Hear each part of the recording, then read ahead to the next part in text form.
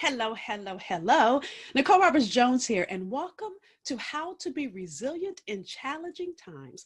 What I'm going to teach you is the insider secrets that successful people use to stay on top, right? You ready? So go grab a pen and a paper because I'm known to go all the way in and I don't want you to miss a thing. So I'm actually going to shift to slides so that you don't miss any of the principles I'm going to share during our time together. So a couple of housekeeping things. You'll hear my clicker click. And you'll see me looking down at my slides because I want to stay focused and purposeful in the next 45 minutes or so, just again to make sure you get everything you came here for and then some, right? So let's start with getting clear on what does resilient mean? It means to spring back. It means rebounding, right? When I think of resilient, I think of that song, We Fall Down, but We Get Up, right? You remember that song? It's returning to the original form or position after being bent, compressed, or stretched. But I want to challenge that. It's not returning to the original form. See, I believe resiliency happens when you become bigger, badder, when you grow because of what you've gone through. And so again, my goal for you in the next few minutes is I'm going to share with you how successful people stay on top, how they're resilient, right? Now, before I get into that, here's the thing that I know you want to know. Who the heck is she and why is she teaching me, right? So of course I can run down my resume and tell you I'm the CEO of NRJ Enterprises. I can tell you things I've done and places I've taught and boards I've sat on. But I'm gonna tell you the thing that people are usually most interested in is the high level folks I've had the opportunity to work with. People like Steve Harvey. See, when Steve Harvey started his Act Like a Success division, I was blessed to sit at the table and really help him develop his programs and his products, right? Lisa Nichols, same thing. I had the opportunity to work with Lisa and help her develop her programming, right? And so, yes, I've had the opportunity to work with some pretty heavy hitters in the industry, but I've also worked with thousands of people just like you, women and a few men, right, that want to start or grow your purpose base, your intellectual property base, your brilliance base, your knowledge based business, right? And so here's some quotes for them, right? And so here's the thing that I think is so interesting. The expert industry is on track to triple to $1 billion per day. Did you know that? That's according to Forbes magazine. I read that in an article. Now, in addition to that, the number of women-owned businesses has grown by 74%. Now, I'm a woman, so of course I'm gonna put some women statistics in there. Now, as a Black woman, even more interesting, the number of businesses owned by Black women has grown 322%. So whether you're excited about the expert industry going to 1 billion, whether you're a woman or a Black woman, and you're excited about all of the things that are happening for us as business owners right now, the thing you also have to know is that in the Forbes article, I also read, different article, that 8 out of 10 entrepreneurs who start businesses fail. And the reason they fail, the reason why they don't have the bounce back, the reason why they don't see the success that they greatly desire and have the capacity to fulfill is because there are cracks in the foundation of their business, right? There are cracks in the foundation. So it's not that you fell because you're not making money. You were failing from the beginning because there were cracks in the foundation that you were not able to bounce back from. Plus, you didn't have the tools. Well, again, I'm going to share with you the next 45 minutes or so, the tools you need to be able to bounce back, to be resilient, to come out on the other side of a challenge, bigger, bolder, badder. And how do I know? From my own journey. So of course, yeah. So this year marks 27 years. I've been doing this for 27 years, right? So I started back in 1993. And some 17 years in, after I started, my business got to the place I dreamed of. See, back then I had a for-profit and a nonprofit. So in my nonprofit, I had 10 chapters in 10 states. You can't really see that because my head is over my slide, but you guys get the gist of it, right? I had 10 chapters in 10 states, and we were growing by leaps and bounds, working with African-American teenage girls. Now, in my for-profit, working with women like many of you, right? And again, a few good men, but I'll say 95% of my clients are women. I had 100% full coaching client roster. So much so that I thought, okay, I'll write a book. That's my 4th book that's behind me, by the way. In 2010, my first book came out. Well, I thought I'd write that book because I thought I'd give my principles to women I couldn't coach, while at the same time, it could be a fundraiser for my nonprofit. Well, when that book came out, I started getting invitations to speak all over the country. So I really want you to get this. I had gotten my business to the place I dreamed of when I started in 1993, and I loved every minute of it. But I want you to get that I was only making $13,000 a year. So I was not resilient. I was not doing well at all. I was pretty much had a big fat community service that I called a job. And so of course I had a daytime job to pay for my nighttime calling because how could I eat off of $13,000 a year? And so I remember this like it was yesterday. It was November 7th of 2010. And I had just gotten home from another speaking weekend. And y'all, I was tired. I was tired, worn out, and my daytime job, I was an adjunct professor. I had looked at the syllabi that I had given my students to prepare and read the books. I hadn't even created lecture notes. I was just done. I was thinking, I can't do this anymore. And I don't know if you've ever been in a place like that where you know that your purpose to do this thing, but you just can't do it like the way you've been doing it. Well, that was me. And so I prayed, Lord, if this is really you, if this is really my purpose, I need you to show me something. And so I didn't know that my breakthrough was coming. See, I realized I had taken myself as far as I could take myself. As I remember getting on a free webinar like this one. On that free webinar, invited us to register for a conference that was across country. So I paid $500 for the registration. I paid for my plane ticket, another $500. I paid for my hotel room, which was about $1,500. So I couldn't afford it, but I couldn't afford not to do it. When I got in that room at that event, I began to realize what I didn't know. There was a whole lot I didn't know. Master's degree, adjunct professor, and yet there was so much in my blind spot that I didn't know. At that same event, I also hired my first ever coach. And in my first coaching session, oh, by the way, let me tell you, my coach cost $30,000. And I told you my business had only generated $13,000. But I realized I would have to invest at the level to which I wanted to see the return. Now, I didn't realize all in the midst of this, I was actually growing my resilient muscle, but I was. Don't worry, I'm gonna show you how. So literally in my first coaching session with my coach, what my coach showed me was me. She said, Nicole, so wait a minute. Didn't you tell me you're an adjunct professor, that you taught at USC for 4 years? By the way, I'm from LA, those of you that didn't know, right? 4 or 5 years. And that you now, since you moved to Boston, you now teach at Boston University. And what you teach is program development. Look at my coach doing her homework. Yeah, you're right, right? Then she said, didn't you tell me you had a consulting practice when you lived in LA? That you work with heads of state, you work with celebrities, you work with nonprofits, you work with business owners. And what you did was you went into their businesses and you developed programs. And the next thing she said to me shifted everything for me. She said, Nicole, you don't have any programs. Duh. See, up until that time, what I had been doing was following what everybody else was doing in their business. Oh, she has an online program. I'm gonna start one too. Oh, she has this. I'm gonna do this. Oh, she has a marketing. Oh, I'm gonna pay for that. Oh, that's a new sales thing. I'm gonna pay for that. And none of that was working. See, what happened is I began to find the root of my resilience, which was really understand who I am. And I'm gonna walk you through the 4 steps.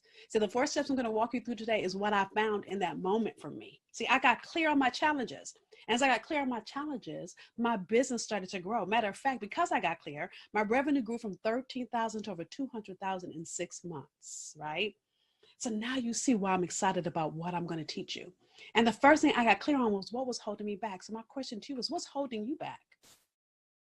Now I'll tell you the greatest thing that I've heard from anybody I've ever asked this to, whether it's a woman on a call, discovery call with me, or somebody on my team, whether I'm at a coaching event, a woman comes up to me and talks about the challenges she's having in her business, no matter what they say or what you've said, the greatest thing, everything roots in one thing. It's called a little thing called fear. See, oftentimes we get to a place in our business, we're in a challenge, and it's causing us to have to expand our territory. And usually when you have to stretch and grow past where you are, that means you have to do something you've never done before. So for me and my business, I had a choice. I could quit, or I could do the thing and that scared me. I could risk it all to gain it all. So let's talk about fear. Let's talk about what scares you, because regardless of what you say, whether you say it's finances, whether you say you're waiting for your kids to graduate from high school, whether you're saying you're not smart enough, whatever you might say is holding you back is rooted in a little thing called fear. See, fear is anything that is pushing you to grow. It's difficulties, challenges, frustrations, right? Fear is all the things that make you just want to quit. So whatever that is rooted in fear. It's when you are indecision or doubt, when you're doubting yourself, when you're second guessing yourself, when you're not sure of yourself, that's rooted in fear, right? The root of any excuse that you would make about why you can't or why you won't, or even if you self-sabotage yourself and stop yourself from doing it, that's rooted in fear. Thinking you're not enough or looking for acceptance. Any of this sounds like you? Any of this? Are you bumping us up against any of these things I'm talking about? Procrastination, I'm getting ready to. I can't stand when somebody tells me, I'm getting ready to. No, either you're doing it or you're not. Other thing I hate is when people say I'm going to try. Listen, trying is a choice. Either you're going to do it or you're not going to do it. Trying leaves you in limbo. And sometimes that limbo moment is fear. Worry of being judged or criticized. When you're worried about what other people have to think or say, you're afraid of them judging you or what they're going to think, instead of believing and trusting who God created you to be. And the last is lack of trust, whether it's lack of trust of yourself, of your gift, of what you're doing. So listen, I just stopped by today to level set check with you. I need you to have an honest conversation with yourself and really figure out where you are. Because wherever that is, I'm going to walk you through the 4 areas, the 4 things you've got to do. And some of you will need all 4, some of you will need 1. But I want you to be clear on where you are before we start, so that you can get clear on moving your gift, your genius forward. You have a choice. You can either live in fear or you can live in faith, right? And let me see how old y'all are about to make me feel. Do you guys remember these? Oh, where did it go? Oh, here it is. Can you see that? Oh, I had put my desk close enough for you to see, but you can't. So you guys remember these Weeble Wobbles? Remember? Weebles wobble, but they don't fall down. Remember these? Can you see that? Of course, right? It falls on my computer. You guys remember these? How they will go back and forth, but they don't fall down. So what happens is many of you are weaving between fear and faith, and you let yourself go back and forth. You're pulled back and forth instead of making yourself, pushing yourself, using your resilience muscles to keep yourself in faith. You realize that faith doesn't get activated until you're in the face of fear. So my goal in the next few minutes is I'm going to walk you through the pool. Because you can choose. You can choose to stay in faith or be in fear. What's your choice? See, fear can be face everything and run, or you can face everything and rise. Successful people rise. Successful people don't let limits stop them. Successful people don't let yesterday speak to tomorrow. And so whatever's in your way, my goal for you is that you rise. And as you rise, you've got to understand you're going to have to move outside of your comfort zone. See, comfort zones are where dreams go to die. So if you're looking for it to be easy or comfortable, if you're not willing to risk it all or gain it all, you can just go on and hang up now. Any successful person you greatly admire, Oprah, love me some Oprah. You realize that Oprah left her TV show after 25 years to start a network. Tell me that wasn't risking it all to gain it all when she went from an hour a day to 24 hours, 7 days a week programming. And do you remember how badly that network did the first year? Badly. It sucked. Did she give up? She stayed outside of her comfort zone. Do you know how many people probably say, Oprah, go back, girl? So I really want you to understand that what I'm going to walk you through is going to give you the tools, but I need you to really look at where you are right now, okay? Because there's cracks in your foundation, I guarantee you. And so I want you to identify the cracks. So in order to do that, I'm gonna walk you through what my fierce framework is. I want you to see where you are, and then I'm gonna walk you through the pull. You ready? So this is really what I know to be the 4 areas you need for your business to go. I call it fierce. Those of you that haven't been around me, find your fears. You know, I play off of Beyonce. When Beyonce first started her solo career, again, what did she have to do? She had to go outside of her comfort zone, right? So her comfort zone was being with Destiny's Child. Her comfort zone was being in the group. Her comfort zone, even her whole story, think about it. She started in Destiny's Child. 4 women, 2 of those women left. How many groups do you know that go through all a really bad breakup and actually make it through the bad breakup? All the rumors and innuendo and all the articles talking about how badly things were, but Beyonce was like, no. She got 2 other members and kept it going. And even after those 2 acted, well, one of the 2 acted a fool, she still kept going. Yet there was still more for her to do. So that's why I call it my fierce framework, because when there was more, and that more now called for her to go out on stage by herself. She created Sasha Fierce. Y'all remember that? Sasha Fierce. And so Sasha Fierce helped her stand in the full power of her gift. My fierce framework, my goal for you is to stand in the full power of your gift, right? And so if you find yourself in a hole in any of these, now I'm not going to go into this and deep dive into where your business is and what it's lacking, right? I'll give you a great resource and a gift for that in a second. But I want you to identify where you are. So by the way, your business should be based on this passion and proficiency or your purpose, what you love and what you're great at. Those 2 together should encompass who you be. You should be solving a problem because it ain't about you. Your business is meant to solve a problem for a specific group of the population. And then you make profit. Should be at least 6 streams of income, right? So when you look at your resiliency and where you are and where your challenges are in your business, here's where I see so many people have challenges. This is why your business isn't growing or why you haven't started. This is why you're ungenerated revenue. This is why you can't find your ideal client. This is why you have not found your niche, because you're not everybody's answer, but you're somebody's answer. So if you find that you are stuck in one of these areas in your business or you're not sure, then take my Brains Roadmap quiz, right? I'm not going to go into this here. I'm going to give you the 4 steps to bounce back when you're going through a challenge. But if you find that one of your challenges are based on one of these 4 areas in your business, you're going to need help with that too. So take the Brains Roadmap quiz. That'll tell you what stage you're in, and then it's free. And then after the free quiz, it'll also give you a free 5 to 7 days of work to do, all free, to help you move forward from where you are, okay? Okay. So again, let's talk about how you pull into your faith. That's what it says underneath there, right? So step number 1, you ready? Got a pen? Step number 1 is power of one.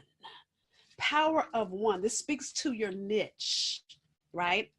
And so it's really focusing. So there's a target there, right? So if I had a bow and arrow and I took my bow and I went all the way back trying to hit the middle of that target, my goal would be to hit the middle of the target. You never hear anybody, whether they're at a gun range, a bow and arrow, wherever they're doing, you never say, girl, hit out the outside ring. Who does that? You always aim at the middle. What happens in your business is when you don't know who your ideal client is, what you're doing is you're aiming all over the place.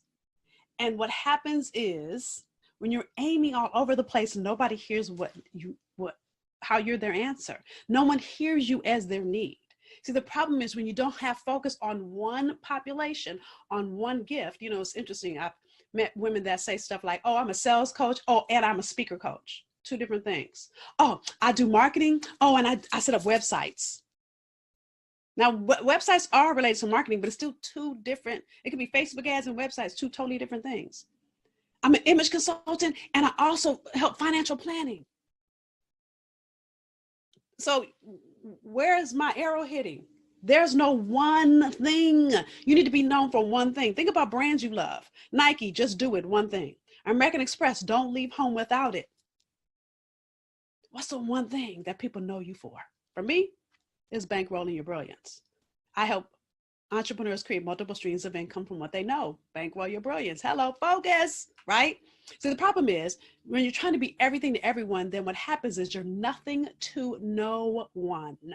You know, when I told you my story earlier, when I told you I was making $13,000 in my business a year, you want to know why? Because what I used to say is I help women maximize their potential. I work with women from 17 to 70. Okay, what's a 70-year-old have to do with a 70-year-old? I wasn't clear. I wasn't studying the power of the one thing that I know I'm brilliant at. And the one group of people that is the answer to, right? The problem is you're not clear who you serve or how you are the answer. I just talked about that.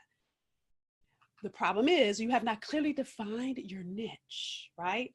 And so if you're in any of these places or anything close to it, what this means is that you're a jack of all trades, master of none, right? I remember when I used to call myself a business coach. So vague, because there's so many various modalities you can go to in business. But then I would get clients, listen, and all money's not good money. If it don't feel good to you, trust it doesn't feel good to them. And I would get clients and they'd ask me, so what business structure should I do? Oh, good question. I'd be on the internet on a coaching call. Oh, I'm transparent, by the way. I'd be on the internet on a coaching call. I have no business doing that. They need to hire an accountant or a lawyer to help with that, not me. I help you create programs, help you create multiple streams of income in your business. Me setting up your business, not my lane. But I was trying to be the jack of all trades. And what happened, that's when I was making $13,000. Because I was speaking to everything. And when you speak to everything, nobody hears what they need from you, which then equals a confused mind doesn't buy. So if you're confused, your ideal client is too.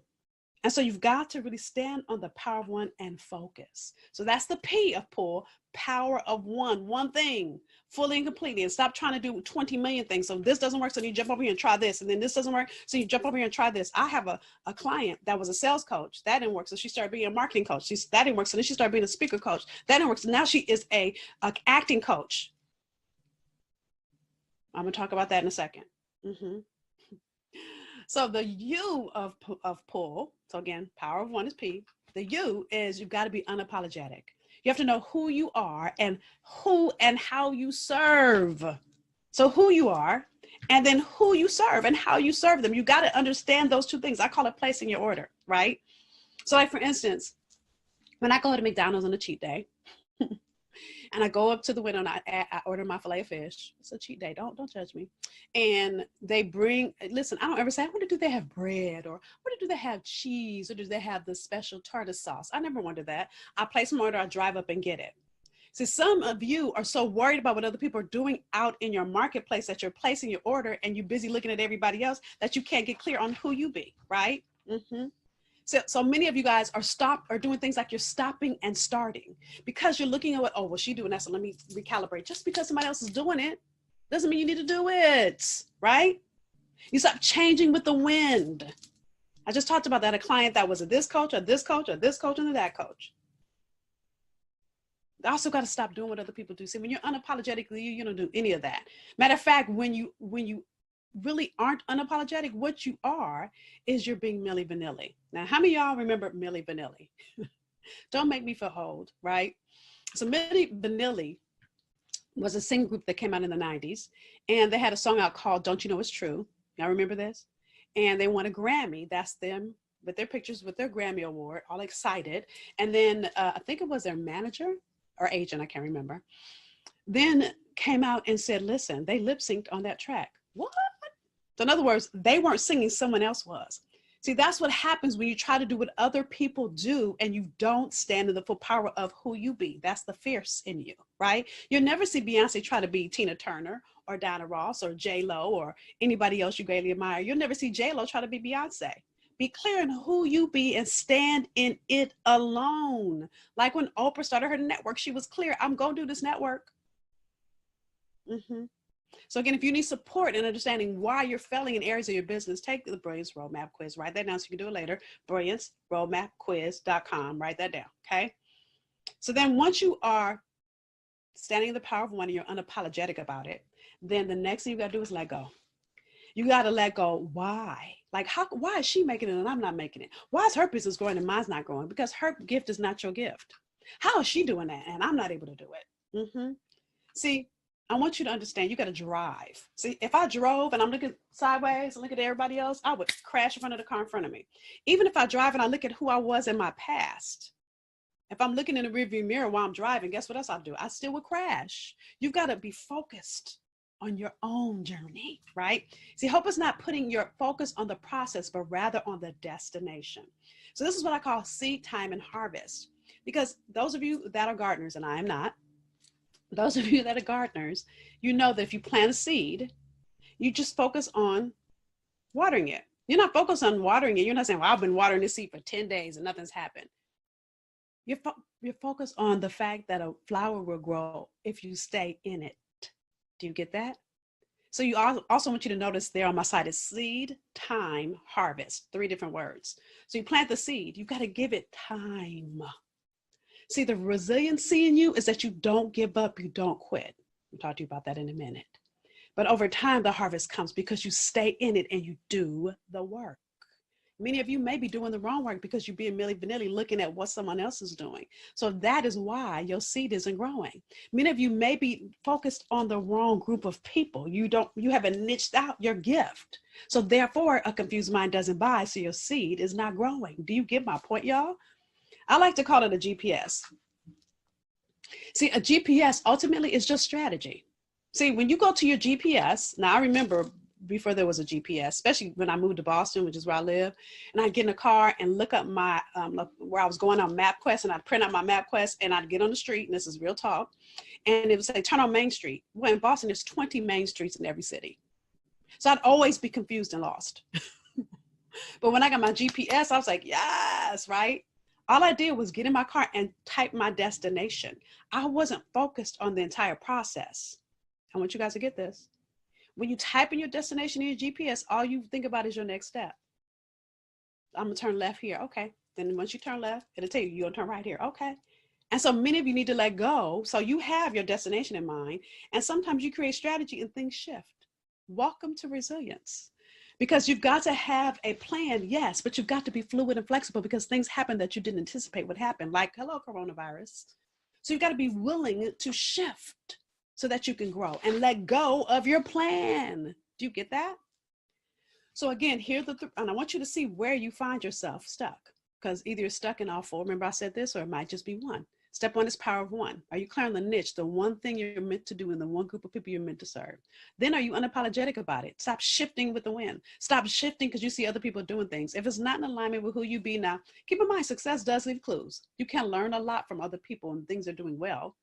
But what I don't want you to do is start shifting just because somebody else is doing something. If their gift is not your gift, then that's none of your business. And then you got to let go. Let go of the process. Even though you write out a whole plan. Listen, when I started my business in 1993, I didn't know it was going to look like this.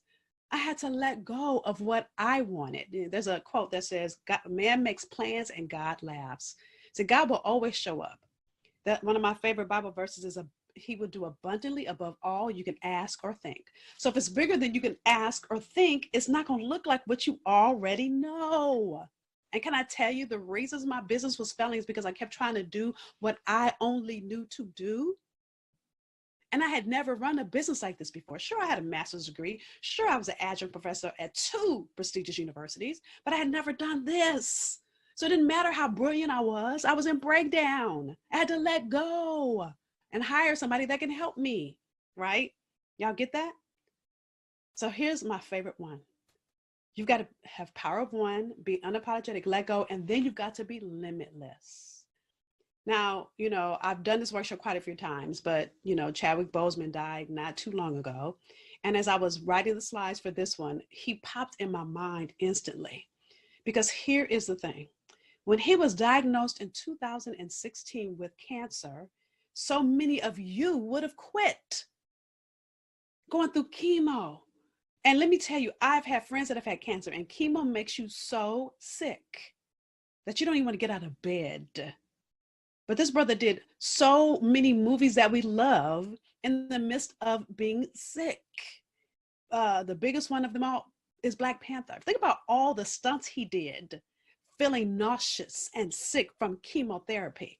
And some of y'all want to quit because things get hard. Some of you want to quit because it's not looking like you thought it was going to look. Some of you guys want to quit because you're having to shift some things and do some things that you've never done before.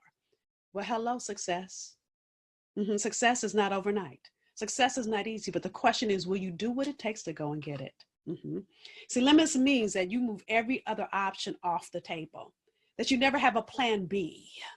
Hello. Right? That you stay. Listen, the reason why I can tell you that I'm even successful now is because I didn't give up. And it took me too long to figure it out. 17 years I didn't make profit, y'all. I've been making profit for 10 years now. But I kept doing the same thing over and over, expecting a different result. And isn't that the definition of insanity in the dictionary? Hello, Nicole, what were you doing? What were you thinking? Right? See, Chadwick moved every other option off the table. He was not apologetic. He was like, no, I'm going to star in these movies. This is what I was purposed to do. I'm going to do the damn thing, as my husband would say. Regardless of how I feel, I'm going to push through, right? You focus and go after it. You stop letting anything else stop you. You've got to be focused, right? You stop caring what other people have to think or say. One of his stars in the Bloods, the 5 Bloods, I'm probably saying it wrong, said he kept thinking to himself, why does he have his girlfriend here holding his hand? And why does he have this Chinese medicine guy around here giving him massages all day long? Well, now he knows that Chadwick was sick. But Chadwick didn't care what other people thought. He did what he needed to do for himself so that he can do the thing he was born to do. My question to you is, what are you willing to do? What are you willing to do? What will you do to be the woman or man you're born to be? You don't let fear or anything else stop you.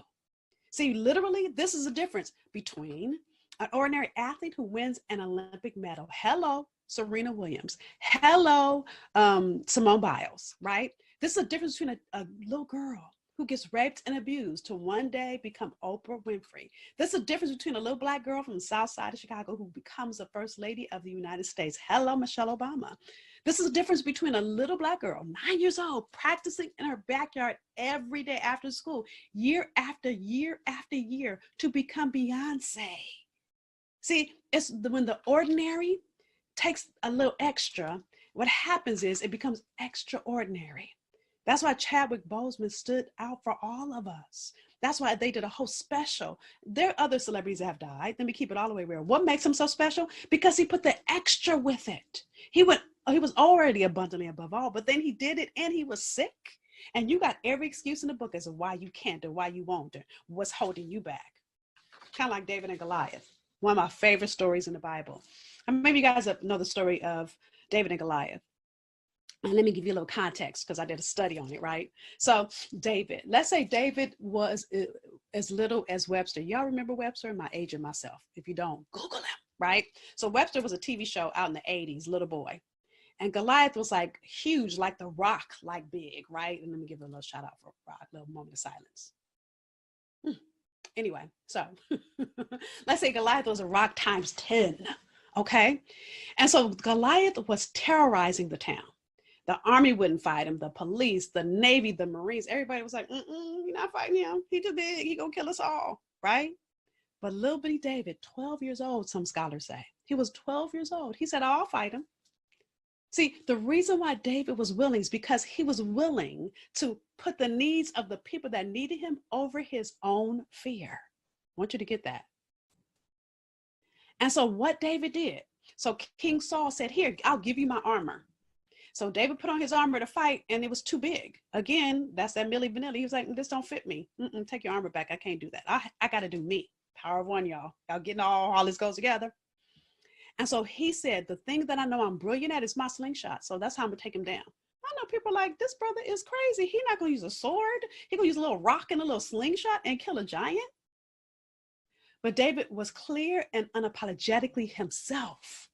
He went out in that field. He said, got that slingshot. He was strategic too, because he knew exactly where to hit him. He relied on his gift. He didn't waver. He let go of what everybody else was saying, and he did it without limit. One hit, bam, giant went down. I want you to get this, that before he did any of those things, there's no courage without fear, right? Matter of fact, there's a quote by Stephen Furtick that says the enemy of faith isn't fear, it's familiarity, because we want to do what's familiar. We want to do what's easy.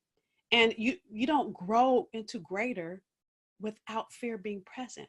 Because if where you're going is bigger than where you are, then yeah, it's going to be scary.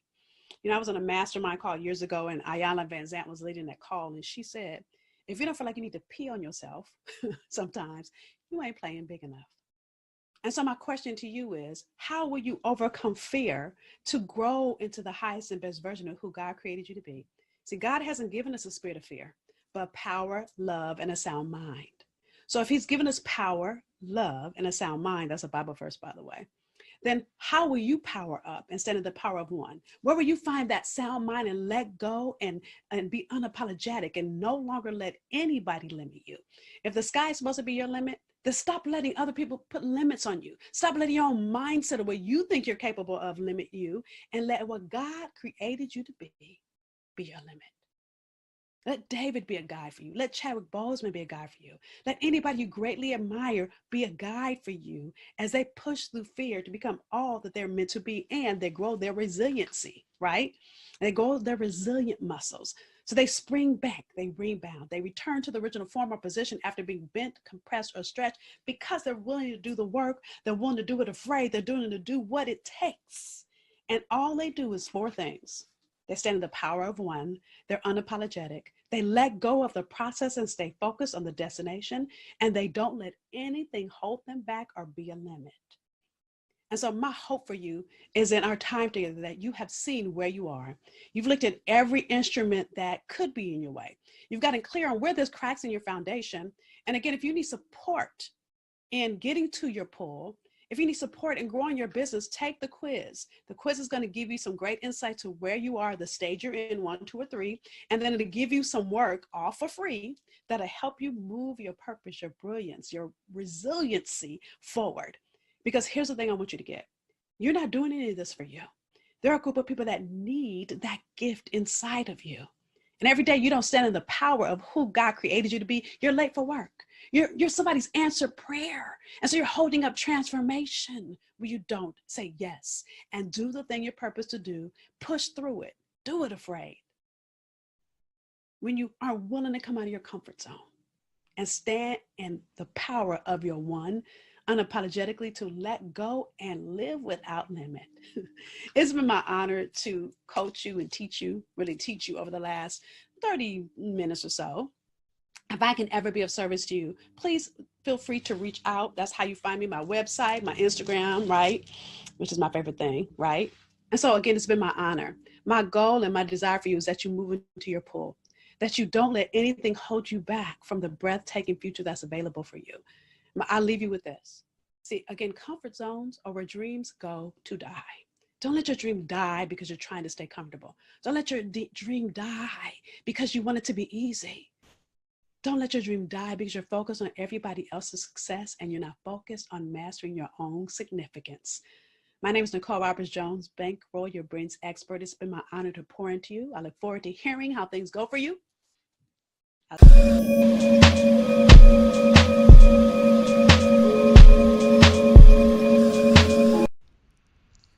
You know, there's nothing like being in the green room, although there's no green. Like, there's no green. There's no green for Rhonda. There's no green for me. It's like, what's going on, Shay, with the green? Don't worry about it. You're in the green room. Now, Rhonda, folks always ask me, how come I don't read the bio? It's because your bio is so extensive, it would take the whole freaking show. So here's what I like to do if I can. Can you just take a moment and tell the audience who is Rhonda Britton? And more importantly, what are you up to these days? Ooh, so who is Rhonda Britton? I am a woman who is on a mission to help people live the life their soul intended. So whether that's live the life their soul intended through their business, live their life their soul intended through their relationships, live their life in their soul intended in whatever area they want. Because if you're an entrepreneur or want to be one, you know that is a calling. It's not just a job, right? It's not just for money. It will not motivate you enough. So that is who I am. I'm a woman devoted to helping people get fearless. And then what am I up to? I am so excited because I am actually creating, and it's just about to go live, a membership site and a new podcast called Fearless You. So you're going to be seeing that in the next 30 to 45 days. Oh, wow, and that's cool. It's called Fearless You, and my cat has decided to interrupt, because my cat always has to be like literally the tail is going like in front of the camera. So yeah, so Fearless You, Y-O-U, Fearless You, because to help people become fearless. And fearless doesn't mean you don't have fear. Hello. It does definitely means you have fear, because we all do as part of our neurobiology. But you're gonna know what to do with it when it happens to you. You know, Rhonda, that's super amazing. That's super incredible. And if I can, just for a moment, we had a person on here that called in recently. And you talk about fearless living. I know you'll get into what it means and all that fancy stuff when we go live, but this is a green room, so I can be honest with you. And she said, hey, Shay, look, I've got a lot going on right now. I'm now working from home, and someone might be able to relate to this. I'm a wife. I'm a mom. I'm also now a school teacher. Oh, by the way, I'm a full-time administrator because she's got 2 kids in elementary and 1 in junior high. So now she got to make sure they get their freaking homework in. And at the same time, she's a cafeteria worker. And she's also running her business as a coach and trying to remain positive. And she was like, Shay, how do you deal with all this overwhelm? Because she wants to keep going. And I don't want to say it's just a woman thing. I don't want nobody to send me a no, because it could be a man out there going through that right now. Could be a teenager going through it. So my question to you, Rhonda, is what do you say to this person out there right now? It's like, with everything shifting, there's so much overwhelm. How do you keep going? Well, you know, the most important thing during this time is to get centered, right? To center in your values and who you are. So she sounds like she is clear on what's important to her. She's clear on it's her kids. She's clear that it's her family. She's clear that it's her education. And yeah, she still wants to turn herself on and give her life, you know, give compassion and give purpose and do her own work. So the number one thing right now that we all need is gentleness.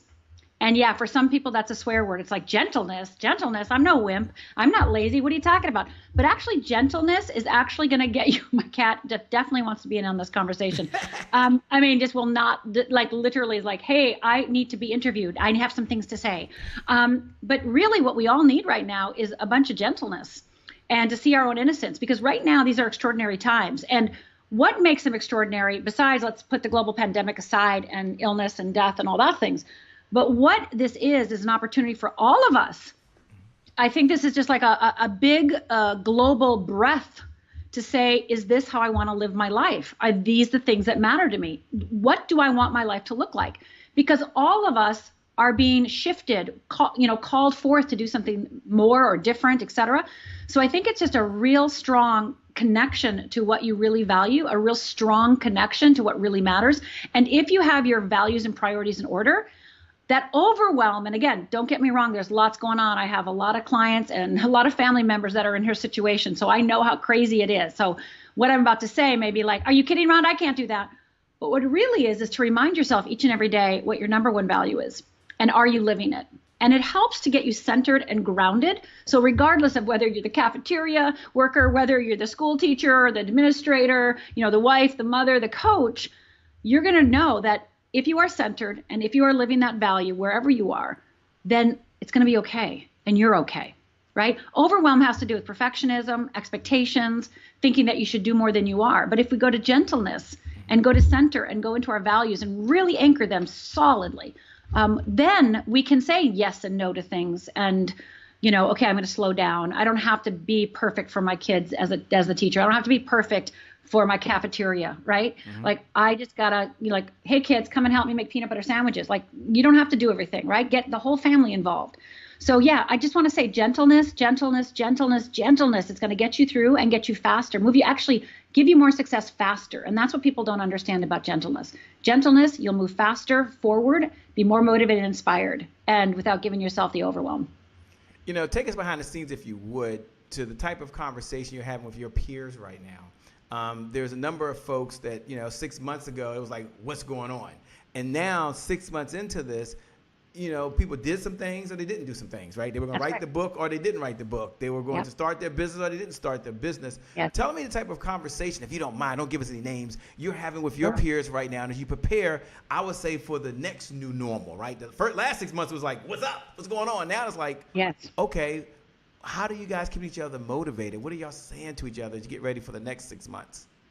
Well, I actually think, again, besides the global pandemic and the death and dying and the illness and the cities and all the shutdown, if we can put all that aside for just a minute, what it's given us, like I said a minute ago, is that big inhale, that big exhale, that big moment.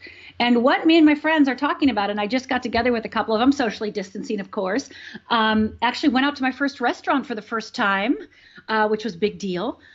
What we're really talking about is this is the time that people need change. Like they're craving change. They're craving to live more true to themselves. They're craving a deeper knowledge. I can't tell you how many people are going back to graduate school, or they're wanting to become a life coach with me, right? Like signing up for the life coach certification program.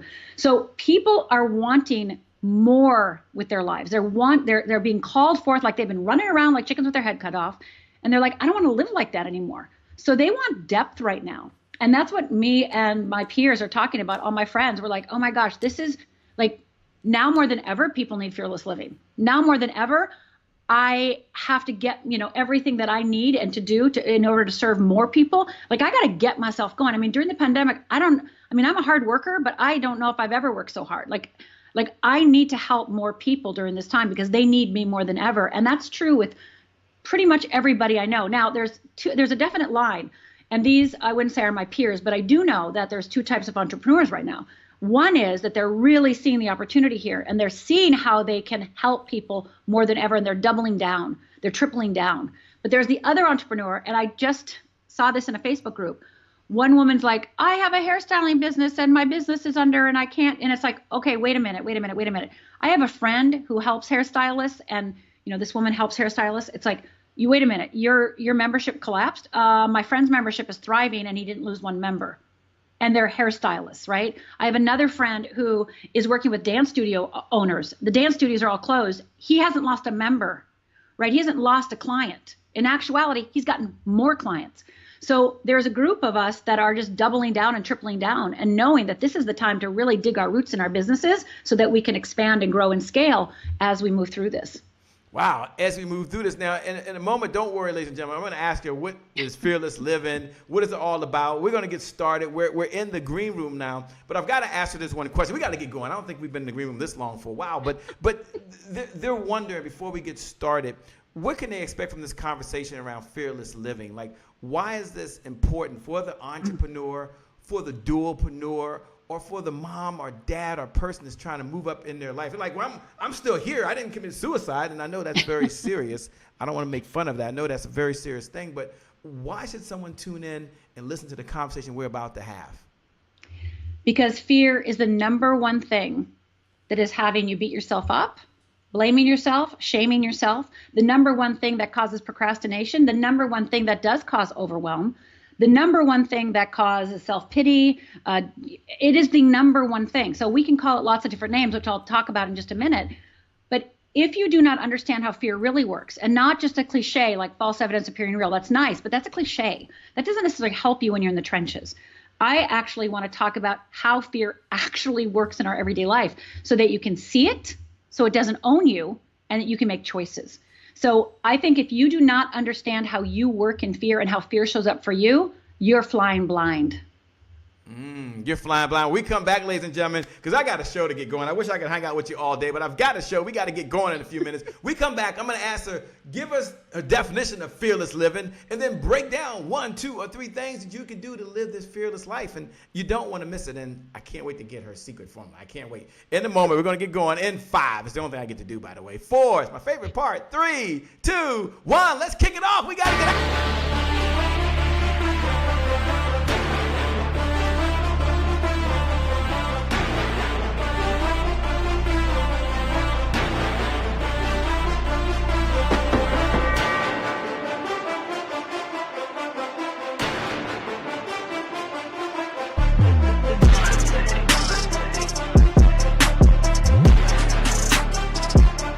Promise I made to my mom. I only did this message for one person, and that's my mom. This is for you, Mom. Love you. My name is Shay Brown, the happy entrepreneur. Make it a great day, everyone. Thank you. Thank you. Thank you. All right, Shay Brown. Mic check, mic check. All I do is win, no matter what. Got money on my mind, I can never get enough. And every time I step up in the building, everybody hands go up. Yes.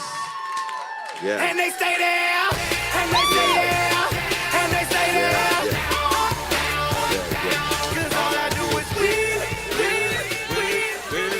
Well, it's a great day. My name is Shay Brown, the happy entrepreneur, and welcome to the Happy Entrepreneur Show, the #1 business development and revenue focused late night show in the country where we're on a mission. And our mission is to empower, our mission is to inspire, and our mission is to provide you, that's right, you the entrepreneur, with all those resources that are necessary to execute the vision you have for the people you were called to serve. And I believe you have 3 visions that I love to share, by the way, 3 visions. I believe first you have a vision for yourself. You know, the clothes you want to wear, the car you want to drive, the organic food. I know you like the organic food. Can't wait to have that, right? And it takes resources, which means it takes revenue. I know that's a problem in business. And I believe you have a second vision, by the way. You have a vision for the people you love the most. Mother dear is still with me. She's 73 years old, just celebrated her birthday, got to hang out again with her today. And there's nothing like before when I couldn't do that. She's only 15 minutes away when she got accustomed to using a credit card. What she could do before, but you can do a lot more shopping with someone else's credit card. Trust me, it takes resources. But some of you want to write a check for someone's health care insurance right now. You want to pay someone's mortgage. You want to send your kids to a school of your choice, or write a check for what you believe in. It takes resources, which means it takes revenue. And then there's a third vision I believe you have, and this is most important. I always like to share this. You have a vision for the people you were called to serve. And I want you to imagine for just a moment that you were Noah in the Bible. Now, you don't have to be a believer to follow along with this, but imagine you're Noah in the Bible, and you're about to go do your thing. You got all the resources. You got all the expertise from God. You're ready to go. And before you get going, there's a knock at the door, and you're like, what's going on over here? Yeah, what's up? Noah, there's no hammers in the house. No worries, no hammers. We're not going to panic. We're good to go. What's happening? Right over here, Noah. Me. Yeah, what's up? I might as well confess there's no nails either. Oh, no hammer, no nails. Rule number 1, don't panic, right? What could it possibly be now? Noah, there's no people and there's no wood. Good luck on this mission. And maybe that's you right now. You need to get going. You need to leave that 9 to 5. You need to start your business. You need to bust through on fear. And we got the one and only Rhonda Britton, who's here today. What's up, Rhonda Britton? How are ya? I am so excited to be here. You are the bestest, westest man. I love being here. Thank you so much. I love your vision. I love the 3 visions. I'm totally with you. And if people don't have the wood, if they don't have the nails, if they don't have the people, right? If they don't have the resources, they don't have the support they need, it's a long, hard road ahead. It is a long, hard road. And can I just address the elephant in the room? I mean, I know, you say I can ask any question I want. And I was thinking before we got going, I was like, fearless living. Like, and where we are in the world today, why is that still relevant? First, okay, you can handle this. What does it mean, okay? And number two, how does someone apply that today that's already an entrepreneur? They're already taking care of their family. They're already doing their thing in their profession. Like, how does that apply to us? I mean, I don't mean to put you on the spot, but I got to address that. No, not at all. I mean, without fearless living, I would not be moving through this pandemic the way I am. That is for gosh darn sure. I would be overwhelmed. I'd feel anxious. I'd be worried. I may have some guilt. I may be, kind of people pleasing. I might be worried about everybody else and try to like, oh no, I don't need anything, right? Like I might put my life last, right? So if I personally was not doing fearless living, and I think about me before fearless living, I would not be handling this well at all. I'd feel very anxious. I'd feel very overwhelmed, and I would feel probably a little hopeless in reality. I'd probably move from hopeless to excited, to hopeless to excited. I'd go through that back and forth that most people do, right? It's like, oh, no, I can do it. No, I can't. No, I can't. Yes, I can. No, I can't. Right. So you're going that back and forth. So without fearless living, without the grounding it gives me, without the understanding of how fear works, without the understanding of how fear works for me, which is unique and personal because we all have what I call the wheel of fear, and ours is unique and personal. If I didn't know my wheel, and if I didn't know the antidote called the wheel of freedom, I probably wouldn't be a pretty picture right now. And so I think that fearless living really is, it's not about jumping out of a plane. It's about jumping into life. It's about knowing who you are. It's about staying centered. And oh, by the way, fear is around us every single minute of every single day. And so if you are not awake to how fear shows up in your life, then it's going to own you, because fear is a trickster. It is a trickster, and it will own you. It will use your education, your spirituality, your knowledge, everything against you to trick you. And so then you doubt yourself, right? You doubt yourself. You don't trust yourself. You don't trust your decisions. You don't know if you should or you shouldn't. You have that, and that confusion, that anxiety. So fearless living, because you understand how you work in fear, you can see fear and therefore choose freedom. Choose to act more in alignment with who you really are, rather than what fear is convincing you to do. So yeah, without fearless living, I definitely wouldn't be here. Let's just put it that way. I'm curious. We got a chance to be back in 2013 at Delatour McNeil's event, Full Throttle, which was down in Tampa, Florida. And you were teaching some principles then. And that was a couple of years ago. And I'm curious, what's your philosophy as it relates to fearless living? And what's 1, 2, or 3 principles that grounds you during these times? That's a great question. Well, one of the things that grounds me is I have a fundamental philosophy, a fundamental belief, and this is what I train my life coaches to do and to really embody, is that we must reclaim our innocence. We must reclaim our innocence. We must reclaim our innocence, because innocence is the thing that's going to allow us to forgive, to let go, to quit beating ourselves up, to let go of the shame and blame. And I don't know about you, but I can't tell you how many people come to me and say, oh, I want to make $1 million, or I want to open my own business, or I'm kind of doing my own business.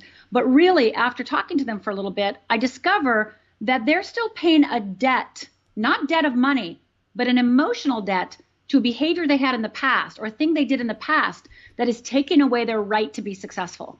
Right? So it's like, oh, but I did this thing, so therefore I can't do this, or, oh, I really want to do this, but if I think about, so they are paying a debt of the past. They have the debt, they have the punishment reward philosophy. And so, innocence is going to eliminate that whole conversation when you reclaim your innocence. The other thing that, when you ask me this question, the other thing that moves through me is liberating your language. Our language, literally, and we know this, it creates our lives, right? We know that our language creates our lives, but it also, what it does is not only creates our lives, it actually creates our neural pathways.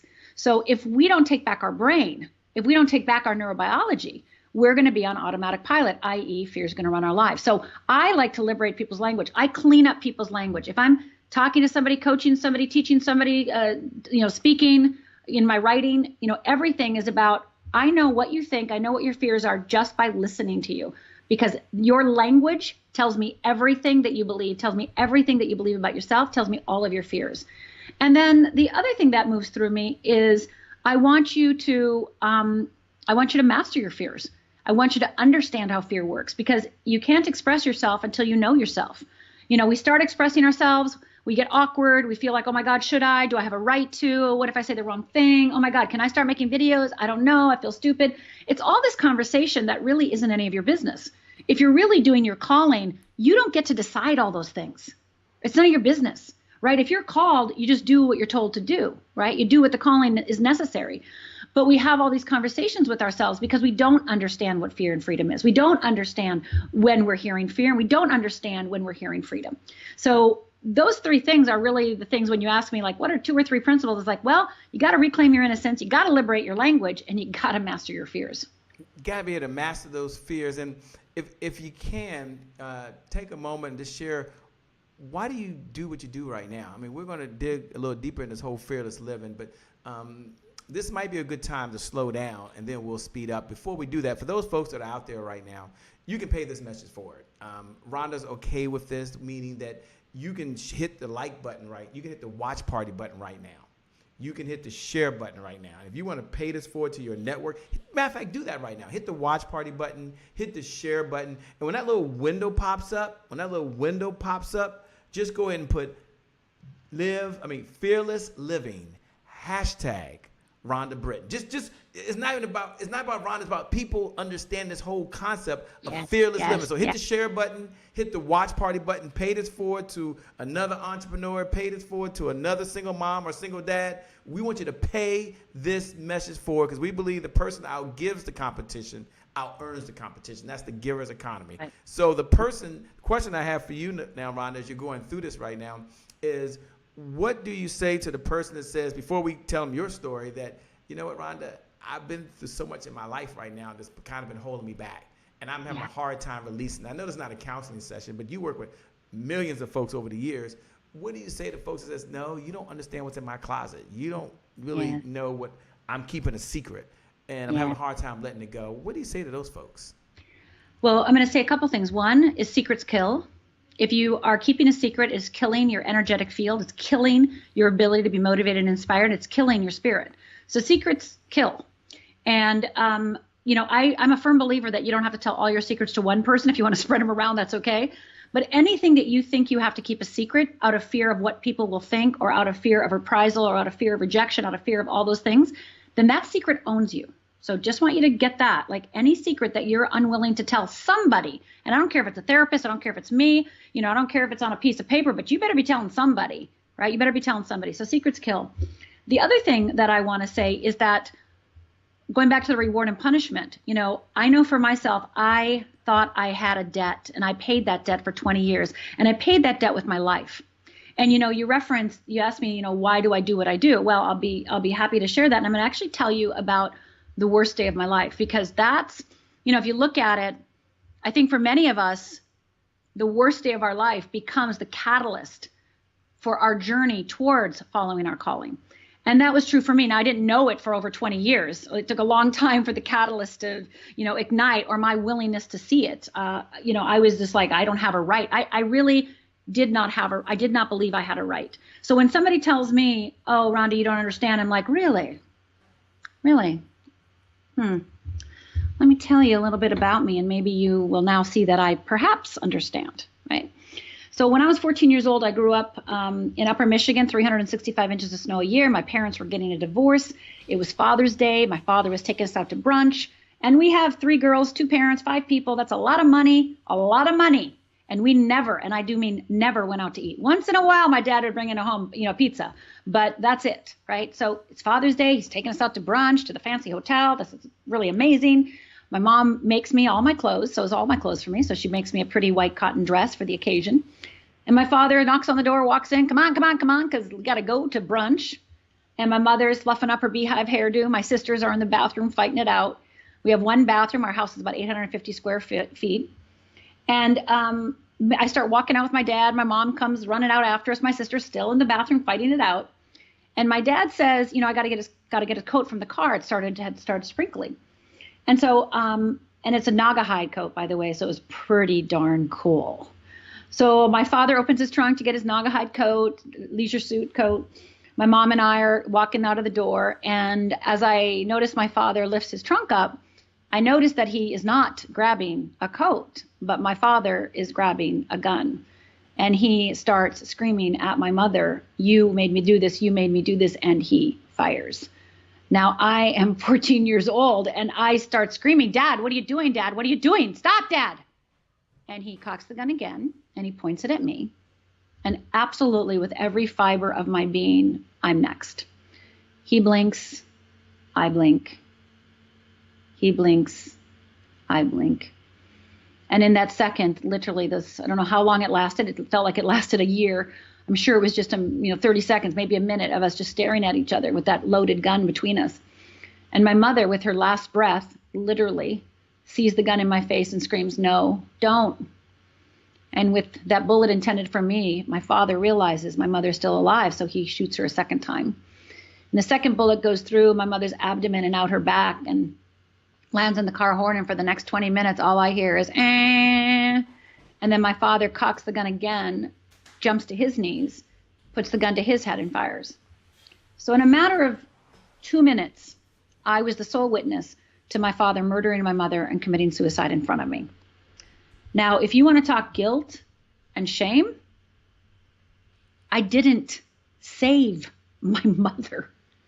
I did nothing heroic. I didn't jump in front of the gun. I didn't jump in front of her. I didn't kick him in the shins. I didn't grab the gun. I did nothing except, "Stop, Dan, stop." And now my parents are dead and I did nothing heroic. I did nothing to save them. When you watch your mother die and you are the only one that could stop it, you don't get to be happy.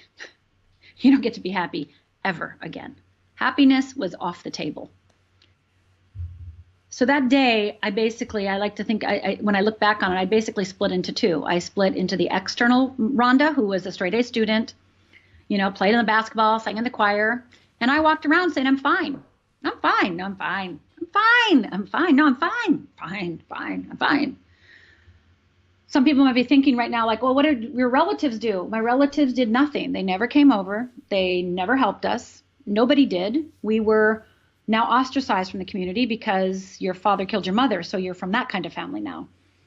So I proceeded, like I said, to split myself into the outside world. I kept on getting straight A's and just pretended I was fine, but the internal knew there was something seriously wrong with me. I mean, my father's blood runs through my veins, and now I became afraid of myself. I became afraid of my feelings. I became afraid of my anger. I became afraid of everything because what was I capable of doing, and who was I, and what kind of person doesn't save their mother? So for the next 20 years, in college, I discovered alcohol, started drinking, actually became an alcoholic, got 3 DUIs, spent a little time in jail, and tried to kill myself 3 times.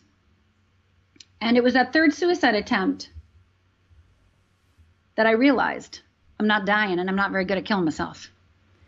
And I need to figure out another way, because if I'm going to live, if I have to live, if I'm not going to die, then I have got to figure this out, because I can't keep doing this. I can't keep doing this. Now, I want to preface this by saying during that whole time, I read my first self-help book when I was 12.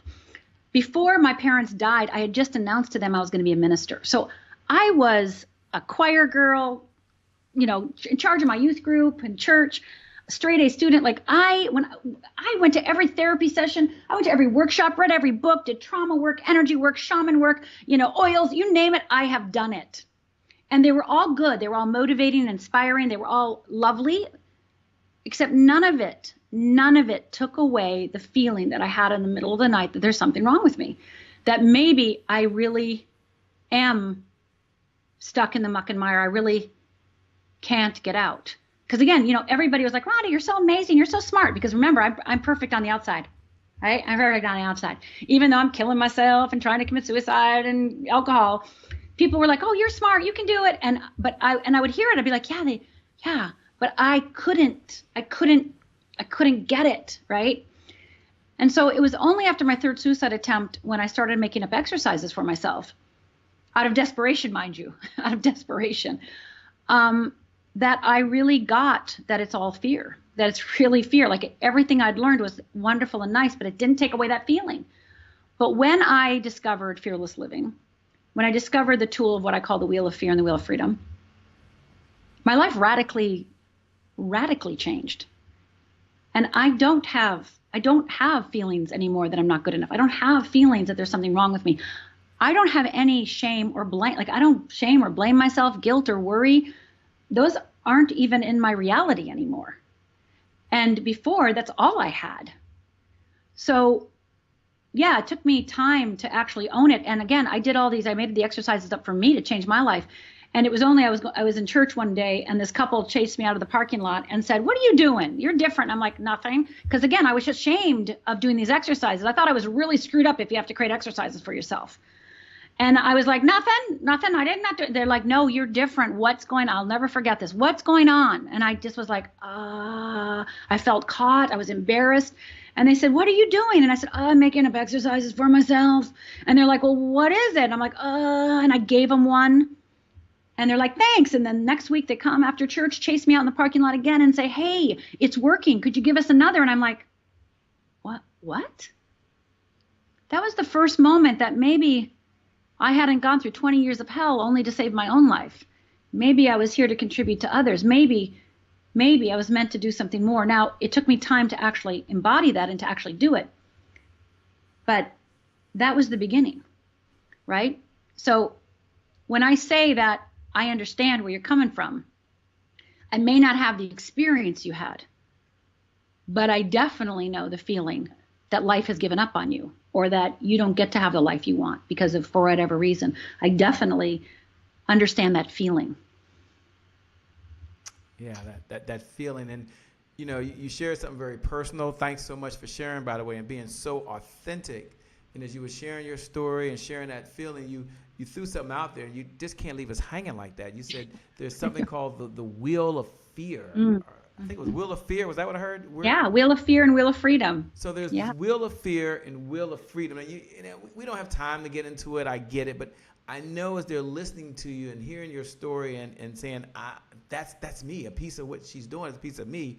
I know they like me. They heard Wheel of Fear, Wheel of Freedom. Shay, don't let her get away with this one now. Don't let her move. Even if she give us one golden nugget, because how many ideas do you need to change your life out there? One good idea. Well, you need one, right? One to get that neural pathway shifted, right? That's right. So for those folks that are out there, I'm going to ask them, what is the Wheel of Fear and what is the Wheel of Freedom? As I'm doing that, you hit the share button. You hit the watch party button, and you write those words right now. Fearless living, hashtag Rhonda Britton. Fearless living, hashtag Rhonda Britton. You do that right now. You do that right now, because she's not saying fearless living is about rainbows, unicorns, and cupcakes. She's not saying that. No, she said, no, this thing is real. Now, I love Zig Ziglar, but she said it ain't about false evidence appearing real. Let me put that up. That's not what it's about. So go ahead and break down if you can. She's showing us in the book. Now she got to tell us where to get the book. She can't.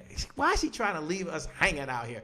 All right. So tell them a little bit about the Wheel of Fear or the Wheel of Freedom. Give us a psychology behind it. And then they all want to know what book you're at some point. You got to tell us what book you're looking at, because they want to go get the book. Absolutely. Well, it's out of my first book. I've written 4, but this is my first book, Fearless Living.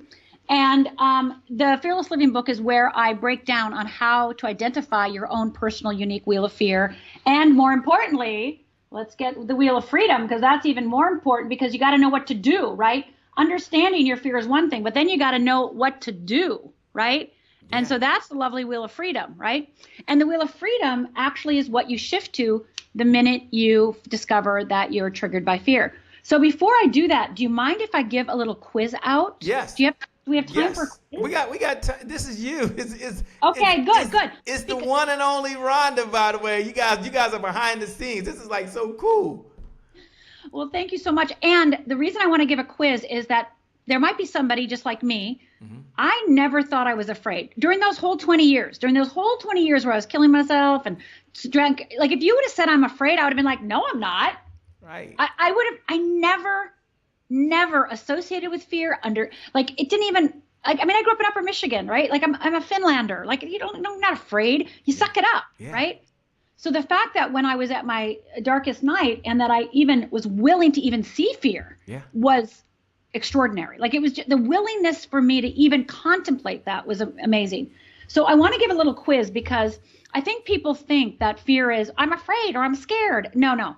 Fear shows up in a myriad of other ways. In fact, it very rarely shows up in I'm afraid or I'm scared, but it does show up in a lot of other ways. So I'd love to give everyone a quiz right now. So wherever you are, if you're driving, don't do the next following thing. I'm going to give an instruction of shutting your eyes. And again, if you're driving, do not shut your eyes. But I want you to shut your eyes, and I want you to nod your head if you do any of these things or feel any of these things. And the reason I want you to shut your eyes and nod your head is because I want you to own that you do these things and feel these things. It's not to shame you or blame you. It's to wake you up. right? It's to wake you up, because I'm going to give you some good news after we take this quiz. So I want you to nod your head, close your eyes if you're able, and then nod your head if you do any of these things or feel any of these things, okay? So do you ever deny yourself? Do you ever isolate? Do you ever pretend everything's okay when it's not? Do you ever hide? Do you ever compare? How about settle? Do you ever whine? How about judge? Do you ever get defensive? Manipulate? Do you ever complain? Do you wait and call it patience? Do you procrastinate? Do you worry, struggle, blame, try to control? Do you become a perfectionist? Do you ever feel bitter, powerless? Do you ever feel resentful, entitled, guilty, disappointed, irritated, like now? Do you ever feel overwhelmed or ignored or annoyed?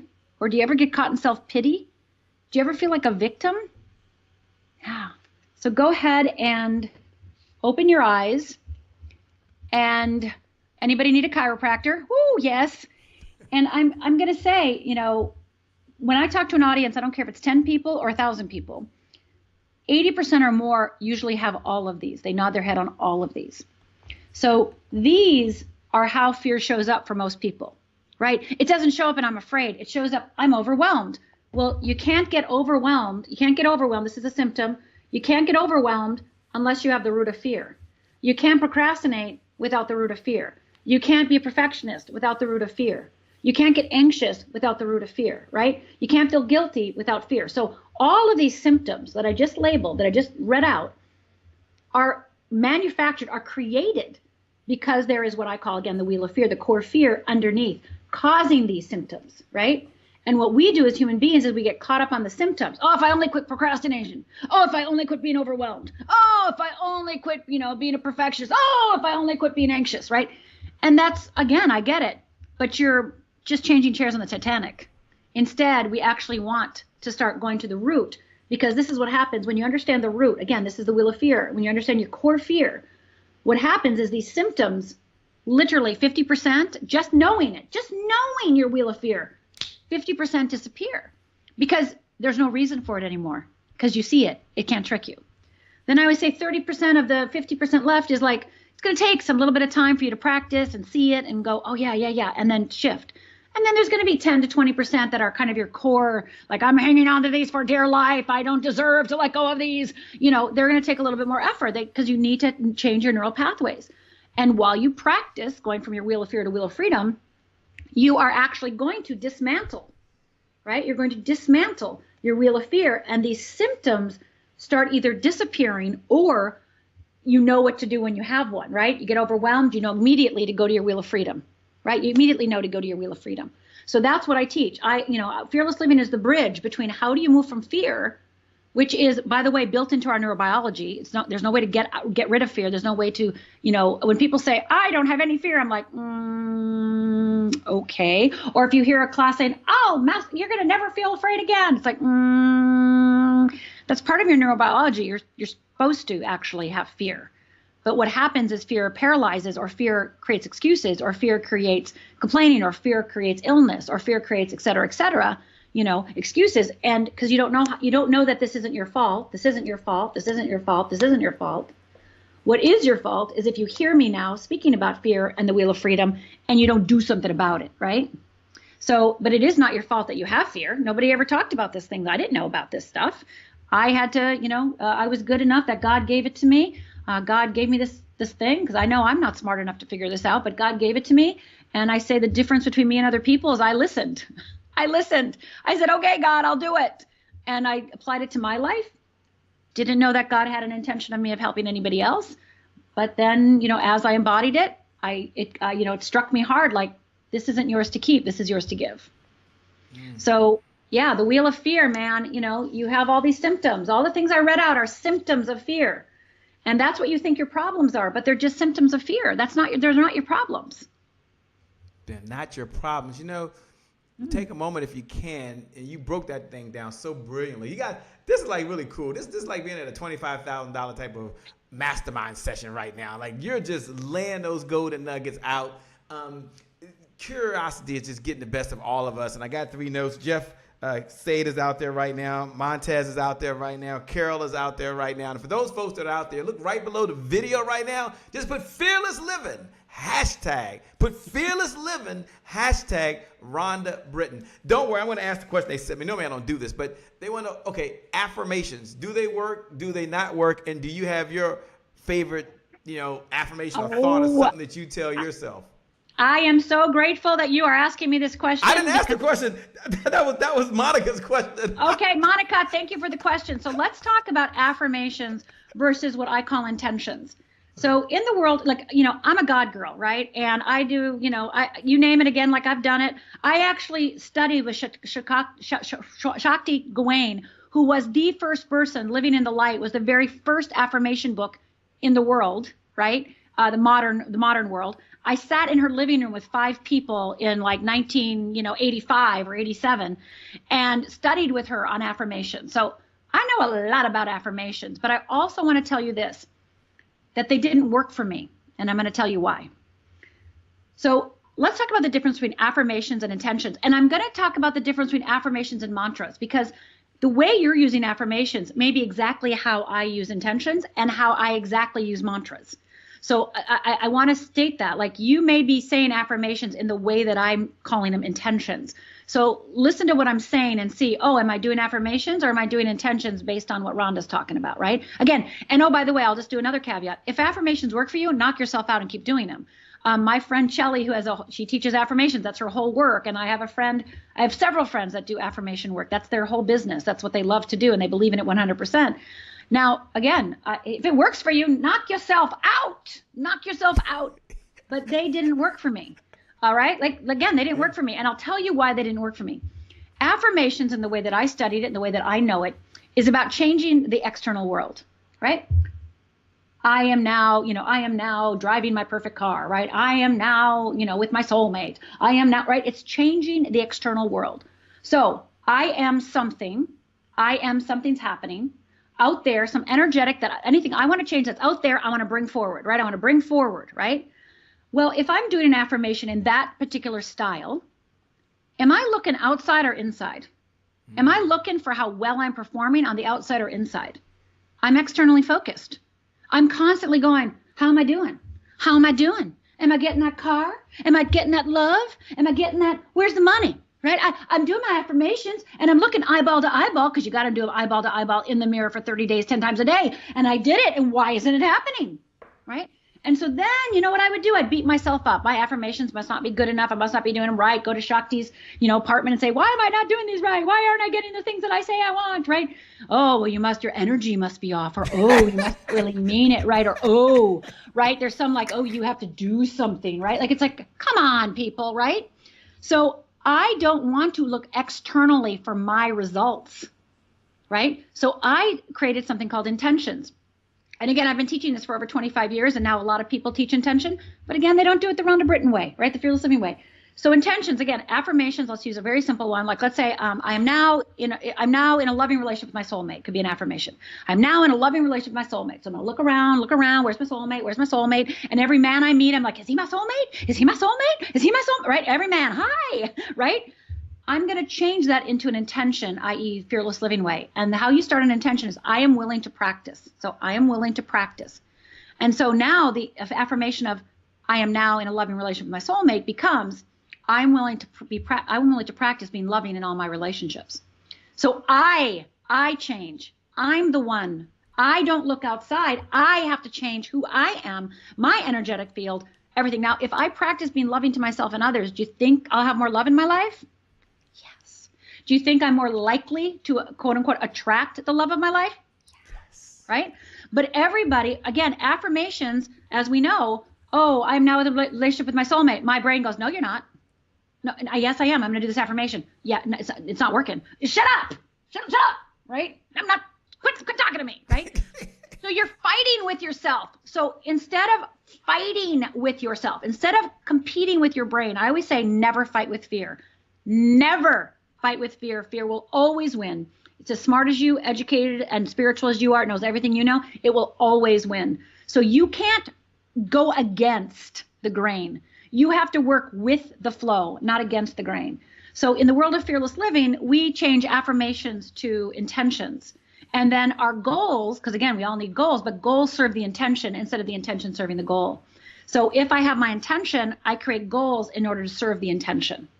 And then it's in the proper order. My values are first, the things that matter to me first, not the goal. The goal becomes a subset, not the end result, right? I want to focus on becoming who I'm meant to be, not getting what I think I need in order to heal myself or make myself feel better or tell the world how great I am, because that's all based in fear. I love it. I love it. I love how you laid that out. I love that. And that's one of the things that you do, and you do so well, is that you don't just try to inspire or motivate or encourage. If you notice, one of the things that Rhonda's doing over and over again, and this is just a quick tidbit, but is that she's giving you a practical tool. That's right. She's giving you some type of structure. She's sharing some type of system that you can use now. Well, I love that you say that, because I got to tell you, when I was going through those 20 years of hell, I would read books and they'd be like, love yourself. And I'd be like, how do you love yourself if you don't know how to love yourself? Right? Yeah. How do you get fearless if you don't know how to get fearless? Right? Like, so I'm so grateful that you said this, and very few people really get that. I'm so grateful, because I am all about how. Like, I'm all about hanging onto your hand full on, like hanging on with two hands and saying, come on, follow me, grab my sweater, and let's go, let's get through the tunnel together, right? Because if you don't have somebody to walk with you, and if you do not know how to start making money, if you don't know how to start loving yourself, if you don't know how to reclaim your innocence, if you don't know how to liberate your language, I don't care how I tell you how great it is, you're just going to be like, why aren't I getting this? And that inspiration, I'll say this one more thing, is that inspiration to me is awesome. Of course, I want inspiration, right? That's why we're here. We need to inspire, because inspiration creates an opening, right? Inspiration creates an opening for you to walk through. But this is the key. You have to walk through it. Inspiration is not the change. Inspiration is not the change. Inspiration gives you a window of opportunity to take a risk, to walk someplace that you've maybe not have been brave enough to walk before, right? So that's what inspiration is. It's not meant to be the change. It's the opportunity to change. So, all right. Yeah, no. You're spot on. And as you do that, that's probably a great segue, because we have a philosophy here as you're talking through that. Don't worry, I'm going to ask Rhonda how you can connect with her. I'm going to ask Rhonda that. Don't worry. She's in overtime. She don't even know she's in overtime, but she's in overtime right now. She's doing a great job, because it's the one and only Rhonda Britton. And I want to let you guys know, she's the same way you see her now as if you were in the room with her, by the way. So she is the real deal. But we have a core philosophy here, Rhonda, called Today is My January 1st. And for those folks that are hearing that for the very first time, hold on, I'll tell you what it means. For those folks that know what I'm about to do, you can look right below the video. What's up, Dr. Ethel? You can look right below the video. What's up, Jeff K? What's up, Susie? And you can write these words. Today is my January 1st. And today is my January 1st. If you want to know what in the LL Cool J is Shay talking about, some of you out there, it doesn't represent a date on the calendar. Today is my January 1st represents one of those moments throughout the day. And there's probably about 1,000+ moments where we get to make a decision. And that decision can forever change the trajectory of our life. That's a January 1st moment, right? So you make a decision, you're going to work out. Or you're going to sit back and binge watch and watch Netflix. You make a decision that you're going to eat hamburgers and French fries and Coke, and you got to have some salt and pepper. No, I know you need some ketchup and hot sauce if you're in my neighborhood. Got to have some hot sauce. Or you go to your refrigerator and you open up the refrigerator, and inside the refrigerator there's some kale. I know that sounds good, doesn't it? Oh, there's some broccoli. I'll have some of that. There's some Brussels sprouts. That's a January 1st moment. So today is my January 1st represents a do-over, a fresh start. My past doesn't equal my future. As my daddy, Marshall Brown, used to say, your future is spotless, Jay. It's spotless. You get to create it. So, Rhonda, my question to you as you're listening is, when you hear those words, and for those folks that are writing today is my January 1st, when you hear those words, Rhonda, today is my January 1st, what kind of goes to that mind of yours over there? I feel happiness and just a relaxation and a relief and a like, yes, today is my January 1st. I can let go of the blame and shame, right? And regret. Like, if today is your January 1st, then last night you did, December 31st, you burned all your past. You let everything go. And you decide today, right? You've been preparing, you've been planning. We all know what we do on January 1st. We all know that. We all know what we want to do. We all know what we say we're going to do. We all know that. Come on now, you know. And so if it's today's January 1st, then I can decide guilt-free. I can say to myself, I paid the debt.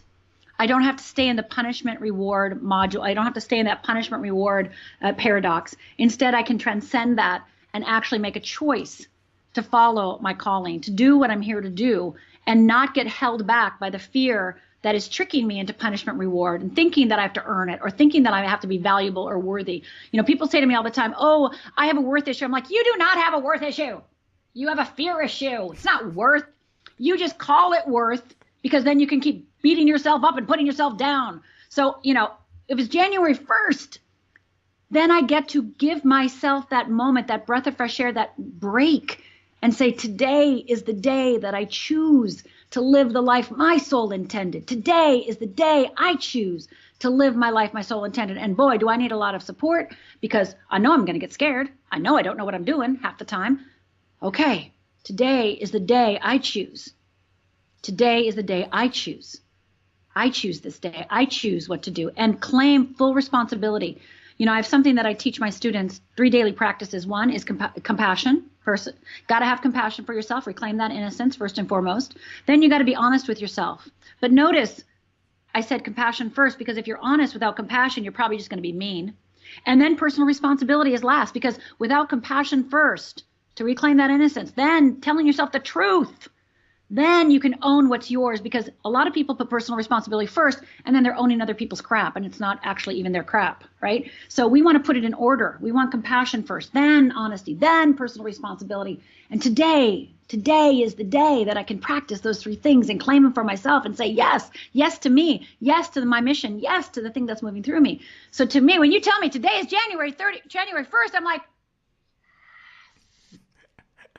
I am pure as the driven snow. I can decide today. I can decide today who I want to be today, right? I've been sober 32 years, and I had a lot of January 1st to get sober, right? Every day was like, oh God, I gotta, you know, I wanted a drink, and more than I wanted sobriety, and I kept really focused in order to get 32 years sober, right?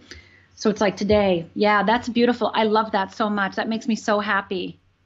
Yeah, thanks a lot. And the question that comes up, what you have so many January 1st moments, but the one I'm most curious about, and maybe someone watching is curious about, what was the January 1st moment that you decided you was going to plant your flag, you was going to draw a line in the sand, and you was going to teach others your concept, your idea, so they could free up the world, so they could have more fearless living going on out there. You didn't keep it all to yourself and say, well, it's behind this locked door. You're teaching other people. You're certifying folks. And before she does that, she's going to talk about that moment and why she does that, why she teaches other people to be life coaches and do what they do. You hit the share button. You watching out there right now. I want you to hit the share button. I want you to hit the watch party button. I want you to pay this message forward. If you can do that, you've done it already. We thank you so much. It means so much, because we believe, as I said before, in the giver's economy. The person that outgives the competition out-earns the competition. So you can pay this forward. Rhonda didn't ask for a Cash App payment. She didn't ask for a Zelly payment. There was no swipers to see. Shh, her publicist might find out. Shh. She said, I'm here to serve plus add value. Serve plus add value. And how special is that? So you hit the watch party button. That's how you can pay it forward. And then also look below the video and write fearless living. Hashtag Rhonda Britton. All right, Rhonda Britton, what was that January 1st moment that you decided you're going to teach other people your message, your methodology, so they can go out there and they can free others in the world? So I just want everyone to take a deep breath, because if you're a God person, you're going to love it. And if you're not a God person, listen anyway, because it felt like it came from God. But again, you can use whatever you want. Maybe you got an intuitive hit. Let's call it that. Like whether it's intuition, whether it's God, whether it's source, you know, again, whatever you want to call it. But in actuality, I absolutely, like I said, I absolutely believe that well, first of all, when I first started, it was 1995, and there were 5 coaches in the world, and I was definitely, you know, like not one of them, right? And we didn't even know what coaching was. I actually owned my own PR company, and a little, you know, I had like 5 clients, and I worked with solo entrepreneurs. And one of my entrepreneurs was the first one of the life coaches in the world. So I was helping him, and he would always say to me, "Oh, Rhonda, you're going to be a better coach than me." I'd be like, no, I'm never going to coach people because I'm too screwed up. And I mean, he would say that to me all the time. "Oh, you're going to be a better coach than me." I'd be like, you are a crazy man, right? This is the moment that I'll tell you, 2 moments that happened in a row, so that because one is the first moment, and then the second moment is when I decided. So I'm at his office. We're brainstorming something that he's going to be teaching, and I'm sitting there helping him, just brainstorming. And I'm sitting on the couch. He's on the whiteboard. And for the God people, listen up. For the people who are not God, change it to intuition. And I'm going to tell something I very rarely talk about because I feel like I'm in a safe place to do that. But I'm sitting there listening to him. And all of a sudden, no other way to say it, the world opened up on my right-hand side, like way up on the wall, the ceiling. And a book came out. And it did this. Shut and disappeared. And I was like, what just happened? What I heard when that book was, every question that I'd ever asked was answered. I'd always asked myself, like, why are poor people spiritual and rich people not spiritual? Why are, rich people, like all these conversations, every question I've ever asked, every question I've ever had about spirit, God, life, parents, everything, I knew the answer. And not only did I know the answer, what came with the answers was the job of, now you have to share it with others. And I'm like, what? No. The good news is the next day, my next choice was that the next day I actually, and by the way, before I even moved there, when that book shut, I looked at Paul, who was my client, who I was working with, thinking that it must be for him because it can't be for me. And he was still talking. He didn't know what was happening. And then we were the only 2 people in the room. And I still turned around and went, this cannot be talking to me. No, it must be for somebody else. Must be for somebody else. And there was nobody else in that room. The next day, thank God, I had a appointment with my minister. And I ran to my minister and said, I got this thing that happened, and it told me that I had to start telling it, like sharing this. And she goes, "Oh, you got the call." And I go, "Yeah, but I have to go. I had 3 classes left for my bachelor's. I'd left college, without graduating. Then I'd have to go get my master's. I'd have to go get my PhD. Then I'd have to write a book. I'm 7 to 10 years out." That's what I told her. I don't have the right to talk about this stuff. I'm still screwed up. And she goes, "If you got the call, you're ready." And I was like, "No, you don't understand. I don't think you heard me. I cannot do that. No one's going to listen to me. I just, not too long ago, I was drinking and going to jail and trying to kill myself. I can't do that. No one's going to believe me. Who wants to listen to me?" You got the call. If you got the call, you're ready. And we had 6 months of appointments before I finally surrendered. And Paul, who was my client, became my mentor. And I would, work with people for free in the beginning, and I'd go to their house, for God's sake, and meet with them, and then run to Paul's house and be like, "Okay, she said this, I said this, he said this, I said that. What do I do? What do I do now? What do I do now?" Right? And then basically through his mentoring and the apprenticeship, I started to understand how this all worked. But more importantly, I started to trust myself and the answers that I received and the work that I was given to share with the world became, got in my bones, and I was able to really talk about it. So it became like private sessions. Then I started teaching workshops, and then I started speaking, and then I wrote a book, and then I was on TV, and I had a radio show, and then I was on TV, etc. So I could never plan for any of this. Like I always say, it's none of my business what I do next. But I think the difference between me and other people, and it doesn't have to be this way, is that I surrendered to the call. It took me months, but I finally did it. And I think people do know the call. They have that clarity moment. They have that insight. I always say, like, you have that moment. You have that clear moment. Like, something. You know it to your bones. But then it lasts like a half a second, right? It's like you have the clarity, and then it goes away. And you believe the fog more than the millisecond of clarity. The millisecond of clarity is the thing to devote your life to. The millisecond of clarity is the thing to follow. The millisecond of clarity is God or passion or intuition or your pull saying this over here. Don't get confused about the fog. Don't get confused about your whether you doubt it or not. It doesn't matter. Your opinion of you is none of your business. You are meant to follow the call, the clarity, the moment. And so, if you've had that moment of clarity, and I know you have, if you're listening to me right now, if you're listening to us right now, I know you've had that moment of clarity. Now it's time to become the person you need to be in order to follow the call, because that's your job. That's entrepreneurship. I believe entrepreneurship helps me in my spiritual life, helps me become the person I'm meant to be. I don't have to be done to have my business. My business is making me, growing me, changing me to become the person I need to be. Still to this day, I've been doing it for 25 years, and this business still allows me to, where do I have to open my heart? Where do I have to forgive? Where do I have to let go? Where do I have to claim responsibility? Where do I have to speak up? My business is one of the greatest gifts that God's given me in order for me to become who I was meant to be. So your business isn't for when you're done. Your business is to help you be on the path to become the person that you were born to be. You probably heard this before as folks are out there, like Don Bates is out there watching right now. So many folks. Sheila Reynolds, what's up, Sheila Reynolds? She's out there. You got the crew. You bring out the all-stars, Rhonda. You just bring out the all-stars. It's just who you are. But I'm curious, you may have heard this before, that there's truth inside of truisms. And one of the truisms out there today is that consistency is the key. Consistency is the key. Consistency is the key. And having said that, what do most people struggle with? My hand is raised, by the way. They struggle with consistency. So no matter how excited people are, like they were back on December 31st, after a couple of drinks on the back of a napkin, they started writing down their New Year's resolutions. They were fired up like they are right now. Today's my January 1st. I'm going to do it, Rhonda. And then somewhere along the line, they got off track. Take a moment. Here's the question. What do you share with your clients, and maybe what do you do in order to just be consistent, in order to hashtag stay the course? I cannot do that by myself. And I think people think that they're isolated people, that they're like, I'm the one with the idea, and therefore I'm the one that has to be consistent.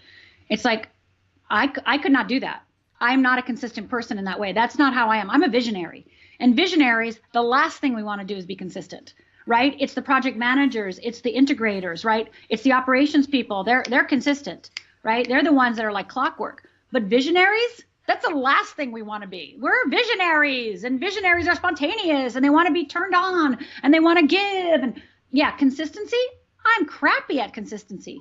So I don't trust myself to be consistent. I, Rhonda Britton, don't trust myself to be consistent. I know that in order for me to be consistent, to serve my clients, to serve my students, to serve the world, I must have somebody holding my hand and being right with me to do this in partnership or in group, depending on what it is.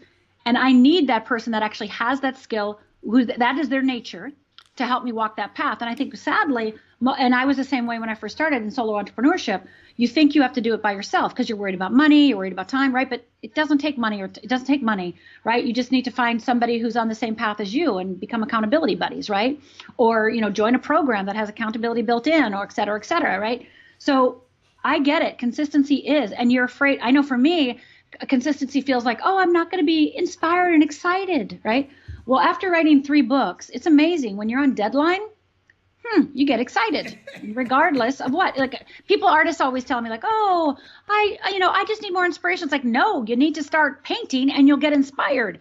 When you start writing, you'll get inspired. People are waiting for inspiration. No, inspiration comes after you start the work. It's in the mix after you start writing, after you get on that video, after. So don't wait for inspiration. Put a structure in place, get an accountability buddy, hire somebody to help you, or build alliances. Because if you're a visionary like me, consistency is the least thing you're going to, again, you know it's the right answer, but it's not in your natural nature to do that. So you got to have support. If you want to become who you're meant to be, you got to get support. I would agree with that 100%. And they might be wondering, Shay, two questions actually. One, what type of folks do Rhonda work with? Do they have to be professionals? Do they have to be entrepreneurs? Do they have to have degrees? That's number one. So what type of folks does Rhonda even work with these days? Because it could be me, or it might be someone I know. And then the second part behind that is, how do they stay in this conversation with you? How do they connect so they can be part of your tribe and part of what's going on in your community over there? Yeah, thank you so much for asking that. That's very kind of you. Well, the first thing is that I work with, I'm one of those people that's like, niche? What niche? I've been doing coaching for 25 years. So I've helped people get married, lose weight, open a business, triple their income. So I work with people who are, stuck in searching, or they feel they have sporadic success, right? They know they can do it, or they've had success in certain areas. Maybe they were that straight A student over here, or maybe they, are really good over here, but they haven't been able to quite master it in other places in their life. Maybe they're a devoted mother, but they really can't speak up for themselves. Or maybe, they own their own business, but they have trouble with their partner, or they don't know how to triple their income in the sense of being quote unquote worthy of it, right?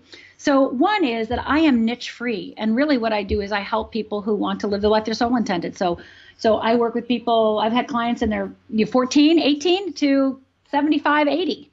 And most of my coaches are anywhere between the ages of, I have some 20-year-olds. My youngest coach who came to us to become a certified fearless living coach was 20 years old. And the oldest person we've come to certify with us is, I think, 75. So as you can see, it's really, I always say that if you like what I'm saying and you resonate with me, then I very well may be your teacher, your coach, right? Now, how you can reach out to me is I would love to give a little bonus gift, if I may. Absolutely. Go right ahead. Obviously, yes. Okay. Great. So I have this really cool exercise called Stretchers Can Die, which we did not have time to go over today, but it's one of my core tools. And in this class, I'm teaching a live class to about 20 people in a company, and it's called Stretchers Can Die. And there's 3 videos, about 15 minutes each. And in the third video, I actually go through the Wheel of Fear. So you can learn about the Wheel of Fear. So go to fearlessliving.org, fearlessliving.org/risk, R-I-S-K, fearlessliving.org/risk, R-I-S-K. And then you're going to go ahead and sign up. I'm going to give you that course as my gift to you for listening and to say, like, I want more fearless living. And you can learn that tool of Stretchers Can Die. By the way, it's going to cure procrastination. It's going to cure if you feel like you skip things and you're not really getting where you want to go. That consistency issue, you actually learn some things about yourself. Because Stretchers Can Die is a solution for people that want to make more sales, that want to, again, start building their dream. It's one of my major tools. So you're going to learn a lot. And there's also worksheets in there and tools that you can use to help you embody Stretchers Can Die. So go to fearlessliving.org/risk, R-I-S-K, and grab it. For those folks out there, do me a favor, write that right below the video. Rhonda's tuned in. She's here with you right now. She's in the present moment. But you out there right now, you might be wondering, how can I help? How can I support? One, look right below the video, and you're going to pay this message. I know these videos go viral. I get it, okay? But do it because you want someone else to be able to get the message. So just type www.fearlessliving.org/risk, R-I-S-K. And just do that right now. Just do that right now. It's a free gift. As a matter of fact, let's all make sure the website works. No, seriously. Rhonda's nothing personal. Sometimes these things don't work. So why don't we all pause? We'll tell Rhonda to breathe.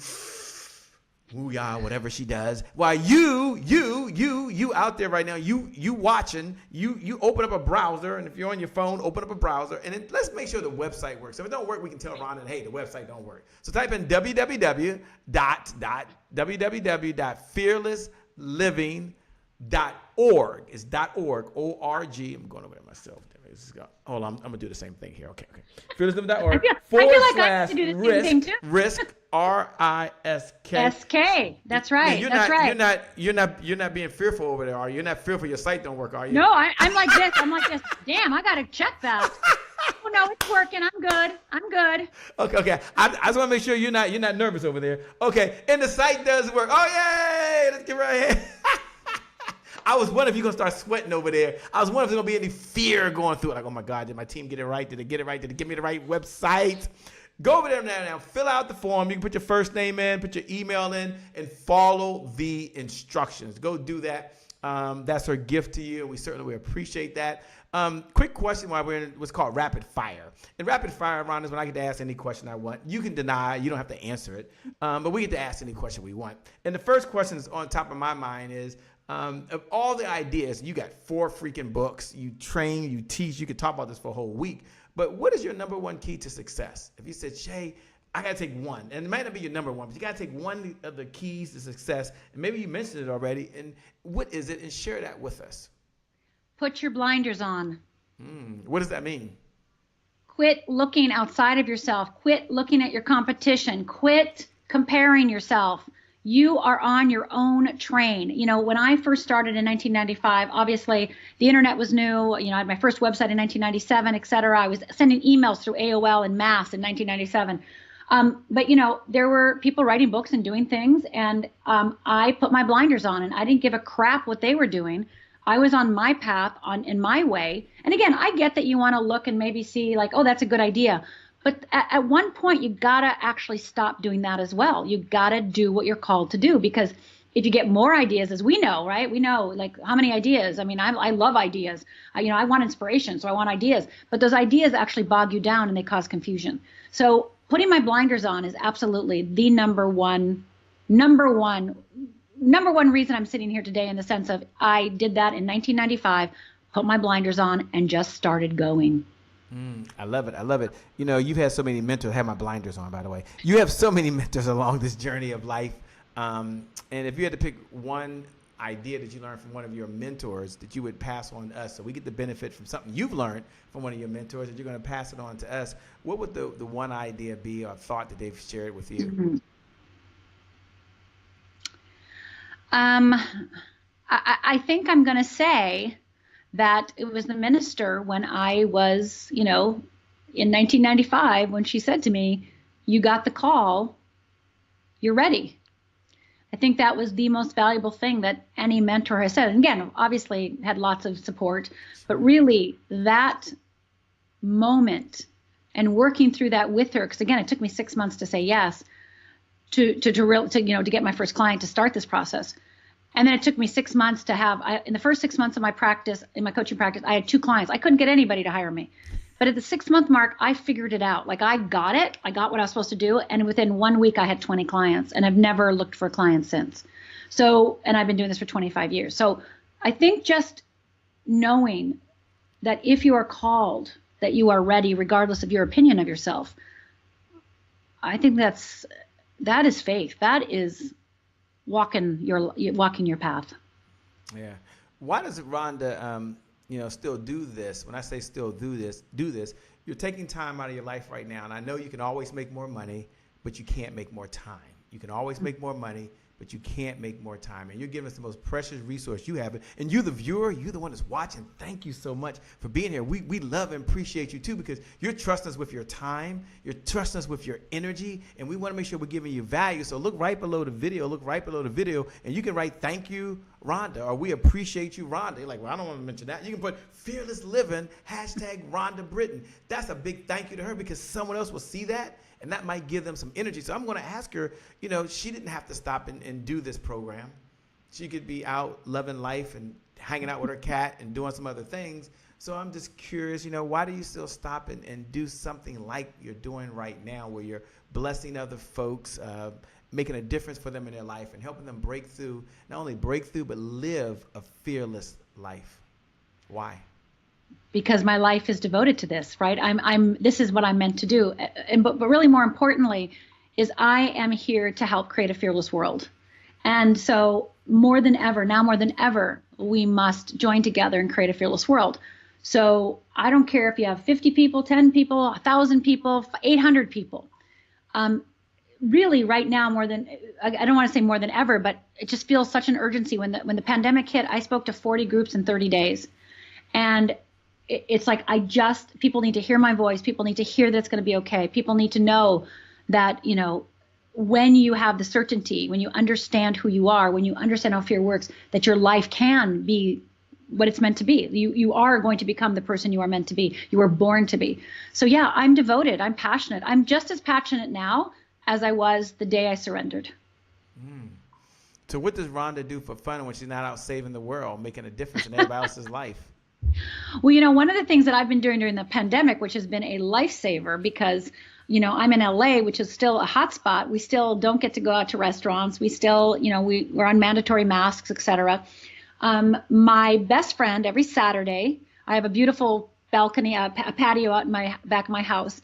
And my best friend walks down my driveway, doesn't come in my house, walks down my driveway, comes around the back, and we go take a walk together, walk 3, 4, 5 miles. And then we come back and order lunch at one of our favorite restaurants that we used to go to, physically. And then we sit outside and eat lunch together on my patio. And right now during the pandemic, I got to tell you, that is one of my greatest saving graces, that I get to see my best friend every week, every Saturday. If it's Saturday, that's what I'm doing. I love it. I love it. Second to last question. What can folks expect from Rhonda Britton? Is they're following her right now? And I'm sure they're following you on Instagram. They're over at fearlessliving.org/risk. That's fearlessliving.org/risk. And they're doing that, and they're following you on social media. What can they expect from you? What's new? What's exciting? What can they expect from the one and only, the lovely, the person herself, Rhonda Britton? I had to say that. Well, I'm so excited because I am just about to launch. I had a membership in the year 2000 before anybody had memberships. And, I was ahead of my time as usual, And so now I'm coming full circle, and I'm actually opening up and putting all of my courses, my 25 years of courses and conversations and keynotes and talks and ebooks and books into a membership site. So it's called Fearless You, YOU. And we are going to be doing the founders launch in the next couple of weeks, and then we'll be doing the public launch. And, I just urge you to get into the founders of the public launch in order to actually take advantage of the better pricing, right? And I'm starting my Fearless You podcast. So that's going to be launching at about the same time. So right now I have a podcast called Master Coach Mindset that I talk about coaching and coaching skills. But this is for every person, right? This is for every person that wants to get more fearless. So I am so excited. This has been something I've been wanting to do for literally 5 years. And because of the pandemic, because I travel 70% of the time, because of the pandemic, I actually have time to do it. So I am so excited. Finally, something that I've been wanting to do for several years and haven't had the bandwidth, I am now manifesting and making true. So yeah, Fearless You, you're going to be hearing all about Fearless You. And so I'm so excited because this is what I've been, like I said, this has been a dream of mine for at least 5 years.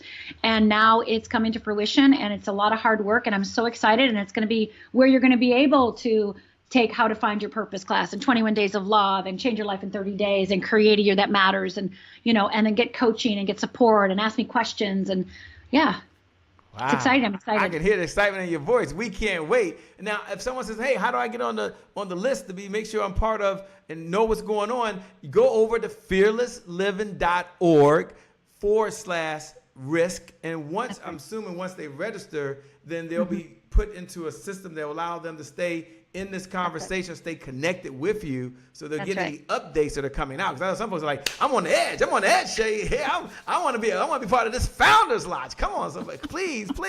Well, she said a way to do it, okay? And so let me first say thank you so much for being on the Happy Entrepreneur Show. We appreciate you participating in the Comeback Champion summit that you're participating in, by the way, to help folks that had a setback be able to bounce back and make it stronger than what the setback was to begin with. That is super amazing. You said yes, and you just said, yes, I'm in, and that was so cool. She didn't say because I love you.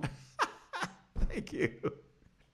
Thank you so much. That means so much. So I want to turn it over to you to have your final thoughts, to have your final comments. Again, we had a chance to meet back on 2013 at the Full Throttle with Delator McNeil, who would be here. If he was here right now, he would say, come on, somebody. I'm here to talking to y'all. Them Delator McNeil in the house, But Full Throttle happening. And it was in that moment that you were the exact same way on a stage as you are right now. And even sitting down and being able to have lunch and so forth and hang out with you was truly amazing. So I do want to say thank you for being here. Thank you for giving us the most precious gift you can't get back, which is your time. We got to have you back again. So I want to turn over to you. I asked her, and I did ask ladies and gentlemen, I said, well, do you want to have your final thoughts and comments? Do you mind sharing some words of wisdom? And some people say no, and that's fine. I understand they got things to do. I mean, I respect every one of my guests. But Rhonda, like, heck yeah. I said, okay. So I'm going to turn over to you once again. Thanks a lot. We appreciate you. You can have the final thoughts and comments to inspire everyone that's out there watching. And you just watching right now, hit the share button. If you hit it before, hit it again. Hit the watch party button. If you want to take the link and you're watching right now, you want to copy and paste it and put it into a social media, you can do that. If you listen to the podcast and you're like, Shay, I'm always on the podcast, I can't do that. Take the link and share it with someone. If you're on Roku right now, hey, go find it on Facebook. You, even if you're watching the replay, you can go over to fearlessliving.org /risk. If the site is still up, then you put your information in there, okay? Because I don't know how long she's going to keep it up. I just don't know. But what I do know is available today. So over to you, Rhonda, for your final thoughts and comments. We appreciate you. Thank you so much. Oh, thank you. And I know exactly what I want to say as final thoughts, because if you never heard me speak before and you never heard me speak again, and if I could say this one thing to you and you would get it in your bones and you would believe me, right? If I could transfer my belief in this into your soul and into your essence and into your bones, this would be the only thing I would ever say to you, and it would dramatically change your life. There is nothing wrong with you. It's just fear. There's nothing wrong with you. You're not stupid or lazy or incompetent or not good enough. You're not holding yourself back or unworthy, or none of that is true. And the only reason you believe it is because you believe fear over who you really are. So again, if I could get you to listen to these words, just go ahead and shut your eyes if you're able. If you're driving, don't do it. I just want you to breathe really nice and deep and just take it in. There is nothing wrong with me. It's just fear. There is nothing wrong with me. It's just fear. And if you can allow that in your cells, then I'm knowing that today is going to be the day that changes your life forever. The time is now. With that being said, for those who watch, I want you to know you're amazing, you're incredible, and all of you got greatness inside you. And today is your January 1st. You can live a fearless living. Today is your January 1st. You can break through. It's just fear. It's just fear. It's just fear. Today is your January 1st. And for you, the best is still yet to come. For those folks who want to know who's doing all that screaming, who's doing all that yelling, my name, by the way, is Shay Brown, the happy entrepreneur. Make it a great day, everyone. And I promise you from the bottom of my heart, we'll make some good things happen. We connect again next time. Remember this. Time is long.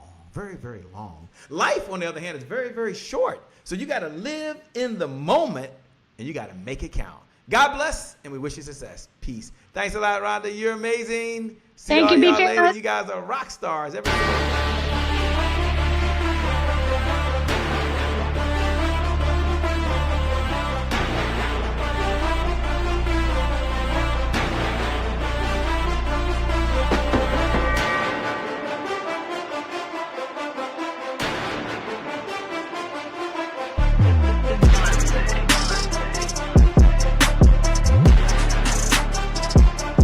Promise I made to my mom. I only did this message for one person, and that's my mom.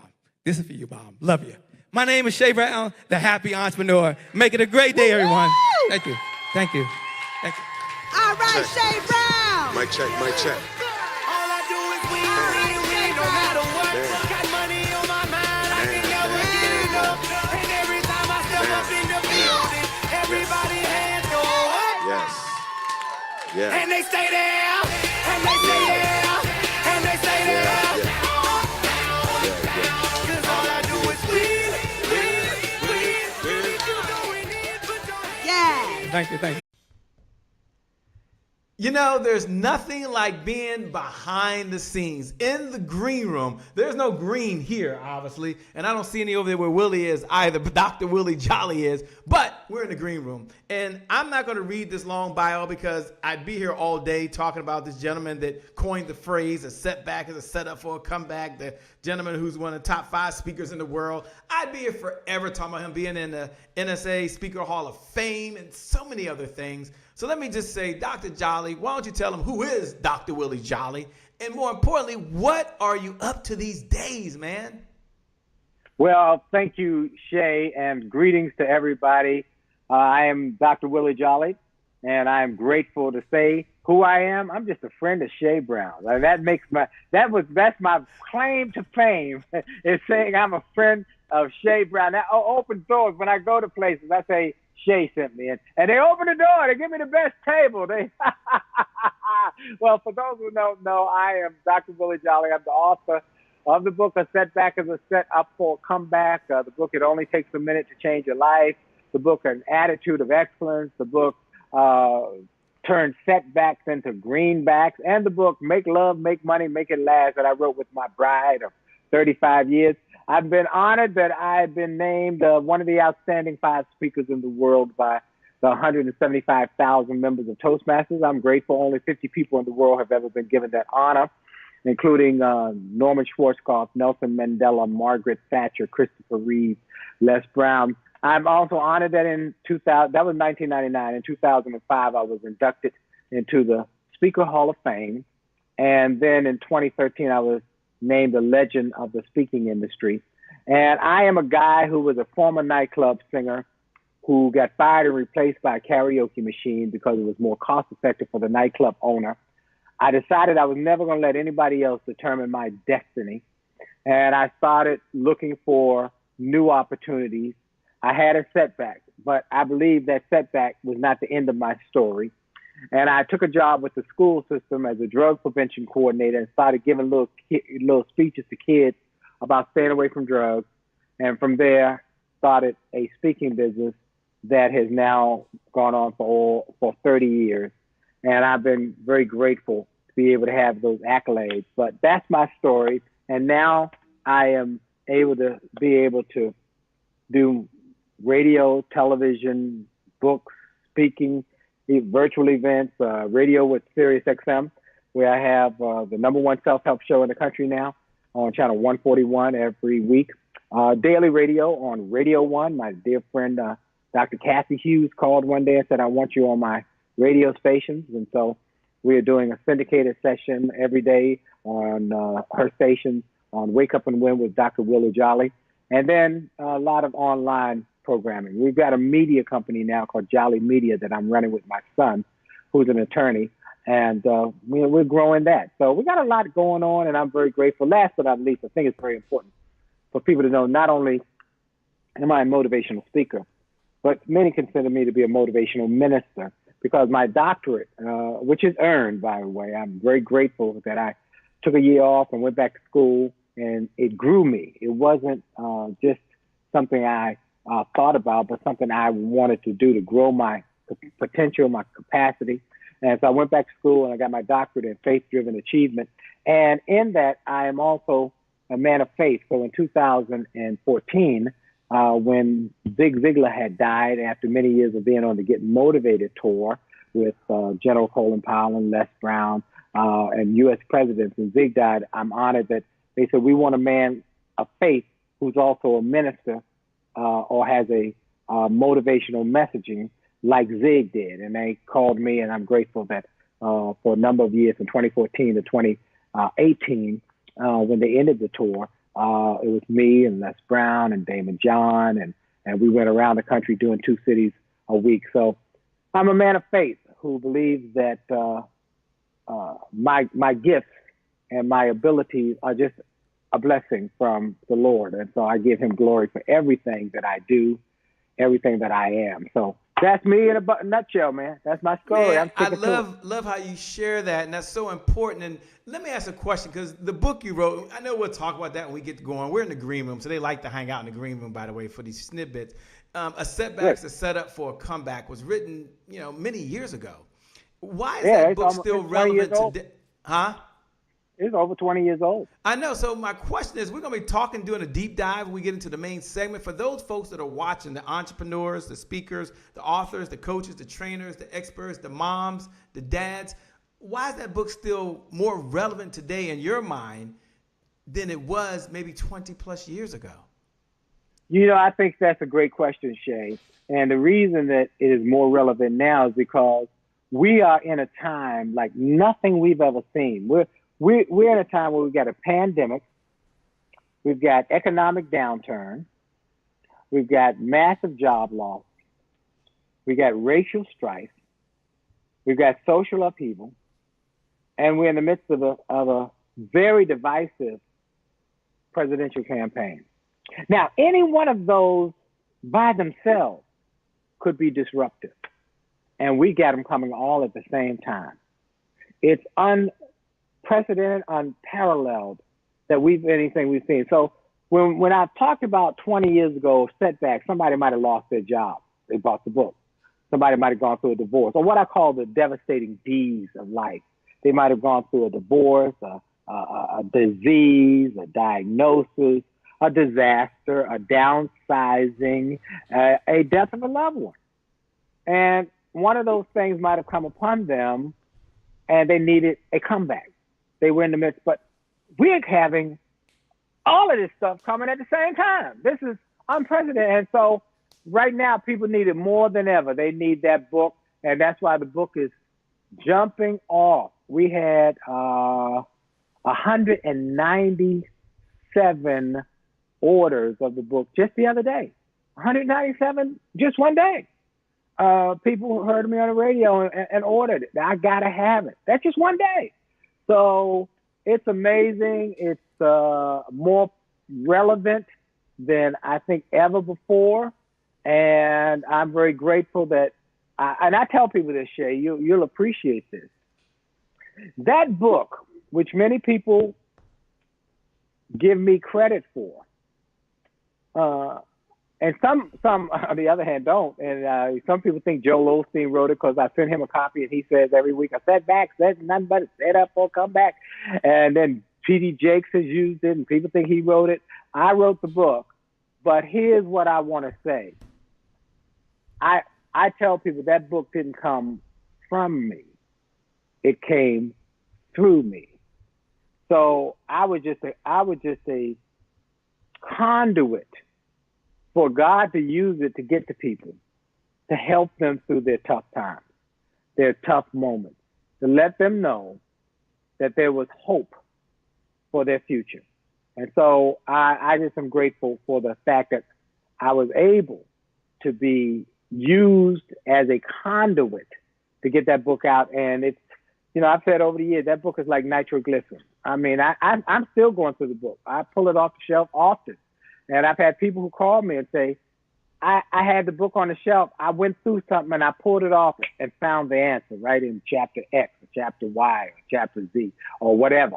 And it blessed me. So I'm very grateful. I think it's needed now more than ever because we're at a time when any one of those things I talked about, the things that are going on right now, could disrupt your life.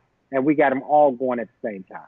They're all going at the same time, and you're making a relevant point at the right time, at the right moment. Look, we've got a show, Dr. Jollies. We got Susan out there and Sharon out there and Cal. What's going on, my man Cal? So many folks are tuning in. We got a show. We come back. We're going to do a deep dive into a setback as a setup for a comeback. But more importantly, something that Willie Jolly's been doing for a number of years. And for some of you, I want you to pay attention. And that is helping businesses really grow, helping them to expand. So while he works with corporations every single day, he also has a place and a space for the entrepreneur and the small business owner. I'm going to ask him about that when we get back. We're going to get going in 5. It's my favorite part, Dr. Jolly. 4, 3, 2, 1. It's showtime.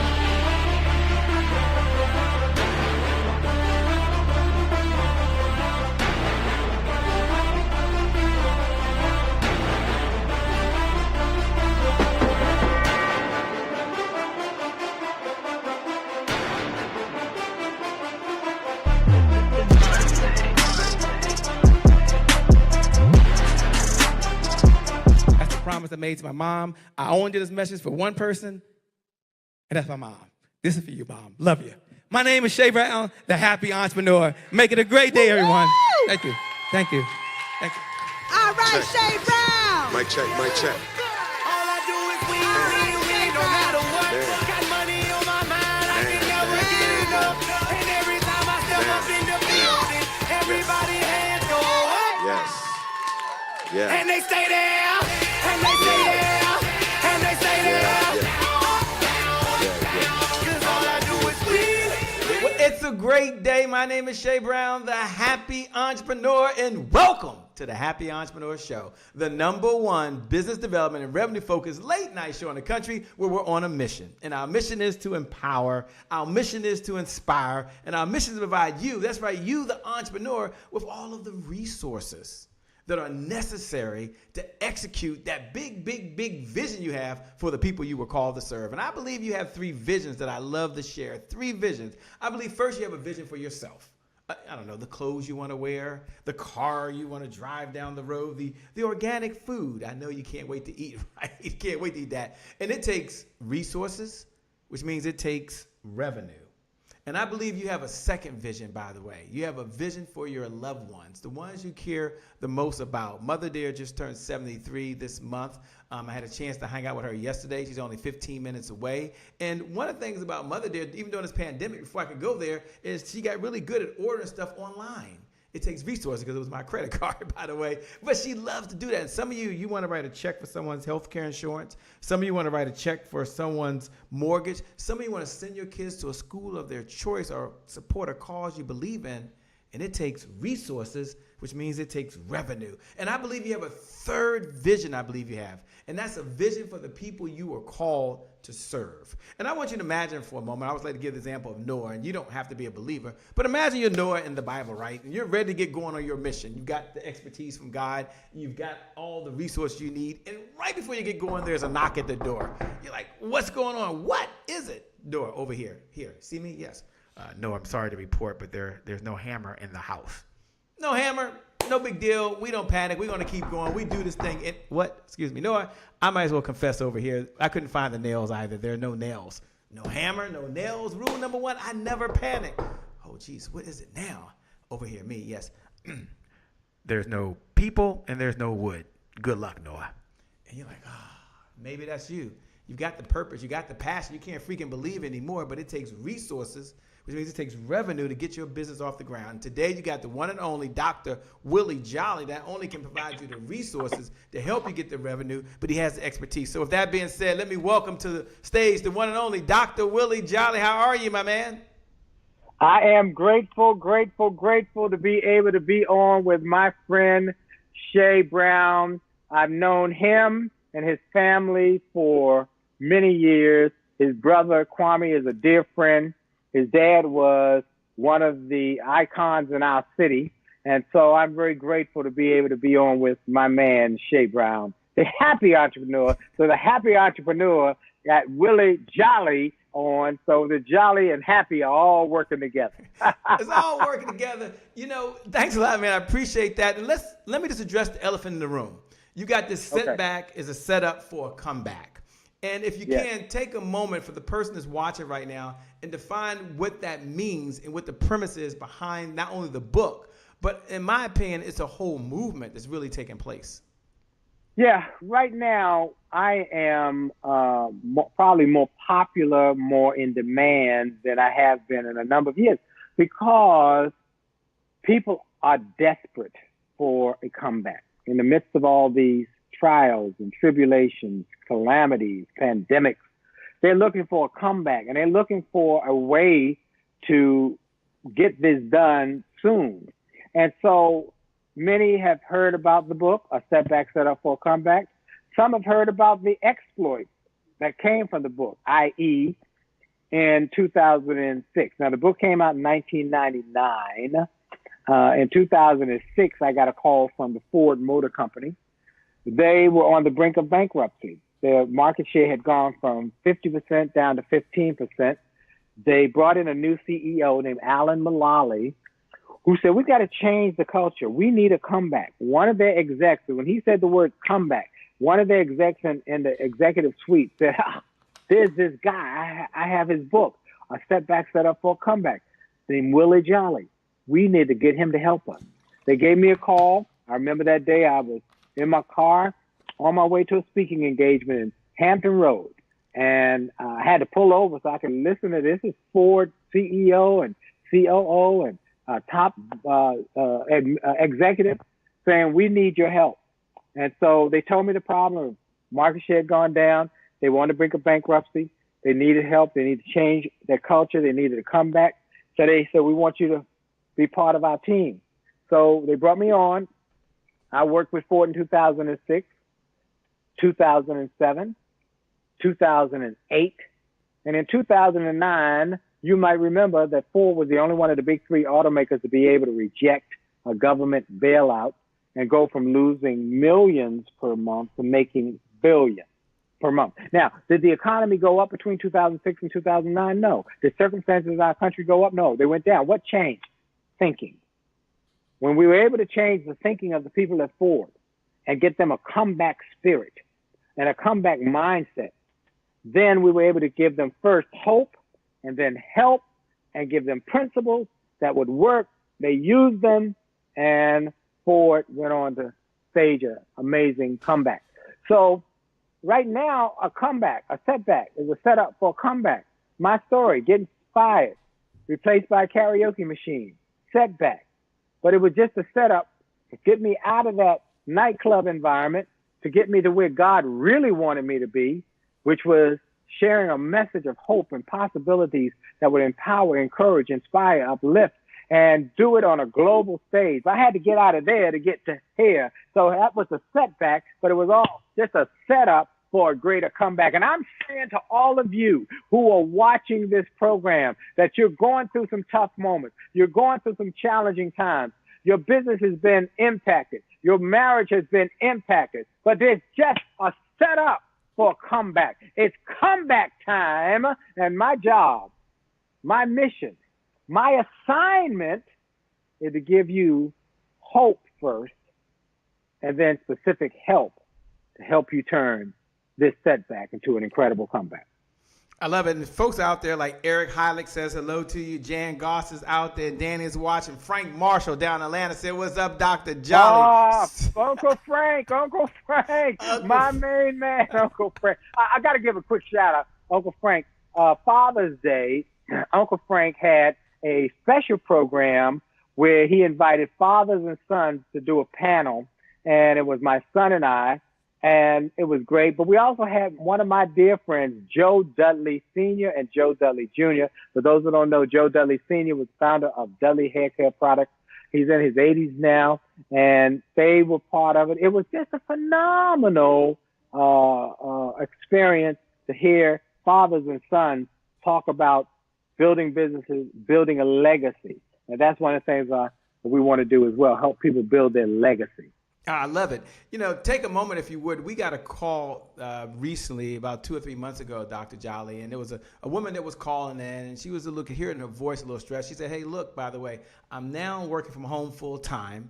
I'm now a full-time wife. I'm a full-time mom. I'm a full-time school teacher because she has 2 kids in elementary school and 1 in junior high. I'm a full-time administrator, Dr. Jolly, because she got to turn in their homework. She's also a full-time cafeteria worker because she's never cooked as much in so long, by the way. And she's starting and running her business and trying to do that full-time. She said, Shay, I'm an OM. There's a whole lot going on, and I got to keep going. And she may be watching, and I don't want to say it's just a woman because it could be a man out there, a gentleman that's going through some things. And the point is, in a place of overwhelm. And there's a setback going out, but if Dr. Jolly could talk to her or other entrepreneurs to feel like there's so much on my shoulders, all this new stuff I got to do, what would your suggestion be? What would your recommendation be? What's a good starting point for folks that are ready to get on the comeback trail? You know, this is going to sound simplistic, but it's true. You have to choose. Are you going to curse because a rose bush has thorns?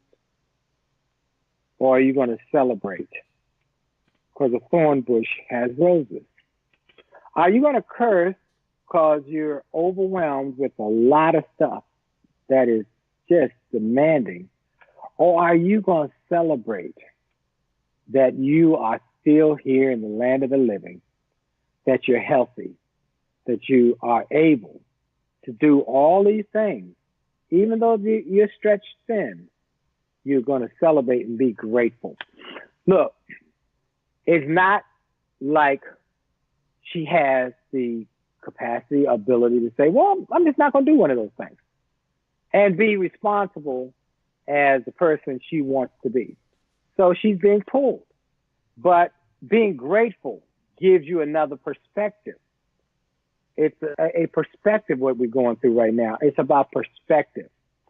Yeah, she's got a lot on her plate, but she's well able to handle it. As long as she keeps an attitude of gratitude and says, let's look at what we got. I got a job. Thank God. I got a husband or a wife or a spouse or a significant other. I got kids who I can at least teach. They're okay. They're teachable. I've got food to cook, and I've got the ability to have some people who I love. There's a piece in my book, the Setback book. There's a piece in here that talks about perspective. And I always love this piece. It says, when you talk to people, you got two choices. You can be healthy, or you can be sick. Now, if you're healthy, you got really nothing to worry about.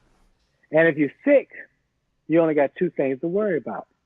Either you're going to get well, or you're going to get sicker. Now, if you get sicker, you only got two things to worry about. Either you're going to recover, or you're going to die. Now, if you die, you only got two things to worry about. Either you're going to heaven, or you're going to hell. Now, if you go to heaven, hey, you got nothing to worry about. And if you go to hell, well, it's too late to worry now anyway. And so it comes back to a thought. Why worry? No, be grateful. I'm saying to y'all, that's a starting point of this comeback. It's gratitude. Because what it does for you is gives you hopefulness. Hopefulness is critically important for your future. There was a study done, Shay, by the University of Texas, where they took 4 little frogs, put them in a bucket of water. They kept them down till the air was almost extinguished. And then they pulled them out at the last minute. Then they took those same 4 frogs, put them back in the bucket of water, took 4 new frogs, put them in a separate bucket of water. They kept them down till the air was almost extinguished, and they kept them another minute. The frogs who had been through something before and were grateful that they had been pulled out had hope, and they held on. But the ones who had not been through anything, they gave up and died. And the lesson is that this is preparation. Here's what I want to share with everybody. Oh, I got something to share with everybody about your setback, about this crisis time. I got something to share with you. If you keep living, you're going to see a crisis again, okay? This is preparation for something down the road. I've been living long enough, thank God. I've been living long enough. Well, I remember the turbulent 60s. I remember when I was a little boy, JFK getting killed, coming home that day from I think I was in kindergarten, and coming home that day, and the world was shaken. And then some years later, Malcolm X getting killed. I actually was in New York that day visiting my aunt. I remember that day. I remember when MLK got killed and the streets went up in flames. I remember when Bobby Kennedy got killed. The 60s were turbulent. Then we had the 70s with the gas and the Iran-Contra and all of these different things. You had to line up for gas, and there was all sorts of destruction and disruption. Then you had the 80s, the 90s. Then 2001, you had 9/11. And then 2008, the economic downturn. And now we had a pandemic. And I've learned from history that if you keep living, every decade there's a crisis. And you learn to handle the next crisis during this crisis. This is your learning time. This is your developing time. So don't waste a crisis. Do not waste a crisis. This is your learning, preparing time, because there are going to be crisis moments coming in your future. So prepare now, learn now, gather information now. And again, the book can help you very much do that. You know, Dr. Jolly, that's spot on. And for those folks that are out there, you can pay this message forward. How do you pay this message forward? We believe in the giver's economy. The person out-gives the competition, out-earns the competition. The person out-gives the competition, out-earns the competition. So hit the watch party button. Hit the share button. You can pay this message to your network. You can pay this message to a community out there. And when you hit the share button or hit the watch party button, that little box pops up. Go ahead and write in that box, a setback is a setup for a comeback. Hashtag Dr. Willie Jolly. Just put a setback is a setup for a comeback. Hashtag Dr. Willie Jolly. Pay this message forward. Do it now. Do it when? Now. Now is the time. That's right. Now is the time. Dr. Jolly, we have a number of folks out there that are also professionals and they run Yeah. offices from nonprofits to government agencies. Some are in the private sector, and they have teams that they're trying to deal with and work with even during this time. And I know one of the things that you do is you help folks and managers that are in leadership positions, like you did Ford and other things. What would you say to the person now that's out there and they're like, okay, my team is here, I can't see them anymore, but yet I got to communicate with them. I get the whole Zoom thing, but if Willie Jolly was talking to me and 6 months ago, we thought this might be gone by now, and it isn't. And now we're going not into what's happening, but to this is the new norm for at least the next 6 months.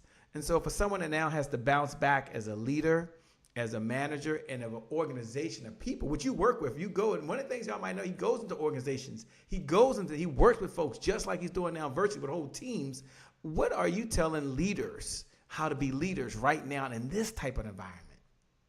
Well, thank you, Shay, for that question. I am grateful that after the Ford success, I got calls. When Ford was able to reject their government bailout, the Detroit Free Press wrote a big article about Ford's amazing comeback. And in it, they said one of their secret weapons was a speaker named Dr. Willie Jolly. And that same day, I got a call on my cell phone from Vice President at General Motors and said, I read it on the paper this morning about you. I need you. And then soon thereafter, I got calls from Verizon and Walmart and Chase Manhattan and Johnson & Johnson Dubai, Coca-Cola South Africa. I was going all around the globe, Australia, New Zealand, Japan, speaking for companies because everybody wants to come back. And now they're calling now saying, we want you to do it virtually. I just did an event with Les Brown. The two of us just did an event in Sydney, Australia, a couple of weeks ago, talking to people about comebacks. Well, as a result of all of those companies and me then saying, this is too good an opportunity for me to waste it, I would get the CEO, the president, the people who were in leadership, and I think, could I ask you a few questions? Could I interview you on a couple things? And out of that came this book, An Attitude of Excellence, how the best organizations get the best performance from the best people. And this book now, many companies buy it in mass for their people. Now, here are a couple of things that I want to say. First, about leadership. I tell people, you must understand that leadership is not a position. It's an action. Many people think that it's just she's the leader or he's the leader and everybody else is not. Well, no, it's not a position. It's an action. You do the things that are necessary to keep things going. You grow your success by becoming the kind of leader that will see a piece of paper on the floor and say, that's not supposed to be there. That's trash. I'll pick it up. It's not my job. I'll pick it up, because you don't worry about your job description. You worry about that you want excellence. So that's, first of all, it's not a position. It's a decision, and it's an action. Next is about the team. In this book, there are 5 steps that I learned from all these great organizations. Leadership development at every level of the organization, change management, where you see change not as an enemy, but as an ally, team building, where you think like a team, work like a team so you can win like a team, customer service, where you serve the customer so the customer becomes your best marketing agent, because they tell everybody they know how good you are and how great your service is. And number 5 is a winner's attitude. So let me just take a moment about this team building part. Here's something I'll read from the book. When I interviewed General Colin Powell on my Sirius XM show, he made a poignant point about the power of working together as a team. He said, success comes from a mindset of one team, one fight. Organizations that resemble warring tribes usually fail. Teams that fight as one cohesive unit tend to win. And I'm very grateful of that. And I'm also grateful when I put the book out and started asking for people to endorse it. I'm very, very, very grateful that I got 2 endorsements that changed my life. One was from Dr. Stephen Covey. He's gone on to be with the Lord now, but I had the honor to be with him in Australia. I gave him the book, and he said, I'll read it, and I'll let you know if I'm willing to do a testimonial or not, because I don't do them for everybody. He had only sold 50 million books of the book, 7 Habits of Highly Effective People. But here's what he wrote. Talk about a brilliant, inspiring, motivational book. It motivates me. Reading it, laced with powerful, practical examples, affirms and empowers you to choose success, to choose excellence, to see change and constant improvement as an ally instead of a fearsome enemy, and to choose a complementary team style where strengths are made productive and weaknesses made irrelevant because of the strength of other team members. Intertwining personal and organizational cultural development is so vitally and beautifully illustrated throughout. What an illuminating, uplifting read. That was his. And then I got another quote from another person who blessed me.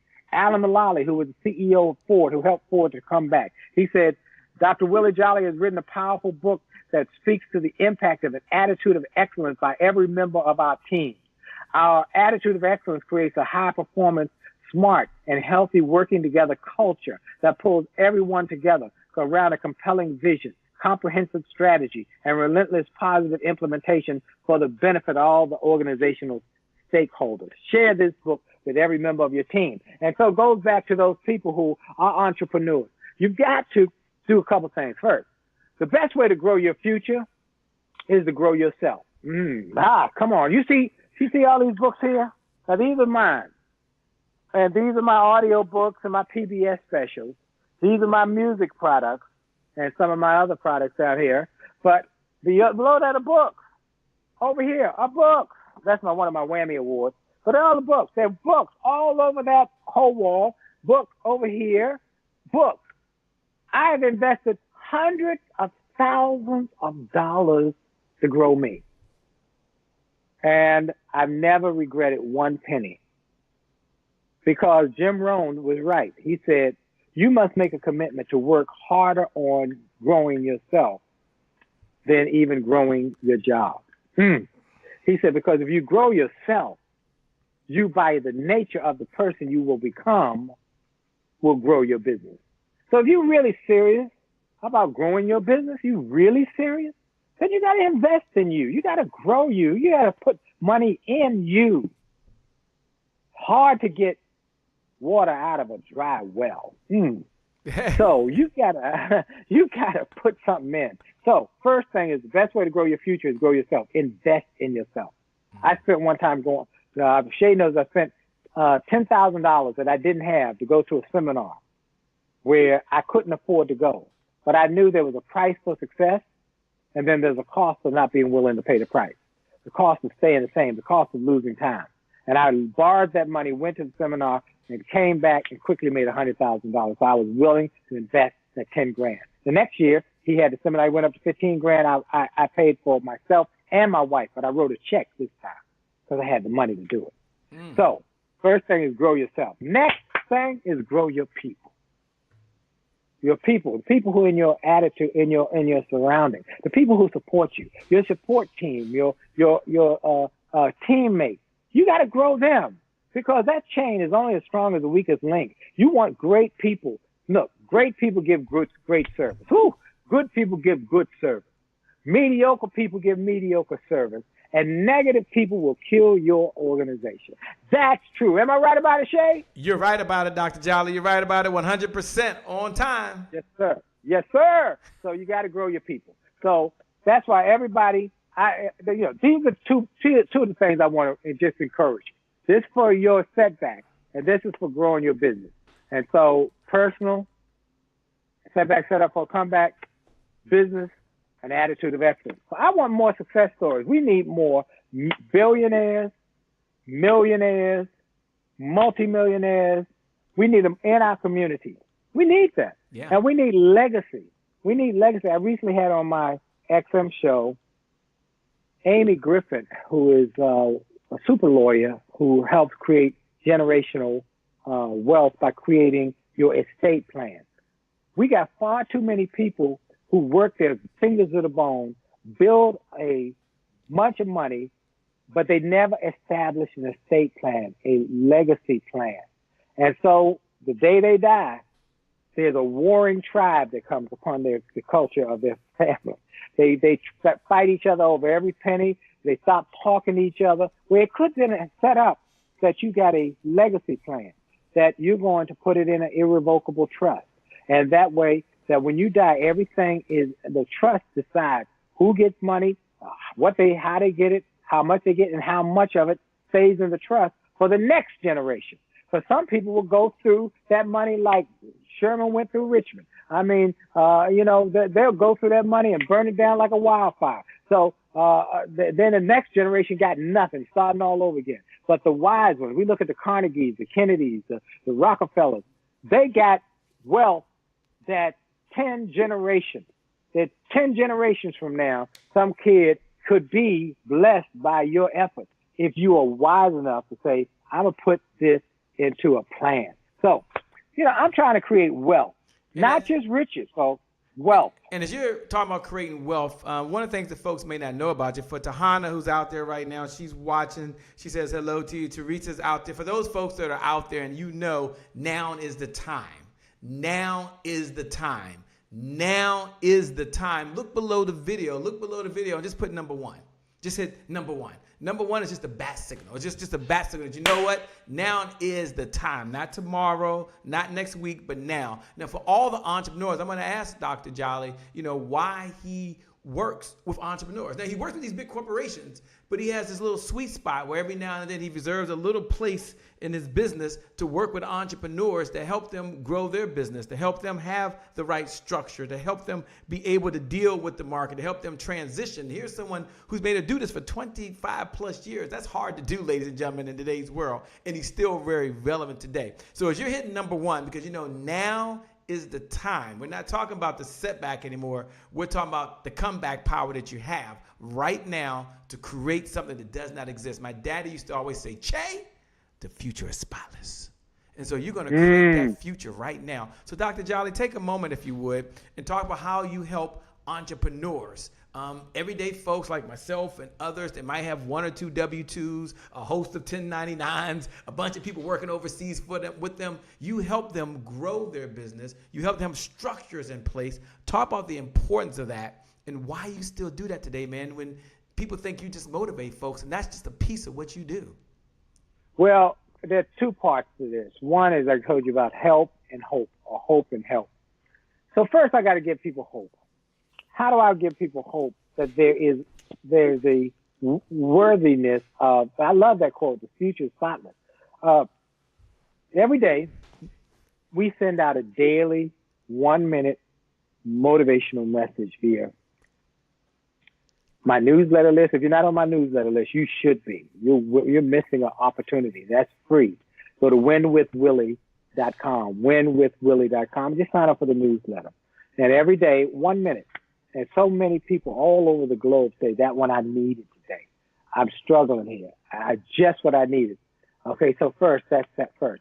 Second thing is that you said to talk about systems. Many people know, and Shay knows, and all of his team and all, that my wife is really the brilliant system behind my success. She is an organizational guru, unbelievable. And so she has started a whole new process because so many speakers, Les Brown and so many others said, can I send my staff to come and learn from you? Because you got such clear, definitive systems. So she created a program, a business as an aside to what we do as our marriage, as our business with Willie Jolly Productions, as our media. She's created a whole new arm called Back Office Boss. The Back Office Boss. And so I would encourage you to reach out to our office at info@williejolly.com. Info at WILLIEJOLLEY.com. Info@williejolly.com. And say, I want more info on that Back Office Boss. I want to learn about that. I want those systems that she has set up that have helped others to grow their business, because I'm struggling. I'm struggling here because here's what you talked about as an entrepreneur. How do you position yourself to get loans? How do you position yourself when the PPP, many folks were struggling when the PPP money was out. Dee went to work. She rewrote her system. Bam. We got that money, and we needed it. Because we had just started Jolly Media and Jolly Publishing. So we had invested heavily into creating books, creating products, creating a new media company. And so we had corporate debt that we wanted to make sure we stayed on top of. She, because of her systems, was able to put the paperwork in, and people, they called it flawless. Others need help in setting up their systems so that they're flawless. Plus, I always tell people, my wife has kept me out of jail. I'd be in jail for some tax issue if it hadn't been for my wife. Because so many entrepreneurs get bit by the little things that they don't know what to do, and they get bit with a big bite from IRS, from this agency, that agency, and they miss out on opportunities. So, Back Office Boss, we want to help entrepreneurs. Why do we want to do it? Let me tell you why, Shay. Because somebody helped us. Simple. Somebody helped me when I became a speaker. They took time out, blessed me, encouraged me, gave me tips. When Dee was setting up our speaker business, she had a conversation with a couple people, one in California and one in Louisiana. We were traveling, and they taught her some of their systems. And then she added her own systems to their systems, and that's how she came up with Back Office Boss. So I want to help people become successful. I want us to create more wealth in our community. So many of you want to be a speaker. I want to help you do that. Many people, I want to be a speaker. I got the gift. I got a gift for gab. But how do I do it? We get calls every day from people. And so here's what we did. Me and Les Brown one day were out in LA. And he said, Willie, you know what? Got some folks who are charging people $25,000, $35,000, $45,000, $55,000 to learn how to become a speaker, and they've never gotten paid that much money in a 1 hour speech as you and I have gotten. He said, it's not quite fair. Now, it might can help a little bit, but if you and I started and had to pay $25,000, $35,000, $45,000, $55,000, we wouldn't be here today. Somebody helped us when we had no money, a little bit of money. And it resonated with me. I came back home. I got on my staff agenda on my staff page and said, we're going to do a training. I want to put it out to the country. And people came from all over the country for a 3-hour training in my office, and we did it. And it's called youcanspeaknow.com. The basics that some other folks were charging $25,000, $35,000, $45,000, $50,000 to teach, I give to people in a 3-hour training on video for $99. Wow. $99. How do they get a hold of that? I like that. Youcanspeaknow.com. So is you Y-O-U or is you Y-O-U. Okay. Yeah, Y-O-U. Youcanspeaknow.com. Go to that. $99. I want to help you.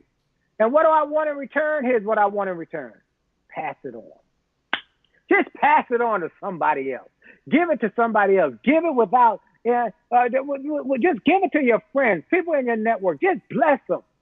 Because somebody blessed me. That's why I do it, Shay. I'll give you an example. One night, I was in my office. It was after 11 o'clock, probably 11:30. My phone rang at 11:30 at night. I'm working. The guy on the other end says, my brother told me to call you.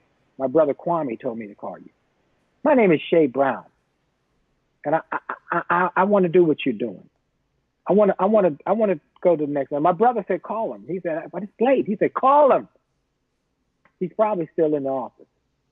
And Shay and I talked. Well, we had a nice long talk that evening. And I told him how he got to hustle and how he has to go forth and be bold. And I encouraged him. I said, you come from great stock, man. I know your dad. I know your brother. You can do this. Now today, Shay is one of the premier sales and entrepreneurial experts in the world. All over the globe, people are following Shay. I've had more people. When I was on the Get Motivated tour, people would come up to me and said, I heard about you through Shay Brown. I follow him. I mean, you would be amazed. People all over America know about Shay Brown. So I'm just honored to be able to say I played a little small part in that success. You played a very big part in that success. So thanks so much. You did the work, man. You did the work, and I just gave you a little spark. So that's why I do it, folks. Because somebody gave me a spark one day, and I spark others, and those others go on to do great things. Absolutely. And one of the things that really. Let me give you one more analogy here. You take an apple, Shay. Yeah. You cut it. You take all the seeds out of the apple, put it on a table. You can count those seeds that come out of that apple, but you can never count the apples that will come from those seeds. You're one of my seeds, and now there are thousands of people who are disciples of Shay, who are encouraging and inspiring people all over the globe from that little seed. Thanks up, man. I appreciate that. Everyone hit the watch party button right now. Hit the share button right now. Pay this message forward, because I'm going to ask Dr. Jolly in a moment, what is one of his mantras? What is one of his beliefs? What is one of his affirmations that keeps him going, by the way? And he's going to share it with you. And then I'm asking him to do something that he doesn't even do anymore, by the way, about this box. But for you out there that's watching right now, you're ready. I want you to hit the share button. I want you to hit the watch party button. If you've done it before, bless someone else. And when you hit that watch party button and you hit that share button, write these words: now is the time. Hashtag Dr. Willie Jolly. Now is the time. Hashtag Dr. Willie Jolly. Now, why would you want to do that? Because it could be another little boy or little girl or big boy or big girl that's out there right now. And this message, Dr. Jolly's message, will change their life if they're let him. One of the things he didn't tell you during that conversation that he said that stuck with me, and that was back in 2004, 15 years later. He said, Shay, one of the ways I asked him the question, how have you been able to be successful? How have you been able to do all this? And he said one word: Shay, you got to hustle. He said, Shay, you've got to hustle. Every morning, every evening, every night, you got to hustle. And he gave me this example. He gave me a story even back then. He said, it's like me. He says, I always look at it like I'm in training camp. I'm trying to make the team. I'm the rookie. Every time I show up, I'm the rookie. And I give effort. That's what he's doing right now. Just like I'm the rookie. And I give it everything I got, and I leave it on the field. And I leave that message with you, because that's what I help. I said, well, I got to keep working. They said, Shay, why do you keep doing it? I got to give out there. He said, Shay, if you work hard enough one day, then one day you'll be paid more than what you're working for. I said, really? He said, yes, that's what happened to my son. I said, oh my gosh. If it can happen for his son, it certainly can happen for me. Gee whiz. And so I keep working, and we keep working. But here's the message for you. Dr. Jolly, the question comes up often, and Jill Bullock is out there. Jill and Trill are right here, local. They're in the area, and they're saying hello out there, by the way. Joy Daniels is out there. So many of our friends are watching. Teresa Royale would kill me if I didn't mention her name. And so many folks that are tuned in right now. The question came up is, what is his affirmation? What does he tell himself to keep him going when he's on that bounce back trail? And I'll tell you something that I learned. If y'all don't know about this, maybe Willie will mention this when he mentions affirmations. Get a chance, and I hope he does it virtually. We've been pushing him to do it virtually, to be a part of his goal setting, because you should be goal setting once a month. And I had a chance to sit in there, and he didn't know I was going to do this, but I sat there, and it was January of this year. And I was there, and he was doing his thing, and it was at his house. It was very personal. You guys can't do that anymore. His wife, Dee Jolly's probably not going to let you in the house anymore. But it was so personal. And in that moment, he said two words. And I can't remember everything else he said in there, but I wrote my list of my goals down. And I'm a pretty, like you guys, I like to think, well, I got some big goals. Dr. Jolly, he might call my name. Wait till you see what I got. And then he stopped. He said, read your goals, which he did. And I don't want to give his exercise away, but this is what I took away to help me. He says, now I want you to do one thing. I said, what is Willie Jolly got up his sleeve now? Think bigger. Think bigger? Mm-hmm. Think bigger? Wait a minute. Did you not see what I put down? I mean, you didn't even ask me yet. Think bigger. I'm going to challenge you right now to think bigger. So look at what you got and then think bigger. And it was in that moment that Dr. Jolly didn't know that I decided that, you know what, I'm going to think bigger. And as a result, I'm doing many things I'm doing now that I would have never have done if I hadn't sat there and said, you know what, I can do this thing. I'm going to think bigger, and I can do this. And so, Dr. Jolly, thank you so much. I appreciate that. I was in the home with you. There was less than 10 of us in there, very private, a very intimate setting. Many of you folks will never have that opportunity, but hopefully he'll do it virtually, and you will. So, Dr. Jolly, my question to you is, number one, what affirmations and belief systems are you feeding your mind, number one? And number two, talk about the importance of setting goals.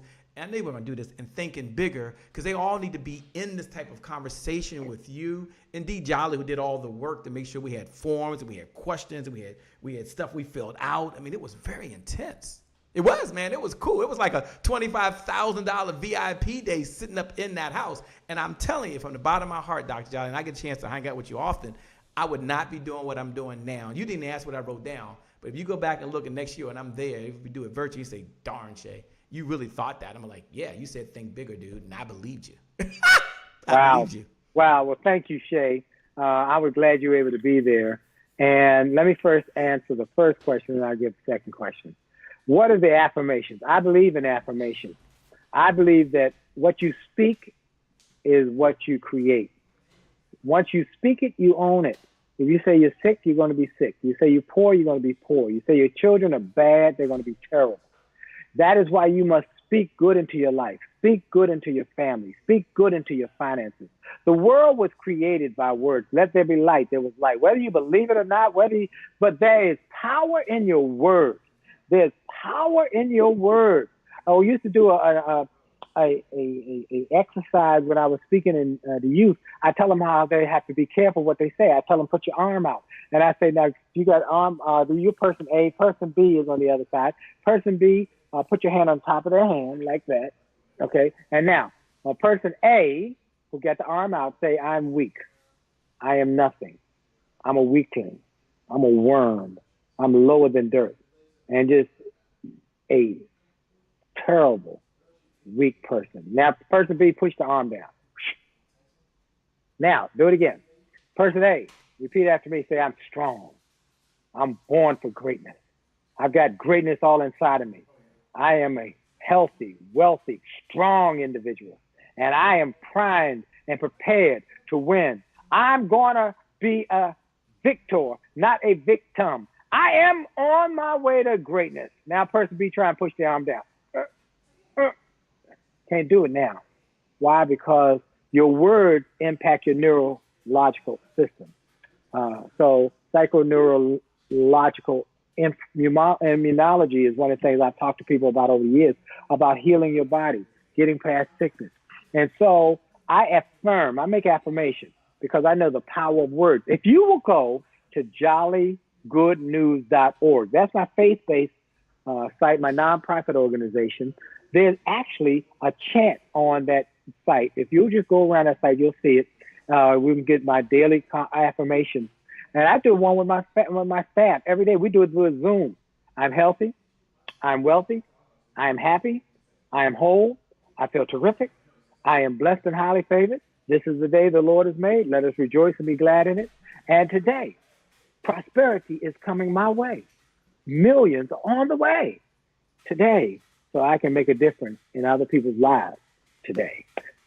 And so we do that affirmation. You can go get it. I'm telling you, people's lives have been changed. So first, the power affirmation. Second is you talk, in great deal about the fact that there are other things that we want people to be encouraged by. And as we do the affirmations and we do the things that will encourage people and inspire people, we've also got to lift them up and help them with specific steps to help them grow. And so I want to encourage people, after you've gone to jollygoodnews.org, I want to encourage you also to make and take advantage of the goal setting. The goal setting is critical. People with goals live longer, live better, and have greater achievement. So people know that goals are important. The problem is most people don't know how to set goals, or they don't have a coach to push them to keep thinking bigger. They settle for the apples that are just on the ground, where there's such great apples right on the tree, but they can't think of that. So how do we set the bigger goals? So that's why we did that event. And we recorded it. Because you're right, Shay. Ain't nobody coming up in here right now with my wife. We are from a 1 to 10. She's a 20 on this, not fooling around with this. She's a germaphobe. So nobody's coming up in here. So we're not going to be doing the goal setting that I know of anytime soon. We might do it virtually, but you can get it right now. Right now, you can go to williejolly.com/win. We want people to win. How do you win? With great goals. How do you get great goals? You get a coach to help you. I've got a program. You can download it right now, williejolly.com/win. And you can get your goal setting, take it in, do it with your whole family. Sit around the table. As Shay said, Pull out your pad. I go through a very detailed process to get you thinking differently so you can then prepare for a greater future. WillieJolly.com/win. I love it. WillieJolly.com/win. Everyone go over to www.williejolly/win. WillieJolly.com/win. You know, Dr. Jolly, one of the things I wanted to do is I wanted to have this type of conversation with you because, you know, one thing people don't understand is while you motivate, number one motivator in the world, while you inspire, while you encourage, you don't leave people there. Hey, stop. I got the spirit just hit me. Just hit me. I'm going to do something here. Only Dr. Jolly can do this. Only Dr. Jolly. Only the Best on Success. Only the Best on Success is a book that I was honored to be a part of with a number of Hall of Famers. Everybody on here is a Hall of Famer. Yep. I want to give a digital copy to each one of you. How you like that? I love it. So here's what you do. Send me an email. info@williejolly.com. And we'll send you, just have to put in the friend of Shay. Please send the book.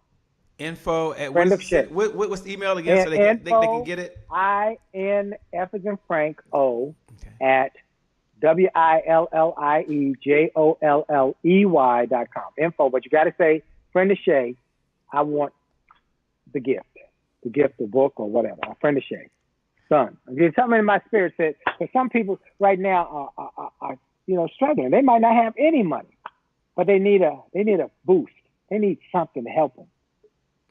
Well, you talk about something to help, and you give systems and you give a structure and tools and techniques, and that's one of the things that I like about what you do is by you giving those those systems and so forth. It helps people. Take a moment, if you would, and just talk about the importance of having a system or structure. And when I was at your house, I was able to see something called the Willie Jolly box. And I know we're going to get into, love you, a lot of y'all love this segment. Today is my January 1st. We'll get into that in just a moment.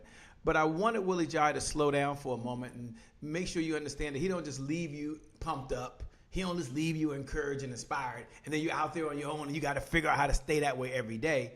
He has tools. He has techniques, he has systems, and he has a structure in place that not only keeps you going, but allows you to keep raising your standards and elevating over and over and over and over again as you dialogue and put this stuff into your subconscious brain. So Dr. Jolly, take a moment and talk about something that I don't even think is even available anywhere unless they get into these type of private, intimate conversation with you, the Dr. Willie Jolly box, the Willie Jolly box or the Jolly box. My friend, one of my friends is a great speaker, and he is Dr. Dave Martin. Dr. Dave Martin was on the Get Motivated tour. He worked with a lot of the athletes and sports teams to help them win championships. And he was on a tour. He told a story about how at one point he was struggling. He had just a few $100s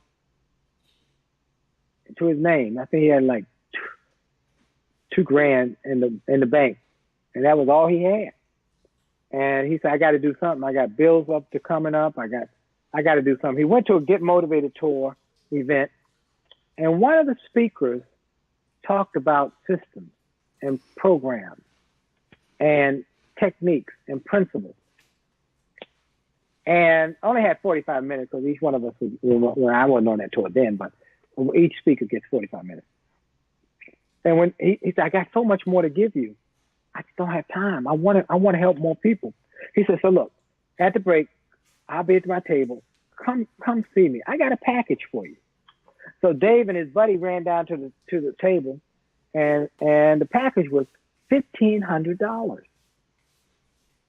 And they looked at it, $1,500. And the guy said, "Come on, Dave, let's go." And Dave just stood there. And he went through and looked at the package, looked at the pieces. He looked through them. And the guy said, "What are you doing? Man, let's go. Are you crazy? You know you ain't got much money. That's $1,500. That's not all the money you got in the world. Do you think that stuff is worth $15? And Dr. Dave said, "I don't know." but I'm worth it. I'm worth it. He bought that $1,500 package, and he said it changed his life. The information that gentleman shared. He went through all those books, all those audios, all those videos, all those materials. As a result of that, when he was on the Get Motivated tour, Dr. Dave said, I have a house in Phoenix. I have a house in Fort Lauderdale. I have a private plane to take me between my two homes. And I'm a multimillionaire because I believed that I was worth it. And so I say that to say, Shay knows that we have a box, very unique box, the Willie Jolly Wild Box. Powerful products to help you grow your faith, your future, and your finances. Wealthy ways to help you win. The box comes with over $1,500 worth of content products. All my books, audio books, PBS specials, entrepreneurial packages, me and Les Brown together, the Millionaire Mindset. It's packed with products. So it used to be, Shay, when we first got it out, we had a little handle you could hold it by. Now, this is an empty one, but now when we put the stuff in it, it's so heavy you cannot use the handle anymore because it'll break. We got so much stuff. That's $1,500, but again, if you're one of Shay's friends, you're a friend of mine, and you can get it for $497. Boom.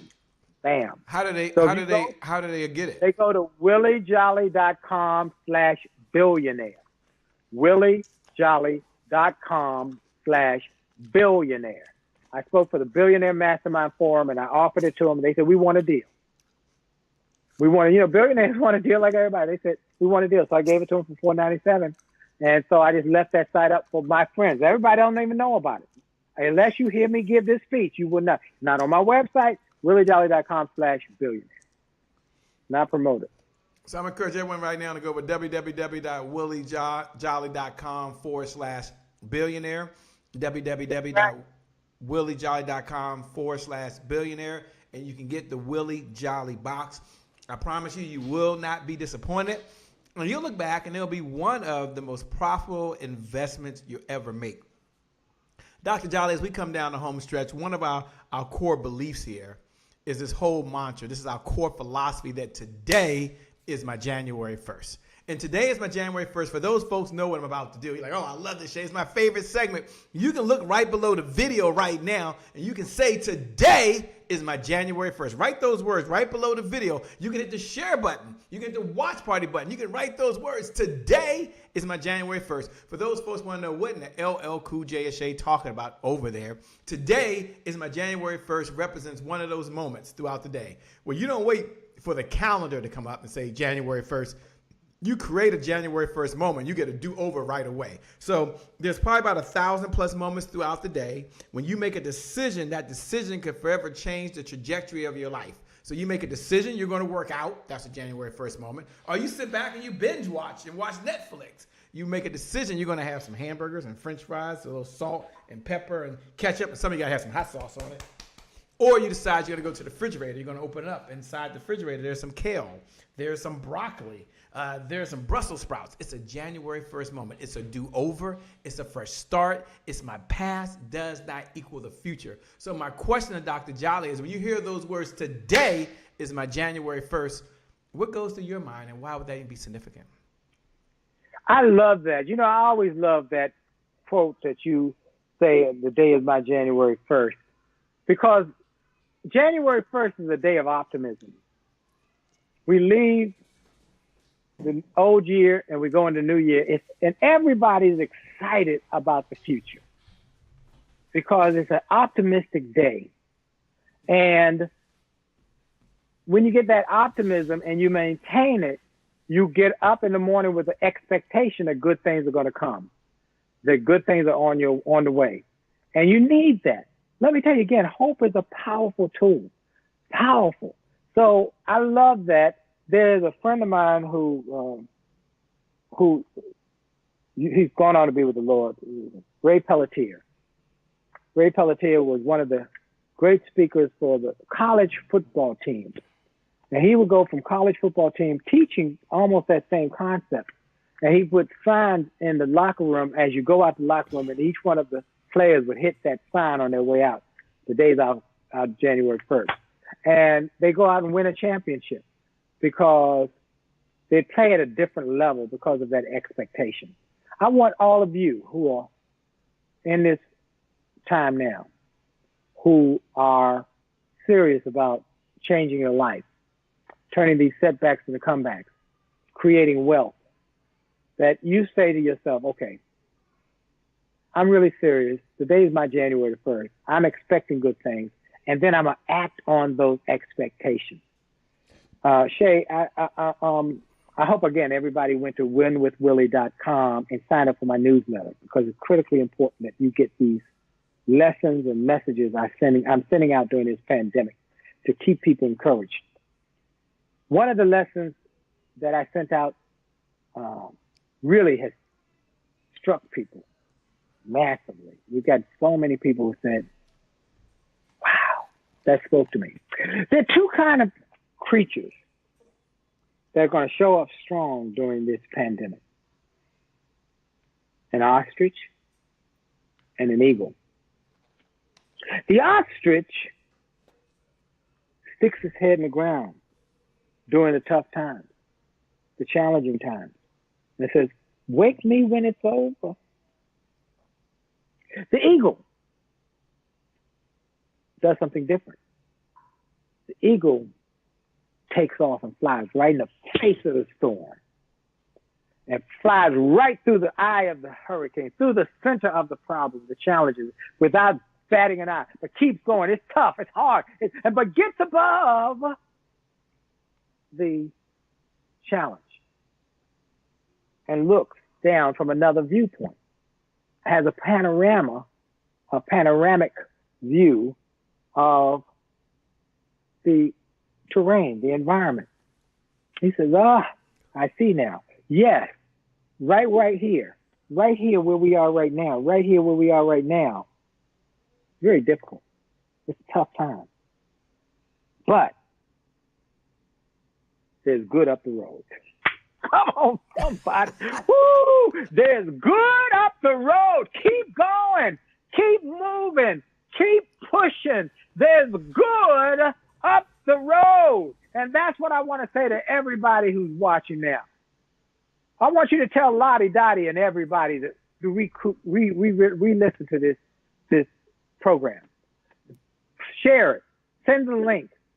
Put it out on every social media way you can, that people can be encouraged. That's why I'm here. I got radio shows to do. I got TV shows to do. I've got a media company to run. I've got my speeches I've got to give. I got a lot of stuff. I got books that are coming out of me that I've got to finish. But I made a commitment that I'm going to be with Shay Brown today for you, to help you, because I want some millionaires and billionaires to come out of this pandemic. And then we're going to be doing something coming up in the fall that's going to be huge. We're doing a summit. I want everybody to be a part of this. It's going to be the most profound summit you've ever seen that Shay is putting together. He called me. I was on my way from speaking at something, at a wedding, actually, a few months ago. I had my mask on and everything. And Shay called me in the car and said, I got an idea. We talked about it. I was coming from Eastern Shore, Maryland. And we talked about it. My bride and I were in the car. And he said,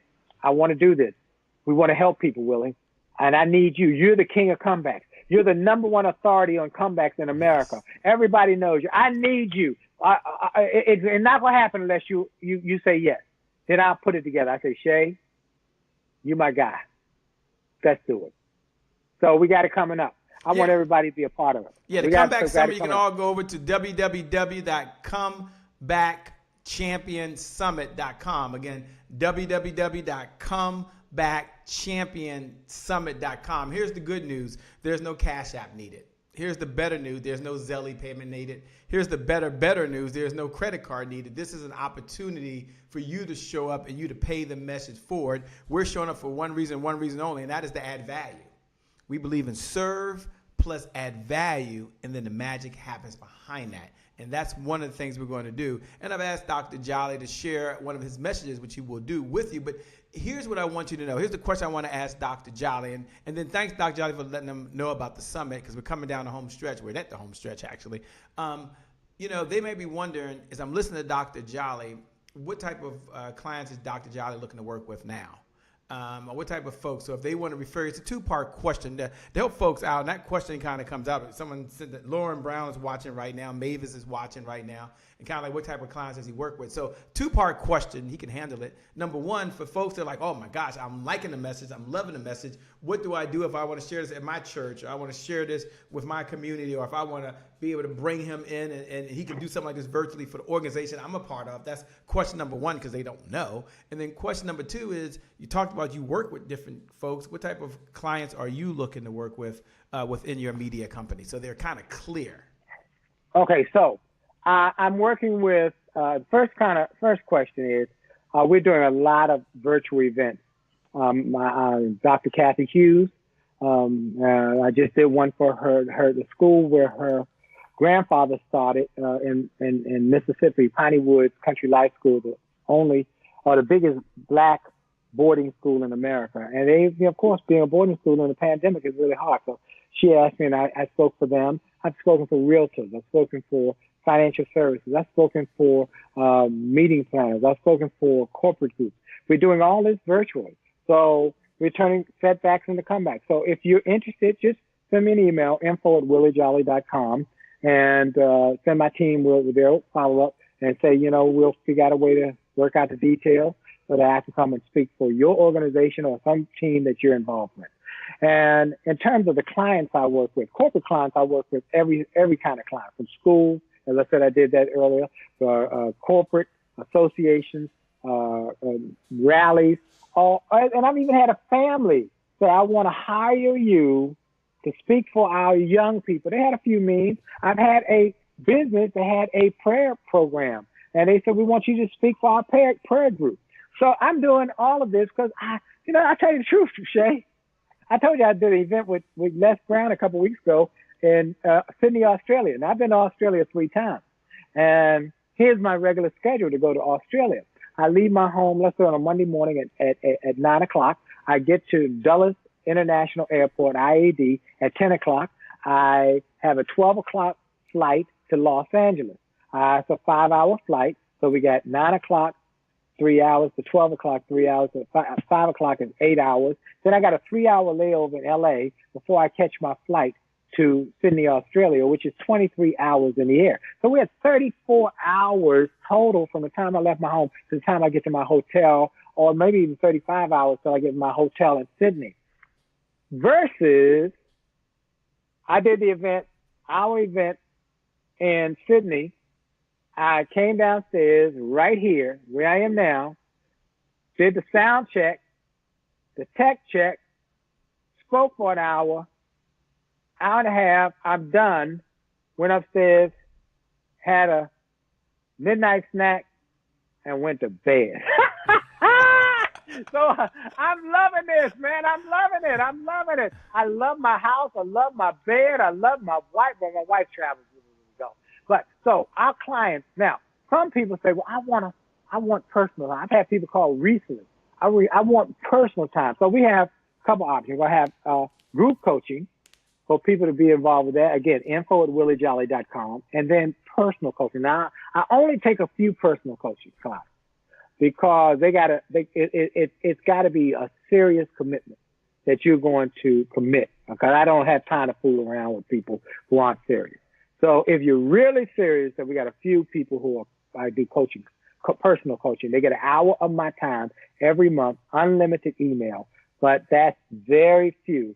And it has a limit because I got so much to do. I'm building something big here. My son and I are building this media company. We are very grateful, and we are on the verge of signing a deal with a company from Spain who does global documentary films that they want to do a film on me. And we're about to sign it. And they're going to be having some sponsor opportunities for that. It's going to be cool. Speaking of sponsor, some people who want to grow their business and want to maybe say, you know what, I want to tap into your media.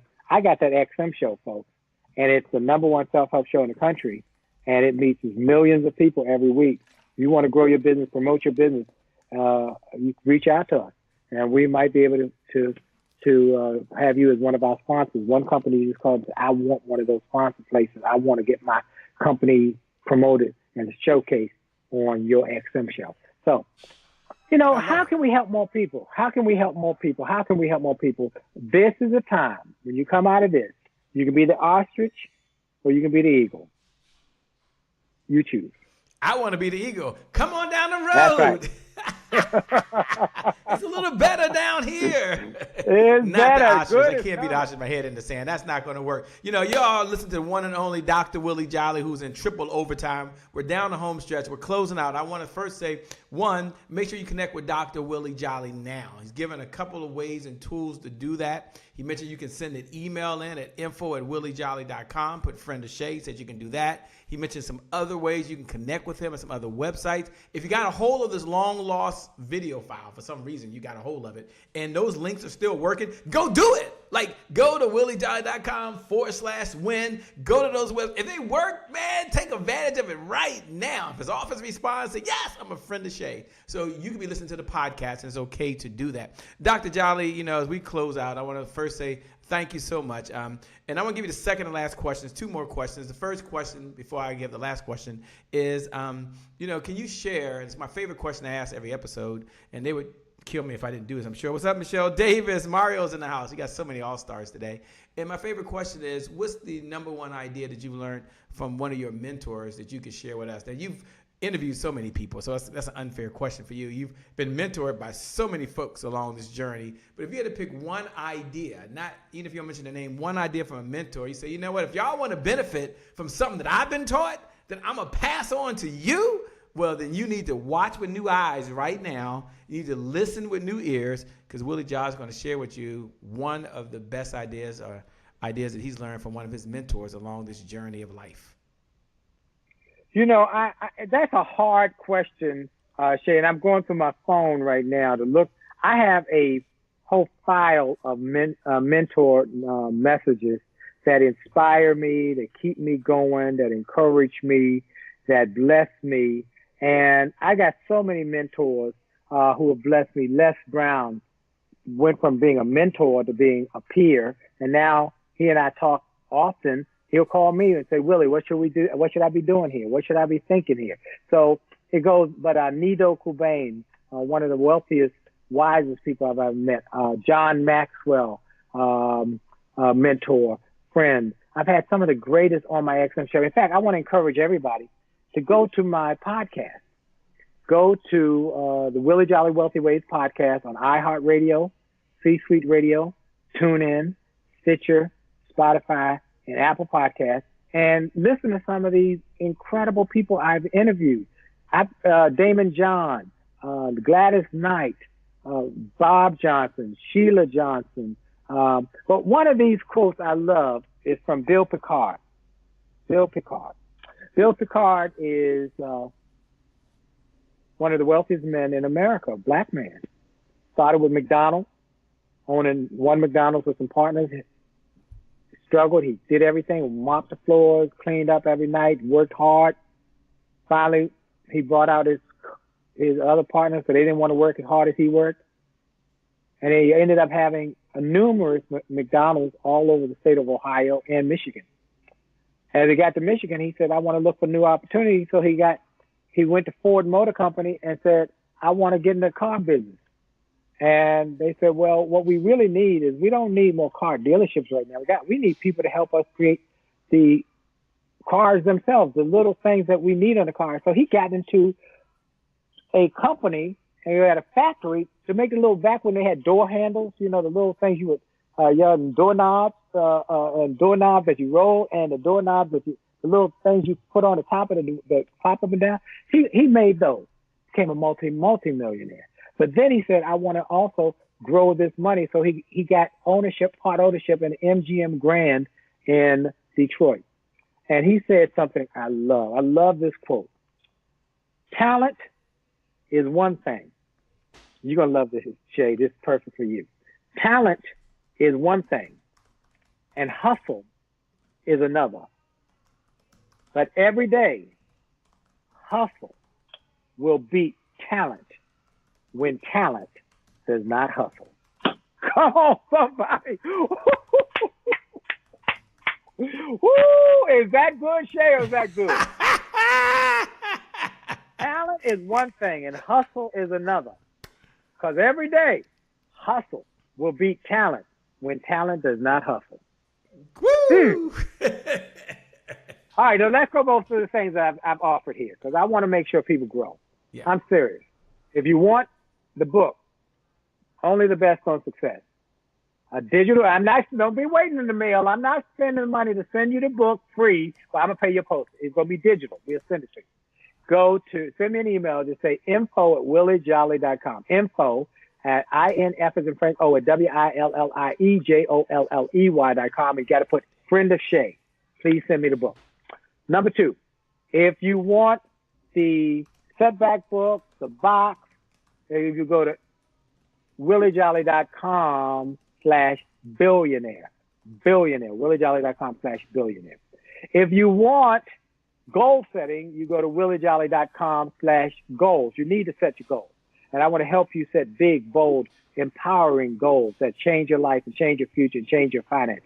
And then if you want to become a speaker, you go to youcanspeaknow.com to get the training that I did to get you up and going, learn how to get this business and start making some money. So you can come to my boot camp that I have once a year that ain't cheap.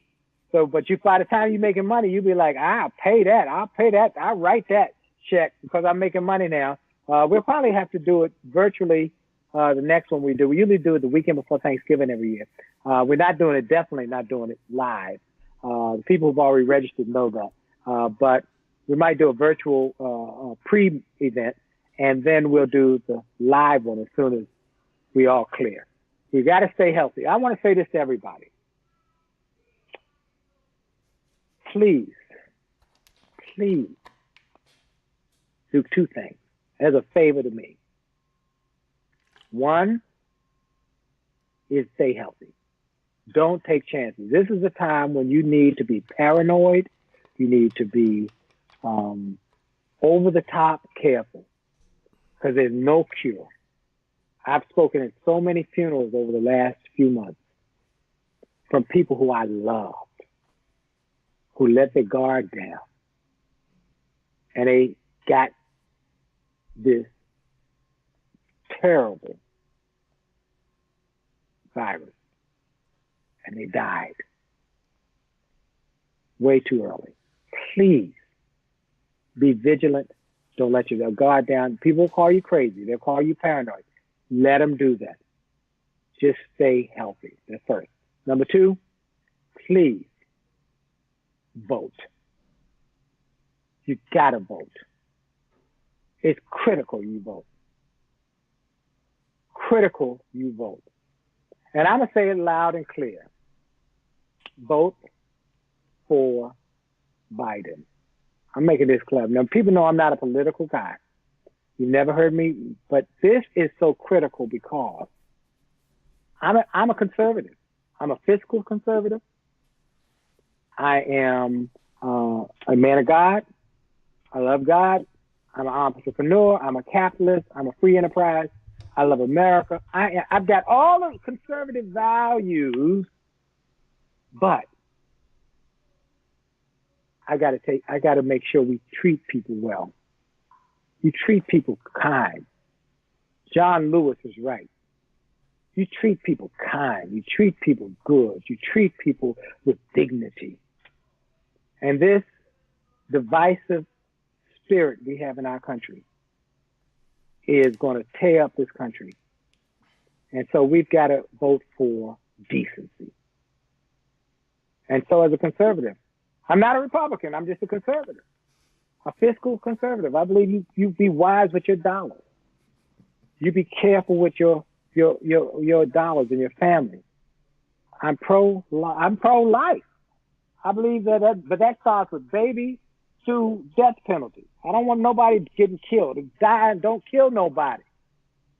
So, but I also believe a woman has a right to choose. I mean, these are political statements that I make But a woman has the right to choose and make her that decision. And I hope she'll choose life. I've talked to a lot of women who were thinking it the other way. Say, hey, maybe now it's your choice.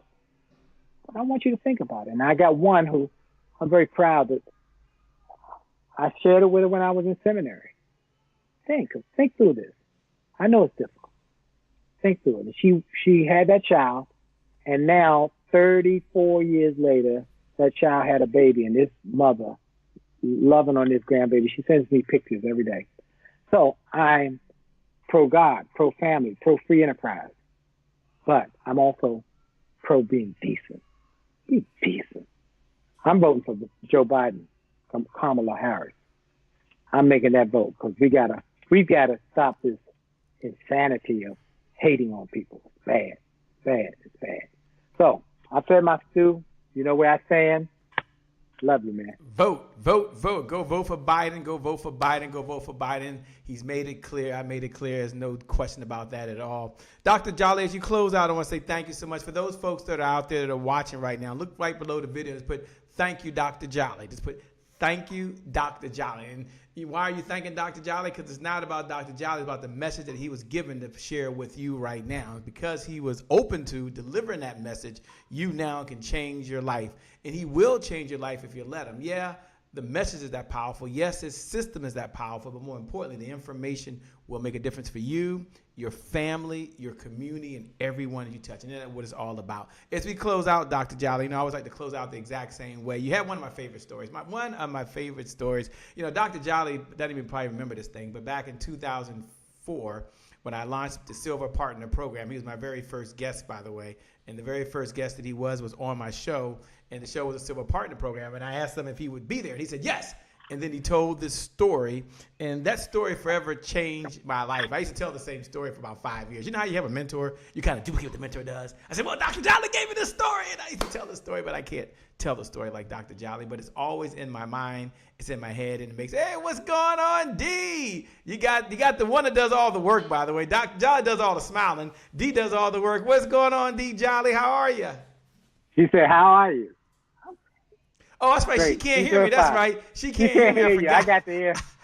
So, but anyway, she came in, she had to sign, explain the free gift. So nobody knows what the free gift. So again, the free gift is a digital book, a digital copy of this book.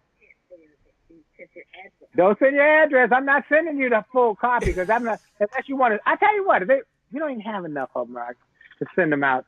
Just a digital. I give it to you free. It's free, but it's a digital version. I'm not sending you the hard copy, folks. I'm sending you the digital copy. You download it on your phone, on your car, on your Apple computer, your Macintosh computer, your iPad, your tablet. Your tablet. I don't care what you got. You download it. I'm not sending you the book because we don't have enough to send. I have a digital version. Absolutely free. That's my gift to you, okay? And it's my gift. It's free digital download. Thank you, B, for clarifying that. Well, you have a heart to give, man. You got a heart to serve. You clarified the gifts, man, and you stayed longer than I thought you would. So I certainly appreciate you. Always over deliver. Anybody get a chance to work with Dr. Jolly and his wife, D. Jolly? One thing you can't know, it's not a question if they'll deliver. They always over deliver. You can best believe that. They got a heart to give and a heart to serve. So with that being said, Dr. Jolly, let me turn over you to close us out. I know what you want. I know what you want. Let me turn over you to close us out with my favorite story. I'm going to tell you right now, as you're listening, hit the watch party. He's going to do it right now, and then we're done. But I'm going to tell you, hit the watch party button, hit the share button, and when you do that, just write this message, but Dr. Jolly is on fire. And I'm going to tell you, it's been 15 years, okay? It's going on 16 years now. And sometimes I always ask, how many ideas do you need to change your life? One. And Dr. Jolly gave me one idea back then that in many dark hours, and I've got his books, in many dark hours, that one story said, you know what? I got to keep on going no matter what. So, Dr. Jolly, why don't you go ahead and share the I want to thank you again for having me. I want to thank everybody for joining on. Hit the watch party, so I'm going to give you a couple last things here that I want you to do. One, I want you to join me and my bride every Monday night at 9 o'clock on Facebook Live, Willie.Jolly, Facebook Live for Happily Married Monday with the Jollies. for my book, Make Love, Make Money, Make It Last. We've been married for 35 years, haven't had an argument in over 33 years. And we want to save 1 million marriages and enhance 1 million marriages. Number 2, we want you to join me Saturday mornings, every Saturday morning at 10 a.m. for my Jolly Good News Report. We're in a time where we got bad news, sad news, depressing, despondent news all day long. You need some good news. Good news is good for your spirit. Proverbs 15 says that good news is like medicine for your bones. And so we want to give you good news every Saturday morning at 10 o'clock. It's a half-hour television program on my Jolly Good News Facebook page, Jolly Good News Facebook page. And so join us. And again, every day, Monday through Friday, you get a free 1-minute message from me. You can get it if you just sign up for my newsletter. All the other options are there. Here we go. I was a news speaker. Had no books, no tapes, no radio, no television. Had no credentials to be a speaker. Struggling to keep the lights on. Struggling to keep the phones on. It was tough.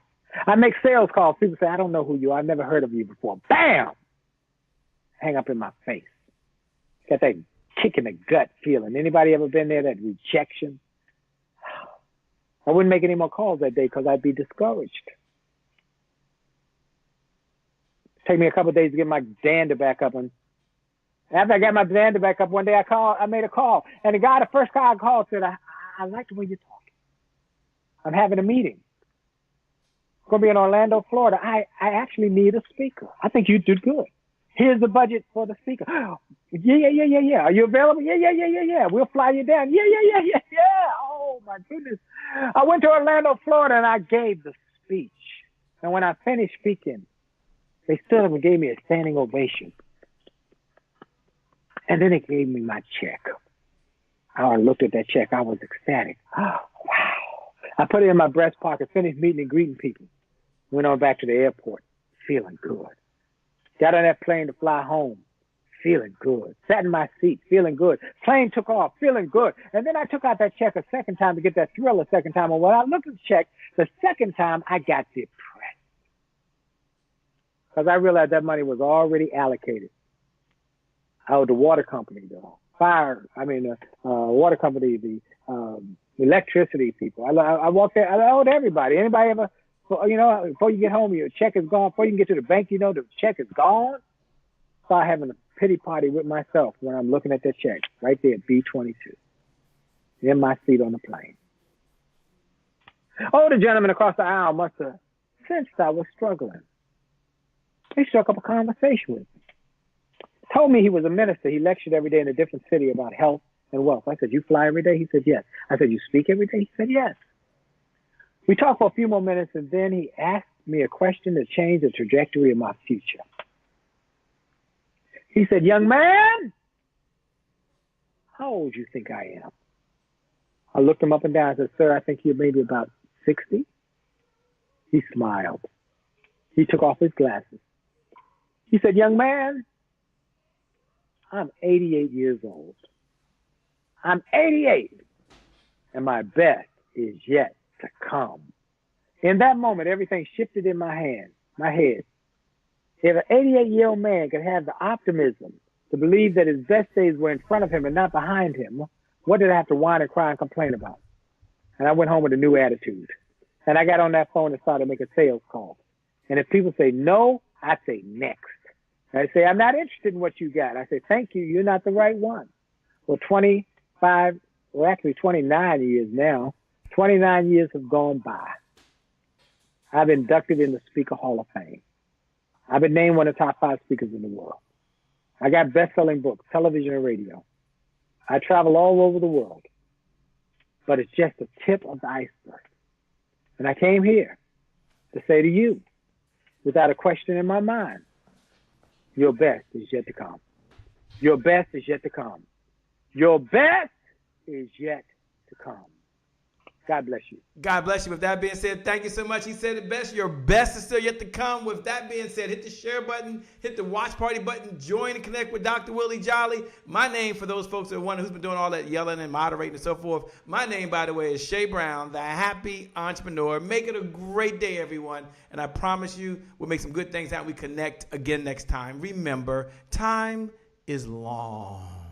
Life, on the other hand, is very, very short. So you got to live in the moment, and you got to make it count. God bless. We wish you success. Thanks a lot, Dr. Jolly. We appreciate you. Tell Dee and tell Cheryl and tell the family, said thank you. We're out.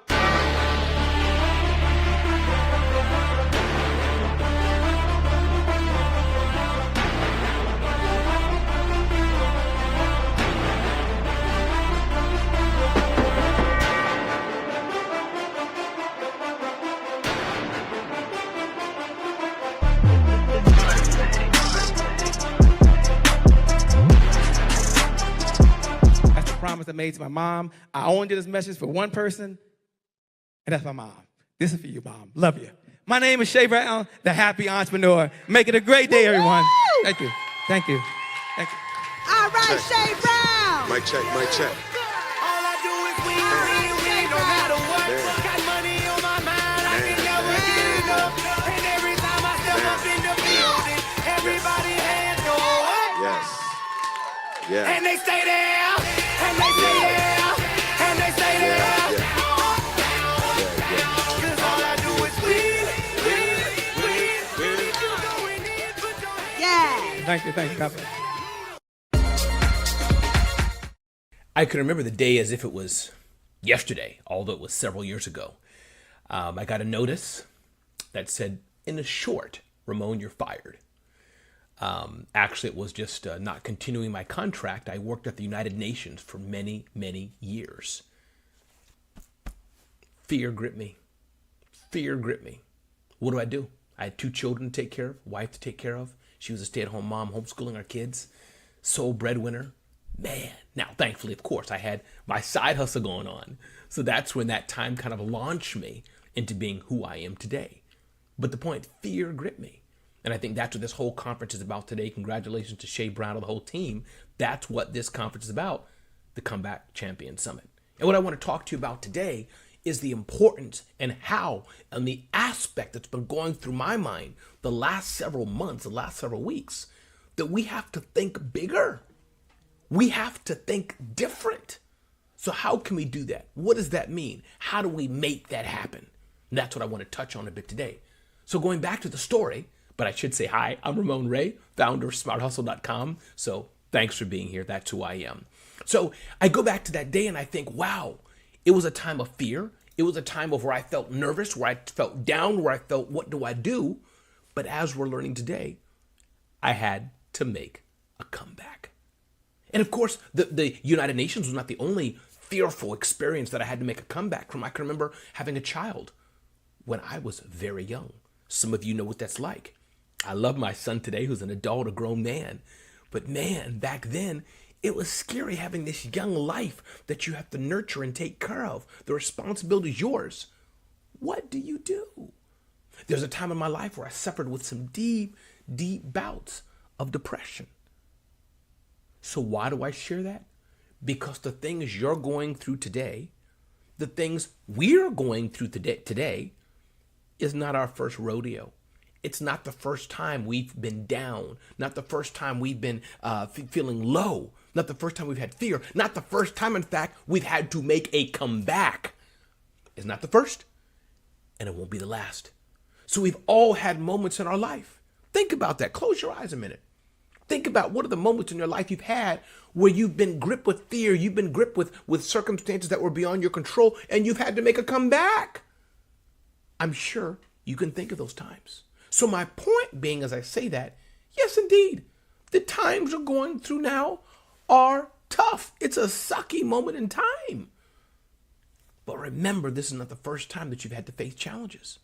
Indeed, my heart massively goes out to the many businesses that have had to close. Sad. I've had my own challenges in business. Some businesses have had to close. All businesses have had to pivot and rethink how we're doing it. And I think we're going to say this for a long time. This is the new normal. We are never going back the way things were. Whether you think the disease we're going through is real or a hoax or not or whatever, it's a fact. We're not going back. That's a fact. Many people have been sick. Many people have died. Many people have experienced this death by family or friends. I've gone through that. These times are full of a lot of worry. So it goes back to the first point I said, we have fear. But the question I ask you, the challenge I bring to you today is, what do we do with the fear? My friend Fergus Connolly, who's a performance coach, he has researched special forces, Navy SEALs, and other high-performing warriors in the military. He's researched high-performing athletes. And what he says a lot is that it's not that these high-performing people don't have fear, because they do. But the question we all have to ask ourselves, what do I do with the fear that I have? That's the question we have to ask ourselves. What do we do with the fear? And so that's the question I have before you today. What are you going to do with your fear? What am I going to do with my fear? High-performing athletes, people who are warriors in the military, special forces, and etc., they're human just like we are. They're human just like we are. They stub their toe, they hurt just like we do. But they've made a decision. I will have my fear, but I'm going to put it in a different part, and I'm going to go forward. I'm going to make best with what I have. I'm going to tell myself, I'm going to have a mindset of positivity, a mindset of can do, a mindset that we must go forward, go on. I can't stay and just put my arms in hug myself and cry. Now, about that, you can do that a little bit. You can do that for 5 minutes. You can do that for a day or whatever time you need, but you have to snap out of it. You have to move on and do it. So this is an important part of this journey of how do we come back? It's about taking the fear that we have, taking that fear, acknowledging it, but then moving forward. This is key. At least I found in my life. I have had fear. I do have some fears and concerns, and I'm sure I'm going to have it. This is the human experience. But of course, my faith and trust in God and having a mindset determining to go forward is important. And so this leaves us to the choice that we have. The choice that we have. Do we decide, do we want to stay where we are? Or do you decide that we're going to go on and live and go forth? What's the choice? What are we going to do? So here's a few things that we can do, I think, as we make the decision, as we make the steps, as we say that I'm going to move forward, I'm going to move on.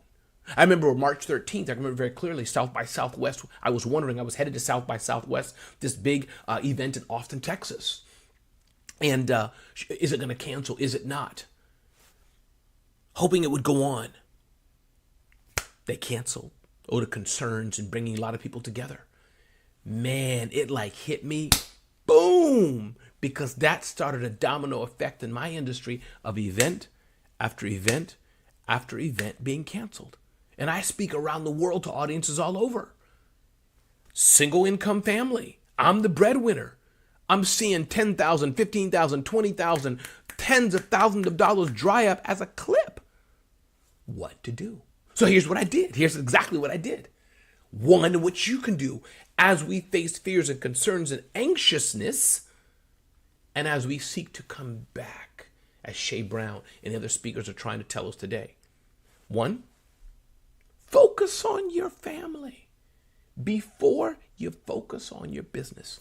Put your business aside if you can, to some degree, metaphorically, but you got to focus on your family. And even before you focus on the family, my encouragement to you is you have to focus on you as an individual. How am I doing? How are things going on in my world? This is important because if you're not doing well, if you're not doing good, you can't take care of other people. Can't do it. So are you okay? Are you mentally okay? Are you emotionally okay? Are you physically okay? Have you talked to a pastor in your life, a mature friend in your life? Are you getting support from a group of people in your life? Ask yourself that question. So focus on yourself, focus on your family. Wife, are you okay? Kids, are you okay? Husband, are you okay? Mom, are you good? Dad, are you good? Auntie, are you good? Because your family is your support mechanism. Your family is where you need to go back and just laugh or just cry. That's what family's for. So ask them, are they okay? Then check in on your community. I'm sure you got some girlfriends, some guy friends you hang out with. Your church, whoever it may be important in your life. Check in on them. Not only how can they help you, but also how can you help them? How can you serve their needs? So it goes back and forth. Then, as we get to business and things like that, focus on your team. Check in and find out, how is your team doing? How can you serve them? What can you do to make their lives better? Focus on your team. This is important. Focus on your team. So this is how you begin the journey of coming back. You start and check in with yourself. You start and check in with your family. You start and check in with your community. You start and check in then with your team, and that's how you begin to rise and bring back and come back when things are low. Because we're all going to have fear. We're all going to have doubt. Now we can get to business. And these are a few things that I've done in business. And I think one, oftentimes, and this works at any time, pandemic, no pandemic, any time in life. But I think one big thing that sometimes we don't do enough first is care. How are you? How are things in your world? How can I serve you? How can I help you? Shay does that so well. What can I do for you? So care first. Empathy, sincerity, sensitivity. You can smell genuine care. You can smell it a mile away. So care first. Sell second. Please, I hope you're tweeting this out, putting us on Facebook, tagging Shay, tagging me, Ramon Ray, tagging Shay Brown, letting people know that you're here at the Comeback event. Don't forget to share that, by the way, Comeback Champion Summit, that you're here learning these great things from these amazing speakers. So the point is, care first, sell second, have empathy, have sensitivity. And remember, customers need your services. They need your solutions. You have something that can help them. So in fact, as our mutual friend Darnell says oftentimes, it's selfish to not sell to them. It's selfish to not let them know you have a solution they can get from you.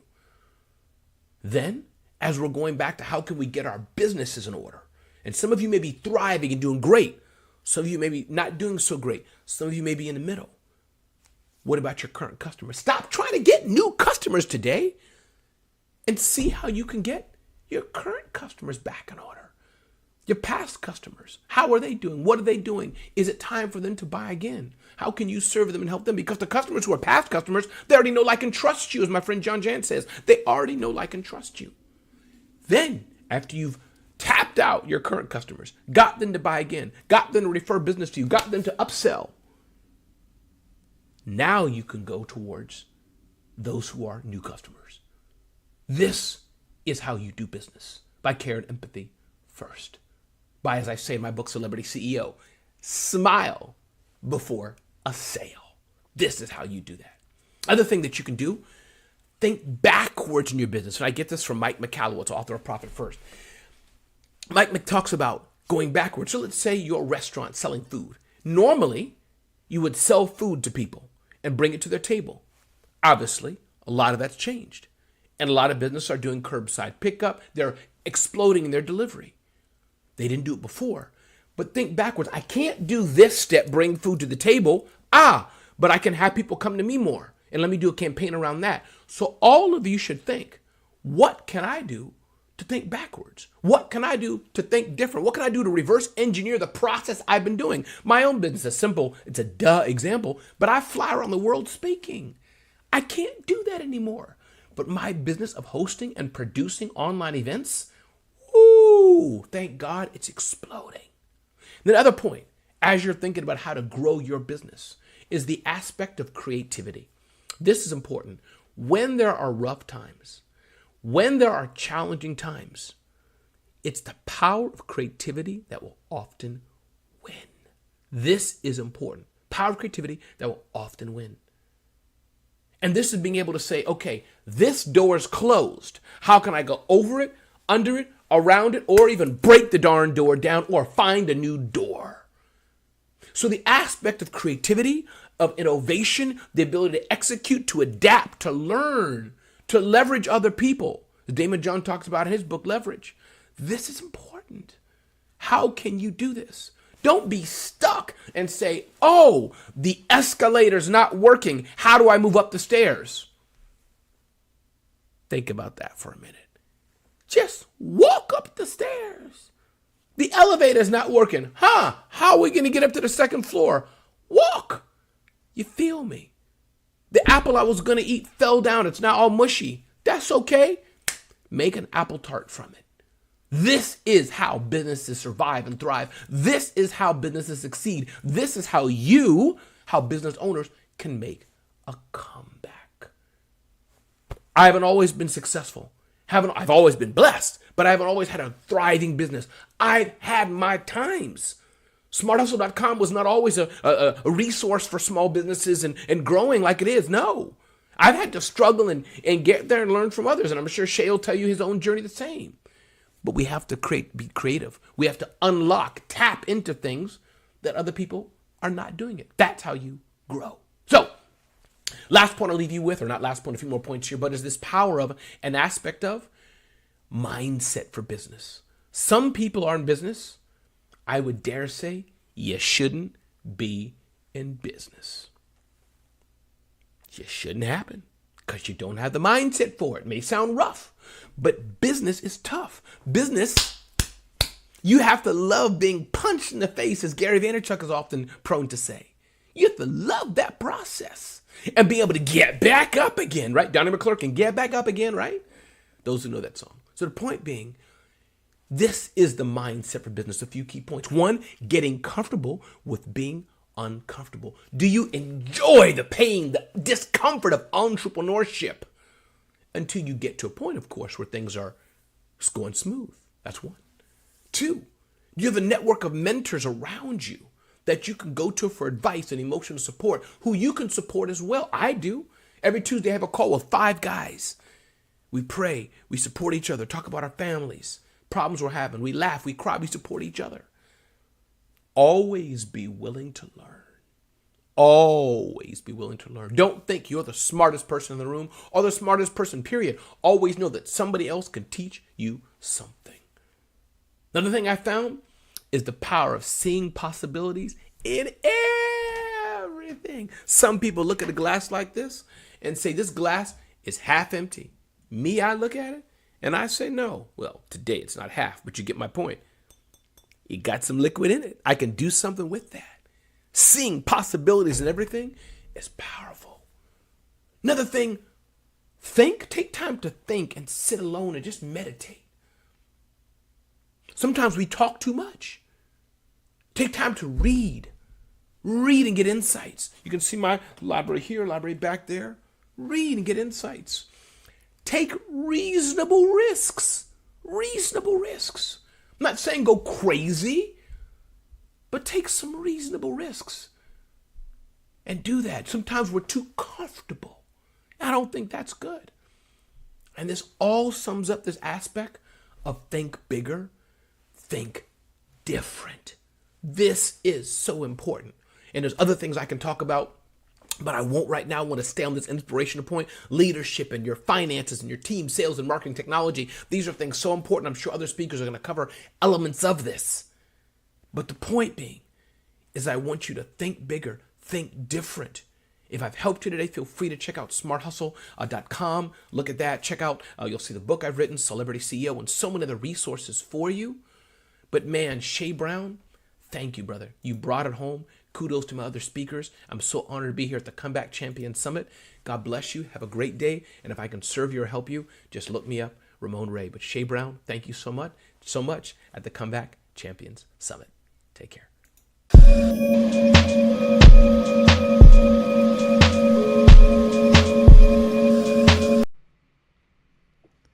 You know, there's nothing like being behind the scenes. I love being in the green room, man. Although I've got blue, you've got blue, Joseph, there is no green room, right? And I'm not going to spend time reading this long bio or I'd be here all day. So Joseph, my friend, take a moment, if you will, and tell the folks, who is Joseph McClendon III and what are you up to these days, my man? Hey, Shay. Well, first off, thank you everybody that's here listening and watching this and parting with your precious time and your energy. I appreciate it more than you know, as you'll see as we get going. And Shay, thank you for this opportunity and trusting me with your peeps, if you will. I know it's no easy feat putting this whole thing on together, especially in this day and age.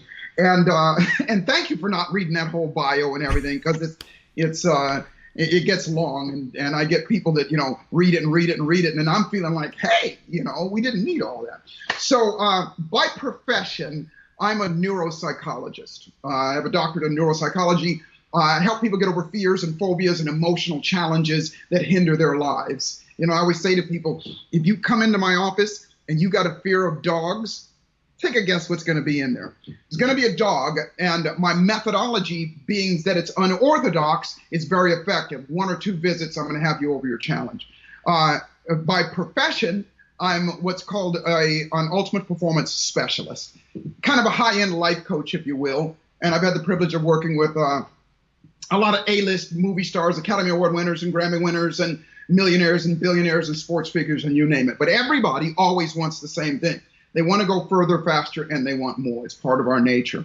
And so to answer your question really quickly, what I'm up to is bringing this information, and Shay, you and I have had a lot of conversations about this, bringing the information that I've had the privilege of administering and teaching many, many people over the past 3 decades, really. I've been in the belly of the beast. I'm a hired gun for like my business partners like Tony Robbins and you name it. And I get to watch and I help people change their lives. They take that information back to their communities, they thrive. But here's the deal.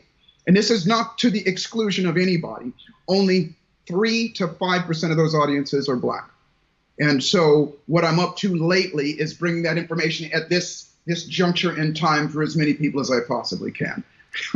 Yeah, you picked this title, and we're gonna get into it. We're in the green room, all right, man. So this is when we get to kick back, we get to relax, and you've got this whole thing, multi-millionaire, become a megapreneur, some of that nature. Here's the question, man. Why do you think that topic's more relevant now than ever before?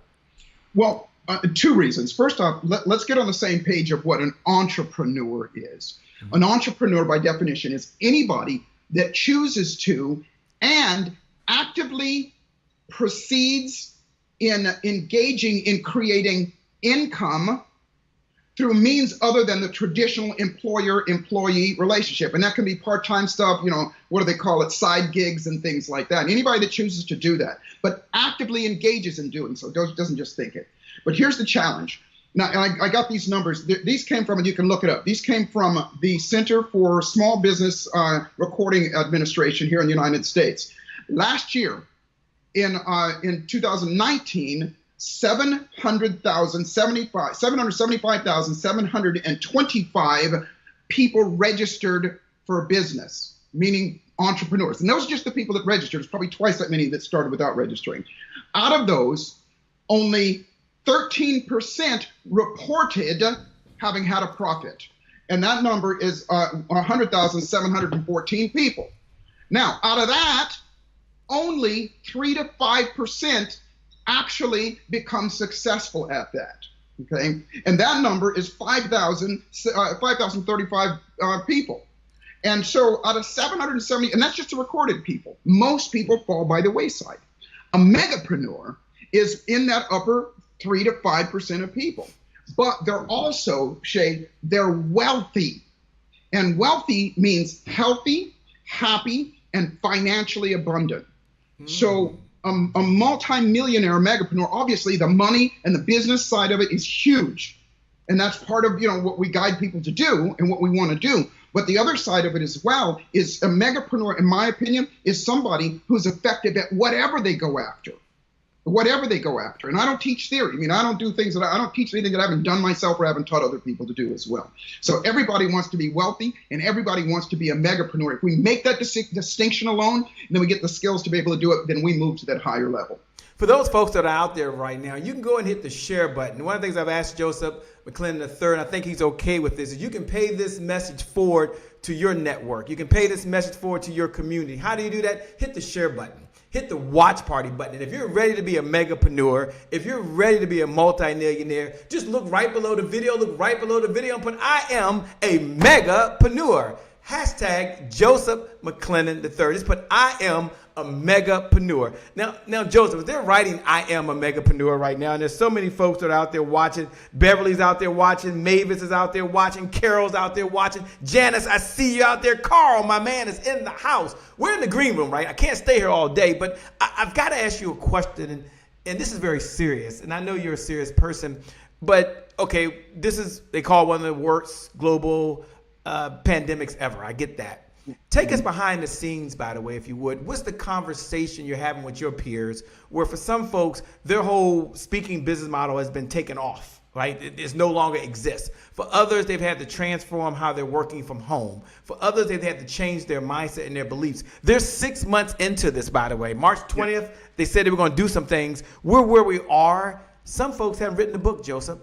Some folks have not started the business. Some folks are in the same place they were 6 months ago from a health perspective. Here's my question to you. Number one, what conversation are you having with your peers behind the scenes that you're encouraging and inspiring each other? So what type of conversation are you having? And then number two, what do you say to the person who's like, oh man, I haven't done anything, Joseph. Sheesh, I was supposed to get started. What would you say to that person that's beating himself up right now? I'm going to work back to front. I'm going to answer your second question first, and that is this. There's a saying, and the saying is the best time to plant a tree is 20 years ago. The next best time is right now. And so what I say to people, and I'm not so much of I am empowering, if you will, but I'm not so much of a motivator or inspirational speaker as much as I am tools, techniques, and strategies to do something. So to people who are where we are right now, understand this. There's three things. I call it the 60-20-20 rule. And this is across the board with everything that you do, even in especially business and entrepreneur or megapreneurship. Please write this down. I didn't say this in the very beginning. Please write this down. It's 60% psychology. We've all heard of the 80-20 rule, which means if you think you can, that's 80% of doing something, and then 20% mechanics. Well, there's a difference. If you want to operate at that high level, which I know everybody does, and everybody wants what they want sooner rather than later, especially now. And so psychology is, in the 60-20-20 rule, psychology is the number one thing. Psychology is different than mindset. Mindset is a set of thoughts about a specific thing. And you have to keep mustering. You got to keep reminding yourself of that and fortifying that. A psychology is your operating system that runs inside of you. It's the words and the pictures and the thoughts that we think about ourselves, about other people, and about the world around us.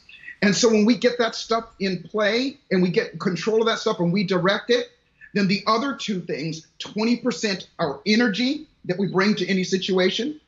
And I'm not just talking about get up and go energy. I mean that electricity that it impacts people all around it. It impacts the world around us.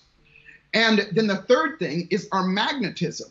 And that means how we attract people and things into our lives.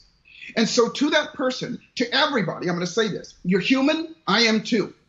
Procrastination, hesitation, fear of failure, fear of success, imposter syndrome, those are the thieves of our dreams. And if you're procrastinating about something, if you have started something and you haven't finished, if you're looking at something and you want to do and you got any anxiety about it, that's your brain. And so the piece that's left out in most, because you and I have talked about this before, Shay, is that people get these courses and they get all these things and the best of intentions to do something, but we don't do it. Well, it's because your psychology is blocking you. If you learn the process, and I'm not about motivation, like I said, there's a process. Like I said, you come into my office, you got a fear of heights, we're going to go to the top of a building. You got a fear of closed places, we're going to go in an elevator. So we can deal with it right now and change that psychology. Lastly, I'll say this, is that when you do that, then you handle it right now. It has a processional effect over everything that you do. When you finally get off that dime and you do something about writing that book, you do something about starting that business or continuing that business or continuing doing something that you said you were going to do and didn't do, whether it's your diet so that you can get a great body, or whether it is, your relationships, or whether it is starting your business, and whatever it is in your life. If you're not doing and getting what you want right now, it's because this is in play. Change your mind, change your life. Change your mind, change your life. Look, man, we got a show. We've been in the green room probably the longest we've been in the green room, man. But I'm wondering, for the persons out there that's an entrepreneur, that's a speaker, an author, a coach, a trainer, a network marketer, and they might be thinking, Shay, why should I tune in? Shay, why should I pay attention to the message that Joseph's going to have? We got to get out the green room, man. I was going to do it for you, but take a moment and talk about who this message is for and what they can expect when we come back. Because we got to get going. We're in the green room. I love these private conversations. And we probably got several thousand folks that are eavesdropping right now on this conversation, which is cool. But take a moment and say, you know what? This is the number one reason you need to pay attention, because this is the message I'm about to deliver to everyone that's out there watching. And this is how it would help you. Yeah. Here's what I'll say. I'll answer your question by asking everybody a question. 2 questions. Number 1, do you want what you want sooner rather than later? The answer is a resounding yes for everybody. Why would you wait? Especially right now in these times. Because there's only going to be 2 kinds of people when this is over. And this too shall pass. Just so you know, and I wrote them down here. Check this out. We've been here before. Life is cyclical. And I know, Shay, we got to get out of this, but let me share with you. If you're on this call, you're old enough to remember Ebola, SARS, the swine flu, Zika, and the list goes on and on. And listen, this too shall pass. But when it does, whether it's a vaccine or whatever happens, when it does, there's only 2 kinds of people. There's the one kind of person that's going to look back and go, I am so glad that I learned something that enabled me to change myself and change my own trajectory, change my beliefs, change my behaviors. I learned something and I applied it, and that's why I'm thriving now. Or there's going to be the other kind of person that's going to go, I wish I would have paid attention back then. And all of us have had situations where we go, I wish I would have invested in Apple or Tesla when it was $1 a share. Now is that time. And so when I come back, I'm going to share with you some things. I'm going to reiterate some things, but I'm going to share with you something, and I'm going to give you an actual tool that you can use to start that shift. And then, of course, we're going to invite you to do something as well after that. So, I get excited about this because, lastly, I'll say this. I have had the privilege, at the risk of sounding arrogant, of presenting to close to 5 million people now through seminars and workshops and live engagements with people. And so, again, I've watched these tools. People take it, use it, make the changes then and there, and change their lives. And now I want to give that to you as well for the obvious reasons that we shared before, Jay. That makes a lot of sense. For those folks that are out there, do me a favor. We're about to kick off the show. We got to get out this green room. Hit the share button. Hit the watch party button. Look right below. Pay this message forward to someone else. We believe in the giver's economy. The person outgives the competition, out-earns the competition. The person outgives the competition, out-earns the competition. So hit the share button, hit the watch party. When you do that, don't say anything about Joseph. Just write in that comment side. Just put, it's your time. It is your time. Now is your time. Just put, now is your time. Just do me a favor. Just hit the watch party button. Hit the like button. And just put, and when you hit the button to share it, put, now is your time. And then put hashtag Joseph McClendon, because now is your time. With that being said, Joseph, we got to get going. For Sheila Henry that's out there, Grace in the house, Dr. Ethel James, it is always a pleasure. Kelvin, my man, Calvin, good to see you. We got to get going in 5. This is my favorite part, Joseph. 4, I love doing this. Y'all know this. 3, 2, 1, we got a show. We'll be right back.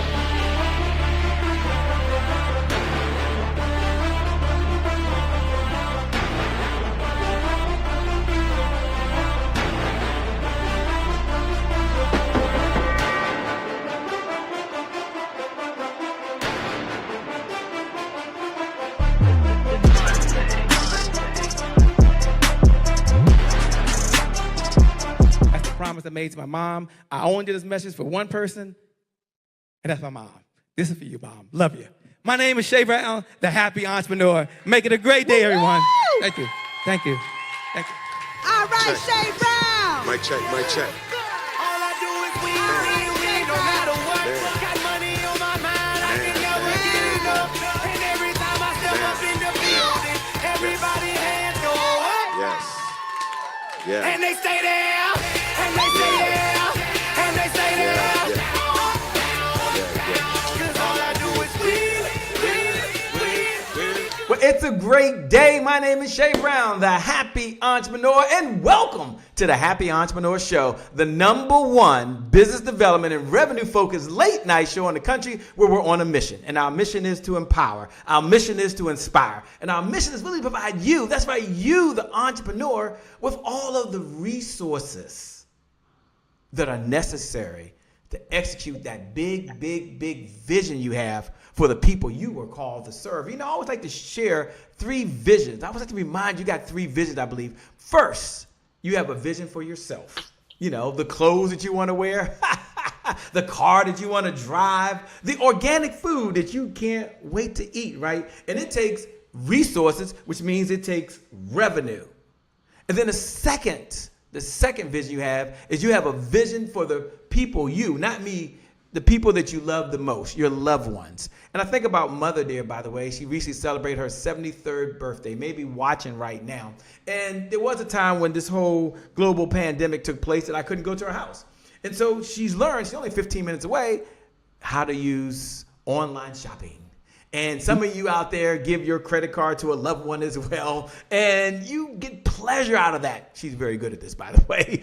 Some of you write a check for someone's health care insurance. It takes resources. Some of you want to send your kids to a school, not of their choice, but of your choice. It takes resources. That means it takes, I know, I'm back to it again, revenue. And then I believe you have a third vision. Pay it close to this one. Listen very closely to this one here. You have a vision for the people you were called to serve. And imagine, I always like to share the story of Noah. Imagine you're Noah, by the way, and you show up, you're ready, because you don't have to be a believer, but follow the story.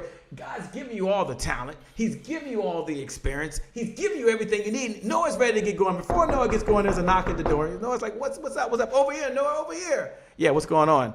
Noah, I'm sorry to report, but there are no hammers in the house. No hammers in the house. No big deal. We keep going. It's okay. What's going on now? Noah, down here. Yeah, what's up? There are no nails either, Noah. Just want to let you know that. Okay. Rule number 1, don't panic. No nails, no hammers. We're going to be okay. We're ready to get going. What is it now? Over here, Noah, I got to report to you, buddy. There's no wood and there's no people to put the boat together. Good luck. And maybe that's you right now. You need the resources to execute that vision. That's what Joseph McClendon III is here today. So let me go ahead and welcome him to the Happy Entrepreneur Show. What's up, Joseph? How are you? All good, my friend. How are you doing, my friend? Man, I'm doing really, really good. Look, let me just address the elephant in the room. I mean, I would go to preliminaries and all that stuff, but I'm curious. This whole multi-millionaire, megapreneur title, people have been hearing 7 figures in 7 minutes. Go buy this, go buy that. You can be a millionaire tomorrow. And some people's bank account right now, Joseph, doesn't reflect how good they are. Okay? So take a moment, if you would. Why did you pick that title? And why now, man? Why now? Well, as I said before, first off, thank you. Thank you, everybody that's here, that you're giving me the gift of your time, your attention, and your energy right now, because you got other stuff you could be doing. And I appreciate that, because somebody did that for me at some point, was shared their heart with me. And that's what I want to do with you as well. And the other thing is, Shay, thank you. Thank you for allowing me this opportunity to do this and this platform that you're creating for so many people, because you are, and please put yourself back up, because I want to see your response when I say what I'm about to say. You, my friend, are, to say the least, a badass in the community. And what I mean by that is, when I was first introduced to you, what I did was I did my research and I looked around. I Googled the things and that was great and everything. But more specifically, I started to talk to other people who knew you and had been through some of your programs and done what you've done and experienced what you've done. And you're making a huge difference in people's lives. And I honor you for that. And I thank you for that. Thank you. And to answer your question, I am on a mission as well, and we are on a mission together, and that is to make more megapreneurs, make more multi-millionaire megapreneurs. And let me share with you what a megapreneur is, so we're all on the same page. And by the way, if you're listening to me right now, please take some notes for a couple reasons. My background is I'm a psychologist, and my superpower, for lack of a better term, is helping people change this up here, because this is the epicenter. This is the control center of everything that we do.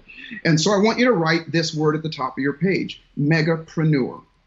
M-E-G-A, I think you got the spelling there, P-R-E-N-E-U-R, okay? And a megapreneur is, let's just say, the successful of the entrepreneurs.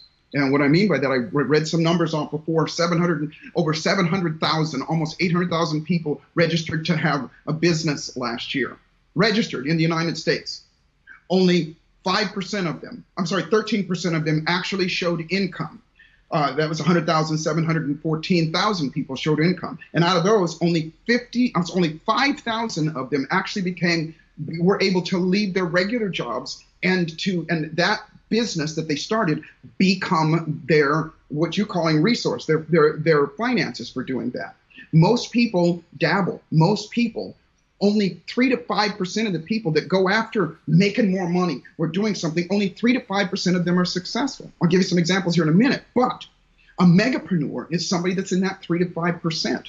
A megapreneur is somebody who, whatever they go after, and like you said, Shay, people have started courses. You know, I see it all over the place, and it hurts my heart because the amount of people, 87% of the people who get a course, buy a course, or start out to do something, they don't even get started, let alone finish it. And so a megapreneur is somebody that's successful at that upper 3 to 5%, as well as they're successful at whatever they go after, and they want to be, and everybody please write this down, because I might not know you, but I know what you want. Write it down. Wealthy. Wealthy. You want to be wealthy. Now, don't get it twisted. Let me share with you what wealthy is so we're on the same page. Wealthy means to be healthy, happy, and financially abundant. And everything that comes underneath that. Healthy means your fitness, your energy, and all that stuff. Happy means, you know, your relationships, everything that you do in your life so that you go through life optimistic instead of pessimistic. And financially abundant means that you have income coming into you through other means other than the traditional employer-employee relationship, and that money continues to come in and geometrically grows. Here's what I want for you. And this is the multi-millionaire mindset. Shay, you said something about, seven-figure attitudes. I call it a seven-figure psychology. Ooh, and that seven-figure psychology. I like that. Yeah, because it is, we'll get into that, but it's all about our psychology. Here's what I want for you. As a matter of fact, everybody imagine this. Going to your bank account, and I want everybody to experience this. If you haven't experienced it yet, I'm telling you, it's one of the greatest feelings in the world. When you go to your bank account and you look at your bank account, and there is in excess of $1 million in your bank account. Never mind your assets and things that are around you, but there's in excess of $1 million in there. I'm going to tell you that is the feeling most people have never experienced. But when you do that, here's what happens. When you experience that, you're going to realize that you've even made more money than that. You've done more than that $1 million that's there because you've done stuff with it as well. That's a psychology. That's a psychological change. And so when that changes, the reason I say that a multi-millionaire megapreneur is not just somebody who makes a lot of money, but they live with that and they have that experience and they're in that upper 3% at whatever you do, whether it's real estate, whether it's network marketing, whether it's internet marketing, whether it's losing weight, whether it is, whatever it is in your life, there's a philosophy, there's a process behind it. You got me started, Shay. You talk about a process behind it, and this sounds different, but folks may be thinking to themselves, and I haven't asked the question to them yet. All right, I've heard that. So in Joseph's opinion, what's holding people back? Like, okay, Joseph, I obviously want to provide for my family. I want to be successful. I want to be healthy. I want to be wealthy. I want to be, as you said, I want to be financially wise and so forth. But what do you believe is 1 or 2 or 3 of the reasons that people are held back from even taking those steps? I can give you 3 in specific. And again, everybody, please write this down, because as you write, you invite. Okay, what you don't, you won't. So write it down so you have it at the very least, because I'm going to give you something here to help aid in those 3 things there. But here's what I'll say. Everybody wants. We all want. You get up in the morning, you want something. And to go back on what you just said earlier, because this is brilliant, the vision that we have for ourselves, that's a want. But most people's vision is a dream, and it's not for lack of knowledge. If you bought a course, if you do a course, we all know what to do. And I hope this doesn't offend anybody. If you're overweight, if you're unhealthy, it's not because you don't have the knowledge to lose weight. It's not because you don't know how to. Everybody knows how. We just don't do what we do. The number one reason why people do not do what they say or do what they and what holds them back is fear. We're afraid. But it's these 5 things specifically. Number 1, fear of failure. Number 2, fear of success. Number 3, procrastination, which is the fear of uncomfortableness. Number 4, hesitation. And the last one is something called imposter syndrome. And I'm going to say this amongst our community. It has been indoctrinated into our belief system and our, let's just say, our history for 400 years. And so that's the first thing, is our psychology. Write that down. That's the first thing, is our psychology.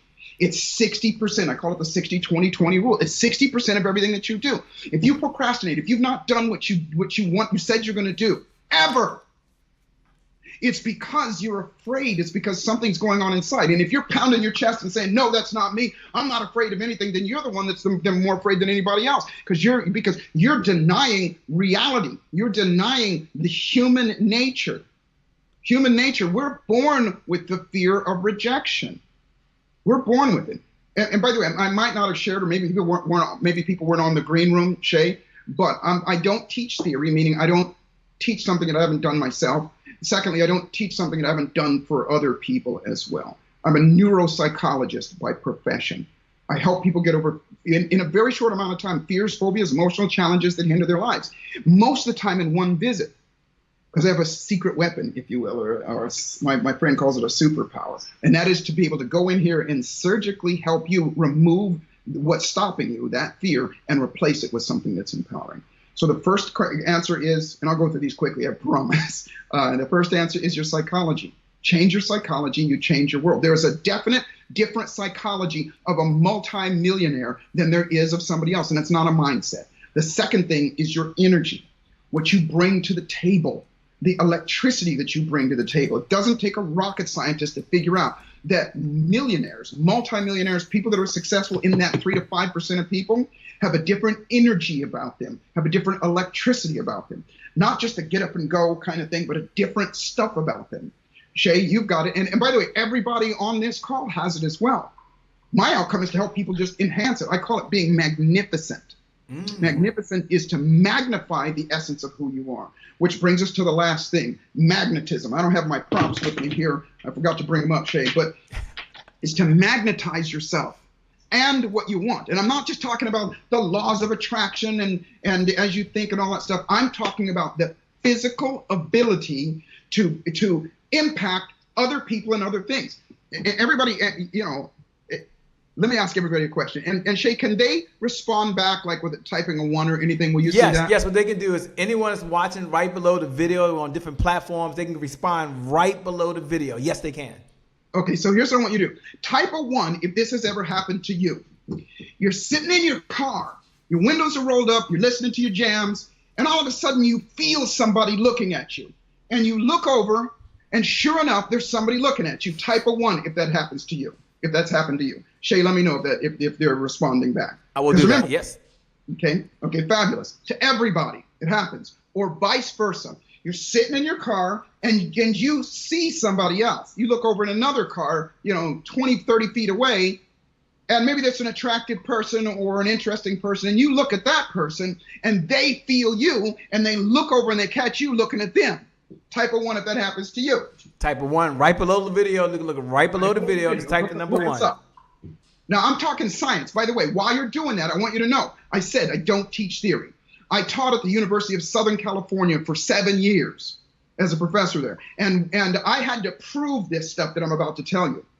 And what happened? And Joseph, just so you know, they're typing number 1. Haki says he has your book. He typed number 1. East Sullivan typed number 1. Karen Moore types number 1 right now. Paula DeBoss is out there, types number 1. Demetrius says number 1. Tabitha says number 1. Latasha says number 1. C. Marie, what's up, C. Marie Henderson, Karen Moore. So many folks are typing number 1. I can't get to all the names right now, but they're typing number 1. It has happened to them, Joseph. To all of us. So I'm talking science here. I'm not talking, unicorns and rainbows and crystals. I'm talking science, okay? Because that's what I'm all about. I can tell you what to do, but if I show you and I give you examples, I call it tell, show, try, do that. It's my teaching methodology. It's my methodology in helping people get something. I'm going to tell you about it. Then I'm going to give you an example like I'm giving you now. And then I'm going to give you something to try. And then you're going to do it and you get results. Because if you come in that fear of dogs, you're going to hold the dog at the end of that hour. But then when you leave there, I'm going to give you something that you can do so it fortifies everything in your life. Okay? I get excited about this. So here's how that works. When you put your attention and intention on anything, but in this case, another person, 4 things happen to you. Science. And don't take my word for it. Go online, go on YouTube, and look up Carillion photography. You'll see it. When you put your attention and intention on somebody, we're using somebody else for an example, but it works for everything. 4 things happen. Number 1, your electromagnetic energy grows. Your electromagnetic energy grows. You know, when we talk at the Comeback Champions Summit, Shay, I'm going to break this down to such a basic form that everybody's going to get it and do it. And Joseph, before you get the breaks it for them, for those folks that are watching, they got a question here. They're asking they host a watch party. The answer is yes. Joseph didn't make me give him a Cash App payment before we got started. He just had to Zelle him some money. He said, Shay, I'm here just to serve and add value today, which we're so humble. So here's how you can pay it forward. You can go ahead and hit the watch party button. You can hit the share button. Share it to your community, share it to your network, and when you share it, go ahead and put serve plus add value. Now is the time. Put now is the time. Hashtag Joseph McClendon. All right, back over to you, Joseph. But yes, you can share this out. It's okay to do that.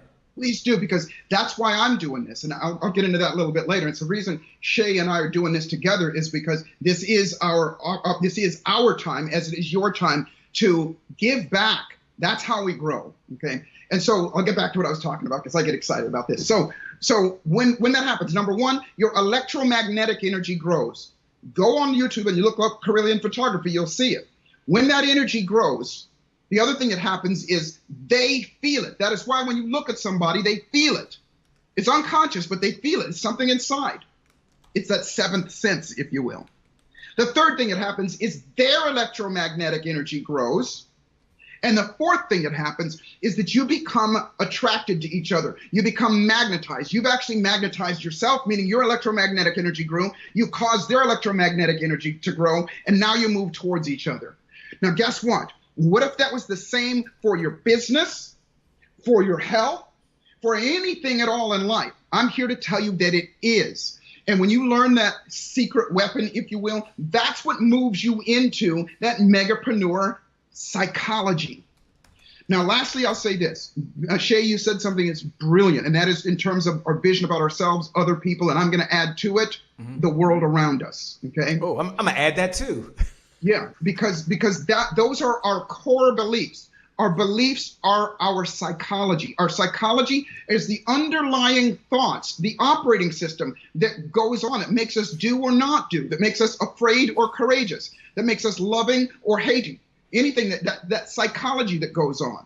Well, you don't know how that psychology got implanted in you. Some of us, and I'll just go ahead and say it. If you got black skin, it was implanted in you, and it was administered in a very sinister way for a long time and handed down through the ages. I will, unapologetically say that this: if you got black skin, then you have a psychological wound, and that beckons to be healed.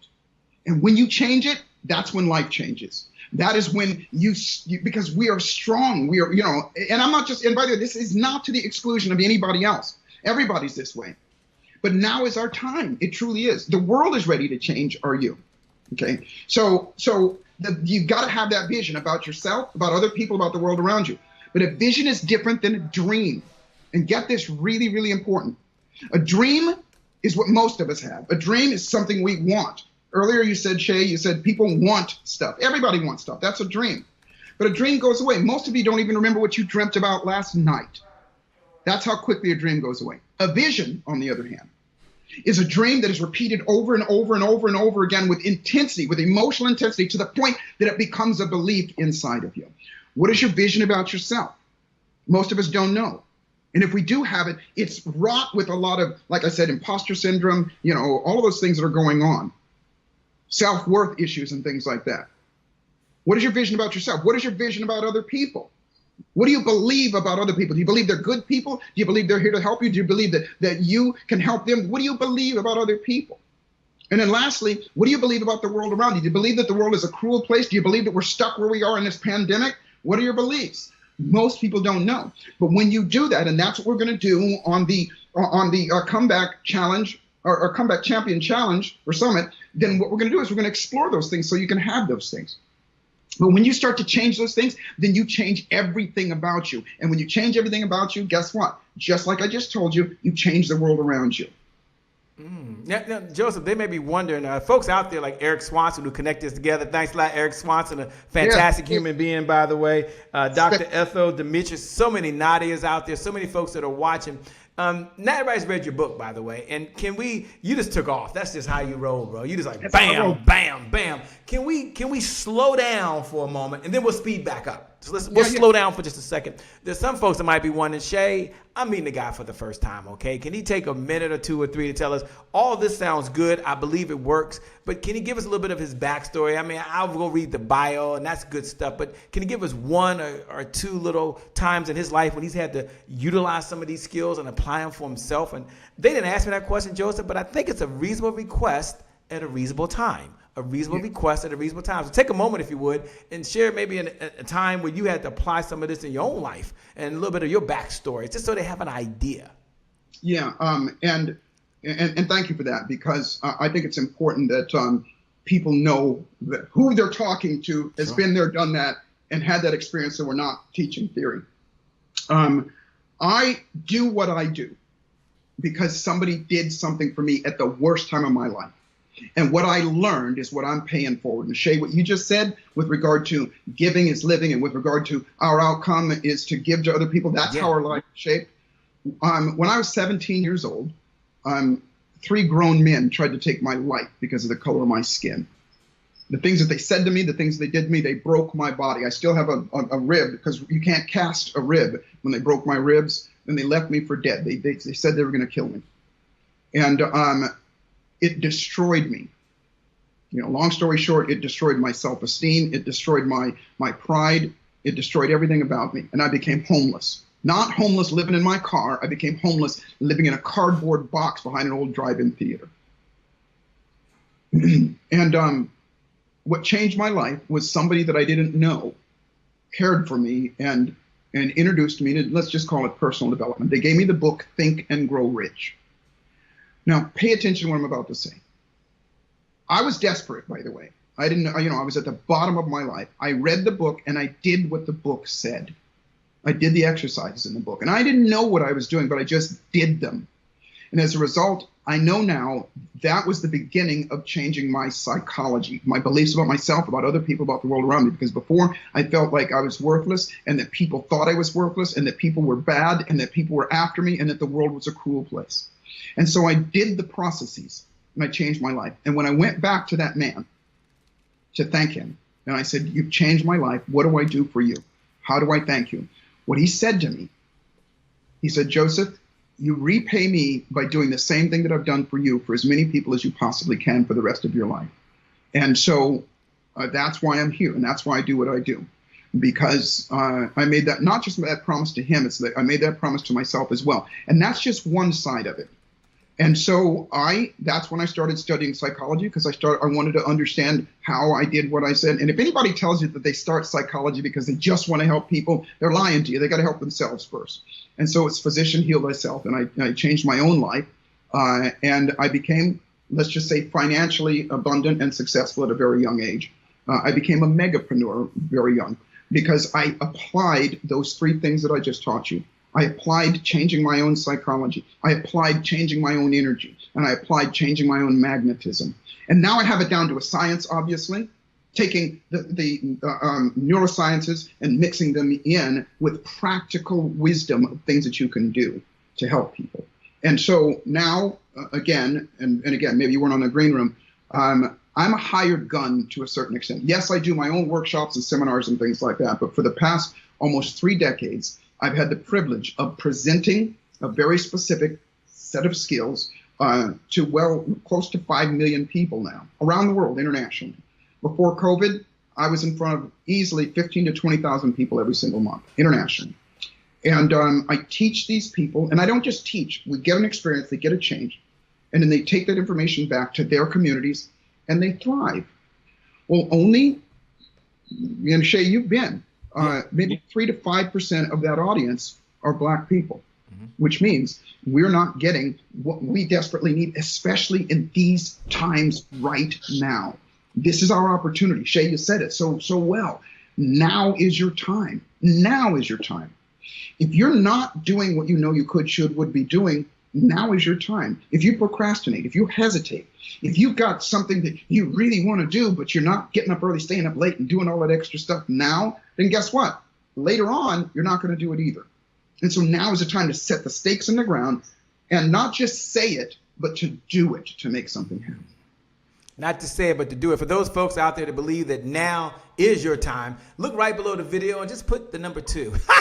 I took that from you, man. I like that. I like that. See, I like that idea. And so it gives you a chance. And Joseph, he's focused right now. He'll get a chance to go back in and look at the comments right below and so forth. But right now, he's present. He's here with you. But you look right below that video. And if you believe that now is my time, now is your time, just put the number 2. And that's the bat signal to everyone that's out there watching right now. That, yeah, not only is now my time, but now is the time. Now is the time. Now, when you first start off, you were talking about one of your methodologies, but I know you can only get in so much detail. We only got so much time, man. Gee whiz. But you started kind of giving us a teaser on this whole idea of tell, I think it's show, try, and do. Those are 3 words. So for those folks that are writing right below the video and you're putting number 2, like now is the time. And for all of you, hit the share button and the watch party button. We thank you. Without you, there is no show. So thank you for your time. We appreciate that. We know you can always make more money. We know that, but you can't make more time. So you give us the most precious resource. Joseph, I'm going to ask us to talk for a few minutes about this whole methodology that he has. Tell, show, try, do. Can you take a moment to unpackage that? And for those folks that are out there to hit number 2, you might want to write that right below the video. Tell, show, try, do. Hashtag, tag Joseph McClennan. Hashtag Joseph McClennan. Yeah. First off, write this down. And by the way, the reason I'm having you write, remember what the saying is that I made this up. Writing is inviting. If you don't, you won't. But here's what happens. When you write something down, you actually cause your brain to create new neural associations. You make connections. If you just say it, studies show that if you just learn something and you get some knowledge, you're going to forget it within 48 hours. But if you actively engage and you physically do something and write it down, then you boost that up to within that 48 hours, you're going to remember it. It can be a week to 2 weeks after that. And then if you actually apply it, then guess what? You get to have that lesson for a lifetime. So the tell is just the knowledge. It's just the knowledge. Everybody here, and I did it already. I'm doing it with you. I gave you the first 2 things. I told you in the very beginning, you see, I've got a teaching process, if you will, so that you don't just learn it, you know, and hey, that sounds great, because knowledge is not power, no matter what they say. Knowledge is not power. Type of 1, if you know somebody that is not as smart as you, that is not as talented as you, that is way more successful than you, type it. Go ahead, get out of your ego and type it. Okay? And it's generally not because they have more, or they're born with a silver spoon in your mouth. I told you I was homeless at one point. It's because they do more than you. They physically do more, they physically feel differently, and they physically attract and touch everything else around them differently. So knowledge is not power. Write this down. Process is progress. Process is progress.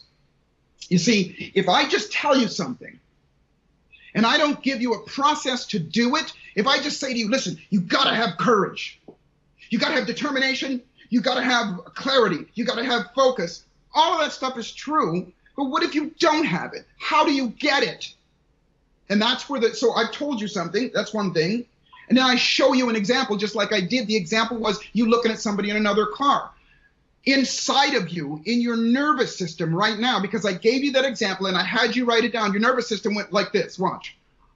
Aha. As soon as you do that, there's a physical movement. Your brain fires off something called dopamine. Not too technical about it, but your brain goes, let me lock that in further. So I showed you something, and then I give you something to try. And I'm going to give you at the latter of this call, but more specifically on the summit, I'm going to give you some specific things to do. But then I give you something to try so that you try it out and you get a result. And then I'm going to give you something to do to build that muscle so that the muscle becomes part of who you are, so that you show up every day and it's your default. It's your default to do more so that you have more. It's your default to default in that place of certainty, which is different than confidence, by the way. To default in that place of, you know what, I'm going to do it no matter what, and I'm excited about doing it. I'm going for it. As excited as you are about anything else in your life, you can be as excited about your ability to be wealthy. Oh, don't get me started. I love it. I think you were already started, man. I know we'll talk about that at the end, some ways they can stay in this conversation. We'll do that because we have something coming up, the Comeback Champions Summit. But before we do that, Joseph, we have a belief here. It's one of our core values.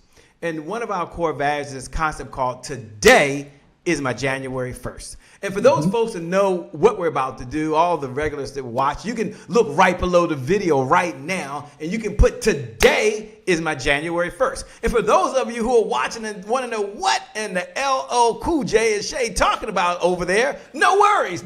I'll break it down for you. But today is my January 1st represents a do-over. It represents a fresh start. It represents that your past doesn't equal your future. We don't wait for the calendar date to say January 1st. We create a January 1st moment now. And I believe there are several thousand January 1st moments every single day. And anytime you can make a decision, that's a January 1st moment. And that decision could forever change the trajectory of your life. That's a January 1st moment. Okay, for example, you make a decision right now that you're either going to work out, because you got plenty of time, or you're going to sit back and binge watch, right? That's a January 1st moment. You make a decision that you're going to have hamburgers and French fries, salt and pepper. Some of you got to have some ketchup. I know you got to have the hot sauce. Or you go to the refrigerator. You open up the refrigerator, and inside the refrigerator, there's some kale. That sounds good, doesn't it? There's some Brussels sprouts. It gets a little bit better. As you know, there's that spinach. That's a January 1st moment. So the January 1st moment is a fresh start. As my father would always say, Marshall Brown, who's no longer here, passed away May 2nd, 2017. He would say, Jay, your future is spotless. You get to create it. So Joseph, my question to you, now that they're writing today is my January 1st, and as they're doing this like Morris is doing it, and Paula is doing it, and Esther is doing it, and Chrissy is doing it, and so many of you hit the like button, hit the watch button. But my question to you, Joseph, is when you hear those words, today is my January 1st, what goes to your mind, man? What do you hear? I hear a couple things. First off, I think that's brilliant, absolutely brilliant. For everybody to get that on your mind, because where you look is where you go. I say, and I believe that every day is our January 1st. Our January 1st to not just make a decision, but make a commitment and a resolve. Okay? Decision, we all make a decision and we do something in that moment, but that decision has got to carry through tomorrow, the next day, the next day, the next day, the next day. And that's called resolve, called commitments and resolves. And so to me, my January 1st gets started every day that I wake up, and whatever I do first thing in the morning, whatever I choose to do first thing in the morning, I set the stakes in the ground and I go, God, thank you for another one of these beautiful days. And this is what we're going to do today. I don't ask, what am I going to do today? I say, this is what I'm going to do today, which makes my brain look for those things to do. And then I go through certain processes that reinstill it in myself so that I have, watch this. Here's the difference. I don't have motivation. I have pull. And this is the difference. This is what you want. You don't want to just be motivated, because that takes too much energy and too much time to maintain every single day. You want something that pulls you towards your reasons why. Let me give you just really, really quick example. And you'll hear me say this again at another time. There's a house, and the house is surrounded by a moat full of water. And in that water are alligators, crocodiles, sharks, piranhas, snakes, tarantulas, lizards. It's horrible. Around the outside of that lake, or that moat, is a chain link fence. It's an electric fence with barbed wire on it. You touch it, you die. Inside the house, there's laying on one of the beds, there's a $10 bill. And I say to you, you and I are standing outside the fence, and I say to you, if you go in that house, you can have that $10. Type a 1 if you go in that house. If you risk getting electrocuted to death, the snakes, the sharks, all that stuff, type a 1 if you would do it. Now, just because of time, I'm seeing nobody's typing a 1, okay? Because it's only $10. But watch this. If the same situation, you and I are standing outside that fence, same house, but inside the house, asleep in the bed, is the person that you love the most in life. Your mother, your father, your sister, your brother, your child, anybody, your wife, your husband. The person that you love the most in life is asleep in that bed, and the house is on fire. And I say to you, if you don't get in that house, they will burn to death and die. Type a 1 if you get in the house now. Now, just because of time, I know you're typing a 1 because you do it. Get this and remember this for the rest of your life. It's because you have pull. You have a reason why to do it. You would fight me. You'd dig under the fence. You'd find a way. You may even die trying, but you would do whatever it takes because you're pulled towards it. The biggest difference that I get to help people find within themselves and instill inside themselves is that pull to erase the generational wounds that we've had, to erase the generational psychology that we've had that has held us back. And that doesn't matter the color of your skin. Everybody has it. But in this case, obviously, I'm talking to, people who know more than anybody else. The oldest story in the book is not the comeback story. The oldest story in the book is the hero story from slavery to freedom. And there's no other race on the planet that exemplifies it more than us. Now is our time. Now is your time. And again, this is for everybody because if you've got skin, period, this applies to everybody. But I especially want you to get it that this is your time. And so when I say pull, what pulls me towards it, I say every day I wake up and because I've generated it in myself, that I wake up with the pull. You don't have to tell me to get out of bed. You don't have to tell me to go do what I need to do. I had so much pull in doing this call today with you, Shay, and I thank you again. I thank everybody else. I couldn't sleep last night. And I went to sleep and I got up in the morning because that's the way my brain works. That's the way my psychology works, and I want that for you as well. When that happens, everything changes around you. Wow. Well, Joseph, you've heard this concept, and they may be curious. You shared so many moments. What was a January 1st moment for you?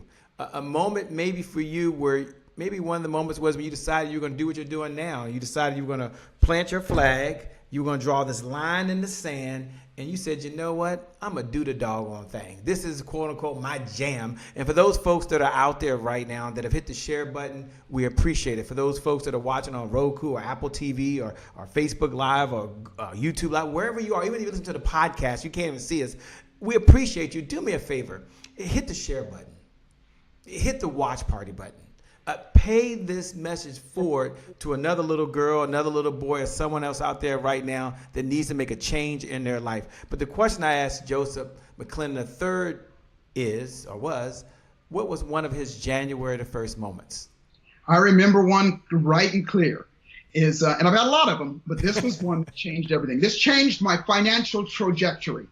And that is the day I sat there and I'm thinking, I want to be rich. I want to have money. I want to buy a nice car. I didn't have a car. I want to buy all this stuff. And I thought to myself, well, you don't have jack.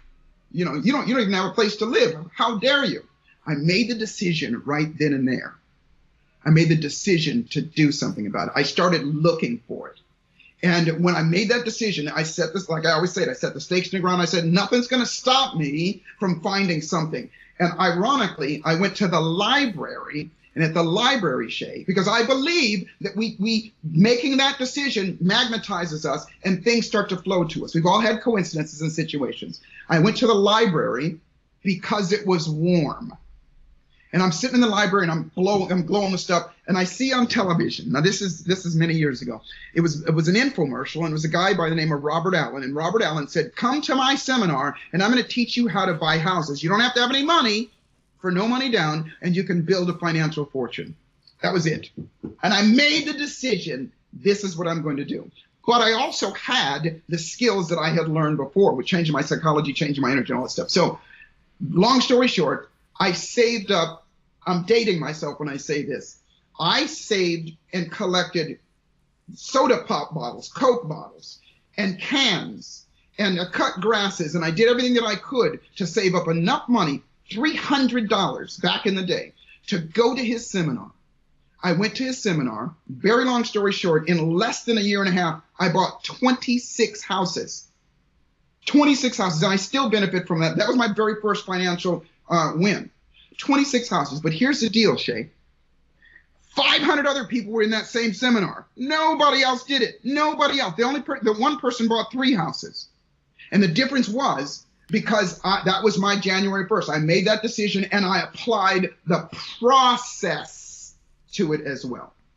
Not just one of them. I got a bunch of them. Nah, I love it, man. You probably heard this before. Sometimes there's truth inside of truisms, but one of the truths out there is consistency is the key. Consistency is the key. Consistency is the key. And having said that, what do most people struggle with most? Well, they struggle with consistency. And there's some folks, they're excited right now, like they were back on December 31st, and they're writing down, now is the time, now is the time. And you ask them today what their New Year's resolutions is, and my hand is up sometimes as well. They can't remember them. My question to you, Joseph, is what do you share with your clients, and what do you do in order to be consistent, or as my good friend George Frazier would say, hashtag stay the course?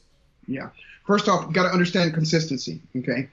Consistency is a feeling. It's an emotion. Everything that we do is controlled by our emotions. But you've got to ask the question, what controls our emotions? And it's simple. It's our thoughts. It's top down. As we think, so we feel. As we feel, so we do. And so you have to learn the psychology and the skill of getting yourself to feel consistent. Because here's what happens. And you can use technology as well. We all intend on doing it again tomorrow. You go to the gym and you go tomorrow, you work out and you go, tomorrow I got to go to the gym, tomorrow I got to go to the gym. Well, one of two things happens. We get distracted, or even when we got to do it, we talk ourselves out of it and we procrastinate and hesitate. Okay. You got to learn the skill of interrupting that pattern and replacing that pattern with something that gives you that pull. And when you have that, then you have the skill of being consistent. The skill of being consistent. Most people think of consistency means I just got to do it every day. I got to do it every day. Well, what if you don't have that skill? What if you have a history of procrastinating? What if you have, you asked me this question before offline, Shay, and you said there's the housewife out there, or the mother or the father, the single mother or father that's out there that's got children, that has, a job, that has, soccer practice, and now we're all homeschooling, and now we got all this stuff, and we're trying to start a business as well. It's maddening. It's overwhelming. Well, guess what? Overwhelming is a psychology as well. And there's processes for getting out. As a matter of fact, can I give the skill of getting out of? Yes, please do. Yes. So I want you to write these down. Overwhelm. Okay. Mm-hmm. And by the way, these, I'm just brushing the surface of it now. I got so much that I can share with you. Overwhelm is, let's get clear on what it is first. Having too many emotionally charged tasks inside your head. Write it down. Too many emotionally charged tasks inside your head. I got to go to soccer practice, and you're emotional about it. And the emotion is not a good emotion. It's not like you're going, I get to go to soccer practice and watch my kid and 150 other kids waste time while I still got to do this. You're not doing that. You've got emotion about it, and it's not great emotion. You got to, your business, you got all that stuff. Okay. So the trick to it is, number one, get it out of your head. Okay. Because remember, it's top down. As you think, so you feel, so you feel, so you do, so you do, so you have. And so you got to get it out of your head. Number one, write it down. What that means is list everything you have to do. List everything that's in your head. As soon as you do that, two things happen. Number one, psychologically and unconsciously, you get it off your mind, and now it's on a piece of paper. It's somewhere else. Okay? It's out of your mind. If it's out of your mind, then guess what? You don't have that same fear, that same feeling about it. It's sitting in front of your page. The other thing is it gives you the opportunity to do step number 2. Prioritize that list. Which is the most important? Not which is the one I'm going to do next, just which is the most important. Because here's what happens. Remember when I said that why that pulls you? You get to look at it and you go, oh, this is why. I love my child, you know, and this is going to help my child. And in the moment, guess what happens to your overwhelm? It reduces. Okay, you feel better from something that you had stress about. Now you have cortisol, and so now you have dopamine release, which makes you feel good. The third thing is to take action on one of those things, the one that you can do now. The one that you can do now. If you can't, you got to take the kids to the soccer practice at 5 o'clock. Well, what can you do now? And then number 4, here's the one that all of you achievers. First off, type of 1 if you consider yourself an achiever. Type of 1. An achiever is just somebody who wants more than other people, okay? And you probably achieve more, okay? And this is the last thing, and this is the achiever's fatal flaw. And that is this. You're so damn hard on yourself. Even when you're successful at something, you go, I could have done it better. I should have done it better. You beat yourselves up like crazy. That's like scolding the baby because it didn't get the word right the very first time it spoke. Your nervous system wants praise. Your nervous system wants you to give it up to you. So when you've gone through that list and you start to do something, go, hey, I did it. Pat yourself on the back. Do whatever it takes. Sorry about this. That's cool. There's no worries. Not a big deal. Yeah. Pat yourself on the back. Do whatever. Praise yourself. Make yourself feel good. Go to the mirror. Look yourself in the eyes and say, I love you. You're amazing. As stupid as that sounds, guess what? It makes your brain start to do the number one thing that you need to believe. And that is that you got your back. That you love you.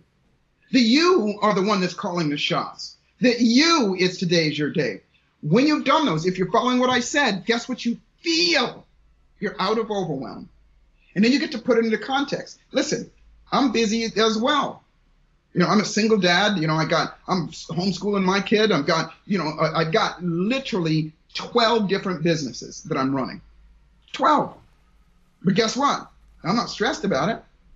And I said there's 4 things. The fifth benefit from doing that is you build the consistency of defaulting to the word I want to use is defaulting to joy. To joy. Because when you've done those things, guess what happens? Is that, you get to look at the reality. And the reality is this. Thank God you got all those things to do. There's people out there that don't have any of that stuff to do. And their life, they look at your life and your life is a dream for them. And most of us are stressed over it. So it allows you to default to joy and to be thankful for what you have. God put us all here to be thankful, to be grateful for what we have, not to bitch about what we don't have. That just puts more of it in there. And so that simple tool, I'm telling you now, do this and life starts to change for you.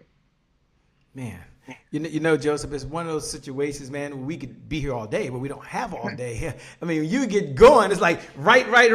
I'm typing as fast as I write as possible as I can and taking notes. Hopefully, many of you are taking notes out there. You can see I got my computer here and I'm taking as many notes as possible. Joseph, quickly, why do you continue to do this, man? I'm just curious. I mean, you're pouring your heart out. It's been a pleasure working with you. I'm looking forward to the exciting things we're doing together. But I'm curious of 2 questions. One, why do you still do programs like this, man, when you don't have to? You could be doing a lot of other things with your time. Yeah, because it's called legacy now. What that means is that those of us that dare to dream while the rest of the world is having a nightmare, we're not only going to get the things that we want and build that abundance for ourselves, but the greatest part about it is that we are going to become the shining examples for others to model, for other people that don't have that, even the drive that you have right now, that they get to look at you and they can go, wow, they did it and I can do it as well. And so that is my biggest driver right now. And it always has been since I told you before. I was raised that way. My mom had us going door to door collecting money for Children's Hospital and things like that. So it's in my blood. But the biggest reason why is because legacy. I'm leaving a son on this planet, and my goal is I'm always going to do my promises that I made to the gentleman that helped me, to my parents, to all the things, to be that kind of person that other people get to go, he did it and I can do it. That's number one. And then number two, be that kind of person that encourages other people to step up and do it for other people as well. Right now, the world needs leaders, big time. And a leader doesn't just mean, somebody that does what I do or you, Shay, gets in front of people and tells that. A leader is somebody that goes there first with compassion, with empathy, and brings others along with them. You're a leader in your own home. You're a leader in your own community. You're a leader as soon as you do something and you pay it forward, you give it to somebody else. Lastly, I'll say this. Physician, heal thyself. And what that means is don't teach theory. At the risk of sounding arrogant, I've become very successful in a megapreneur in 5 areas. I told you one was real estate, next was music, next was being an author, next was being a speaker, and then lastly was in business. I did a network marketing business. The company is irrelevant, but all of those things, I'm a megapreneur. And I'm saying that not to brag or to boast, but that's what I want for you as well. That because I have a multi-millionaire megapreneur mindset, or excuse me, psychology. And that can't be taken away from you. Once you have the skill, once you have the tool, it is something that you carry with you for the rest of your life.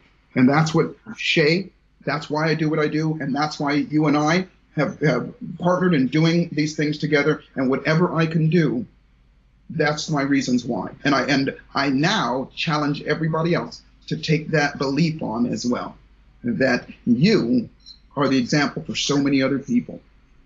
Yeah, that's powerful, man. Thanks a lot. We're coming down the home stretch, and folks might be asking. We'll talk about comebackchampionsummit.com. That's something we'll get to at another time, maybe. But and it's very important to some of you that might not know. Joseph will be speaking at the comebackchampionsummit.com. Again, comebackchampionsummit.com. You can head over to that website, comebackchampionsummit.com, and some very special things that are going to go on there. Here's the good news. You don't need a credit card.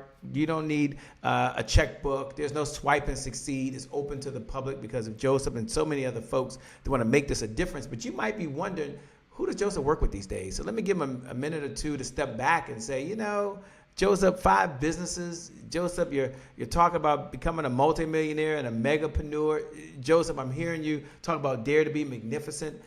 Joseph, just for folks that are watching that might be curious, like, all right, what type of clients is Joseph even looking for these days? Since you work with stars already and so many folks. So take a moment to tell them kind of what you're up to, man, what you're looking to do. Well, I'm looking to do exactly what I'm doing right now. The people that I've had the privilege of working with, are, like you said, some of them I can tell you their names, some of them I can't. One of my dear friends is Forrest Whitaker. I worked with him for a little while.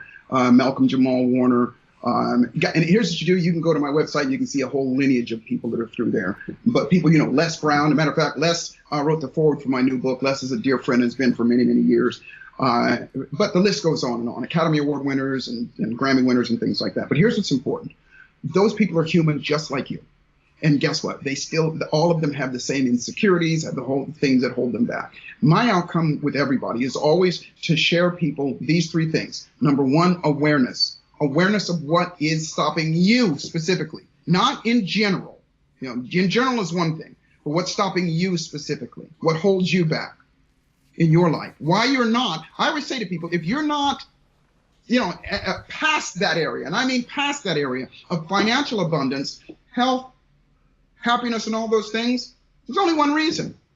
It's here. It's because you're afraid. It's because you're not doing anything. You can blame everybody else. You can blame everything else around. But I'm living proof. Shay is living proof. And there's lots of living proof all the way around. And all you got to do is learn how they did it, change those things. And most of us don't even know, Shay. Most don't know what happened to us to do that. But I will say this. Whatever you are in your life right now, if you're listening to me right now, you're listening to us right now, keep doing this. Shay, you said you're going to talk about the summit a little bit later. Yeah. I get a summit. We're going to come down the home stretch, but one question I asked everybody, and Eric sent me a note, Tabitha sent me a note, and said, tell them something about your dad, the story with your dad, the story, the lesson I guess you learned from your dad. And they say, ask him about his father, the story from his father. And I'm like, okay. So before we close out, I don't know what the story is, by the way, Eric. They keep sending me these notes, by the way. So I'm going to ask you, I guess there's a story about your dad, maybe a lesson or something about your father. tell the story about his father. That's what they say. It is what my new book is about. And by the way, Les called me up and said, Joseph, I need you to write another book. This is my 7th book. I want to write another book. I got stuff to do. But because Les Brown asked me, if you don't know who Les Brown is, you got to check him out. He's an amazing, amazing man, motivational speaker for, he's the reason why I went down that path. I'm going to talk about that later. So my new book is about my father. My father passed away in 17, just like yours did. And my dad was a true patriot. My father enlisted in the Army when he was 17 years old, lied about his age because he wanted to serve his country.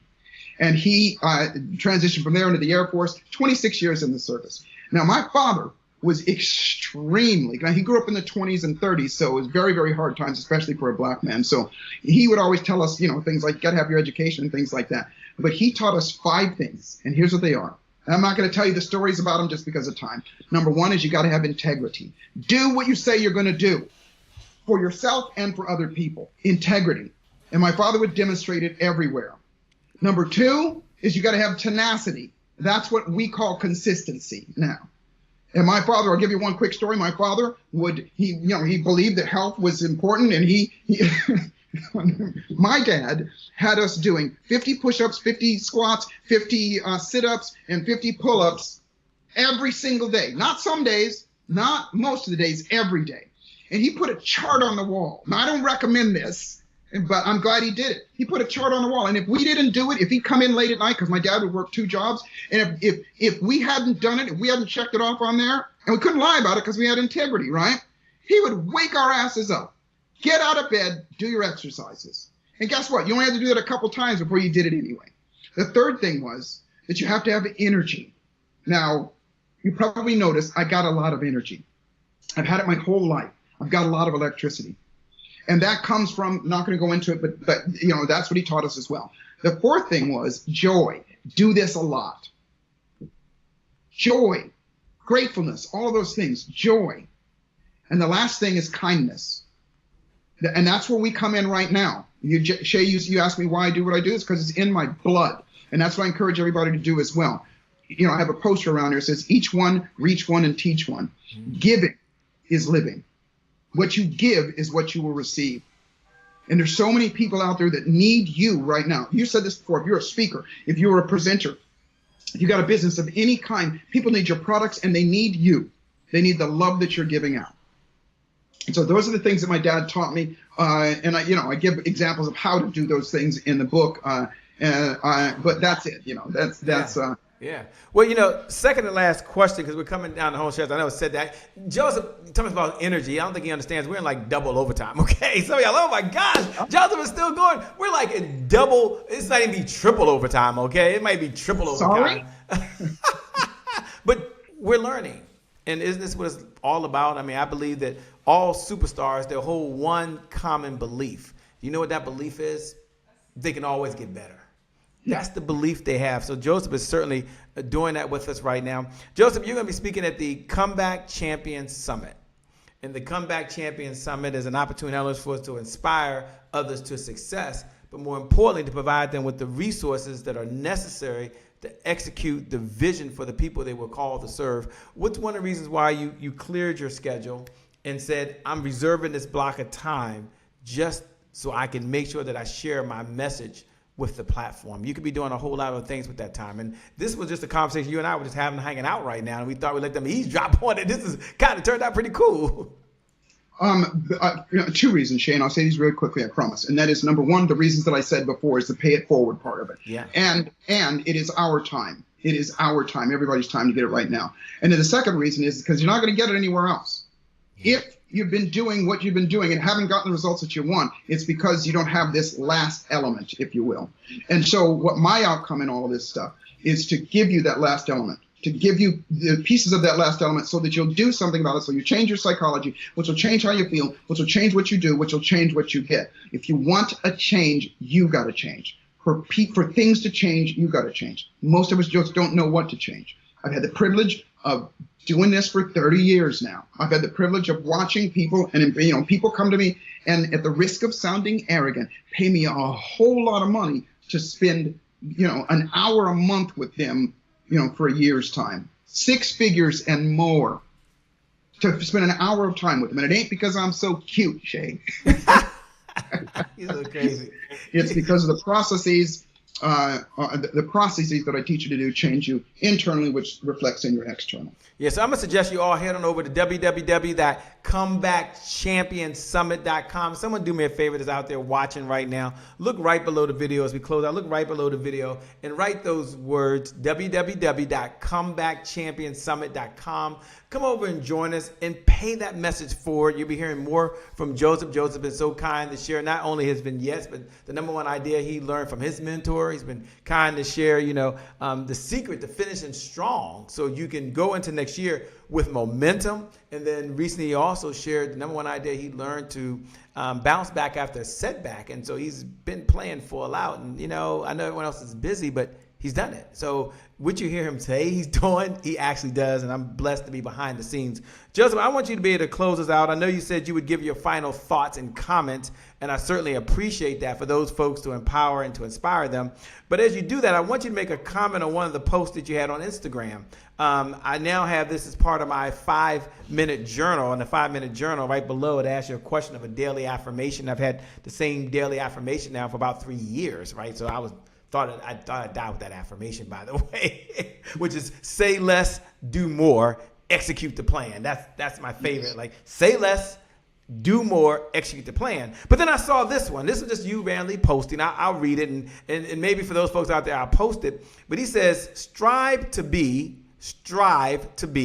the hardest worker in the room, the best attitude in the room, the most focused in the room, the happiest in the room, the most optimistic in the room. You might not always be that person, but if you make that your target, you will be even more amazing than you already are, man.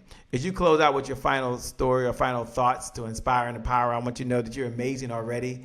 You're incredible. It's been an honor and a privilege, a treat and a treasure to have you here on the Happy Entrepreneur Show, but more importantly, to have you connected on the comebackchampionsummit.com. But over and beyond that, the behind the scenes and the conversations that we're able to have has helped me to grow immensely. And you don't know how much impact that's had for me in just the short time that we have to work together with so much more of a long journey to go, man. So I'm excited, super pumped and fired up and can't wait to get going. So with that being said, thanks a lot again. I'm going to turn it over to you to have your final thoughts and comments, man.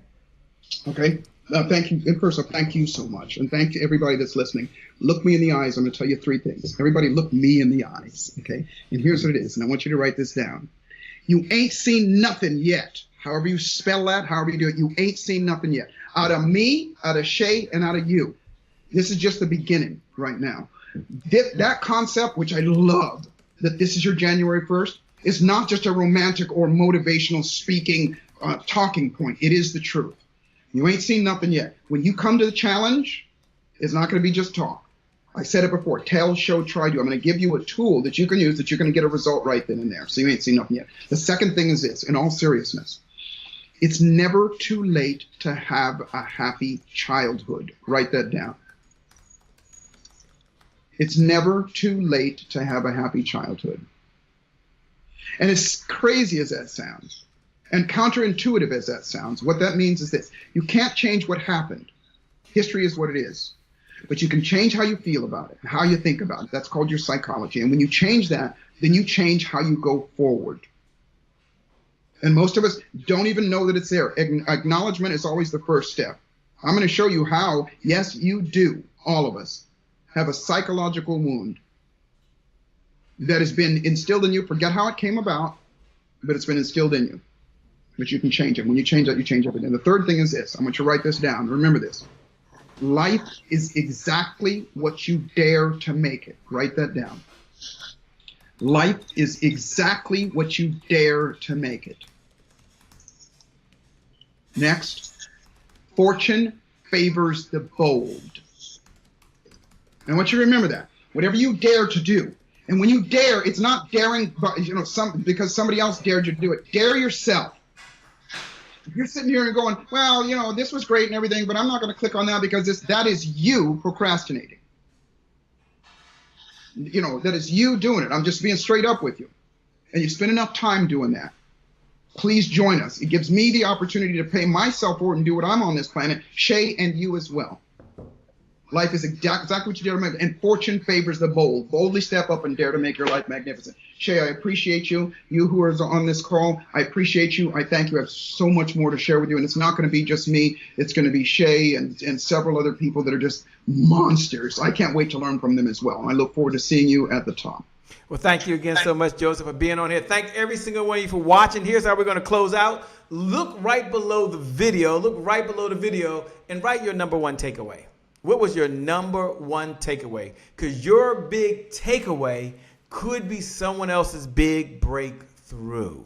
So you look below the video, you look right below the video, and you write your number one takeaway. Because your big takeaway could be someone else's big breakthrough. And isn't that what it's all about? So don't hold it to yourself. We thank you for joining. If you haven't hit the share button, hit the share button. If you haven't hit the watch party button, hit the watch party button. If you haven't hit the like button, like. If you haven't followed us, follow us, and we will follow you back, because this is your time. This is your moment. And today is your January 1st. You're going to get that business up and going. Today is your January 1st. You will become a megapreneur. And today is your January 1st, because you will tell, you will show, you will try, but more importantly, we're going to do the doggone thing. So with that being said, for those folks who want to know who's doing all that yelling, my name, by the way, is Shay Brown, the Happy Entrepreneur. Make it a great day, everyone. And I promise you from the bottom of my heart, we'll make some good things out. We connect again next time. Remember this. Remember this. Time is long. Life, on the other hand, is very, very short. You got to live in the moment, and you got to make it count. God bless, and we wish you success. Peace. We out of here. Leave a comment below. Let us know your takeaway. Hit the like button, and we'll see you on the other side. Joseph, thanks a lot, my brother. You rock. We'll see y'all again soon. Bye-bye.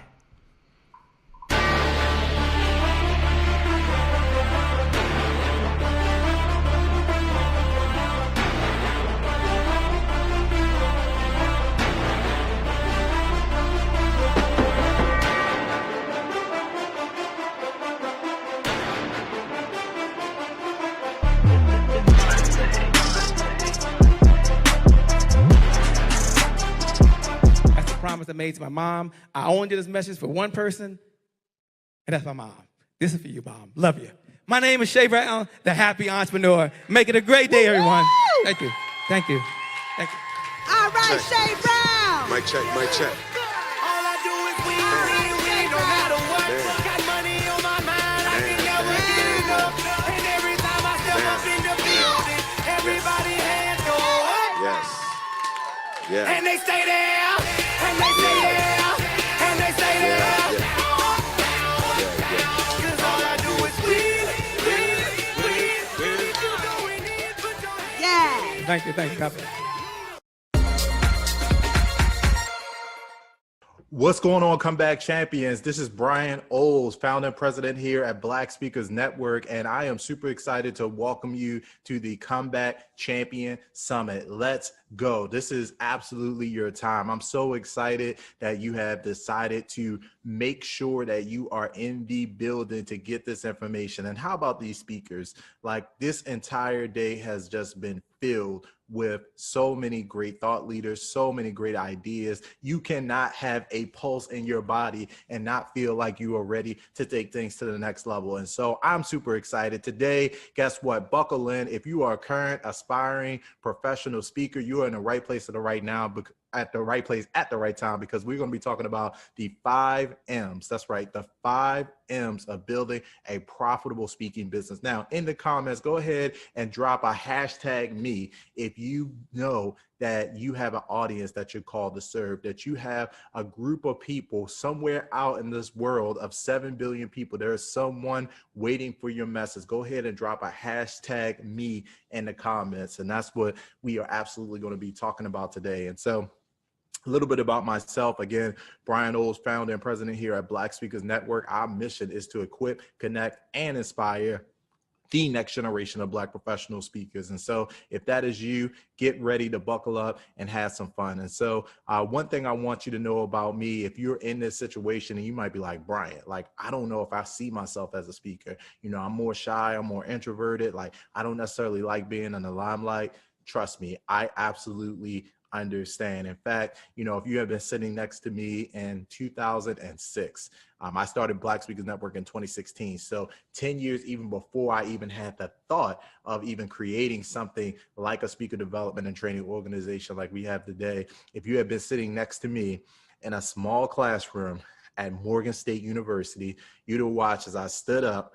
walked to the front of the room and prepared to deliver my very first speech in Toastmasters. Now, if you are familiar with Toastmasters, or if you've been to a Toastmasters meeting, some of you may already be veteran Toastmasters members, go ahead and drop a hashtag TM in the comments, hashtag Toastmasters. And so for those that aren't familiar, Toastmasters is an organization that focuses on helping you develop your public speaking skills. So this primarily for people who are, you know, you're practicing how to create an effective opening, a body, a conclusion. You're in there practicing vocal varieties, hand gestures, but I wasn't practicing any of this. This was my very first presentation. And actually it was one of the very first meetings. And so I was nervous. I was scared. In fact, if you've been sitting in that first row, you probably would have noticed a couple things. You definitely would have noticed, Shay, my sweaty palms. You started to see a pool of sweat forming around my feet. You absolutely would have noticed my shaking voice as it started to crack under the weight of my first few words in my presentation. And if somehow, champions, if you missed all of that, you certainly would have noticed I had this nervous habit of pacing back and forth. You know, drop me in the comments if you deliver a presentation. You know, we all have something where we're trying to get rid of that nervous energy. For me, it was pacing. And so I'm going to the left of the room, I'm going to the right of the room, I'm going to the left of the room. I don't know who did it, but someone, champions, someone made the mistake of actually leaving the classroom door open. And at one point, the door was wide open. I almost walked out of the room. I had a Nigerian friend. His name is Deepo Adesina. He was in the back of the room. He's trying to wave me back in and make sure that I come back into the room. And so all this is happening. Mind you, this is a 4-minute speech. This is not a long presentation, but all this stuff is happening. And that was just what was happening on the outside, guys. What was happening, if you had an X-ray, if you're able to see inside what's happening in my body, whole different story. Because you all know, you heard the phrase, you know, when you're nervous about anything, doesn't matter if it's a presentation, doesn't matter if it's an interview, doesn't matter if you're asking somebody on a date, you all have that, we all have that same feeling. And we refer to it here in the US as, you know, butterflies, right? You have the butterflies flying around in your stomach. Champions, here's what I want you to know. In my particular case, I didn't just have like a casual, mild case of the butterflies. These weren't the Discovery Channel, majestic monarch butterflies that you see floating around on TV. No, these were the Hannibal Lecter style butterflies. They were crashing into each other, trying to escape. And so all of this is happening. I eventually somehow made it to my end of my presentation, champions, made it all the way to the end of the presentation. And I immediately noticed 3 things. Number one, I was still alive. That made me feel good because I was convinced. I had my life insurance paid up. I just thought I was going to die on the spot, but didn't happen. I was still alive. Made my way to my seat. I noticed that everyone in the room was clapping. And it made me feel good, Shay. Like everyone in the room gave me a round of applause and some actually stood up. It was a standing ovation. Now, for those of you that dropped the hashtag TM, those of you that have been in Toastmasters, been a part of Toastmasters, you know, you start to figure out pretty quickly. Toastmasters, you know, we pretty much clap for everything. Like if you bring your lunch to the meeting, you're probably going to get a round of applause. That's just what we do. But it made me feel really good at the time and it gave me the motivation to continue. But the third thing, and this is the most important, champions, as you're planning your comeback experience, as you're thinking about your comeback season, as you're trying to figure out how to take all the tools, the resources, the knowledge, the information that have been dropped in this 5-day virtual summit, this is the most important thing that I realize. And this is the most important thing that you're going to have to think about in your business, regardless of where you are on your speaking journey. I said, if I could deliver one presentation and survive, despite the sweaty palms, the shaking voice, almost walking out of the room, the butterflies flying around. If I could survive one presentation, I could deliver two.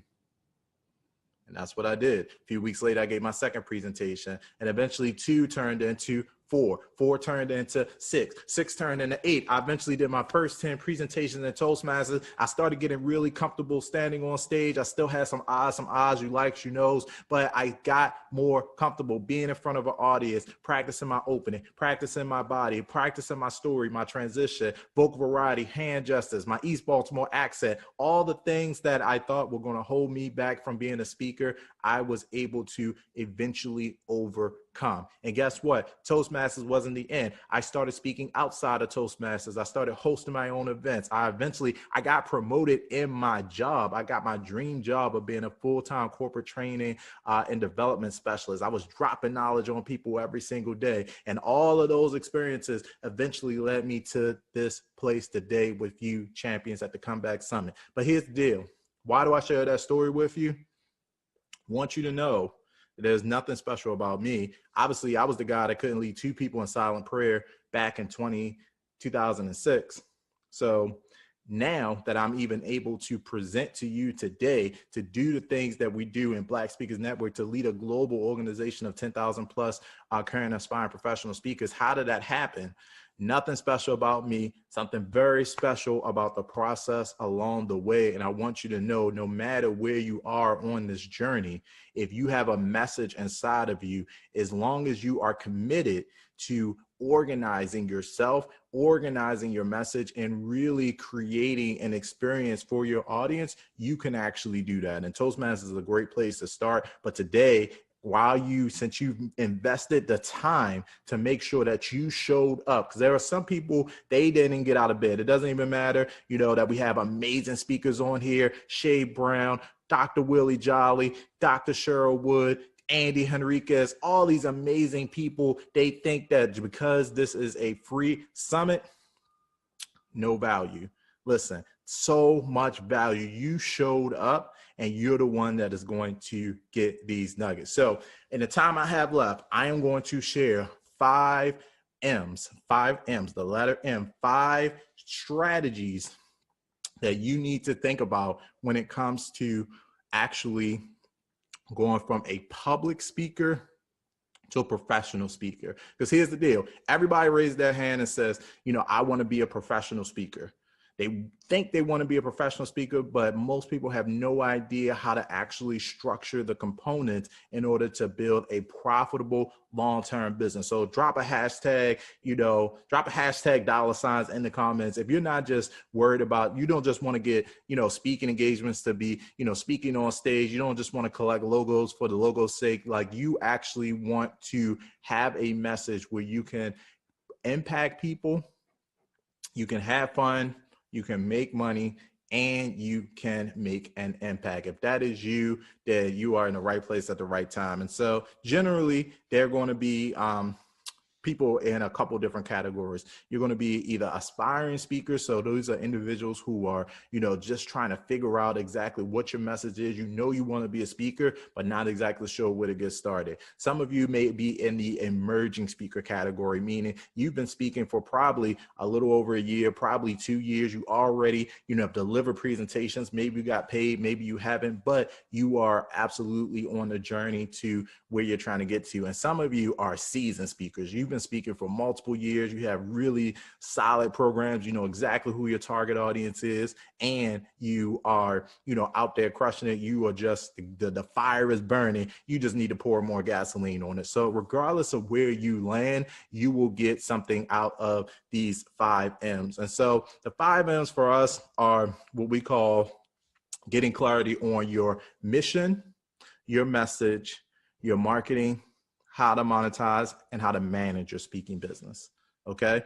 Mission, message, marketing, how to monetize, and how to manage the speaking business. Now, each of these 5 M's are absolutely critical in terms of building, again, a healthy, if you're just wanting to speak As a hobby, you're not worried about getting paid. You're not really worried about building a long-term sustainable business. You don't have to listen to any of this. But if you're like, hey, I absolutely know that I want to be a speaker, or you're already a speaker and you're like, hey, this is absolutely something I want to master, then these 5 M's are critical, because most people just say, hey, I want to get more speaking opportunities, but have no idea how to get there. And it starts with the first M, which is your mission.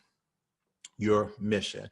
Guys, listen, comeback champions, you absolutely have to get clarity on your mission as a speaker. What does that mean? Well, we teach a model called the speaker sweet spot. And so, as you are starting your business, this is something that a lot of speakers miss over it. But again, because you invested in the Comeback Summit, I want to make sure that you get it. And so the very first M, what you need to focus on is the intersection of 3 areas. One is your passion. Again, the thing that you are absolutely passionate about. This isn't something that you're just excited about now. Maybe you're not excited about it next week. No, you need to get clear on what is your passion. What is your life's work? What has life been leaving you clues about since you've been a little kid that has made you the person that you are today? Like, what is that passion space that you want to operate in? The second area is your expertise, your knowledge. Like, what results have you created in your life that other people look at you and like, wow, teach me how to do that. Teach me how to do that. And are willing to actually, learn. Like you've thought about how you did that for yourself, and now you can create a process to create that for other people. So in other words, you're solving a specific problem and you're creating a process on how to solve that problem. And so you got to have your passion, you got to have your expertise. And then the last piece of the puzzle for creating and identifying your mission is market demand. A lot of speakers skip over this market demand, which is, what are people actually looking for in the marketplace? What are people going to exchange money for to solve an actual problem? And so these are the things that are absolutely critical. And you can find out if there's a market for something if, there are already, books created on the subject. There's already, things in the marketplace. My favorite example is fitness. Like, fitness has been around for, like literally hundreds of years. People have been trying to, get in shape, but we all know the secret to getting in shape. You need to move more and eat less. That's pretty much it. Yet billions and billions of dollars are spent every single year trying to get people to get in shape. Why? Because, not every approach is going to work for every single person, and different people like different things. And so you need to think about, what is your unique approach? It's not enough to just be a leadership speaker. It's not enough just to be a youth development speaker. It's not enough just to be like a financial education speaker. You have to have something where you are specifically helping other people step into your process and solve a specific problem. And so that is your mission. Spent the most time there because I truly believe that, most speakers kind of skip over the mission and they want to go right to monetize. They want to go right to the stage. But if you don't know exactly who you serve, why you serve that audience, and the unique value, you will struggle as a speaker. You absolutely will, because if somebody experiences you, whether it's on your website, whether it's on your social media, when they hear you speak on a podcast, when they hear you speak live in person, when they encounter your brand, however that happens, they need to see themselves in your brand. They need to see themselves. So that's mission. We can roll through the next 4 because I think they're pretty easy and self-explanatory. The next M is, once you have your mission down, you obviously need to develop your message. You need a signature keynote presentation. You need a signature story. And my man, Andy Henriquez, I know he's already lit up the Comeback Summit stage. And so if you haven't heard the message from Andy Henriquez, if you haven't already checked out the Master Storytelling Academy, I'm going to encourage you to do that. I'm not going to sit here and teach storytelling. It is an entire lesson in and of itself, but you're going to have some type of signature story, something that you're telling over and over and over again. In the beginning of this presentation, I didn't start with, all these different, accolades and things you don't care about. I started with my signature story. If you've been sitting next to me in a small classroom in 2016, you'd have watched that I stood up, walked to the front of the room, and prepared to deliver my very first speech in Toastmasters. That's a hook. That's a story that I tell over and over and over again. So you have to have some type of signature message. The third M is marketing. Lots of speakers drop the ball with their marketing. And so from a marketing perspective, at a minimum, you're going to need a couple things. You're going to need a professional speaker bio, like a short bio and a long bio. You're going to need, and when I say professional, I mean, it's something that you didn't write. You can start it, but you have somebody else editing for your behalf. It should be written to highlight the most compelling things about you as a speaker. You're going to need a professional headshot, not just one headshot. You're going to need multiple professional photos, because the very first thing that a meeting planner, even a podcast, is going to ask you for is a professional headshot. And if you send them a selfie that you took in the car, it ain't going to work out well for you. So make sure you have your professional headshots. Once you have those in place, you want to make sure you have some type of web presence. A professional website is ideal. It doesn't have to be, you know, the best website ever built, but it needs to be functional.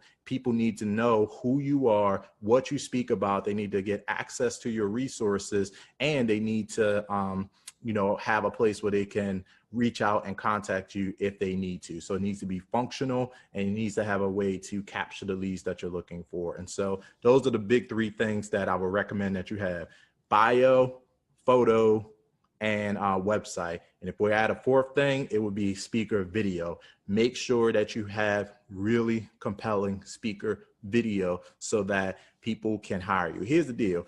Business is business. People are going to do business with people they know, like, and trust. Most of the speakers in Black Speakers Network that we talk to find their speaking opportunities from, you guessed it, other speaking opportunities. And so if that is you, obviously you want to be working with meeting planners, getting your referrals up. But if people haven't seen you speak before, whether it's live or something pre-recorded, it's going to be very difficult to convince them that you're the ideal person for their audience. So that's marketing basics. Fourth is monetize. Monetize, monetize, monetize. I can't tell you how many speakers get stuck at this level because they think that the only way to monetize yourself as a speaker is to charge for your presentation. And obviously that's one way. I think you should have a fee schedule. You should know how much you're charging for your presentation, whether you're doing a keynote, a half-day training, a seminar, a workshop, whatever it is, you should know your number. But don't forget that you need to be developing other products and services that you can sell from the stage, or that you can engage your audience with after your presentation. So we're talking about consulting services, coaching services, one-on-ones, VIP days, courses, membership websites, books, audiobooks, digital downloads, all the different things that you could actually use to continue to serve your audience long after you leave stage. It's not just about getting a check for a keynote. Stop getting stuck in, I'm not speaking unless I get paid. That is broke speaker mentality. Every time that you speak, you should have a way to monetize.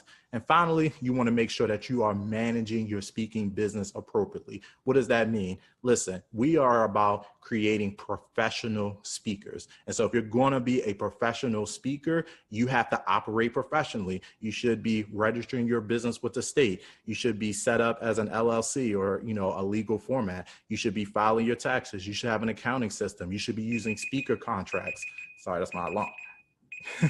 You should be using speaker contracts. You should be making sure that you are setting yourself up for success. So again, guys, those are the 5 M's of building a profitable speaking business. I wasn't thinking about this when I first started speaking. My entire goal in 2006, when I first got up in front of that audience, was just to stand up, say words out of my mouth, but sit down. But I know at the Comeback Champion Summit, we have individuals who are absolutely focused on making sure that you're getting the most out of your career and also connecting to the audience that you're called to serve. And so these 5 M's are helpful for you. You can find a comprehensive overview in our book, Speak Up, The Ultimate Guide to Dominate the Speaking Industry.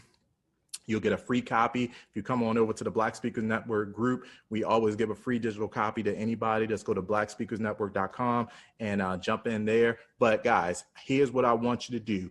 Don't let perfection stand in the way of progress. Get your 5 M's together if you're going to be on this professional speaking journey. Get clarity on your mission. Know who your audience is. Know what problem that you're solving. Know what process you're taking them through. Get your signature message together. Make sure that you have ways to effectively market yourself with your speaker bio, your website, your videos, and make sure that you are representing the value in which you bring to the marketplace. Make sure that you have ways to monetize outside of just getting paid as a speaker. And then finally, make sure that you are running your business like a business. Set yourself up for long-term success. Guys, that is my time. I'm absolutely out. Shay Brown, thank you. Keep doing what you're doing. To all the speakers, all the attendees here at the Comeback Summit, I am super excited for you, and I cannot wait to see you on the next stage. Keep speaking up because your audience awaits. We'll see you next time.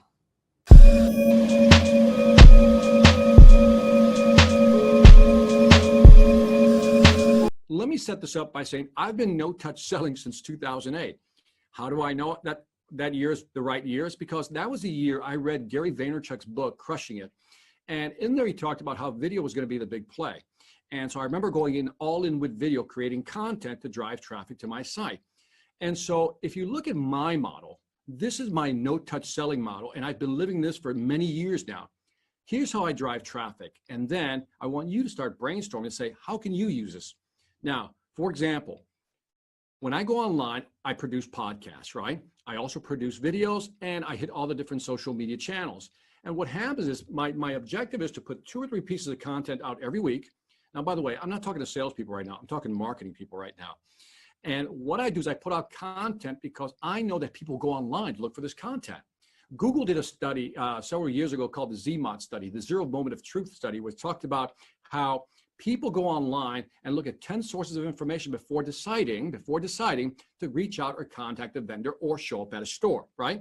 So they do their research. They're well into the buying funnel. And so I use social media. Now, for me, I do a lot of business to business. So my major channels are LinkedIn, YouTube, and now podcasts. I've seen a shift. People are moving away from videos and now moving toward podcasts, something we can all do. So now I'm seeing that shift. So I'm playing in that field right now, and that's driving a massive amount of traffic to my website. And what typically happens is I usually get a phone call or they fill out the contact us email link, right? And so what happens? They fill that out, and I never respond with an email. I always call back. Now, that's my way of saying I want to reach out and touch somebody. I want to actually talk to the person. So I never email back, said, because usually the questions are you available for a date? Here's our event. We want you to come in and train our salespeople, so forth and so on. So I call back. When I call back, my process is to have a conversation with the caller. Now, I know that on average, there's 2 to 3 business decision makers in my business. Every time I'm talking to a company, there's typically 2 or 3 business decision makers. So I typically have this first conversation qualified if the date's available, you know, what's the theme of their event? What is it they're looking for? Is it training? What type of training? Am I a fit? So they qualify me, but I got to be honest, I qualify them. If I'm a fit, great. If I'm not, I tell them I'm not a fit. And then I said, let's schedule a conversation or a call with you and your team. I always phrase it like that, with you and your team, so we can really get into what it is you really want. And then we jump on a Zoom call just like this. And it's during that Zoom call that I sell, so to speak. I sell myself, but I first understand what is it that the customer wants. And I'm going to show you how you use video to really be powerful and effective. I'm also going to talk about things you shouldn't do and the big no-nos, okay? And typically, after a Zoom call, if it goes well, either it's closed right there and then, or they have a couple of days to think about it, and then I send them a contract. I use a software called DocuSign, which you're familiar with, and I send them the contract. In my business, I typically don't see my client until the day of the event or the day before the event. That's it. That's when I first meet them. So I've been doing this no-touch selling for a while. Now, here's what's interesting. My close rate is 80%. 80%, and I think I'm being conservative. But it's not because I'm such a great salesperson. I like to think that, but I think what's more important is this, is that by the time they find me, They've looked at my website. They looked at my videos. They've studied me. They know who I am. They understand my company. They listen to my podcast. So they're 80, maybe even 90% into the buying cycle. Now, this is important because when people are going online and they're finding your content from your company, whether it's your website, whether it's a video, whatever it may be, they're assessing whether or not to call you. And the more you can put online, I don't see quantity, I want quality. If you got quality content, by the time they call you, again, if you've done it right, they're way into the buying cycle and your chances of closing the deal are pretty good. Now, that said, here's what I think is happening in the market that most people really don't understand sometimes. Sales used to be the dominant mode of generating revenue. But I think what's really taken over the handmaiden of sales is marketing. There's a marketing dominance now. As I just pointed out, people go online, they look for information, they look for content. It's your website, it's your brochures, it's every touch point you have with your business. It is creating a profile of who you are or who your company is. So when people go online, think about marketing as being able to reach out to more people. Salespeople can only hit so many people, but marketing has reach. Marketing also shapes preferences, right? The information, for example, if I have a furniture store, what it looks like, how it's set up, the aesthetics, the furniture I'm using, whatever it may be, the images I have online really drive that perception of what my business is all about. If I'm an interior designer, when you go to my website, how I lay out my website, the graphics I use, all this is used to shape. That's all marketing. And again, they also nurture. A good sales and marketing program, rather, lets you nurture leads. In other words, when the customer goes to your site, is it an easy experience? Is the user experience easy? Can I guide and navigate the website? All this matters. And so if all that is done correctly, by the time they get to calling you, pretty much they're way into the funnel already, and you're more likely to close than not. They know who you are. So when we think about marketing, let's give them a little more respect, because I think today, if you're not investing in marketing to shape people's perception of who you are, I think you're missing out. And I think it's making your sales that much harder. Now, let's look at how people buy, and then let's look at what they want. So when somebody goes online, there's usually a trigger, right? In normal times, there's a trigger. Something happens. Something breaks. Something needs to be replaced. Something needs to be added. A new building went up. Certain furniture is needed, whatever it may be. Then people go online to look for resources. On average, 10 sources according to Google. Then as they're researching options, they start narrowing their options. I'm telling you something you already know. I get this. Let me lay the foundation here. And then they reach out to contact you. And then either you do a presentation via video or meet them one-on-one. They're going to review the proposals, select somebody, and then they're going to buy from you. They're going to use it. And if they love it, they're going to promote you and your net promoter score goes up. That's typically the process. Now, the reality is when somebody calls you, when somebody picks up the phone to call you or sends you an email to call you, here's what I've noticed. If you've done your marketing right, the sales piece is all about three things. One, they're looking for confirmation. When they call you, they want you to confirm that what they believe is true about your company or that you can do certain things. In other words, you have the skills, you have the products, you can deliver, whatever it may be. They're also looking to clarify. They call you and they have some questions. We've all done that, right? People always ask me, Victor, how could I become a better salesperson? I said, really study how you buy. If you study how you buy, you can become a better salesperson because you understand the mindset. Sometimes we want to call, we've done the research, but yet, even though we're 80, 90% into the buying process, we need to understand, right? We need to understand or clarify certain things. Or the third part, you know that it's the right company, but you want to call them just to talk to the person. You ever done deals just because, or people have done business with you because they just simply like you? I'm going to talk about why that happens. But typically, if somebody likes you, you talk the right way, you say the right things, you understand aesthetics, you understand design, you understand how things are laid out. When you understand things, people have more confidence in you and they'll want to buy from you and they're willing to give you the money, so to speak. Now, it's interesting because this seems obvious, but about a year and a half ago, maybe two, I was at Best Buy. I was doing my research on the drone. What was the trigger? I saw somebody who had a drone.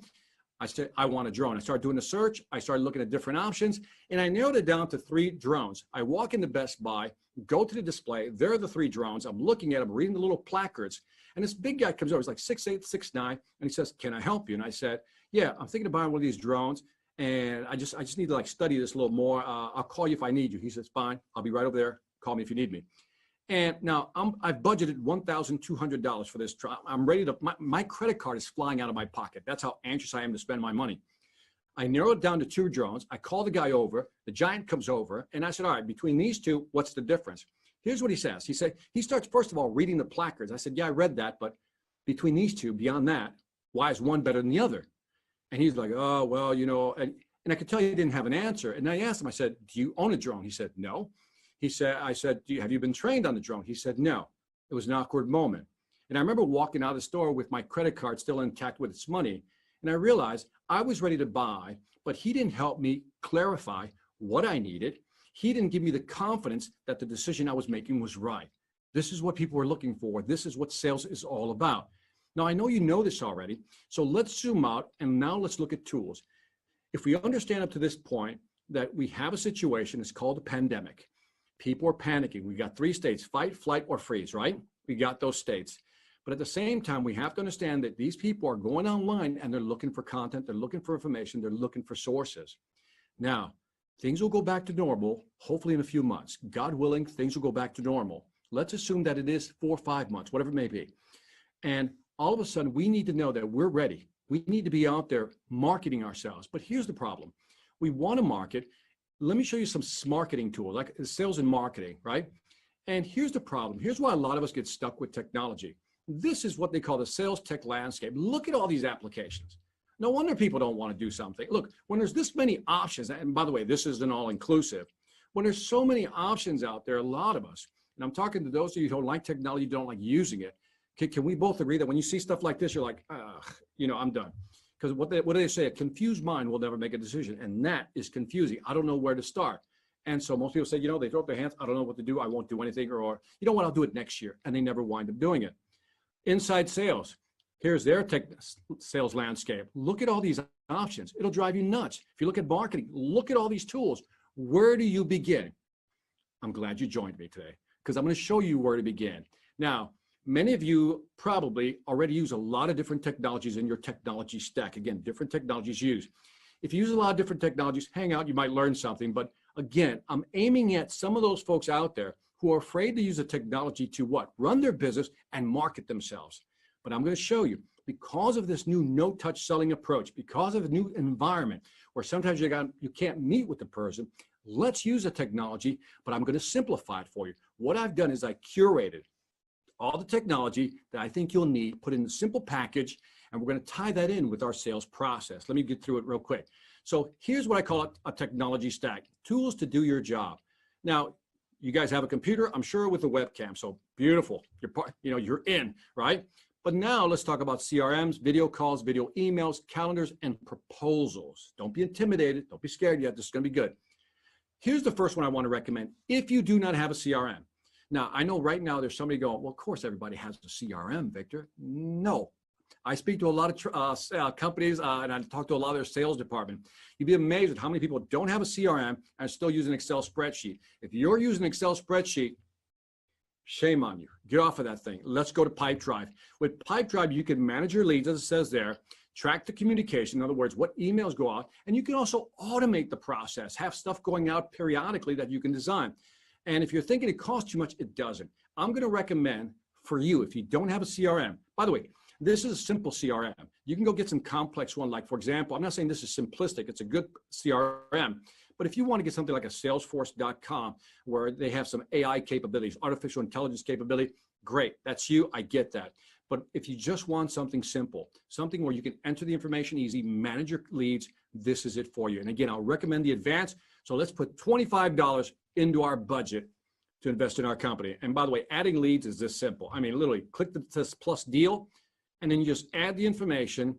And again, once you start populating this, I want you to listen to me carefully. Listen carefully. Data is the new oil. Data is the new oil. Now, you may not be thinking about this, so let me put it in your brain. Your database, your CRM, is now an asset of your company. And the bigger that CRM is, the more data you have about your customers, that is an asset. Said another way, that if you were to sell your company tomorrow, that is an asset because of the revenue potential in that database. Don't look at a CRM as a, like the KGB management system, big brother. Wrong model. The new model is, let's use CRM to manage activities, track leads, and again, create an asset for our company. So again, invest $25 minimum to get this stuff going. Now, I want to show you this tool. This tool is so cool that I really want you to use this. And the price is almost nothing. And this tool is powerful. Have you ever had to send like a brochure, a design, a layout to a customer, and you just sent the PDF? But sometimes instead of sending the PDF, what you might want to do is send what? Something more elegant than that. And so what you can do with this website called Loom is you can record a video. Yes, a video, you can attach it and explain what's in the actual document. I recorded a Loom video right now that I'm going to show you, and it's just going to show you what my website looks like. So again, I just want to do something very simple. Here it is.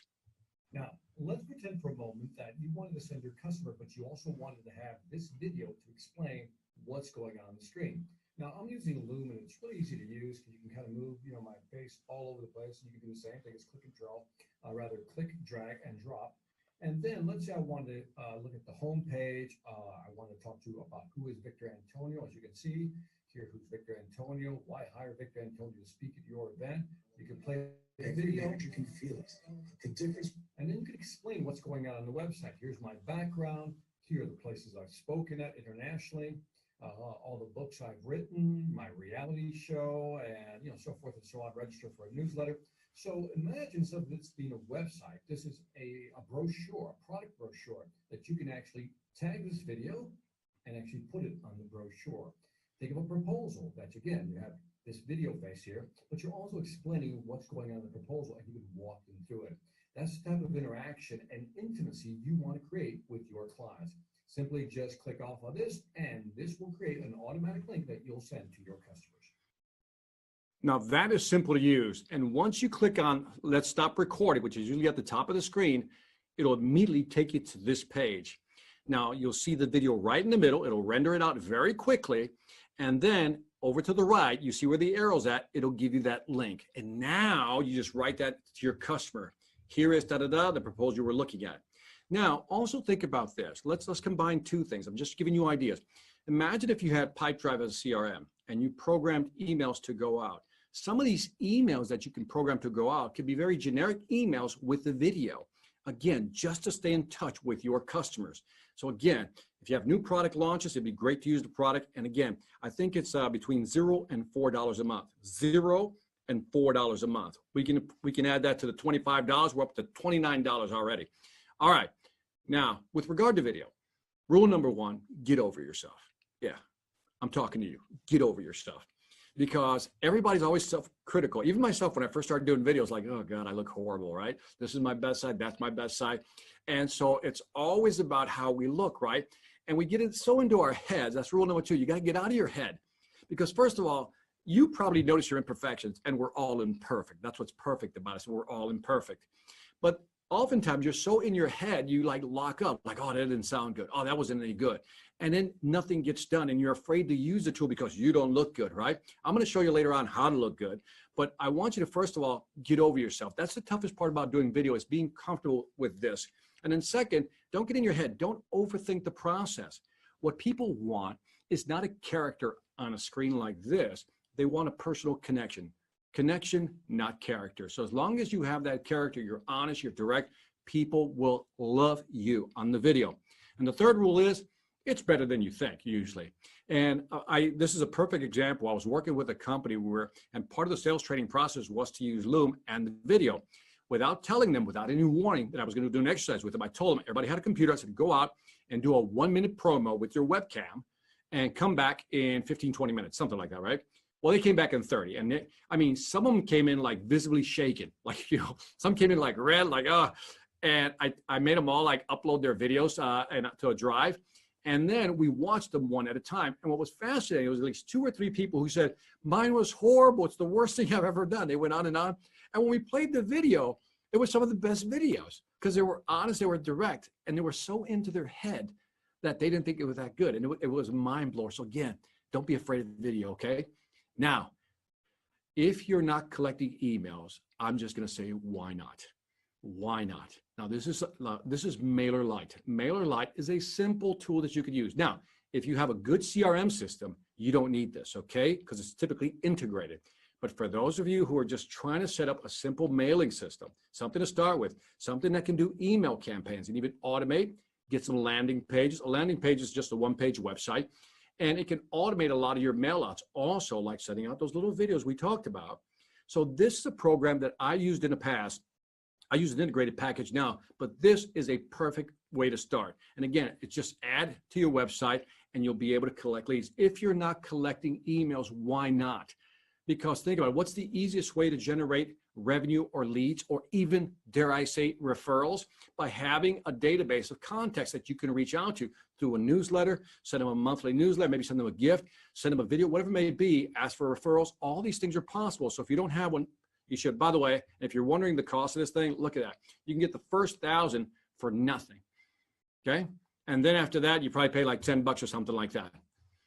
It's affordable. Put that into your budget as well if you don't have one today. You have to be collecting emails. Just like we have to collect data in our CRM, we have to have this as well.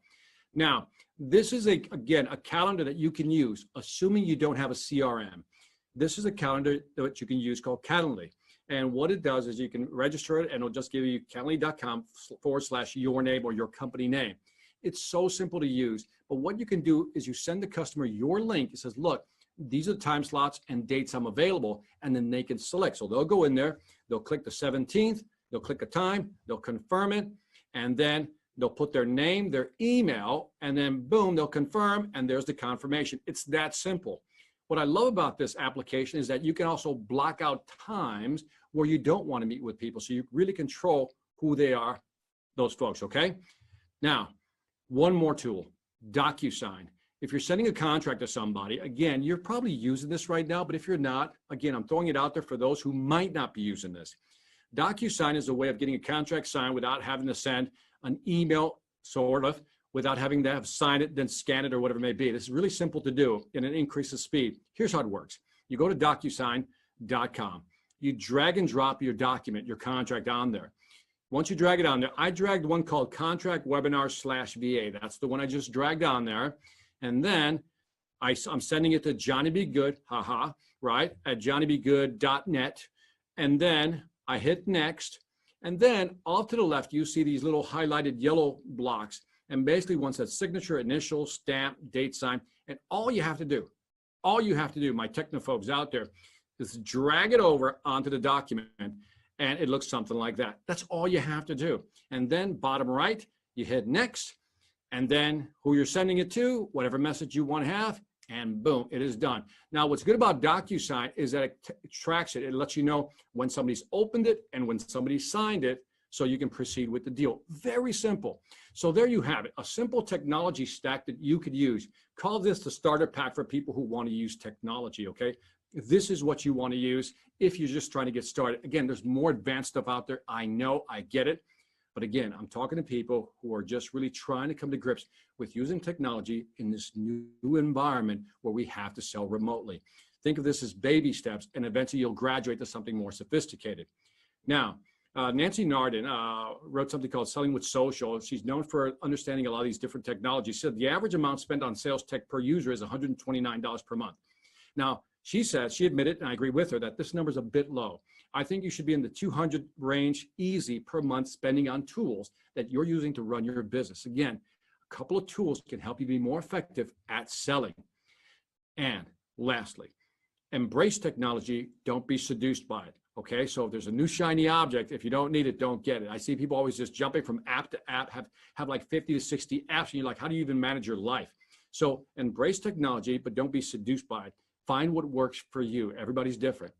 Now, I want to shift gears here a little bit, because now I want to get into, we're connecting with people, we're understanding them, but also we have the technology to manage our business. But now let's get into, let's talk to our customers. Let's feel their pain. So we're going to get creative here. I want you to feel the customer's pain. What I want to do now is talk about how do we connect with customers in this environment, because this is getting tricky, isn't it? Now, I'm going to give you some creative proposals here. These are just starting points, just some ideas I'm throwing out there for you to consider, because I believe that now is the time to grab market share. Now is the time to get new customers. Now is the time to oust our competitors. Now is the time. Let me give you 3 ideas. Again, consider them. If not, You don't like them, come up with your own. Let's look at the first one. Have you come up with, and I'm sure some of you have already, a buy now, pay later policy, especially on specific products or services? In other words, defer the payment.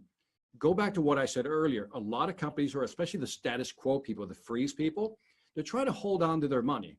One could argue that those who are fighting and are planning are holding on to their money, but they're willing to spend. Can we do something? Because we know this is going to flip.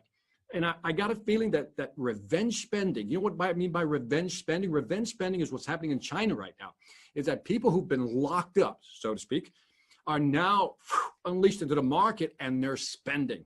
There's something about, a near-death experience, so to speak, that makes you say, I'm going to enjoy life. Let's go YOLO on this one for a while. And I think you're going to see this massive burst of energy of financial revenues pushed into the market. So many companies need to understand that that's going to happen and maybe even know that. How do you and I take advantage of that? How do we highlight that for them?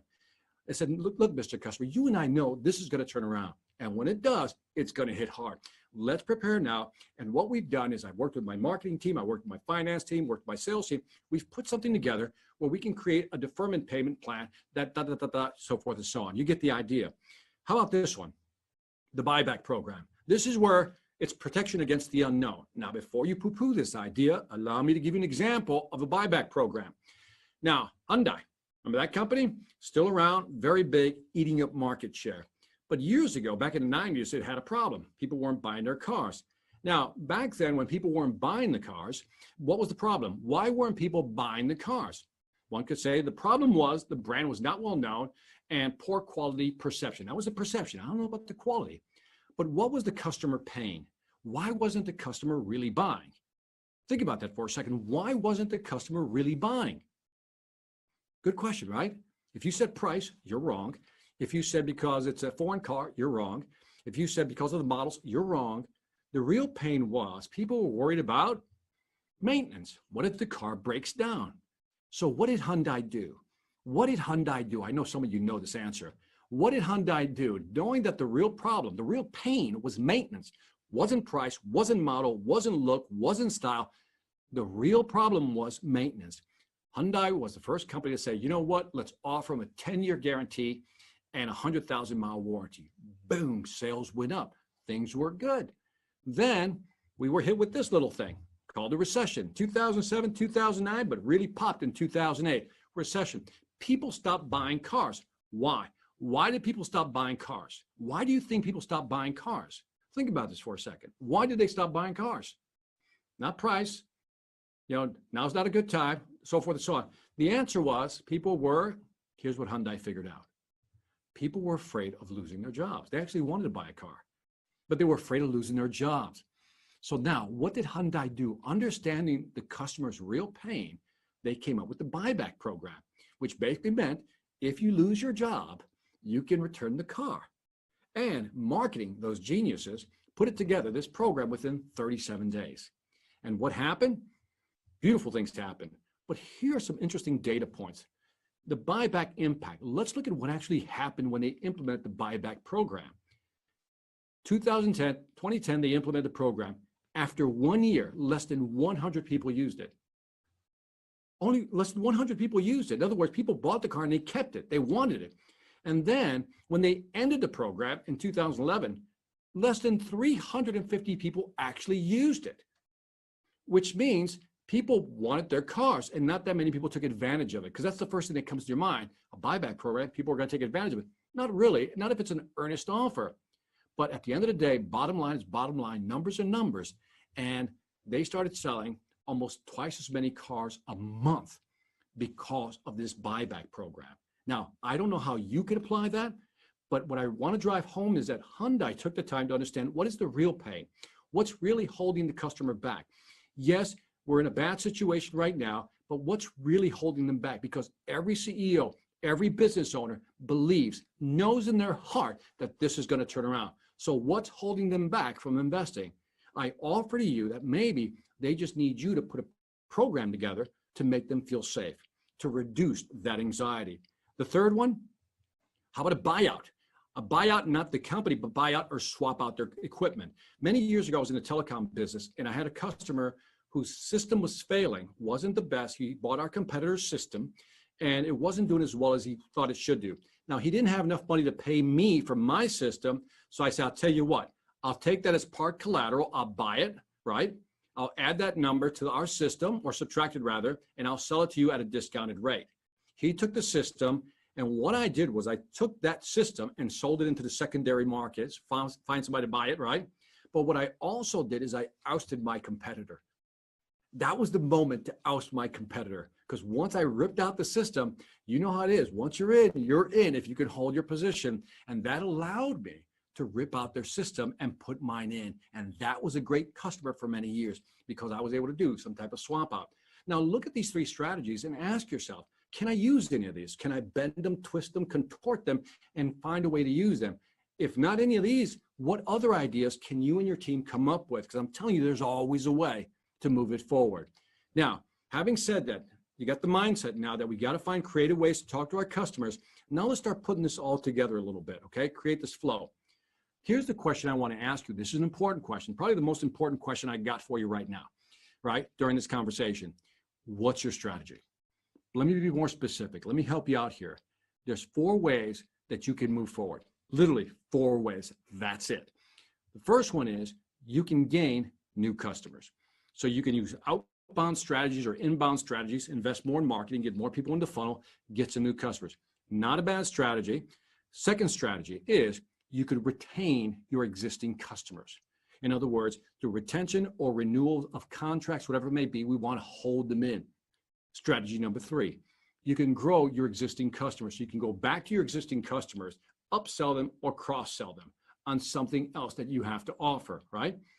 Or last but not least, something that's never really talked about as much, but should be, and that is reactivate old customers who haven't bought in a long time.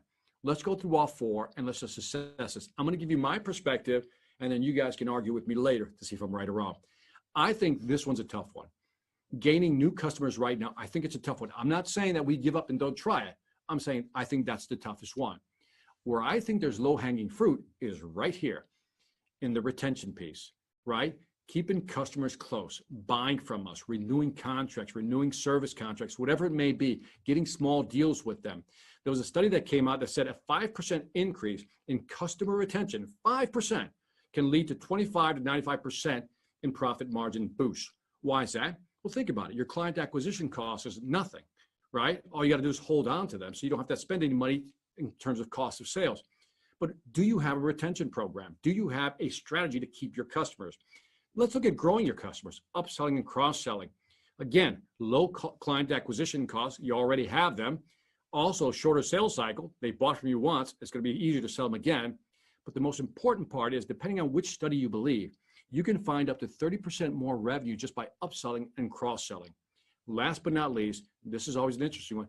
Can you go back and reactivate? Is there a campaign that you and I could put together, a marketing campaign to bring those people back into the fold, right?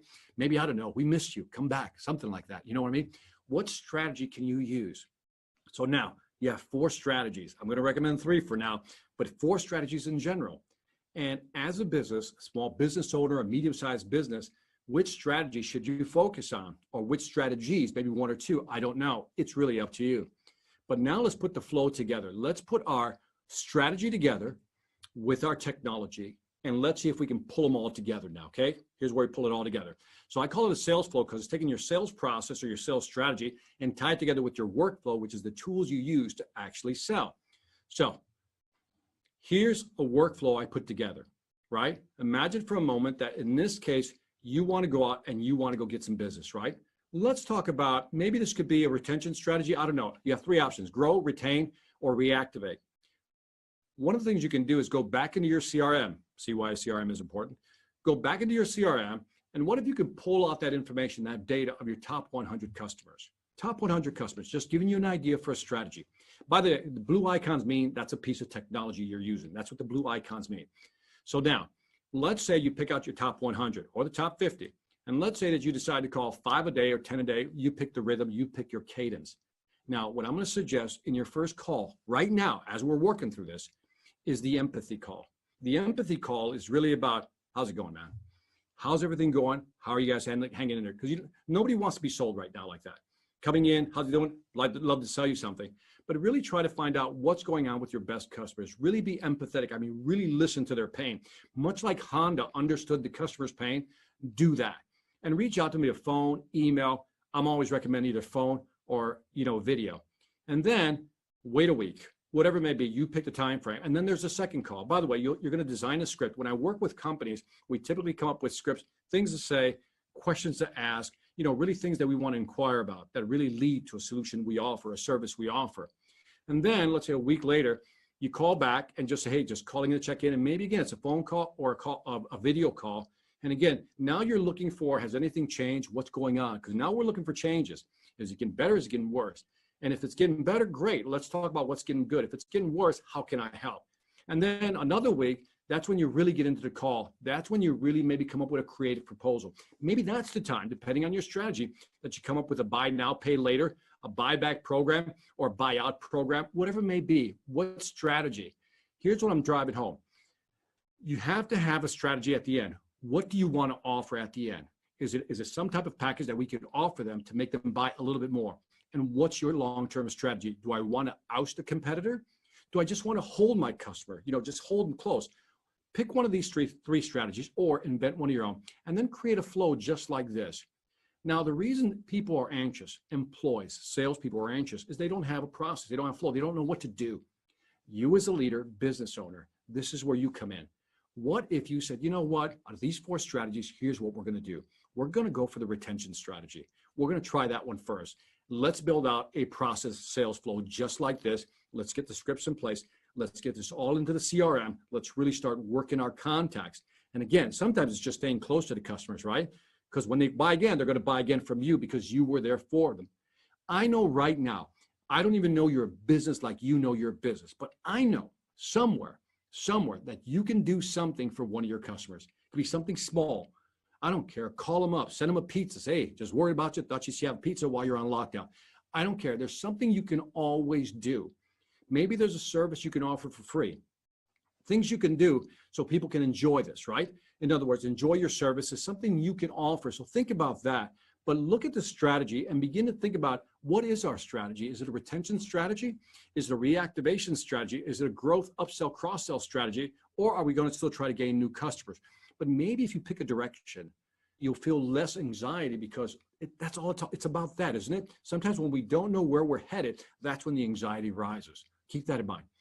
All right. What are the drivers of customer loyalty? I threw this slide in because I love this slide. These folks, CEB Group, which is now part of Gartner, wrote the Challenger Sale, had this slide, 2011, 2012. And I love this slide because it really highlights what customers want, and I believe still want today. When they looked at what the drivers of customer loyalty, why people stay with you, brand and company were 19%, product and service delivery, 19%, value to price ratio, price was only 9%, 53% was, drum roll, was the buying experience. And what is the buying experience? Here's how they defined it. Offer me some unique and valuable perspective on what's going on in the market. That's what your customers want from you right now. What's your take on the market? What are you saying? You got a better view of what's going on. What do you see? How about this one? Help them navigate alternatives. They don't know which way to choose. In other words, I'm trying to help you navigate some alternatives by offering you some technology tools. Again, you may accept them or reject them, doesn't matter, but my job is to offer you what I know. Provide ongoing advice consultation. Again, you need to be that partner. This is the moment to be the partner. This is the time to show up to your customers. If you're not calling, video conferencing your customers right now, at least every day, 1 or 2 of them, you're missing out because they're at home. They have nowhere to go. They're trapped. And this is the best time to talk to them. Help them avoid making bad decisions, educate them on new issues, and last but not least, always be easy to buy from. But I want to highlight the first one. Offer unique perspective on what's going on in the market. What do you see based on your research? Remember, you guys are experts. In your domain, you guys should be domain experts. You know what the movements are. The retail business, what's moving, what's not, right? Design business, what's going on. Consulting business, what's going on. That's what customers want from you. Give them that insight and they'll appreciate you more. Now, let's shift. We got a process flow. We know we have a strategy to approach customers. We know how we want to do it. We have the tools to do it. Now, let's have some fun. Let's talk about this, right? And how do you set up your virtual office? I've put together some tools for you. All right, first of all, this is the microphone I'm currently using that's right in front of me, but you can't see. It's a Yeti. It's beautiful. Hopefully the quality is coming across good. Now, keep in mind that sometimes, people put earbuds in their ears and they're talking to people. It looks weird. Don't do that. Or they have the iPhone things, with the cord. Don't do that. It just looks unprofessional. So what you can do is get a nice microphone. This is a high quality microphone. We all know the phrase GIGO, right? Garbage in, garbage out. If you have a lousy microphone, which those little microphones are pretty bad, by the time they go through the system, through the network, and they get to the other side, you ever hear somebody talk to you and they sound real tinny or they sound like a robot? And that's because it's a poor microphone. So again, invest in a small microphone. It plugs to the back of your computer, simple to use. This is the camera I'm currently using, that one right there. And it's a high definition camera. You don't really need to use it. It's just a little more high def, which means that the quality coming out of that is better than the camera that most PCs or laptops or Macintosh have. So think of getting this, because again, this one lets you play with the adjustments and the settings, so I can change the coloring and everything in here just to make it look a little nicer. I was watching this webinar and this is what I saw, and I wanted to highlight this for you because I was like, there's only one person that looks professional here. The guy on the upper left here, he looks like he's about, I don't know, he's about to call it, he's an accountant or a secretary, or he's an air traffic controller. I have no idea. The guy in the top middle, personally, I don't want to see his kitchen. You know what I mean? Yeah, nice microwave. All of a sudden we get distracted by the background. Upper right-hand corner, that guy's got so much light on his head and his face. He looks like he's a ghost. Bottom left, I don't know what that design is behind him, but man, he needs to change that wallpaper. The guy in the middle, bottom, I like him, but look where his camera angle is. It's like shooting over his head, right? So all of a sudden you're looking at his desk, but I do like the desk. And then the guy on the right, bottom right, if you're gonna sit near a window, make sure the window's always in front of you so you get the natural light. And never hold the camera low, like the laptop low, because nobody wants to look up your nostrils. Okay, it's not the most pleasant position, right?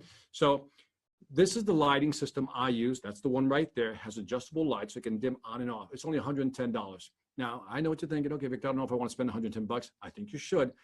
But if not, then you can buy something like this. It's little ring lights, $15. You can put it over your laptop or over your cam, and it's just enough light. And if you don't want to spend 15 bucks, you don't want to spend 100 bucks, you don't want to spend 15 bucks, then let's do some natural light. All you got to do is position yourself. Look at the bottom picture. That's the picture from behind, and look at the picture from front. It's just a beautiful light on his face. So use some natural lighting. And I'm going through this because most people simply don't consider this when they're on video conference call with somebody. These little things add up. Me, I try to kind of frame this so it looks real good, right? So you got the lighting right to make sure that when I'm talking to you, you're not distracted by things in the background. Also, put it on a riser. My computer's on a riser. I think your camera should always be at eye level or a little above, 1 or 2 inches above your eye level. Now, women get this because women always, when they take pictures, it's always like what? Up high, right, ladies? Up high. Yeah, get the angle up high. It's like up high, and then they turn so they can lose 10 pounds, right, on the angle. Tell me if I'm wrong, ladies, but I think I'm right. But ladies get it. Shoot up high, never shoot low and up. Just shoot down. You look better. Also, you can get a riser, and this is for people who like to walk and talk at the same time. This table is a riser. It goes up, so I can walk around. I just chose to sit down. But again, anything that you can make your space more comfortable for you to work from home, again, that's going to be the new normal, so consider that. Last but not least, I love this. I threw this in there just for you guys, because sometimes you want to show something to somebody, but again, you don't have the right lighting. So I have a hobby. I actually turn pens. I cut them up and I make pens. And so I bought this little light box because I wanted to show my pens off, but every time I showed them, I was holding them with my fingers like that. And I bought this little light box with this little trophy thing that holds it like that. And notice it has a hole in the front and the top. And you can take pictures from either angle, and look how beautiful these pictures come out. Isn't that beautiful? By the way, that's a piece of wood that's over 1,500 years old, Irish bog. And then you can take it from the top and get that view. Just something to put out there, right? And by the way, the reason I threw that in, not to tell you about my pens, is to remind you that once in a while during your presentation, you should add a visual, something cool that people go, ooh, that's pretty interesting. That's cool, because it breaks the pattern, keeps people engaged. Just an FYI. Now, sometimes you want to draw. People are very visual, so sometimes people are not understanding. So buy one of these little pads over at Target or something, and you can draw something like, oh, you're not getting it. Let me draw it out for you. And again, even drawing something out for somebody via camera is very engaging. So again, don't underestimate the power of that. Now, Gartner is going to hate me for this, but I was on their webinar, which was a great webinar, by the way. It was a great webinar.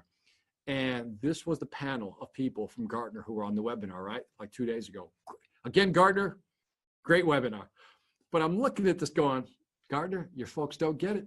You're a big company, you're a big gorilla, but your folks don't know how to do webinars. Look at this guy. This guy, I'm going to call helicopter head. You know, if you're going to get in front of a camera, make sure there's not a fan on top of your head. Okay, please, let's not do that. Okay. This lady here, I don't know. I think she's trapped in the attic and nobody lets her out. They slid a computer under the door, says, stay in there, don't leave. This guy right here, I don't know. I don't know about those curtains, but I'm thinking Bed Bath & Beyond, shower curtains. I could be wrong, right? This guy down here looks like he's in the witness protection program. Undisclosed location, right? This lady, I kind of like her, but she's got the whole cockpit thing going on again, pilot thing. And then she's got an R2-D2 in the background. And are those fresh flowers? That's my question. This guy, I don't know. You're waiting for something to come out of those doors, you know, the IT movie, the IT movie. And then I guess he's, you know, I said, I must be listening to Metallica or something. And he's not really listening to anybody.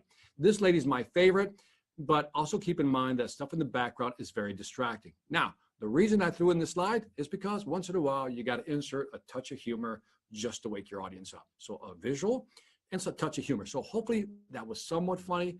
Gartner won't think it's funny, but if you thought it was funny, we're good, man. All right. Backgrounds. So let's work on the background. You don't have to have this. You can buy a step and repeat. If you don't know what a step and repeat is, it's the thing with the logos that they repeat the logo. And you can buy those. There's a company I work with, Fast Signs, and you can buy those for $150. They got some tabletop version that you can put right behind you with your company logo or brand, and that'll be your background. You can use, like the guy in the bottom, use books to look more intelligent, but I would find something that's more brandable to use. Last but not least, bandwidth speed. Okay, you guys are going no-touch selling now. If you're serious about this, you got to increase your bandwidth. Now, one of the recommendations I saw for this is that you have to have at least 5 megabits on the download, 5 megabytes on the download. No, I think it has to be higher. I want you to go to this website later on, fast.com. This is a website that was put up by Netflix. Yes, Netflix, that Netflix. And you can go in there and test your bandwidth speed. That's my bandwidth speed right there. I got 190. I think if you have more than 20, you're good on a download. In other words, you know how sometimes people get distorted, it gets pixelated? It's because they don't have enough bandwidth, right? And so you should have enough bandwidth. I would try to get as much as possible if you're going to depend on video a lot, because once you start getting it to more than like 100 megabytes, you can do high definition stuff. And again, the image is just that much better. So that is it in a nutshell. So no touch selling is the new next. And by that, I mean is that, look, this is something it's going to happen. It's happening right now. Marketing dominance, again, messaging matters. So how you're marketing today will determine how your sales will go. Invest in your technology stack. I gave you some ideas, the CRMs, the DocuSign, Loom, which I think is big. If you don't like those, there are plenty of alternatives out there, but begin to use the tools. And again, find a tool set that works for you.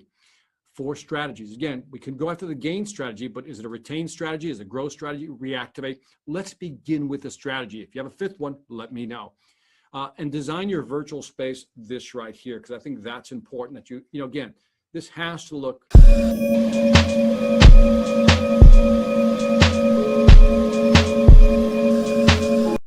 Welcome back, welcome back, welcome back. Oh my gosh, have you really been enjoying this? All this stuff that's been going on, all this great content, all this great information for you champions. We are being the champions. We are the comeback champions. You are the comeback champion. You know what? All of these presentations, everybody that's been giving and pouring into you, here's the deal. When you're listening to this, think about it from this perspective. You're writing notes, you're taking copious notes. But if you don't change your mindset around it, it's going to go in the trash. You're not going to do anything with it. What we're going to talk about today is how to change that mindset. And it first begins with shifting our perspective. So I was at the 1996 Paralympic Games. It was in Atlanta, Georgia. The Paralympic Games are games for athletes with physical disabilities and visual impairment, and they are the parallel games to the Olympics, not like the Special Olympics, which are for cognitive disabilities. These games are parallel to the Olympic Games. So 27 months after I had my amputation, I swam for physical therapy and somehow fluked up, messed up, and actually made the Paralympic team. Now, we're going to talk about that later. I'm sitting with one of our great swimmer athletes, Summer Sanders, and as we're watching the swimming events going on, there is a closed circuit television that's right in front of us.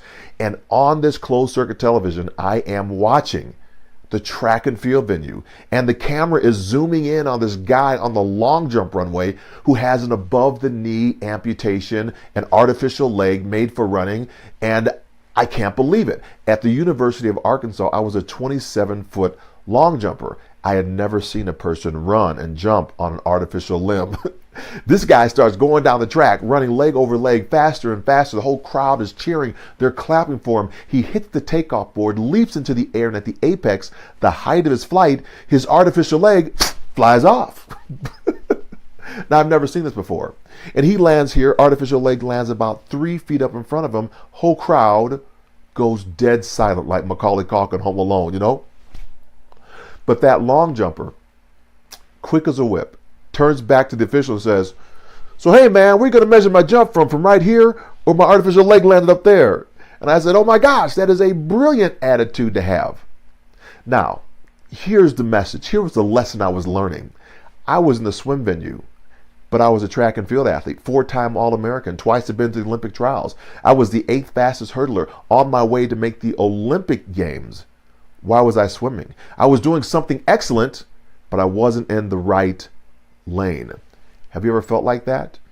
That you were doing something at a great level, at a great pace, at great excitement, great enthusiasm. You thought you're making progress, but you're on the wrong path. There was another path that was there for you.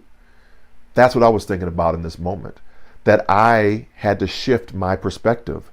And just by seeing that one individual, just by seeing that individual who was showing up as his fully authentic self in the long jump, something that I knew I could do because I had the experience behind it, I began to put forth a vision to make the Paralympic team in 2000, 4 years later, running on an artificial limb, and I hadn't even taken my first step. But I knew I could do great. I knew I could do well if I could just keep my leg on, because I knew I could be that guy. What about you? In this moment, in this time, who have you listened to in these presentations that you know are going to elevate and accelerate who you are? Think about how we have to shift our mindset. Think about how you must shift your mindset during this time. Why? Because something greater is possible. It's possible for me. It's possible for you. In the Olympic Games, there's a motto. The motto is Citius, Altius, Fortius. Anybody care to venture what that means? You can write it in the chat box. Citius, Altius, Fortius. They're the Latin words. When translated into English, what does it mean? What does it mean? I'm looking in the chat box. No, I'm not. What it means, these Latin words, when translated into English, means swifter, higher, stronger. Now, here's why I like this. Because these words have been inspiring Olympians and Paralympians since 776 BC. Citius, Altius, Fortius, swifter, higher, stronger.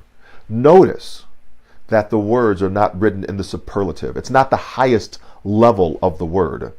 The words are not written as swiftest, highest, or strongest, but they're written with that ER stem ending, which means that we can have the best performance today and be even better tomorrow. We can be the swiftest today, swifter tomorrow.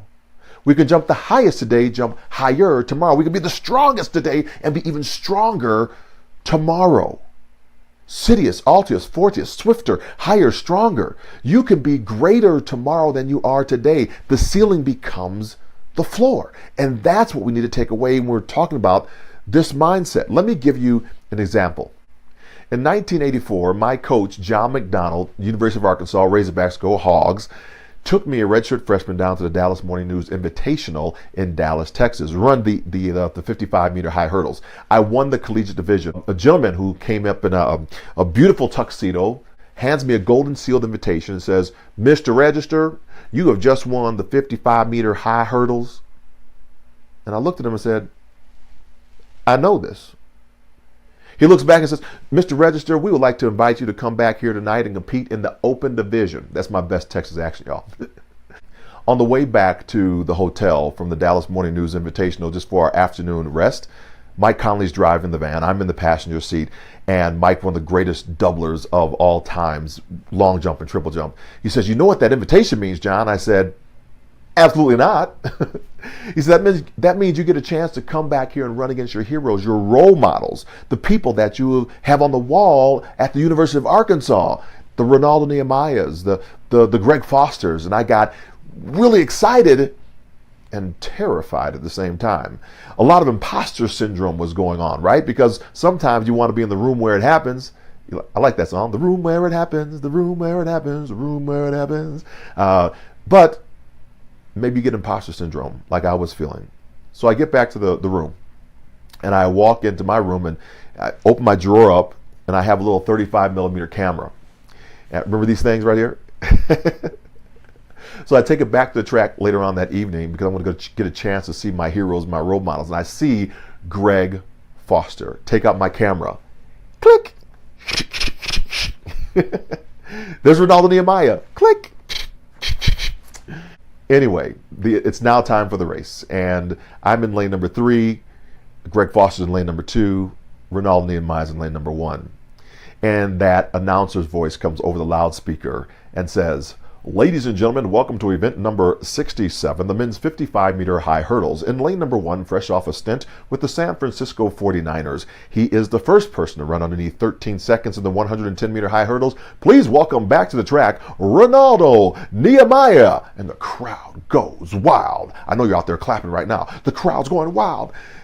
In lane number 2, he's fresh off his stint at the Millrose game last week in the 55-meter hurdles. He set the world record at this distance. Please welcome Mr. Gregory Foster.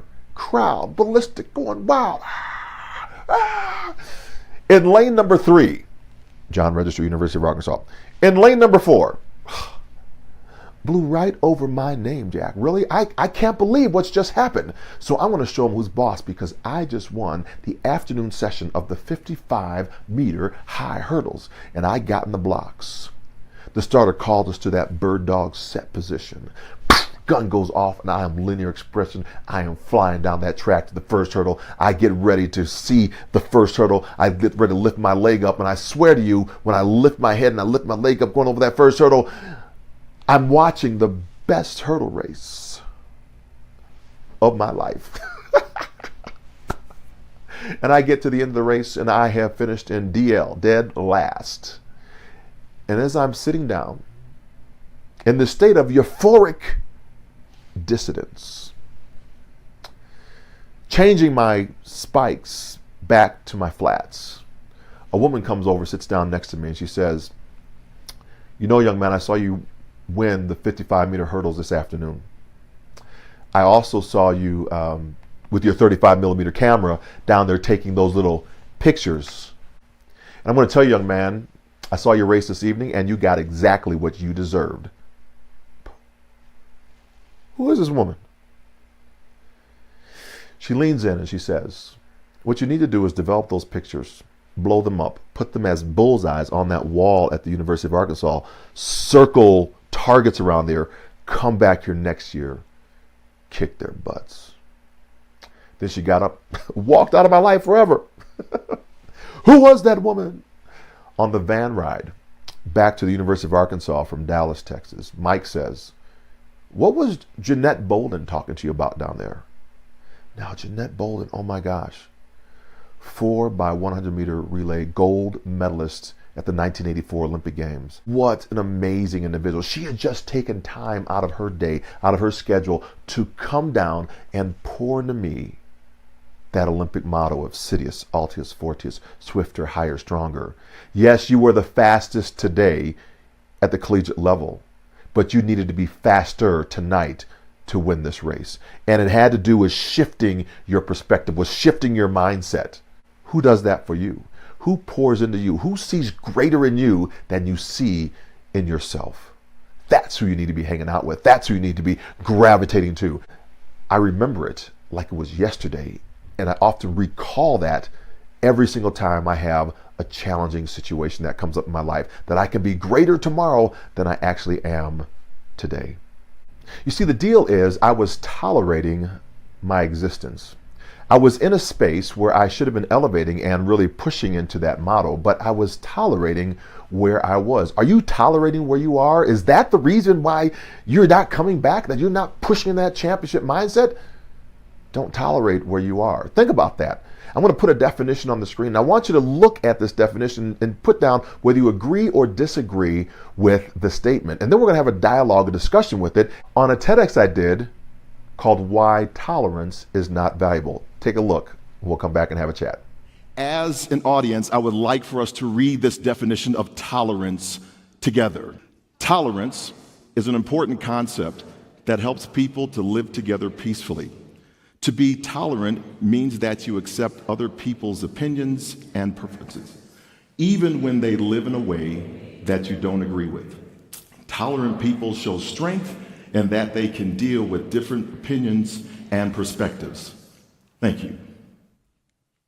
Now, I'm going to preface this by saying that I totally disagree with that statement. I don't know and believe if people are living together peacefully when they are tolerating each other, because they're tolerating. Secondly, if they're not living together peacefully, they cannot be showing some type of strength. So I think we believe that we are having a higher state of social consciousness. I believe we think that we are having some type of peace or that it's the final state for social acceptance and or social inclusion, but really is it? See, tolerance, in my opinion, is hierarchical. I am going to allow you to come into my world if I so choose, and it's on my terms and my conditions. It doesn't really matter about you. Tolerance is hierarchical. And if tolerance is hierarchical, then it's all about how I determine you to be for me. So as we're looking at this today, think about how we often will say that tolerance is the final state for social acceptance and social inclusion. Let me give you an example. I'm going to call my friend Jill out here for just a minute. We're going to just do a little quick role play. Jill, would you come out here with me, please? Give Jill a hand. She's been awesome today. Thank you so much. Appreciate it. On to the red dot. Yes, you go. So, Jill, we're going to role play a little bit. Okay, we're on a date. It's our first date. Okay. We just met on Match.com, y'all. And as we have met, and we just kind of met each other at a restaurant, and you picked the restaurant. So what's your favorite restaurant? The Margaret at Pine Creek. The Margaret at Pine Creek. Absolutely a gorgeous restaurant. And then we're eating a meal, and what's your favorite dish? Oh, my gosh, probably the lobster bisque. Lobster bisque. Oh, my gosh, that's where we're sitting down. And then I'm feeling you. And you're feeling me. We're just vibing together. Everything's going so well. And you do something that lets me know that it's going well. What would that be? This is really kind of fun. Wow. Okay, so I just got the signal. This is kind of fun, y'all. Okay, and I say, Jill, I really enjoyed being in. I put on my Barry White voice and I get deep and I say, hey, I've so much enjoyed tolerating you tonight. In fact, I've enjoyed tolerating you so much and tolerating our conversation. I would love to tolerate you again next Saturday night. What do you say? I think I might have to pass on this. Absolutely. Thank you, Jill. I appreciate it. Thanks for playing. Give Jill a hand. Yes, see? So tolerance is hierarchical. And, you know, when we look at that situation, it's not really about the things that we tolerate, like the stress of a bridge or something that we want to make sure it's tolerant. It's when we're doing it with people. We don't want to settle into where we are. We want to be able to press and to elevate and to grow, to have that championship mindset so that we can win the medals in our life, so that we can be the comeback champion. I had to learn this. I was sitting in a gate waiting area in the Washington Dulles International Airport. I was around my new teammates, 60 Paralympic teammates. They were on the wheelchair basketball team, the track and field team, as well as the swim team. And I just made the swim team, as I told you earlier. You see, I wasn't feeling it because I wanted to be on the Olympic team, not the Paralympic team. And me looking at all these athletes with disabilities, I was kind of not feeling, and asking myself the question is this really the All-American team that I want to be on? Because all I could see were people who were blind, people who were paralyzed, people who had cerebral palsy, little stature, and of course amputees like myself. What's the value? What's the benefit of being on this team? In fact, I was sitting next to a gentleman who was in a three-piece Armani suit, beautiful gator skin shoes, pulling a Louis Vuitton bag, and he was talking so loud on his cell phone that I just wanted to reach out and touch him. But I kept my hands to myself. What is the value? What's the benefit of being on this team? Well, the gate agent, she gets up the lectern, and she says in her little perky voice, "Ladies and gentlemen, flight number 300 is now ready for passenger boarding. Will everyone who needs a little bit more time and assistance please get up and board the aircraft at this time?" So, 6 of my Paralympic teammates and I got up and began to walk down the jet bridge, and I said, "Oh, benefit number 1. Now that's a perk." So I get on board the aircraft. I go back to 17F. I'm at the window seat. I like the window seat. I can see stuff. And then I'm watching all my teammates come on board the aircraft, and I'm amazed because the blind, they're being led on by the shoulders, following each other by the teammate in front of them. I'm seeing those in wheelchairs, they're being led on in aisle chairs. Those that have cerebral palsy, who are ambulatory, who walk, they're using the backs of the chairs to get to their seats. And then I see Tree. Now, Tree is on the wheelchair basketball team. Tree is a bilateral amputee, meaning both legs are missing below his knees. But Tree stands 6 feet 8 inches tall. But I get it. Tree can be a tree at 6'8" or a stump at 4'3", depending upon which legs he picks out of his closet in the morning time. And he's got those he's got those stilt legs on, ducking under the exit sign, stops at seat 7C, sits down, pops his artificial legs off, hands them to the flight attendant, who then places those legs up in the overhead bin. But I got it. Benefit number 2, more legroom. So the flight attendant then goes back to Tree and says, "Tree, can I help with anything else? Are you good?" And Tree says, "No, ma'am, I'm fine. I'm good." And off she walks back through the red curtains to bring all the tabs on board, all the temporarily able-bodied individuals. Everybody's going to have a disability probably at one point in their life or another. And as she goes through those curtains, Tree, now being 4'3", he jumps up into a seat, takes those long basketball arms, hoists himself up to the overhead bin. He climbs in, lays prone next to those legs, closes the bin door. 17F. I catch eyes with Amy, my swim teammate. Amy puts her head down, turns beet red, twiddles her thumbs like they have done this 1,000 times before. So I'm on the edge of my seat. Tabs are now coming on board the aircraft. I want to know who's going to sit in that 7th seat. People are going to the back, fanning out side to side. And then we have our winner, Mr. Armani suit. He's still pulling that Louis Vuitton bag. He's still talking really loud on that cell phone. And he stops at seat 7C and realizes he has a middle seat. The attaché will not fit underneath the seat back pocket in front of him, so he must go to the overhead bin where our friend Tree has been lying prone for the last 5 minutes. And when he goes to lift that latch, boom, out Tree pops. Armani, I know you jumped. Armani jumps, Carl Lewis long jump, 7th row back to the 17th row where I'm at, slips on those gator skin shoes. I catch eyes back with Amy. Amy says, "Oh, that's pretty good, John. Last guy made to row number 10. That is a new world record." And as Armani picks all of his stuff up, he goes back up to the 7th row, where Tree, no joke, has his hand on his chin, his little nubby nubs are crossed, and he says, "I'm sorry, sir, but this overhead bin space has been filled." So I'm cracking up back in 17. I'm laughing. Tears are rolling down my eyes. I've never seen anything like this before in my life. And then I thought about my attitude. Just a few minutes earlier, 10 minutes, no less, out there in the gate waiting area where I wanted to be on the Olympic team and not the Paralympic team. It looked like I was going to have a lot more fun on the Paralympic team than I ever was going to have on the Olympic team. And that was it. I was tolerating.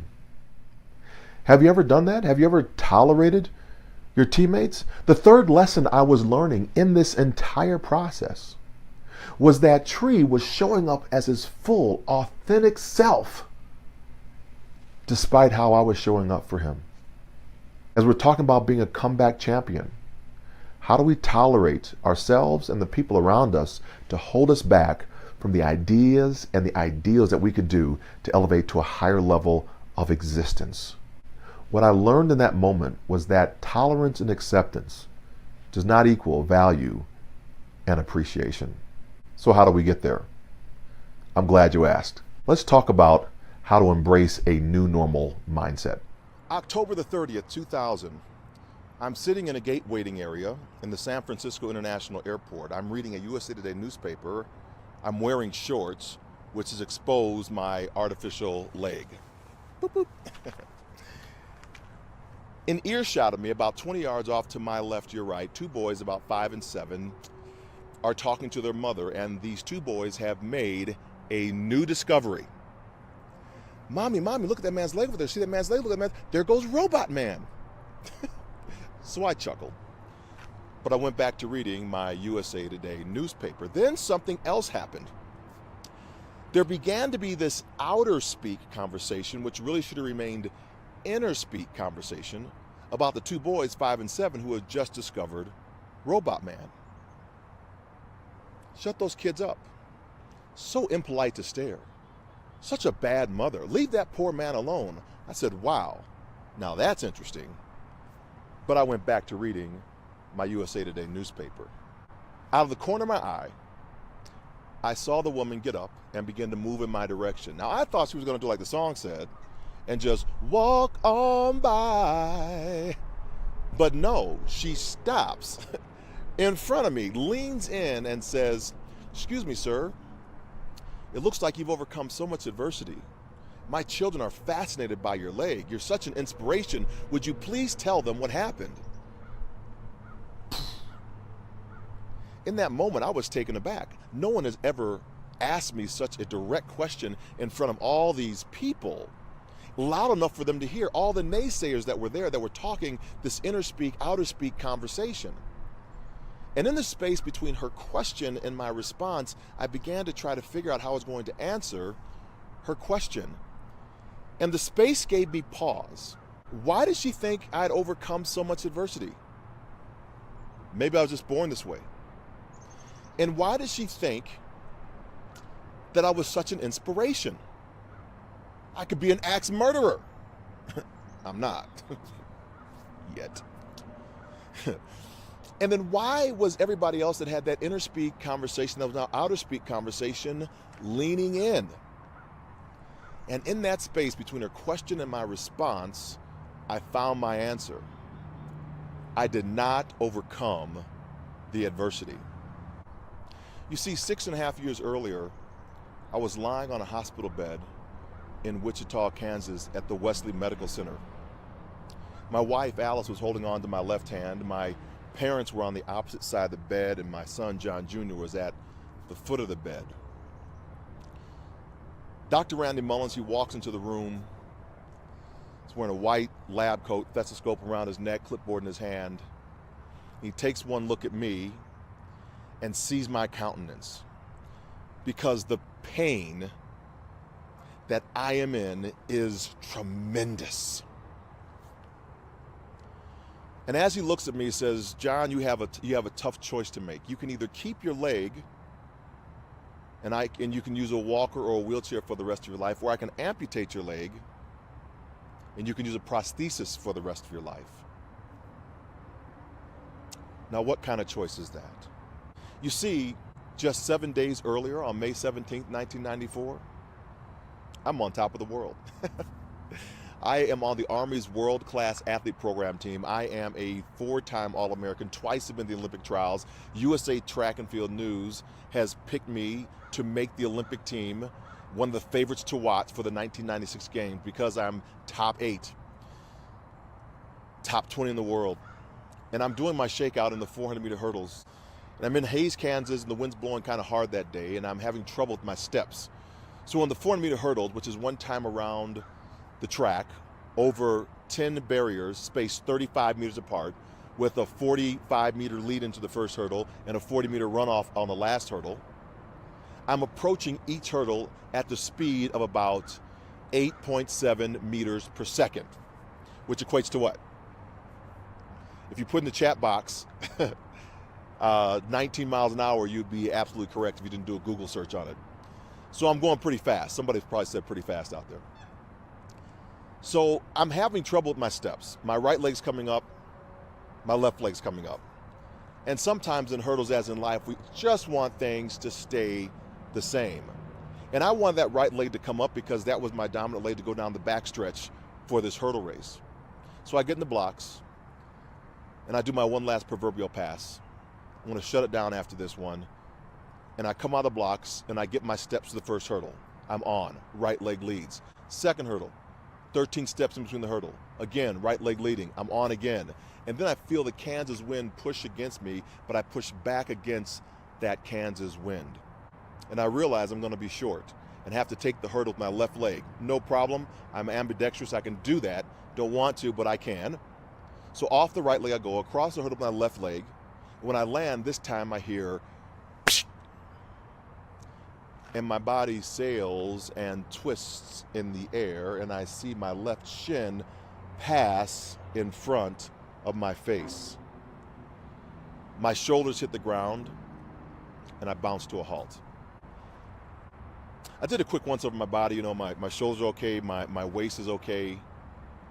When I saw my knee, the patella had risen 3 inches up my femur bone, where my left leg was now canted across my right, with my foot touching the black surface of the track. Now let me stick a pin in the story right there and pause for just one moment. I'm going to show you a graphic. And on this graphic, you're going to see the actual injury of my leg, because a sharp lieutenant named Michelle Dickens took 9 pictures that day. And the next picture I want to show you is a picture of that injury. But if you're a little bit squeamish, you can look away from your computer monitor right now, wherever you're watching the stream from. So as you can see, on the bottom of the picture is my foot on the black surface of the track. If you come up my shin bone, you will see the dislocation of my knee, the left knee right there. That's not an elbow, ladies and gentlemen. That's my knee. And then when you come all the way down to the bottom left-hand side of the corner, you see my head. My friend Dino's head is resting on my head. My friend Ben Curitin is kind of on there with Dino. Roz is holding my hand, and then I have no idea whose ashy legs those are in the picture. Let me step back onto the track. The only thing I could think about in that moment was just get up. Come on, John, you can do it. It's okay. You got it. You got this. You can get your stuff on. Come on, you can. Oh God! And then 90 minutes later, with my friends singing songs and hymns to keep me calm. 90 minutes later, as they were trying to get me medical attention, 90 minutes later, the ambulance comes. And I'm put in the back, and I'm whisked off to Hayes Medical Center, where another doctor in a white lab coat comes in, takes one look at me and says, "Mr. Register, looks like you got a bit of a problem. I'm gonna have to fix that." So he bore down on my crooked leg. We're gonna do this on 3. 1, my leg ballooned up, I passed out, and for the next few days, 7 days, I don't really remember too much what happened. I was medevaced to Wesley Medical Center. I underwent several vein graft operations. I don't remember when my wife arrived. I don't remember when my son got there, or my parents. What I do remember is laying in that hospital bed with Alice, her hand on my left hand, my parents on the opposite side of the bed, little John Jr., 5.5 years old, at the foot of the bed, and Dr. Mullen saying, "You got a tough choice to make." Now, it was the pain that spoke first, because my male deductive reasoning said, get rid of the leg, get rid of the pain. So I turned to Dr. Mullins and I said, "I know it has to be amputated," and he went in right away. 2 days later, I woke up at 11 o'clock at night, and I was in more pain than my male deductive reasoning had reasoned. I just wanted something to knock it out. So I saw the morphine drip button on the opposite side of the bed. I just wanted to roll over to press the button, but I was too weak from the surgery to do so. But I saw the nurses station right outside my door, and I thought if I'd call out to them, but the tubes that have been down my throat make the sound too inaudible to get their attention. So there I lay in my bed for the next 8 hours with my dangerous thoughts. Who am I now? What's my identity? Is my wife gonna stick around? Will my son still see me as his father? Do I still have a job in the Army? Can I support my family? I mean, my Olympic dreams are over. And at 8 o'clock, Dr. Randy Mullins, he walks back in the room, takes one look at me and sees I've done a 180-degree shift. He immediately calls my wife, Alice, who is over at the hotel trying to manage me, herself, John Jr., her mother-in-law. She should have been told I was awakened, but because I couldn't speak and because no one had come in and checked on me, you know, in the moments that I was, you know, in and out of that consciousness, she didn't know. She had been there all the time. On top of that, this saint of a woman has just gotten a call from her employer saying that she's been away from her job too long caring for me, and they've just terminated her position. So she comes running over, and it takes Dr. Mullins and my wife Alice 45 minutes to get me out of that bed, into a wheelchair, wheeled out to an inaccessible playground where I'm parked, watching, forced to watch my wife and my son play on the swing sets, and I couldn't push myself out of that chair. It's the first time I felt devalued, dejected, disabled.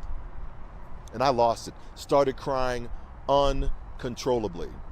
My wife, Alice, who sees me struggling, she comes running over to me, kneels down beside me and says, babe, what is going on? What is wrong? And I started articulating to her everything that was going on in my life the night before. And then she spoke the words that stopped my downward spiral. You know what, John? We're going to get through this together. It's just our new normal. It's just our new normal. And when she spoke those words, I remember she baselined my entire existence with those words. And as I started contemplating and thinking about this new normal concept that she was just kind of throwing into my life at this point, John Jr. jumps off the swing, hits the ground, comes running over the little 5.5-year-old legs. Hey, Dad, you see my big jump? You see my big jump, Dad? And in those 20 yards, he had just validated me as his father, and he had just created his new normal. And that's exactly what I had to do. I had to create my new normal.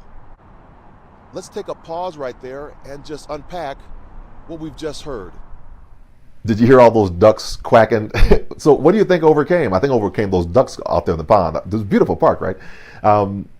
What do you think overcame? What was it? Put that in the chat box too if you get a moment, or write it down. Just, you know, what was it that you think I overcame? And is it something that you have to overcome as well? Well, here's what I believe I overcame in that moment. Number one, it was my fears that Alice was going to leave me, my wife, that John Jr. would not see me or value me as his father, my son. I would not have a job in the military, can't support my family, all those things were fears that I had. They were internal. I was internalizing those. Those were holding me back. They were putting me into that tolerance box again. The second thing, though, were fears of others. Other people believing for me what I could or could not do, which is actually based upon what they believe they could or could not do if they were in my situation. You ever had that happen? Done that to somebody? Had that do it for you? They want to keep you in your box, got to stay in your place? You can't have that mindset to break. You have to break out into that championship mindset. The third thing then is society. Who did I listen to in society that made me believe my fears in the first place?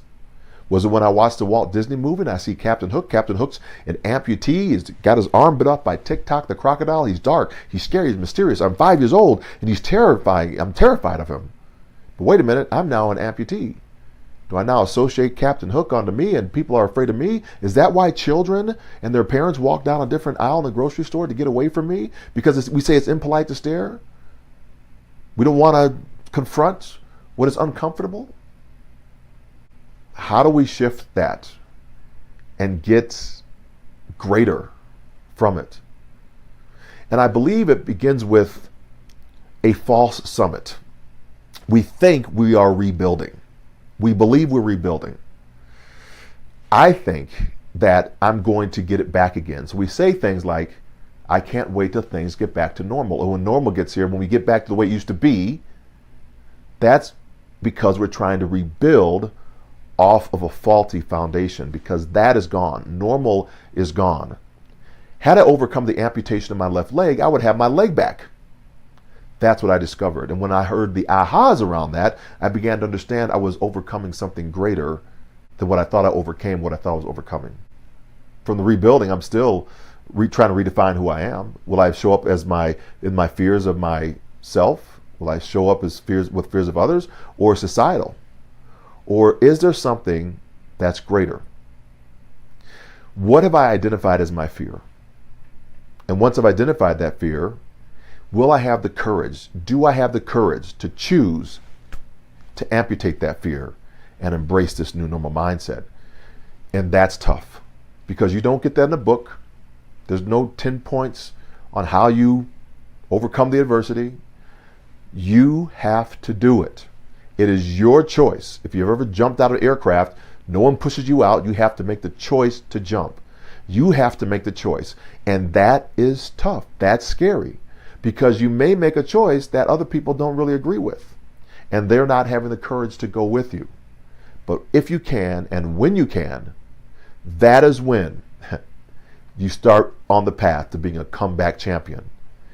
You get on that path and you absolutely understand it's not a rebuild, it's a rebirth. You're developing a whole new platform. For me, when I was trying to learn how to walk again, I didn't just run and jump into the silver medal at the Paralympic Games in Sydney, Australia, or go to the swim team. No. I had to learn how to use the wheelchair to get to my prosthetic appointments. I had to get in the parallel bars. I had to put the prosthetic on. I had to relearn how to walk in that prosthetic.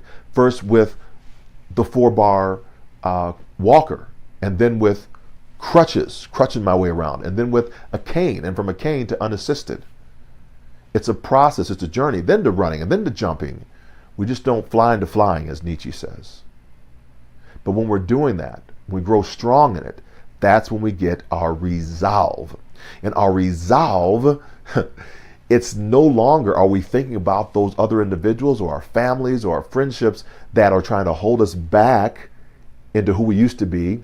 You need to catch up to where I am right now. And that is the mindset of a comeback champion. And what does that do? The output of it is that you're now liberated. You're free. You're open, because you realize who you are authentically now, just like Tree in the overhead bin. But that freedom is not for you. The freedom is for you to go back and teach somebody else how to go from their fear through their redefining moment to their freedom. So what happened next? The woman asked me in the airport with her 2 little kids. Let's go back out to the park and see how the story ends. So the new normal is really about no prior point of reference. That's what new is. That we're not going to hold on to our past performances, our past successes, our past failures. That's gone. And normal is the everyday typical occurrence of a thought, idea, or an action. And so when we're talking about the new normal, it's how are you pivoting? What are you doing right now to increase to the next level? I took the new normal philosophy and began swimming for physical therapy.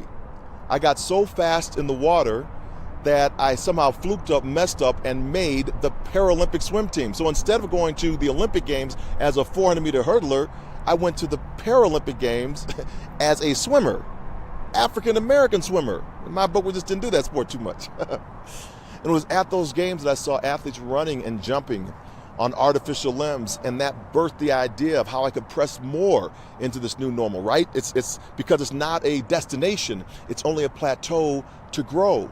So I had a leg made for running. And after 4 years, learning how to run, learning how to jump, getting myself fit and fast, I wound up making the Paralympic team, and I went to Sydney, Australia, and these were the results. Let's take a look at the men's long jump F42 final starting list, and Lucas Christen from Switzerland is the dominant one in this field. He holds both the world and Paralympic record in this event. Victor Goriansen from Sweden is up now, ready for his 3rd attempt. It's not a bad effort. He's pretty satisfied with it. 4.89. It's actually a season best for the Swede. Here's the man to beat. He is the world record holder, jumping 5.43 in 98 in Birmingham.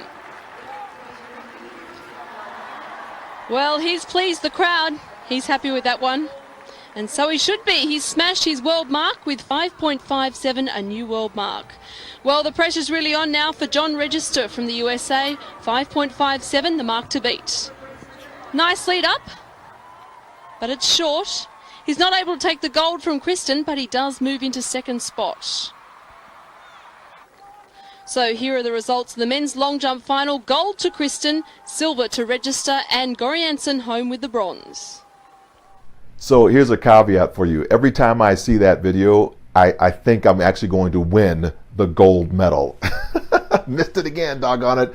But you know what? Silver, not too shabby. Whole stories around this on what it means to win a silver medal. It's powerful.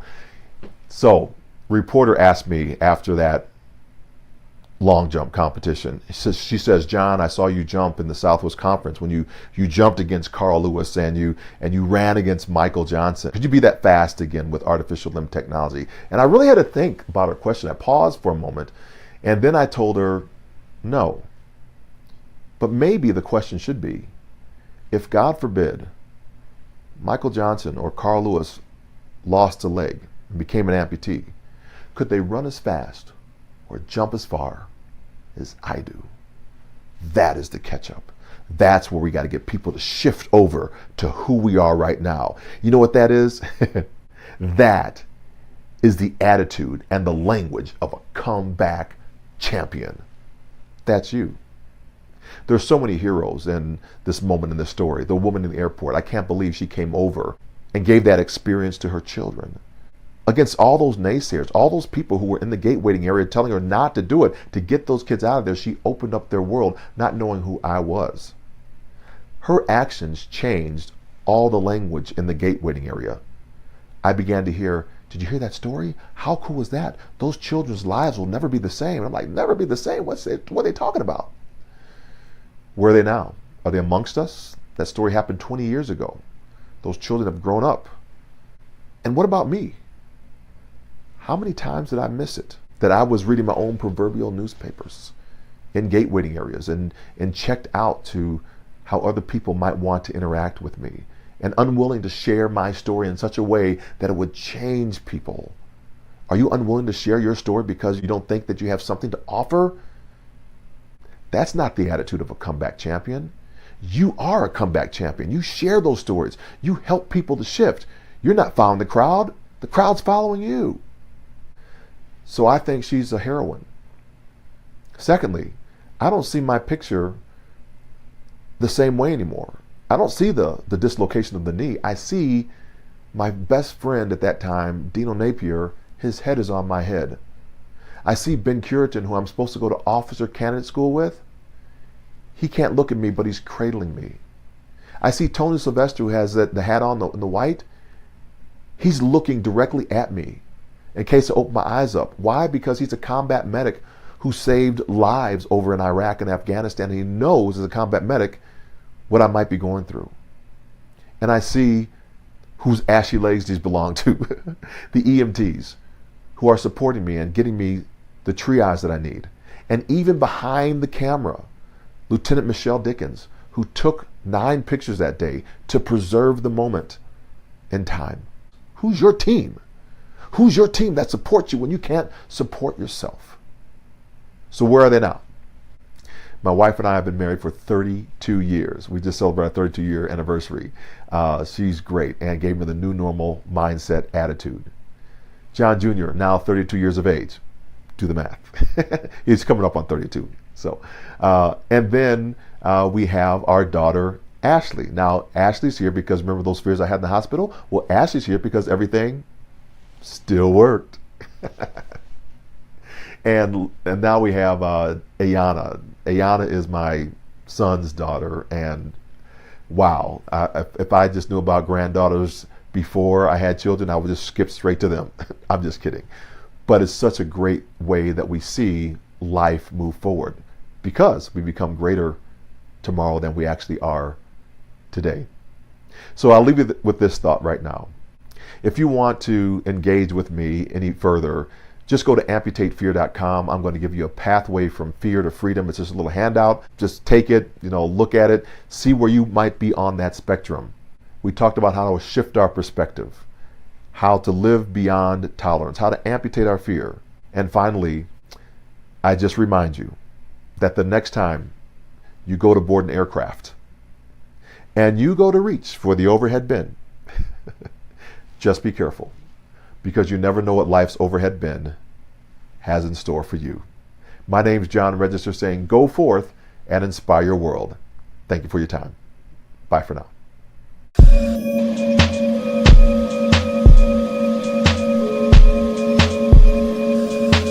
Hello, everybody. My name is John Kovac Jr., and I'm super grateful for this opportunity to speak to you today and to talk to you about the power of a mastermind. And before we get into it, I really just want to have a huge shout out to my friend Shay Brown and the Comeback Champion program. This is an incredible platform for you to connect with and learn from so many great speakers, amazing coaches, and the information you are obtaining is invaluable beyond measure. I'm super excited to give to you my portion of this speak, and I cannot wait for you to walk away with 3 really important takeaways. Now, one of the things I love about this Comeback Champion program is that I believe in champion success. If you've read it in my bio, you know that I've helped thousands of professionals overcome challenges and reach their goals as an accountability coach, where we one-on-one identified the things that were going to help them achieve their goals. And that's been part of my success journey. But let me tell you a little bit about who I am and why you should understand the power of the mastermind that happened in my life so that I can help you have the power of a mastermind in your life. You see, I've been an entrepreneur, or I've been in the entrepreneurial realm since I was at least 12 years old. My mother wanted to make extra money for our family so that we could survive and so that we could go on some vacations. And so what we did is my mom and I got together and we built a vending machine business, except for they weren't the typical vending machines that you're used to. They were these cardboard boxes, and we would go to Costco and we'd buy a bunch of bulk snacks, chips, candy bars, and so forth. And we had this little jar in the boxes that said 50 cents, honor code, please. And we would deliver these packed boxes full of snacks to a bunch of corporate office buildings. And that's how we made money. We made money delivering these vending boxes and allowed people to use the honor code system and drop 50 cents for a candy bar or a bag of chips. And we'd leave them in these corporate office buildings. Did that till I was about 14. And then at age 14, I did what every other 14-year-old does to make money, and I mowed lawns. Most other 14-year-olds are either mowing lawns or they're selling lemonade, and I was mowing lawns. And we did that for a couple of years, actually got several corporate contracts from the people that we had vended to. And then I turned 16. And when I turned 16, I decided that there was something I needed to make a change in my experiences at school, at church, youth outings, and so forth. And so I decided to become a DJ at age 16. And I know what you're thinking, right? Every millennial is like, I want to become this awesome global trotting DJ. And that wasn't me. All I was trying to fix was I hated going to dances at the high school or dances that were programmed by our religious institution. And I hated going to them because they just didn't play the best music. Now, I knew I could dance to just pretty much anything, but not anyone is just like me. So I spent the majority of my time coming up with and creating the best soundtracks and the best music that would really get people to dance at a higher frequency. You see, the key to dancing and energy and experience isn't what you play, but it's the frequency of what you play. And so I would develop these mixtapes of really great high frequency experiences, and we would curate the experiences. But what I loved and learned from my DJing career as a 16-year-old young man is that it wasn't necessarily the music and the DJing that I liked, but it was the emceeing. And I look over here on my desk to pull up this microphone because this symbolizes the microphone that I loved, the role that I had as an MC, where I was curating these experiences. And that's where I began my journey. on becoming someone who curates the environment for change, for something that would last a long time, that would influence people. And then at age 18, I started working in the corporate realm, starting to learn what it's like to work in a cubicle, in an office, and so forth. And, a few years later, I got back into entrepreneurism. I did a few things like anything from microfinancing to families and entrepreneurs and helping people build their businesses and doing a few other fun projects. But let's backtrack for a minute to the entrepreneurial journey. It was always about solving a problem. It was overcoming some sort of challenge. And then the thing I wanted to do most was solve it. I wanted to get it out of there. I wanted to bring something cool. And using the power of transmutation, the influence, the excitement, and the what we call enthusiasm, the passion that goes into something, I was able to do so much in a very short amount of time. Brings it almost to the present day. I just graduated from college. I'm a fresh public relations communication student from Utah Valley University, and I'm working as the publicist. I'm the publicist and public relations assistant principal at one of the world's largest commercial real estate offices. You see, all my experience to pass built up to this moment. And, life was good. Life was good. I was in my corporate suit and I had my benefits package and I was doing very, very well. And I was finding ways to really, really climb the corporate ladder fast, because that's just what you have to do. If you want to grow in an industry, especially the corporate environment, you've got to surround yourself with the right people and take the right opportunities. So this is where the story gets interesting. And we'll get into some of the facts about a mastermind. You see, I pulled up to the corporate office building. I'm working for Coldwell Banker Commercial, one of the world's largest commercial real estate companies in the world. And I get to be the publicist for some of the most incredible the commercial real estate brokers in the Intermountain West. And here, located in Salt Lake City, I was able to do this. Pulled up to this beautiful parking lot, get out of my shiny Land Rover. I'm wearing this beautiful black fitted suit. I walk through the front doors. As I'm walking down the hallway, you hear the clicking of your new dress shoes. You get into the elevator. I smile at the other guys who are in there in their suits as well. And, I crack a joke because that's just who I am. And as the doors open to the new corporate office building that I work in, an abrupt outburst of laughter flows out as I exit the elevator. And, I'm just owning this place. I don't literally own the building, but I'm like owning the environment.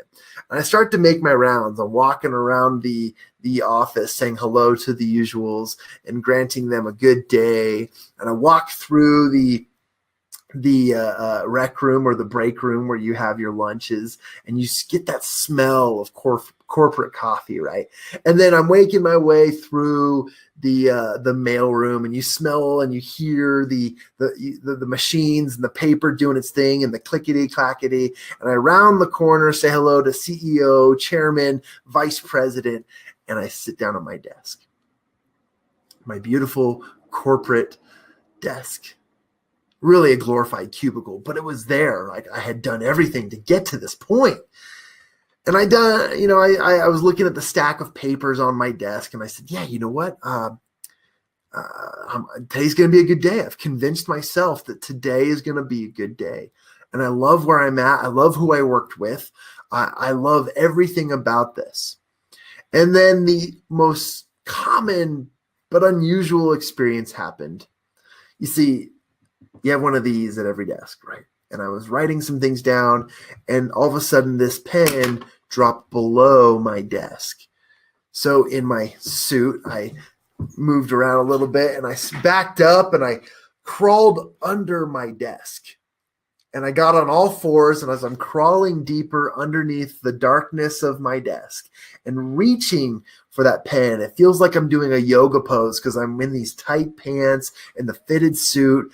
And there's this moment where I'm reaching for the pen, and I let out a burst of air. And under my breath, I could hear myself saying the words, "I wish."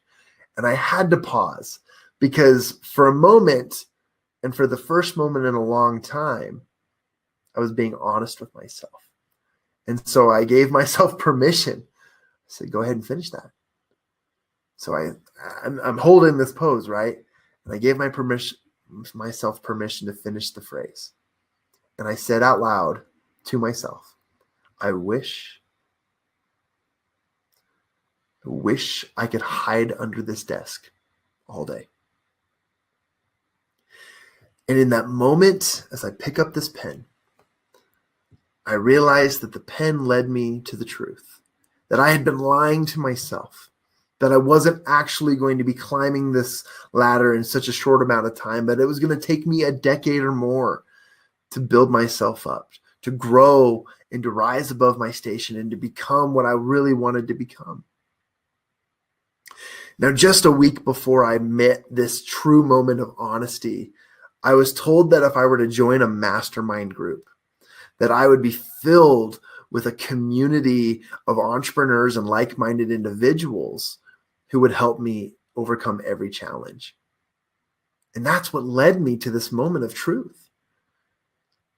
I joined my first mastermind. And after that moment of picking up the pen and recognizing that I actually had spouted truth and I believed it, I had to go put in my 2 weeks notice because I needed to do what I was meant to do. And I joined my first mastermind, and I could not pay for it. I will kid you not. This mastermind was really expensive, and I could not pay for it. You know what I did? I did anything I could. I donated plasma. I drove for Uber. I delivered pizzas. I did what I could to afford the mastermind, because sitting at the table of the mastermind were several CEOs, a couple business owners who had sold for millions of dollars their businesses. There were a few entrepreneurs, a few high-level managers, and a few vice presidents, one student, and one high school kid. I was the student. I was technically finishing up my last semester of college. And in this moment, I had to be at the table. I could not afford to be in the room because these people were going to teach me. And I joined my first mastermind. And within the first 5 to 6 months of being in this mastermind, I built 3 new businesses. I tripled my income. I found accelerated forms of sales, and I overcame that moment of truth. Now, I want to get into this, and I hope that my story helps you understand the power of a mastermind. You see, a mastermind can accelerate your success in all areas of life, mainly your business. And I want to share with you why a mastermind is so important. You see, a mastermind can accelerate your success. Now, what is a mastermind? Just in case you don't know, a mastermind, and if you've heard of one, and why or where you should find one and how you could join one. A mastermind is a coordination, okay? And this is in the words of the one and only Business Bible, Think and Grow Rich by Napoleon Hill, the Napoleon Hill Foundation, continuing the honor of this incredible individual, okay? And Napoleon Hill defined it as a coordination of knowledge and effort between 2 or more people to attain a definite purpose. And a mastermind is like a group of people, a team, a community of people who want to help you overcome your challenges, achieve your goals, and to accelerate that process and rinse and repeat. That's my favorite part about a mastermind. A mastermind is not a room full of people sitting in an audience and one person at the front is teaching and selling. We oftentimes hear about masterminds, get invited to them, and they end up being these conventions or these conferences or these selling meetings. That's not a mastermind. A mastermind is the roundtable discussions, the camaraderie of a community that helps you overcome your challenges and find success at whatever resources and challenges possible. Now, I want to talk a little bit more about this idea of power, okay? I love using quotations, and have you ever used quotations in the wrong spot? Well, I do it all the time, but I want you to emphasize the use of power. You see, power, you've heard the phrase, knowledge is power. And when you bring a bunch of minds together, you've built a room full of powerful people, right? Because there's so much knowledge in the room. But what is this idea of power? You see, there's power in community objectives. And I want you to know that this is also from the words of Napoleon Hill in the Think and Grow Rich, okay, the business Bible for all entrepreneurs.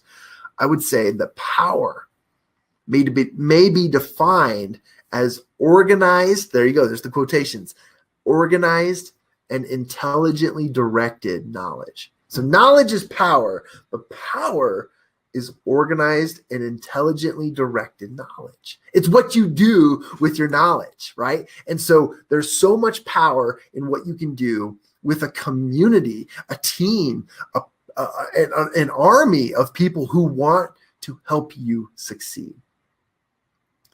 And that brings me to my third point about why a mastermind can help accelerate your business success. You see, peer-based accountability drives exponential success. Many of us have been told, go get a coach, go get a business coach, go get a corporate coach, go get a fitness coach, go get somebody who can teach you, coach you to take you to the next level or to achieve that which you want to achieve. But let's compare a coach with a community. Okay, when you have a coach, you have one person who is going to push you and take you to the next level based on what they have, what they know, what they're able to teach you. But a community is experiential. It's so engrossing. It's so overwhelming that it helps you focus on the most important things. It helps you accelerate that because of the pressure, the anxiety, the purpose that goes into the outcome at which you want to attain. And there's so much more power in community versus a coach. I have coaches. I promise you that I'm not saying don't ever get a coach. I'm saying to you that I have coaches. But imagine a coach and being backed by an army of people who are relentless about your success. And that's the power of a mastermind. We go back to my first mastermind story and the experience that I had as a young entrepreneur.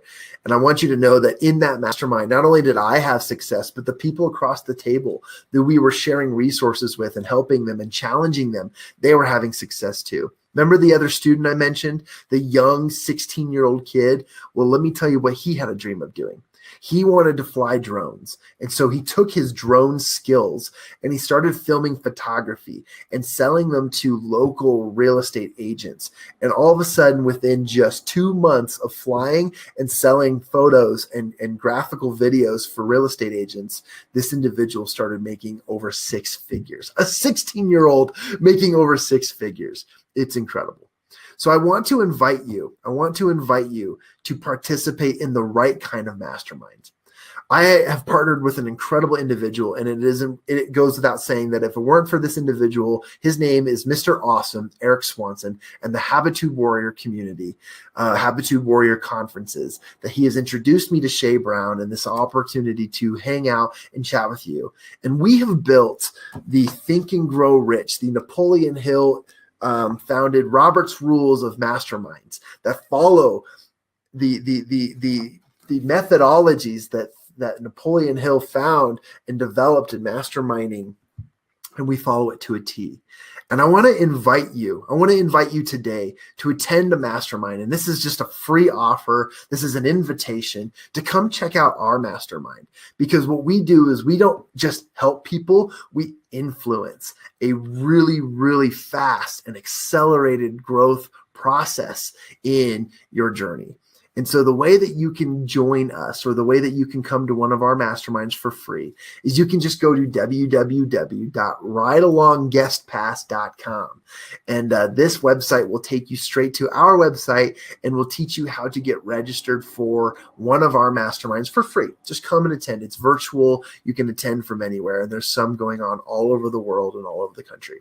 Or you can simplify it by just emailing me at team@habitudewarrior.com. And again, I want to invite you and thank you for this opportunity to teach you about how a mastermind will accelerate your business success. Because if you don't fight for your goals and you don't have the team of awesomeness behind you, no one will fight for your goals for you. It's your job. Thank you so much. It has been an honor and a privilege. I appreciate you all. Thank you. Hey everybody, this is Vicki Irvin. I wanted to stop in and say what's up. And I wanted to thank you for joining my training. I am super excited to be a part of Shay's Comeback Champion Summit. He is like one of the most prolific entrepreneurs that I know, always creating great content, always putting out great products, always having great speakers, and just people giving you great information from all different types of industries. And so when he asked me to be a part of this, be one of the facilitators, of course I said yes, because I love what he does.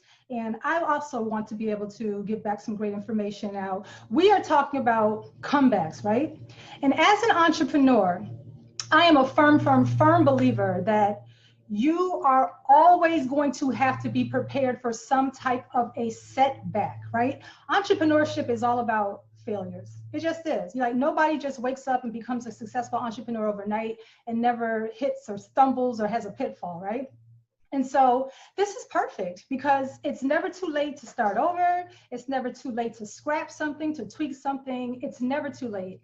And as an entrepreneur, you always, always, always want to be armed with the knowledge and the skill sets to be able to even come back. I've seen so many people go out of business from a setback, and they just didn't have the skill set to rebuild again. And so one of the things that I learned really early on is to arm myself with knowledge and to be prepared for anything to happen. Governmental interference, how about a pandemic, right? Personal setbacks that knock you for a loop. In life, it's inevitable that you are going to need to rise again like the phoenix, right? And so the best way to do that is to arm yourself with the knowledge and the skill sets to be able to pick yourself back up again and rebuild.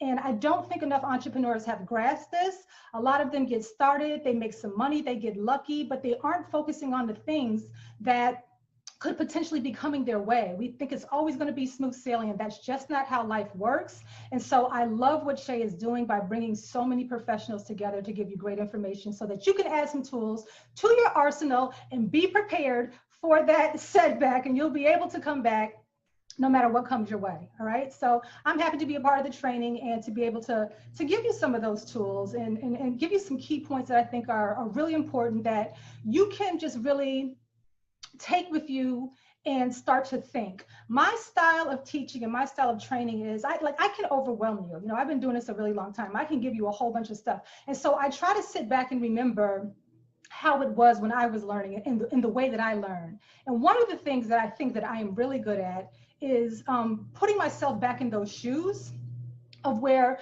I'm in different trainings. I don't quite understand what people are talking about or what they're saying, or I can come up with a better way to be more relatable and relate the information to people that they really need. And one of the things that I don't want to do is overwhelm, because I can, you know, I can overwhelm you all day, but I want you to be able to walk away with my training, understanding the couple of concepts, the key concepts that I'm going to be teaching today, and actually think about yourself and your business and your brand and how you can implement these couple of key things that I'm going to actually give you, how I can kind of shift your thinking a little bit. How you can start to listen to my stories and the information I'm giving you and see it for yourself, your brand and your business. And even if you can't get started on implementing this stuff right away, even though I would love for you to, right? You are going to have a really good understanding and a different way of thinking about your business, okay? So that's my goal for today, all right? So I am going to go ahead and share my screen so we can get started with this training. Okay. All right, so today what you're going to discover is how to build a profitable brand for what? Longevity, okay? That's really, really important. I see a lot of people. Now, have you ever seen, because everybody's a business person now, right? So have you ever seen entrepreneurs who are like something new every day? It's like every other week they're rebranding. And that's a clue that what they're doing is not working, right? And that's because you need to build something that makes sense. It needs to be built on a foundation. The goal has to be clear. There has to be things in place to support the goal. And you want this brand to carry you for a very, very long time, all right? You don't want to be one of the people who is every other day coming up with something new that you want to be and who you want to be known as, and you don't want to get caught up in that, all right? So that's what we're going to be focusing on. So some of the stuff that we're going to discuss, what a brand is and is not. Now, you have to have heard a million definitions of what a brand is. Everybody's a branding coach and brand me and do this and do that. So we'll talk a little bit about, what a brand is and is not, how to set up a brand that you can actually monetize, which is important to me. Like I'm a money coach. I'm a money person, right? I believe that there's no other reason to be in business except to make money. Like that's the definition of business, is to turn a profit. Otherwise you don't have a business, right? So I want for you to have a brand that you can actually monetize. If you're, you have something you think is a brand and it's just not attracting money and opportunity to you, then you're not monetizing it. And everything in business is supposed to be set up to help you make money. Just like when you're at your 9 to 5, when you did your job so you get that paycheck, I need you to do everything in your business so that you can make money, all right? We're gonna talk about how to take an unpopular market position, okay? Everybody, we're all in certain industries, right? And we all have our respective markets. And instead of doing what everybody else does, I want to talk about how to take something on, become a little unpopular. Like this is not high school. In high school, everybody want to be popular. When it comes to branding in your business, it's okay to be a little bit unpopular. In fact, that is, one of the ways that you can actually monetize your brand. And we'll talk about how to become an authority in your industry, which is just one of the positions that you can take when you're creating a brand. There's a million. There's no way I could take you through all the different types of positions that you could possibly take when creating a brand or when you're thinking about right now, whether your brand is working for you. So again, I want you to get in the mind frame that if you're brand new and you're trying to figure out, well, who do I want to be in this market? How do I want to be recognized? How do I want to brand myself? Or whether you had a brand for a while, but you don't feel like your brand is really working for you. Like what you're trying to convey, people aren't catching on because let me tell you, your crowd, your people, how they respond to you, if they buy or not, the things they say to you when they meet you in person or on phone calls or whatever, that tells you if your brand is working or not, okay? And so if you've had a brand for a while and you don't think you're getting out there the message that you meant, and that you're attracting the wrong people, then what I'm going to be talking about today, I want you to think about how you can use what I'm going to teach today to restructure your brand, retweak it, or scrap it. People relaunch all the time. Don't even worry about it, okay? So I just really want to focus on what's going to make your brand the most money.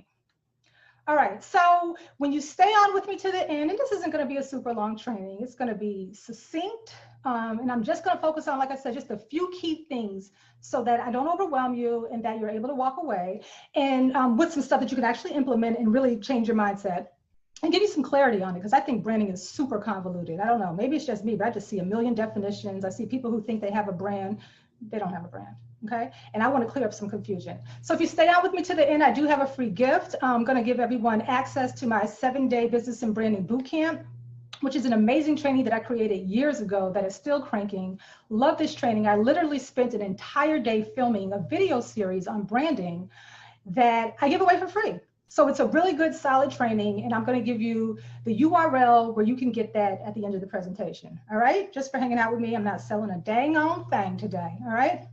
So who is Vicki Irvin? For anyone out there who does not know me, I am the owner of the Superwoman Lifestyle and coming soon, Black Women Lifestyle. And I also own a cosmetics company, SWL Cosmetics Collection. And I've been a business consultant since 2006. I started out coaching in real estate investing. And then I did a bit of a, like I talked about, rebranding. I did a bit of a rebrand a few years later, out of just teaching real estate investing to working with other women entrepreneurs, okay, no matter what business they had, giving them the skill sets that I used in my real estate business that made that into a multi-million-dollar business the first year, which is not typical, not normal, you know, totally unexpected.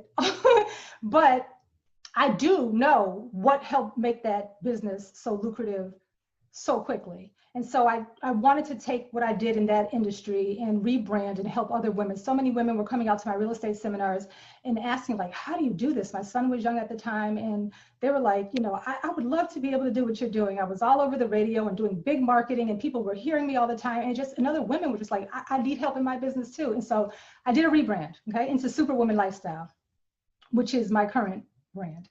And so I've been working with people since 2006 as a full-time entrepreneur.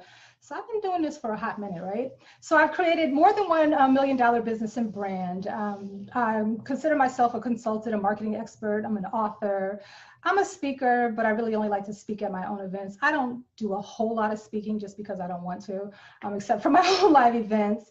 And I am now an e-commerce junkie. So with my cosmetics business, I have a full line makeup company for Black women. I am a e-commerce junkie because that's a whole other animal, right? So I have an online business now, and that's what I spend most of my time doing right now. So that's where I'm at today, full-time in my e-commerce business. I only work with a handful of my clients. I scaled that back because I wanted to focus on my e-commerce business, because my dream was always to have an online business where people were buying from me from all over the world who, you know, didn't necessarily know, you know, they weren't buying Vicki Irvin per se, they're falling in love with my products. And, you know, for the guys who don't know, for the women who know, you know, when you love a certain color lipstick, or you know what color foundation you wear, and you go to the store, or you go to MAC and say, you know, I want NC45, you know what your makeup color is, your foundation. I wanted my brand to be like that. Okay. And so that's why I'm working full time in my e-commerce business, because I just love the idea of people falling in love with, you know, my product, not necessarily me. I am attached to the brand somewhat, since we're talking about branding, but I always wanted something where even if people didn't know me and just read a little bit about me and didn't know me personally, they were falling in love with my products or services. And that's kind of how I want to write out, you know, waking up with just, you know, money just falling into your bank account every single day without you, you know, interacting with people all the time. It's just always something I wanted to do. So that's what I am up to now. And I am in the midst of another brand expansion. So this training is actually perfect for me to get back into all this stuff too, because I'm coming out with an extension of Superwoman Lifestyle brand with Black Women Lifestyle, okay? So if you follow me, you'll be hearing more about that. You can follow me on Instagram at Vicki Irvin. You can follow me on all social medias at Vicki Irvin, VICKIIRVIN, because you'll be seeing like that brand coming out soon. All right. So my goal for you today is to give you real life data from personal experience and successful teachings from others. I have invested hundreds of thousands of dollars in my own education to be an entrepreneur since 2006. And so I've worked with some of the top internet marketers belonging to mastermind groups. I'm part of that old school crop of Dan Kennedy and Bill Glazier. You may or may not have ever heard of them, but they're like the godfathers. Everybody big in internet marketing, male or female, kind of comes from that lineage, if you will, lineage of marketers, if you will. And that's where we were, that's where we learned. And so I have a lot of stuff that I've invested in that I've learned from people who are successful. I don't teach or give information from anything that I'm just like making up theory or my opinion.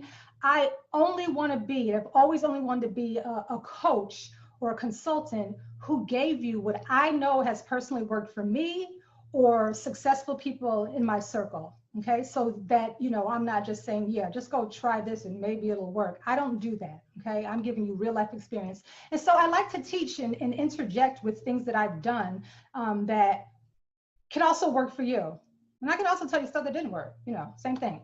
So I want to give you some wins and I want to give you some ideas. And I want to have you shortcut the process and only focus on like income generating tasks as it pertains to your brand. And here's the tip, you know, beyond just your brand and other areas of business, you always want to focus the majority of your time on income generating tasks. I find through working with thousands of people through the years that, you know, when we don't know what to do, we just do things to keep ourselves in motion and we fool ourselves into thinking we're really working on our business.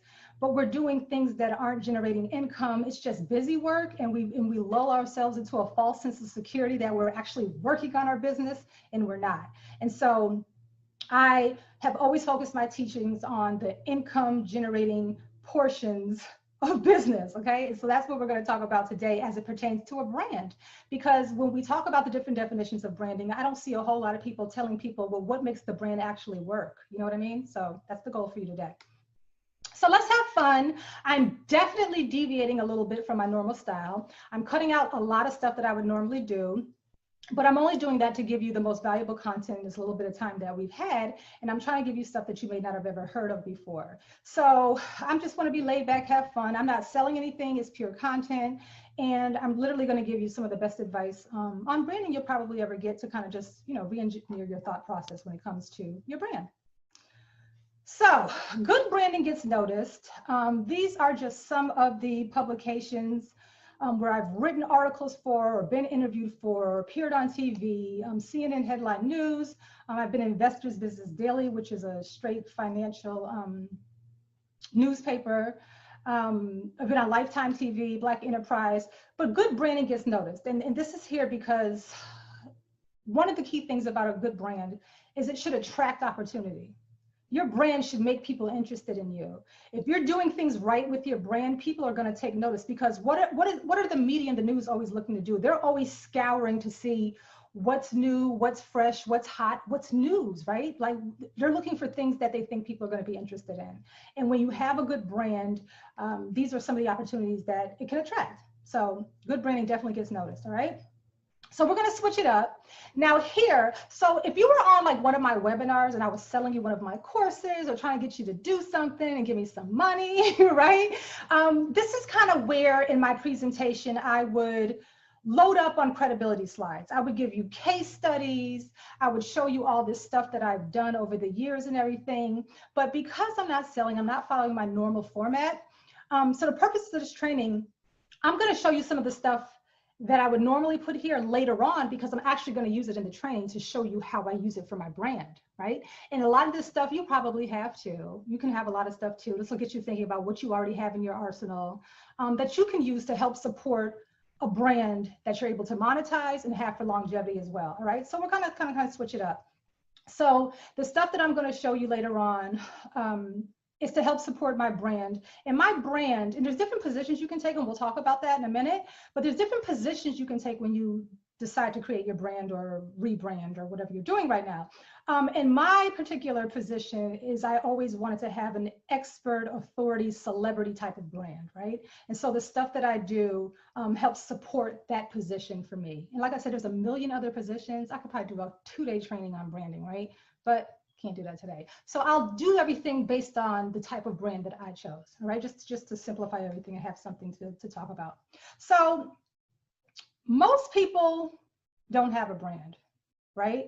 Most people don't have a brand because they don't have a brand. And they may have a brand in theory, right? They did something and they say, okay, this is going to be my brand, but the brand is not working for them. Most people focus on catchy business names and taglines, right? You know, everybody's like, I'm going to be the this, I'm going to be the that. I remember when I did my real estate investing business, that the business I told you was my first $1 million business. My name was the real estate investment queen. Remember when everybody was the queen of whatever, and that was like really hot back then? I was the real estate investment queen. So that was a catchy name, right? But there were things that supported it as well. So had I just focused on, well, I'm going to call myself the real estate investment queen, and that is going to be, you know, everybody's going to want to work with me. That in itself is not enough, because that's just a name, right? And then people come up with catchy taglines. I do this, this, and this, and everyone has their elevator speeches and stuff. That's not what makes you money, okay? Color coordinating websites and business cards, all that stuff. Spending time trying to appeal to everyone. Okay? We're not doing that, okay? Spending time trying to appeal to everyone. Now, over the years, I have always worked with mostly women entrepreneurs. And my mentors have always been guys. Like I said, I came up with like the biggest internet marketers that are out there. I was in a mastermind with all those dudes, right? And I'm like one of the only girls. And they focus on very different things than women. And one of the things that I find my clients try to do is they try to create a business that they want everyone to want their stuff. They think it's great for everyone. And I'll be like, well, who is your target market? And they go, women. Women? Do you know how many different types of women there are? When you break down the demographics, right? Black women, white women, Spanish women, the income level that they're making, how much money they're making, their income bracket, their habits, what they do, what they like. You can't, how old they are. You can't be so general and just say women. You can't try to appeal to everyone. And people feel so strong that they have a product or service that everyone should want and love. Everyone's going to want and love this. No, they're not. Okay, so many people are going to hate it, right? So it's a waste of time to try to appeal to everyone. And a lot of people are doing that with their brand. They think everyone should want it. And it's just like banging your head against a brick wall, right? And then the other thing is following what everyone else in your market is doing. Now, the natural inclination when you're starting a business is you get into a certain industry and you look around to see what everyone else is doing in your industry. And that's okay and that's smart and you should. That's called market research, just to see what's going on. But you shouldn't be doing market research for the purpose of emulating what everyone else is doing. And that reminds me of kind of like the Yellow Pages, and I'm dating myself a little bit here. And if you don't know what the Yellow Pages are, you are way younger than me. But remember the Yellow Pages back in the day? In the phone book, and you needed a carpenter, or you needed someone to come out and fix your air conditioner, you could literally just open up and just close your eyes and pick anyone, because all their little square ads in those Yellow Pages were all the same. There was nothing to make you say, oh, I'm going to go with this one over this one over this one. Everybody just put their stuff in there. And that's kind of what everyone does now when they're looking to get into an industry. They want to do what everybody else in their market is doing. So how do you create something that stands out if all you're doing is emulating what the majority of the people in your market are doing? Okay, so when you do your market research, do it for different reasons than saying, okay, this is what I should be doing too. No, see what's going on, see what everyone else is doing, and then figure out what you can do the opposite, right? All right. So a little bit about my definition of branding, because remember I said there's a million, everyone has their own ideas. First of all, nobody can wave a magic wand and brand you. Okay, nobody can say, you can't say, oh, I'm going to go work with this branding coach, and when I leave her house for that VIP day, I am good. My phone, by the time I get home, my phone is going to be ringing. My email is going to be flooded with people because I have been branded, right? It doesn't work like that, okay? Nobody can wave a magic wand and just brand you, okay? Creating a brand is not going to automatically have clients beating down your door. A brand is more of a symbol of what you offer, how you offer it, what you stand for unapologetically, right, with your brand. That's going to attract the perfect prospect or lead, right? And so when people hear your name or your business name, these certain images pop up in their head, and everyone should pretty much have the same idea or image of you when they hear your name or your business name, okay? So it's not enough to just come up with your position in the market, we'll talk about that, and who you want to be. There has to be things in place to support that, okay? And again, the way you know it's working is you have to pay attention to what people say when they meet you, when they talk to you on the phone, when they send you emails. Everyone should kind of know what you stand for. And if they don't know what you stand for, you need to work on your brand. If they don't know what you stand against, you need to work on your brand, okay? So crowded markets and competition, another huge thing that comes up with people in business and entrepreneurs. Most of us have a million people doing what we do, right? Very rarely are we ever going to be the first one to do something. Every once in a while, somebody gets lucky and they invent something that no one else has ever done before, right? But how often does that happen where you're the only one? Doesn't happen often. Most of us have a million competitors, just like there's a million restaurants and a million hair salons and a million nail salons and a million banks, right? So we're all in crowded markets with competition, but it doesn't matter because there's billions of people in the world. And I tell my clients, you're always complaining and saying, oh, well, this is so saturated. Everyone's always doing this. And I'm like, there's a billion people in the world. If you can't find enough clients to have a lucrative business, then something's wrong. You can't service everybody in the world. One restaurant can't feed everybody in the world. One hair salon can't do everybody's hair. One nail salon can't do everybody's nails. There's plenty of people out there. And so when you create a brand that attracts a certain segment of the market and you focus on those people only, you can bring them to you and have a lucrative business. Just do the math. Whatever your price point is, multiply it times how many people you need to make the money you want. And that's all you need to have a lucrative business, and you're worried about a crowded market or competition? Stop it, okay? Here's another thing to think about. If you enter a market that is crowded with a lot of competition, It's crowded with competition for a reason, because there's money to be made. So it's actually a good sign. So some people say, oh, too many people. I say, oh, so many people are doing it because there's money out there. So let me go get my few people that I need to have a lucrative business too. Okay, so don't worry about crowded markets and competition and saturation. Doesn't matter. Okay, but a good brand that attracts the number of people that you need and the right people to you, that's gold. Okay. All right, so messaging and positioning. What is going to identify your product and your service and what position you're going to take in your market? Okay, what's going to identify your product or service in the position that you decide to take in your market, right? Remember I said I created more of a authority, celebrity type of branding position, okay? And then you have to drill down even deeper than that, but that's just one. What's going to be your big message that you become known for, right? Like I said, when people hear your name, see your face, meet you in person finally, they already have an expectation of you because you've already put out there through various medias and content who you are, what you stand for, and what you stand against, right? And who is that going to be? Who's going to be receiving this message that is going to resonate with? Who precisely will your message resonate with? Because remember, it can't be all men. It can't be all women. It couldn't even be, you know, I'm creating this Black woman lifestyle. I'm clear that my Black woman lifestyle brand and the products that I'm going to be creating for that are not going to be just for all Black women. There's subsets of Black women, of course, too, right? So you have to get really, really clear on who's perfect for you, and so that your messaging and your positioning attracts just those people. Remember, we're not trying to make everybody like us. We're trying to create something who our message resonates with, and that will bring the right people to you. Like, who wants a bunch of people coming to them that aren't your right client, right? They're not the right person for you. You don't want to work with them. They can't afford you. Like, when you do this right, you kind of cut through a lot of that noise and a lot of the headaches that we get when we're attracting the wrong people. And good branding will help you cut through some of the noise, okay? So what you're for and what you're against. So I'll use, remember I said I want to interject some things that I've done before. I'll use some examples of what I'm for and what I'm against. So in my consulting business, working with women entrepreneurs as a business coach all these years, everybody knows you come to me, you come to Vicki when you want to buckle down and learn income generating skills for your business. My goal for women entrepreneurs, which is my market, and of course, it's not just women entrepreneurs, there's a million of those. They have to be at a certain level and place in their business or mindset to be my perfect client. So I only want to teach you and work with you on arming yourself with skill sets where you can literally wake up every day, go into your office, and strategically do very specific things that you know are going to generate income in your business.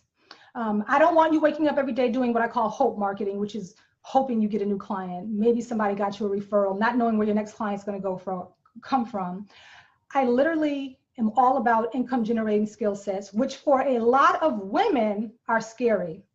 And it's more technical stuff that you have to really buckle down and learn, you know, how to write copy, you know, a multi-million-dollar skill set if you know how to do that. Imagine being able to write an email, and every time you write an email and want someone to buy something, they do, because your email is written so well that it leads them to the conclusion that they need to buy it. That's a skill set, okay? I'm not talking about, you know, a nice grammatically written email. I'm talking about the art skill of writing copy, right? And that takes time to learn, and that takes practice, and people don't always want to do that. So if you want to learn income generating skills, everyone knows that if you're looking for a coach who's going to make you do things that make you uncomfortable, because a lot of women shy away from more technical stuff and Facebook advertising. Oh, I don't know how to do that. I'm not your girl, right? And everyone knows that I'm actually against purpose and passion. Okay, let me explain. Okay, so for me, in my Superwoman lifestyle brand, I realized through working with women, and initially when women were coming to me, they were at all different points in their business, you know, wanting to start something, just starting out, midway, seasoned already. And I started seeing a pattern that so many women are focused on purpose and passion, feel good talk, right?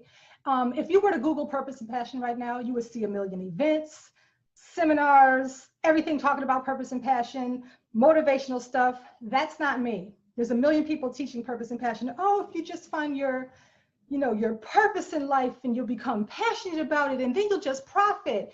That profit's not coming, okay, if you just feel good about what you're doing. There's a lot of people who have purpose in life and they have a lot of passion about some things that they're doing, but that doesn't mean those things are profitable, okay? And so it was lulling women into a false sense of security that as long as they were working on something they really felt good about, and they, it made them feel good, that the money would just follow by itself, just follow on its own. And that to me is woo-woo, wishful thinking, not gonna happen talk. But it's easy. It's a softer skill. It's just talking and trying to get people to hold hands and come on, and you can do it. And if you close your eyes and hold hands, I'm not for that, right? Now, I'm not saying that getting a pick-me-up and a motivational message and getting rejuvenated with, getting pumped up isn't needed, because it is. But when you're trying to run a profitable business, purpose and passion is not all you need to turn a profit. Okay, you have to learn some skill sets, right?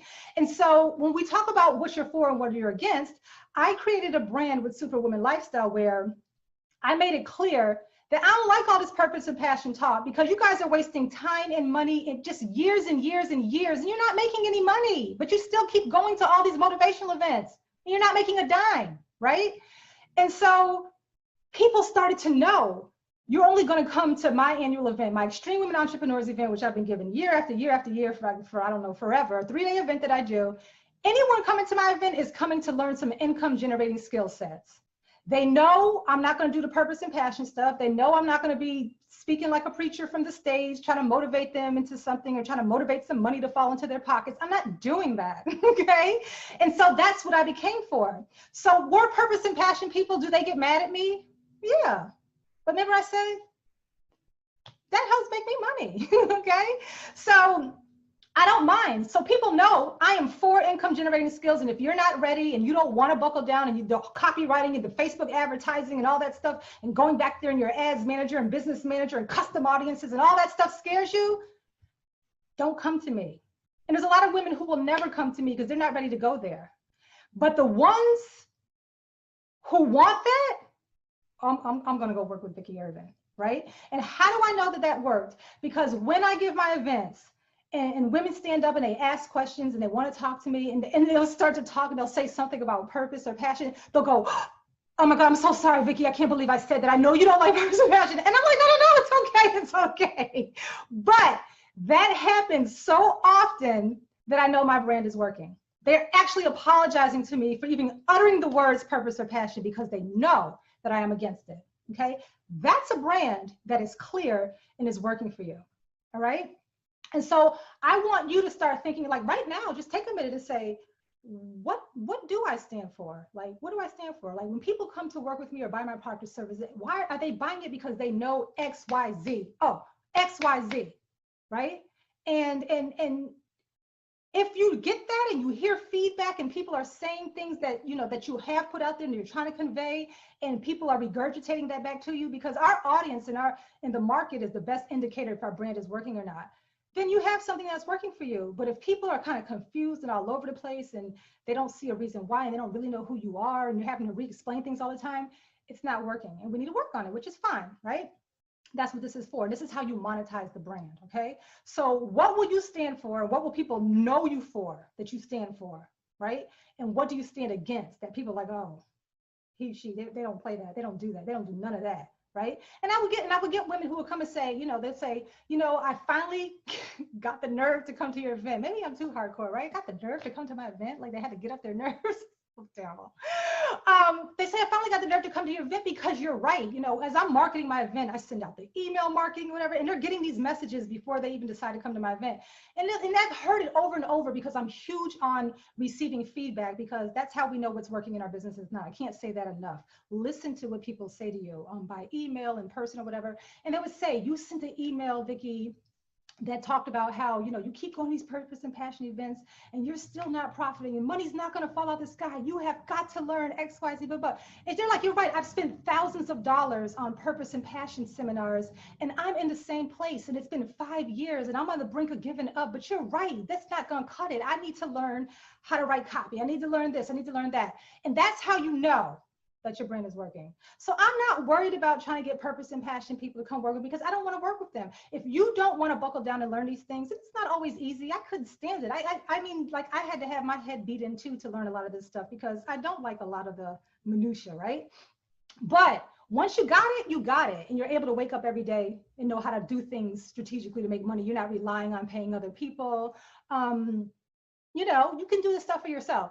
And so that's how you know that your brand is working. So start thinking about what you're for and what you're against, okay? So don't be afraid to tick people off, right? Like a lot of purpose and passion people are mad at me. And again, I make it clear that I think it's okay to go to a motivational event, but any business coach just telling somebody that all they need to do is find their purpose and passion, the money's automatically going to come to them. That's like some witchcraft stuff to me. That's not true. I don't play that. I'm totally against that. And I'm fine with that position. Okay. So don't be afraid to tick people off. It will make you money and make your brand so crystal clear. And it'll also, like I said, it'll weed out the people who don't want that. Why do you want to waste your time on calls or strategy calls or talking to people who you're not going to be a fit for and clients you're not going to want to work with, right? So it's impossible for everyone to like you. So getting clear on what you're for and what you're against is important because your brand, no matter how great you are, is never going to appeal to everyone. Everyone is not going to want your stuff. Everyone is not going to like you. They're not going to like your product or service. They're not going to like how you look, whatever, right? It's not high school. We don't care. Don't be afraid to tick people off, okay? So think about who can I tick off? What position can I take? What don't I stand for in my industry? If you can think right now about what everyone in your industry is doing that just irks you, like, oh, I don't know why everybody in my industry does that. It doesn't even work, or it's a false sense of security, or that's not even true. And all these people are out there learning this stuff and it's not even true. Think about what that is and then go against it because you're going to stand out because you're going against what everyone else in your industry is doing. Okay, so it solidifies your position. It makes it crystal clear so you're only attracting the right people. Okay, with my real estate investing brand, when I first started teaching real estate investing, and I told you I called myself the real estate investment queen, and that whole branding thing, that literally ticked off all the real estate investors in my area. And I'm in the Washington, D.C. area. And they were like mad. They were writing blog posts. They wouldn't mention my name. You know, they wouldn't at me, as we say today, right? They wouldn't mention my name because I was on their list, but they would be talking about me. They're like, oh, if you want to come and learn real estate investing, because we're not going to be, one of them said, we're not going to be crowning any queens at my real estate investing seminar. I was like, oh, I never talked about crowning myself a queen, but you know, I just created something and taught my stuff and marketed a different way and did something that was really going to stand out. And all the other real estate investors seeing all these people flocking to my seminars, and they've been doing it for years, and I was super new on the scene, and they were like, oh, the nerve of her and calling herself the queen. So they were like typing away, writing against me, right? But I ticked people off, and everybody wanted to come see the real estate investing queen teach real estate versus them in their little boring real estate seminars. And guess what? We're teaching the same thing. There's only a few ways to invest in real estate. I didn't have some magical way that nobody else knows about. All real estate investors teach the few methods of real estate investing that are out there. It's just mine sounded better. Right? So that positioning and ticking people off can actually bring you money. So that's just another example I wanted to insert. It's also how Trump won. Okay, so Trump, you know, is a great example of what not to do, who not to be, in my opinion. I don't care what your political views are. I do not like Donald Trump, okay? So, but I can take some lessons for how Trump won, because the one thing this guy is good at is designing a message and knowing who to go after with that message, whether he believes in it or not, and saying what he needs to say to win. And all the things I talked about, that positioning and doing things that tick people off, are how he won his first term, right? He focused on a specific segment of the market and he designed a message that would excite them, right? He did this whole grievance thing. He divided, he's take back our country, take back our nation, because he knew a lot of people felt the same way that he did. And like, who has ever done that before? Who would ever come out with what I consider racist messages that don't include all of America? I mean, like, this is the United States, like, it's 2020. Who would do that, right? Donald Trump. And who would think that that would ever work? Nobody thought that would work. Look what all of his people who are now supporters, like all the people in Congress and senators who now support him, when they were running against him, look at the things that they said about him. They said everything that, you know, a lot of people say about him then, right?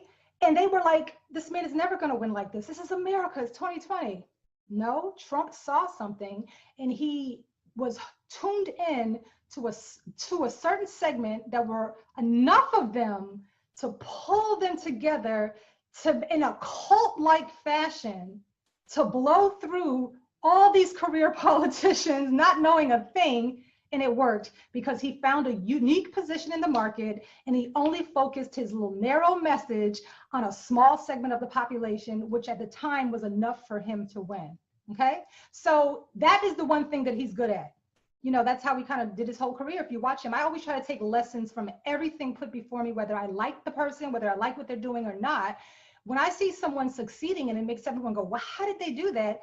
I look at the business lessons from it because, you know, I've been a business and a marketer my whole life. I've been in business as a career my whole life. And so I'm always looking through things with the lens of marketing hat on, you know, regardless if I like the person, their politics or not, I take lessons from it. I'm like, gosh, he's a master at branding and message. That's why he repeats the same stuff over and over and over again. And we're like, why doesn't he just stop lying? Because he knows if he repeats these things over and over, that certain segment of the market are going to believe what he says no matter what. They don't care if it's right in front of them that it is a lie. He knows he's not just doing it, you know, he's doing it on purpose. And so some concepts of branding that I teach that can help you have a lucrative brand, using it for good and not evil though, are exactly how Trump won. So love him or hate him, I don't know what your politics are, don't care. I'm just telling you, learning what I'm teaching you today, you can kind of say, you know what she's saying, you know, about the branding and stuff and the finding the small segment of people, just the right amount of people. Remember, he wasn't trying to appeal to everybody. Remember, I said a lot of entrepreneurs, especially women, want everybody to want their product or service and want everybody to like them. Trump did it opposite. He said just a certain segment of this market who is going to love this message. It's not going to be everyone. It's not going to be, you know, the majority, but it's going to be enough to carry me over the finish line. And I don't care who this makes mad. I'm going just with this. And that's all I need. And he didn't care about anybody else, right? So that's just another example of how that works, okay? So you want a brand that commands top dollar, okay? You should be able to monetize your brand, or it's pointless, okay? The goal is to be profitable. So when you create something for longevity, you want a brand that commands top dollar. See, people enter the market with different positions. Some people say, oh, you know, I'm going to be the cheapest because then when everyone sees how much everyone else is charging, they're going to run to me. No. Then you can be the middle of the road or you can be top dollar. I go for top dollar position. It's the best position in business to ever have. People have different reasons for doing otherwise. I teach all of my clients to go for top dollar as long as I believe they have a product or service that can command top dollar and they're willing to put in the work to support that, you know, to support the brand commanding top dollar. Okay. So certain things have to be in place to make that happen. Have you ever heard people say, or, you know, coaches and people say, you know, raise your rates and raise your prices and charge your worth, right? And you're like, yeah, I'm going to raise my prices and charge my worth. But it's easier said than done. And a lot of people are, listen, people are petrified. I've worked with thousands of people. One thing people are petrified of, entrepreneurs, is raising their rates. They think as soon as they raise their rates, everyone is going to run for the hills. I've worked with salon owners, hairstylists. They all think as soon as they, oh my God, my clients, they're going to stop coming. I'm like, no, they're not. No, they're not. I've worked with a lot of hair salon owners, actually. If you think about it, especially the ladies, sorry guys, but even guys with the barbers, okay? When you like your barber and he's giving you that fresh lineup or got your waves, you know, getting us all seasick, whatever it is, you really like that barber because, you know, he got you looking right. And you go out, the ladies are looking at you and stuff, right? You're not gonna go let Joe Schmo cut your hair. Even if your barber were to raise his rates, you might not like it, but that rate, that hike he does, $5 or $10 on you, is not gonna let you go to somebody else. And ladies, when you love your hairstylist, and you know that we have a very special bond with our hairstylist, right? So when she raises her rates, you're not going anywhere. You're not, okay? People have to raise their rates sometimes, you know? Products, the cost of products go up, and you gotta raise the price on your services. Everything is, you know, relative. So everyone wants to charge more and command top dollar, but they don't know how, or they don't feel like they can and actually get it, and it petrifies people. And a lot of times the reason why you're scared is because you really don't have a brand that you feel can justify charging that amount of money, right? And that is why I say certain things have to be in place. So when you hear people telling you to raise your rates or whatever, if they're not telling you how to do it in a way that it will actually work, then, you know, that's a little remiss to me. That's being a little remiss, because things have to be in place to justify raising the rates a lot of times, okay? So positioning, your position in the market. So when our prospects come in and we start providing them value and we're educating them, right? They're coming to us, they're just prospects at this point. They're not, you know, they're leads, they're not clients yet, but we want to provide them value and educate them. And as you're educating people, they start to view you as an expert, right? They start to see, oh, they're an authority, an expert. It just gets planted, kind of gets planted in their head. And positioning and educating people and having people view you as an expert is one of the main reasons that I make all my clients write books, right? Like, I know people love writing books. Like, being an author is a big deal to a lot of people, probably for different reasons, right? So people get so excited about their book. So when I want my clients to write a book, I'm like, listen, this is not a vanity project. I'm not trying to get you to be a New York Times bestseller, right? I don't care about the Amazon bestseller list. I'm not big into that. Some people are, and I think it's, you know, it's a great thing to do too. But as an entrepreneur, and if you're a coach or consultant, you're selling a product or service, your book should support you selling more of your stuff, whatever your stuff is. And so when I have my clients create books, it has to be another selling tool that gives them credibility and authority, because, you know, when people see your book, you're like, you're an author, and that is like credibility in their mind. So I want the book to be another tool, and it helps you position, helps your position in the market, and it helps support your brand. And in turn, that helps you command top dollar. Oh, he or she has a book. They must be, you know, somebody. It helps support your price point, which I want for you to be high, okay? So when I said there's various positions you can take when establishing a brand, it doesn't have to be celebrity, authority, expert, which is my position. And again, there's a lot of positions you can decide to take. I could go through several, but I just can't today, right? So I'm going to just stick with the one that I chose for example purposes. And celebrity, authority, or expert position is a good one that you can take in the market. Again, there's different ones, but this particular position is a good one because it really, really works. All right, so I'll take you through the process of some of the things that I've done. So this is where I told you earlier that normally if I was selling you something and you were all on my webinars and I wanted you to buy something, I would be giving you like case studies and look at this and oh, look at me and look what I've done, right? But I've taken all of that and I put it here because I want to show you how I use that stuff to help support my content, to help me support my brand, okay? So these are just some of the things I'm going to show you that help me support being able to charge top dollar in my coaching business, right? Because my coaching fees are high. If you work in my mastermind programs, I have levels that go up to $60,000. Just different stuff, but it has to be supported, right? So I have a range, but I'm definitely a high-end coach. But these things that I'm getting ready to show you alone are not going to be enough, but there's some of the things that are strong that help me in support of my brand. So this is Stedman Graham, Oprah's boyfriend, at one of my events. Okay, you see my chair, my picture back there. He's speaking in front of my audience. So how does Stedman Graham help me? So Stedman's Oprah's boyfriend, yes, but it's the attachment to Oprah. Right? So if I have an authority, expert, celebrity type brand, in Stedman Graham, which most people in my market will have never been able to see Stedman anywhere else, but you know, at my event, some of my students who also are coaches have gone on to, I give them some of the same speakers or introduce them or they use some of the same speakers with me. But I know that as a Black woman entrepreneur, I was probably maybe like the first one to have Stedman Graham speak at an entrepreneur event where the audience is Black and women, amongst my colleagues and stuff like that. Stedman is more of a Fortune 500 type speaker for companies and stuff. But I like Stedman because Stedman and I actually teach, what he speaks about and what he teaches, branding and positioning and some other things are in line with what I do too. So we were a good match. We vibe on some certain levels, but there's also the attachment to Oprah, right? Like Stedman's getting this work because of the attachment to Oprah. Brilliant man, successful way before Oprah, makes his own millions. Don't believe the hype when you hear the jokes, you know what I mean? This was already a successful businessman, very, very smart, but it's still the attachment to Oprah Winfrey. So if you come to my event, oh my God, Vicki has Stedman, and Stedman's on stage and he's talking about it. Oh yeah, when Vicki and I talk and he's talking like we're friends, that helps my brand. That boosts my brand. This whole attachment to Oprah. He talks about Oprah, which he never does anywhere else, but he got excited because he's not used to speaking at events like mine full of Black women. And he started telling us how Oprah thinks. He wouldn't normally do that because he doesn't mention her out of respect. You know, they're very private. And when you pay him or Fortune 500 companies paying him to speak, he sticks to the topic and he doesn't involve her. But he kind of unbuttoned a little bit. You see his suit jacket open. He was excited. Look at him, shirt all unbuttoned. What is Stedman doing there? Got the shirt all the way open. I'm just noticing that. But he got loose because he was excited. He told me, I can't believe you have all these Black women coming out here to see you speak. And so he gave us some stuff about how she makes decisions with the left and the right of her brain, and just instant celebrity attachment for me. Like, wow, Vicki and Stedman are super cool. So that's how I use that.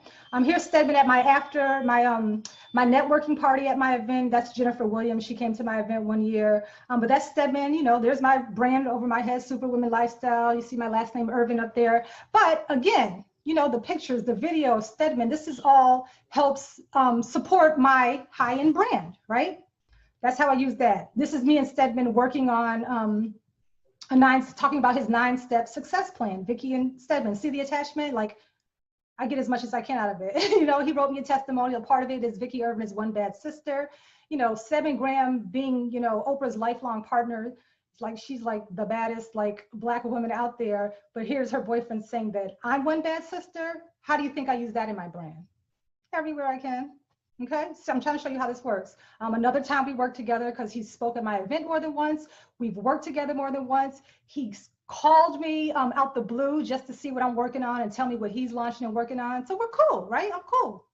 I ain't getting no invite to see Oprah yet. Me and Stedman are cool, okay? But this is how I use that, right? That's how I use that in my business. This is me speaking at an event with Susie Orman, okay? So Susie's listed and billed as a speaker, and so am I. So we're speakers together on the same, you know, same card, like same fight card. Vicki and Susie Orman, that's pretty good weight there. This is me with Barbara Corcoran of Shark Tank. Again, we were both speakers at the same event. So you see my name as a speaker, you see Barbara Corcoran. So I get my pictures with them, I use them everywhere because, again, you know, people know you share the stage with these people, it elevates your status as well. You know, and you guys have stuff that you've probably been to events or done stuff with people that you need to probably milk and use the way that I do, okay? That's what it's for. This helps boost your brand and support it with content. I'll talk about that a little bit later. This is Renee Lawson, if you were a fan of The Have and the Have-Nots, one of Tyler Perry's long-running series. She and I were celebrity hosts for an event together. She's on TV, on OWN Network, works for Tyler Perry. She's the host and I'm the host. So I'm elevated with another celebrity, right? Same thing with Farnsworth Bentley. He and I were co-hosts for another event here. He's a celebrity, you know, just the same billing, the same level. You use all of this stuff in your marketing to help your brand. That's my point. This is me on covers of some magazines that I've done. You use this stuff everywhere in your presentations. You blow them up at your events. You show them in your slides. You use this stuff, right? This is the one that I just did last month, actually, this year, 2020, just did this one for Wopreneur magazine. This story was done on my cosmetic line, which was super cool. You use this stuff. This is me and my girl, Shantae Moore, R&B singer Shantae Moore. Shantae's got a man at home. So that's my girl, right? Shantae's my girl. When I launched my cosmetic company back in 2013, I got Shantae to help me launch and kind of be the celebrity face of my brand. Once again, different business, has nothing to do with Superwoman Lifestyle per se, right? But I'm still following the same model of attaching to other celebrities to lend credibility to what I'm doing and to help boost my brand, even in the makeup business, okay? So people are like, you know, instead of like, who's this, what's SWL collection? That's not Revlon, that's not MAC.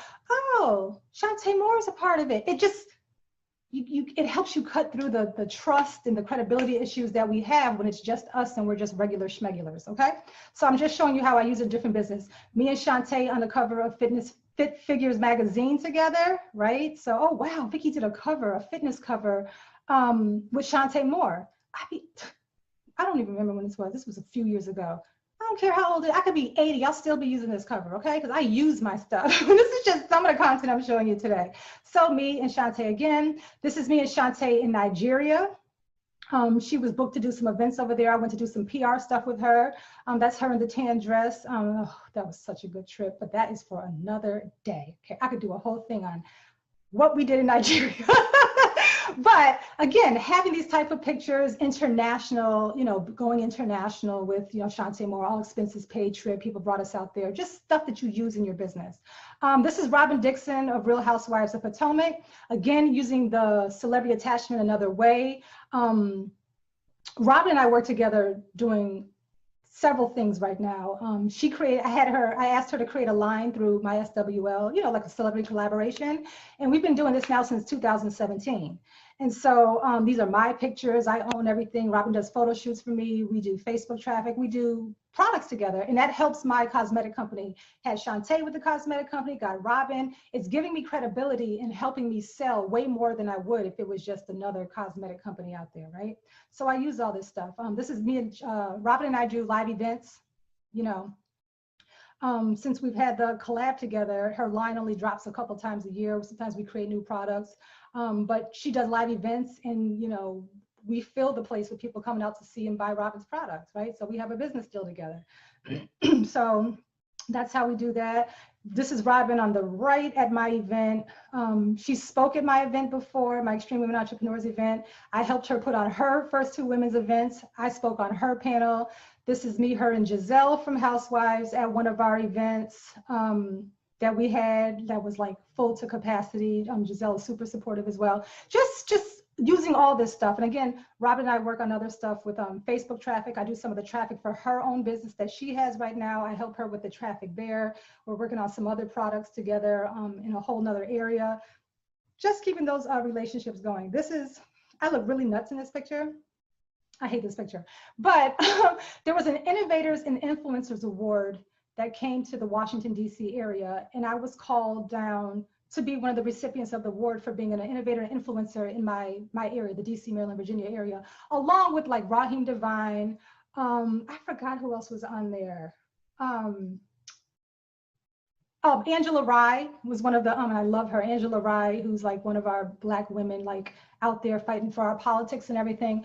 She was one of the recipients. So you're like with these people, Angela Rye, Raheem Devine, she's on TV, Raheem's a celebrity, I'm not, but guess who's right there with him?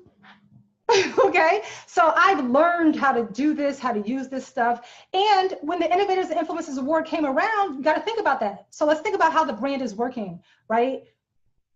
The brand is working because if somebody's putting on a whole event and recognizing innovators and influencers in the Washington, D.C. area, and they think of Angela Rye and Raheem Devine and Vicki Irvin in the same vein, that's the brand working again. I didn't know they were having this. I didn't even know who they were. They contacted me.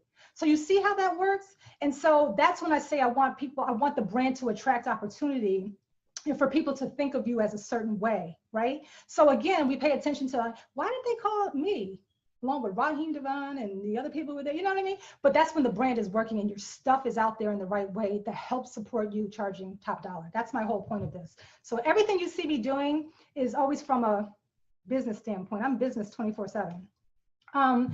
I did the BET, I hosted the BET honors and interviewed the honorees. That's Ice Cube and his wife giving me the side eye.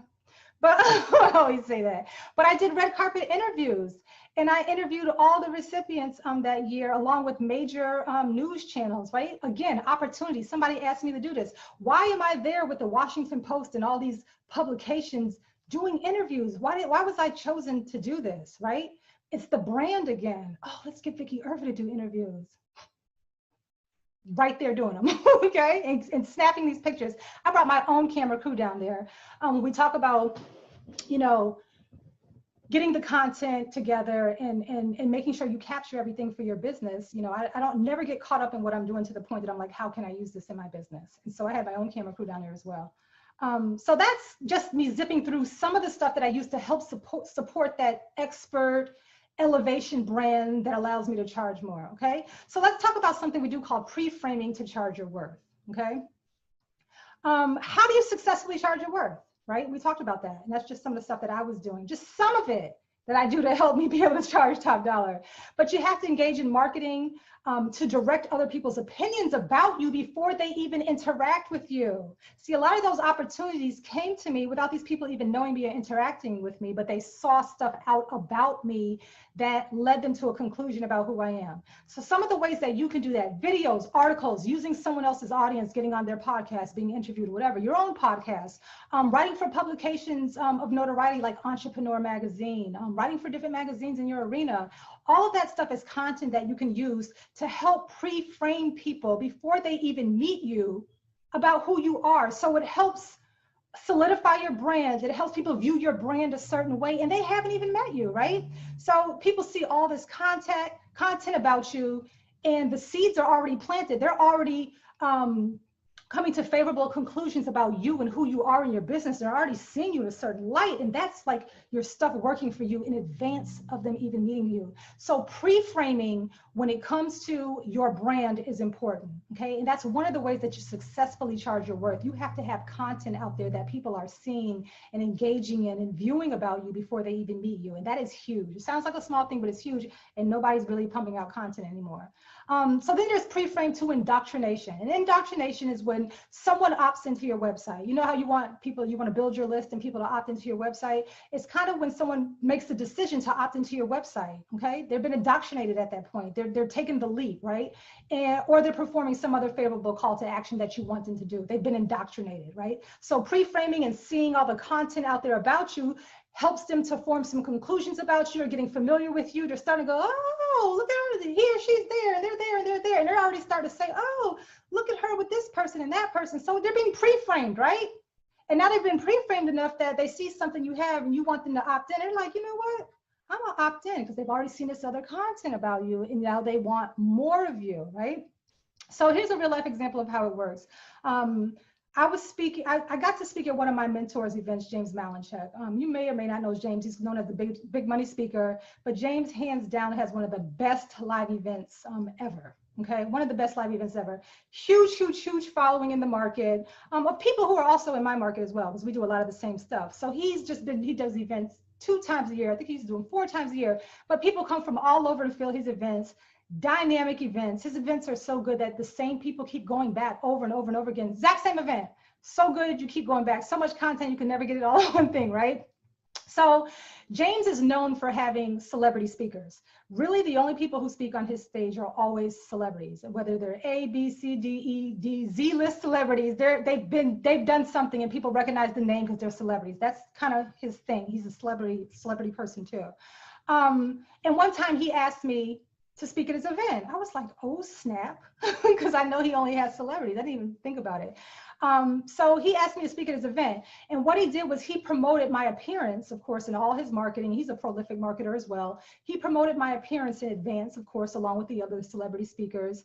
And people who know that he only works with celebrities, you know, of course, what does that do? That pre-frames them like, oh, who's Vicki Irvin? Like, wow, James has this woman named Vicki Irvin speaking on a stage. She must be somebody too, because he only has celebrities on there. Who is she? So that positioning and that marketing was kind of the pre-frame for me speaking at his event. It gave me instant credibility.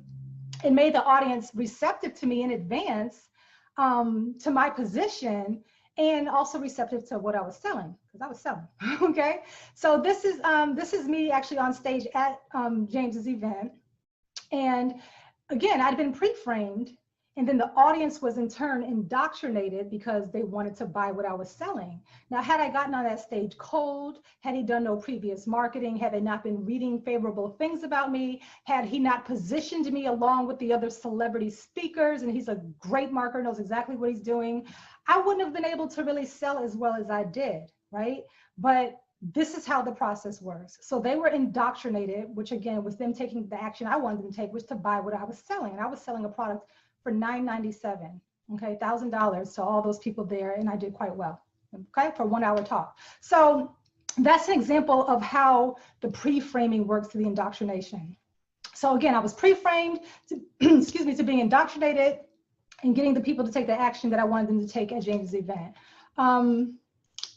That positive position about me that they had in advance helped me to sell because the seeds were planted. James planted the seeds. Okay, so that's how this process works, and why that content, why the pictures I was showing you, and taking the time to explain to you how I use them and why I use them, and showing you the attachment and how people draw conclusions about you based on, you know, affiliation, different things like that. Okay, so indoctrination is kind of where a lot of people mess up. People try to sell folks too quickly, when in reality, you know, you got to woo them. Like, you know, when somebody's trying to put their best foot forward on a date, you know, you can't just like go all in like that. But we live in a world where instant gratification is like, it's like now or never. Like, I've been in the game so long. I remember marketing like on using the radio, like all the social media wasn't even around. So we were like hardcore marketers using direct mail, sending stuff out in the mail, postcard stuff. But now people who missed that era when Facebook and Instagram and stuff came around, people really believe. That's why you saw it seemed like all of a sudden everybody wanted to be an entrepreneur. I blame social media because it made it seem so easy. Like, you mean I can create a free page on Facebook, a free thing on this other platform called Instagram? I can use Twitter. I can just put up a business page and now I'm an entrepreneur too. And I can post pictures and stuff and I'm an entrepreneur too. And everyone really believed that that was going to be enough to have a lucrative business. And you know, and I know, and if you've even tried it, you know it takes much more than that. This process is not going away just because social media is out there. Social media is just another platform or media for you to sell your stuff. Just like if you were to do a strategy call, or you were to do a radio ad, or you were to be on TV trying to sell, it's just another media, but all the principles and all the things that you need to do as far as credibility and everything else still have to be in place, because a buying decision is a psychological one, right? And a person has to come to the conclusion that they want to spend money with you. And there's things that you have to do to make them feel comfortable spending money, to make them feel like they trust you, to make them feel like your product is going to be good for them, because they're trying to be sold by everybody. And you see so many things that look good and no one knows where to put their money, and they're afraid of being scammed. And what if it doesn't work? And you got to fight through all of that, right? So it doesn't matter. The instant gratification, it's just, you know, you got to woo people. So this instant gratification thing that a lot of the newer entrepreneurs have is not reality. It's just not reality. So you can't skip the process of, you know, taking time to indoctrinate people. So how it impacts your brand. Pre-framing to indoctrination is powerful when it's done right. I mean, just imagine a person already wanting to do business with you in advance of interacting with you, okay? Just already advanced, like showing up like, you know what? I've read so much about you. I've seen so much stuff. I heard you on this podcast. I saw you on TV. I got your book. I did this. And where do I sign? Here's my credit card, because I am ready to work with you. I've gotten that before. Doesn't happen all the time, but I've gotten that before because I have the content out there to make a person feel comfortable. That's a great place to be. And that's what I want you to have, a type of brand and the things in place to support your brand that make that possible for you.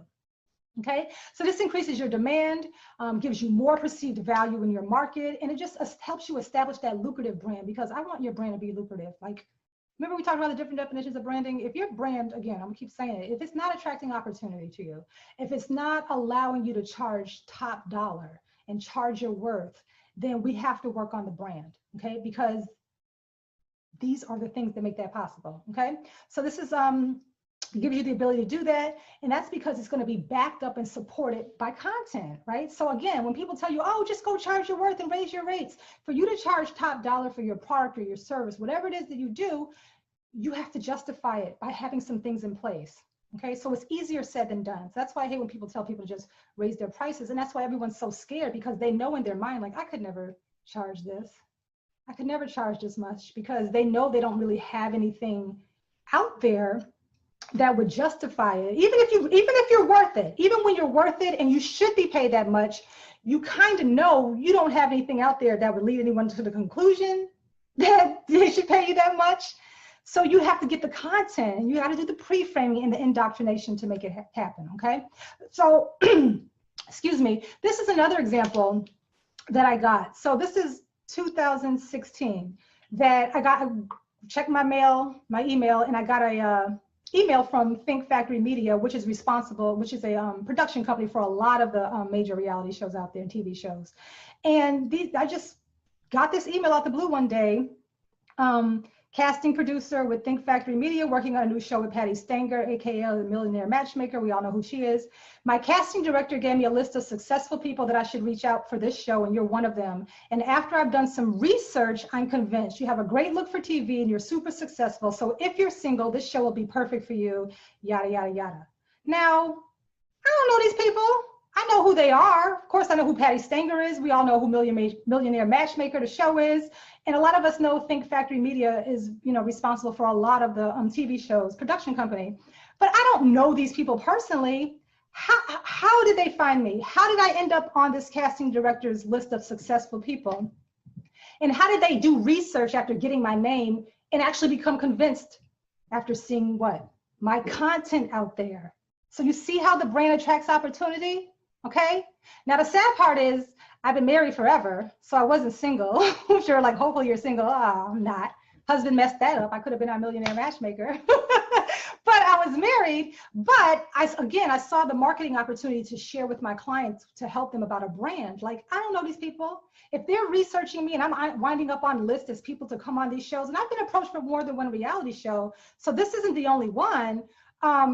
It's the brand again, it's the content, it's the pre-framing, it's the stuff that I strategically put out there to support my expert authority celebrity brand.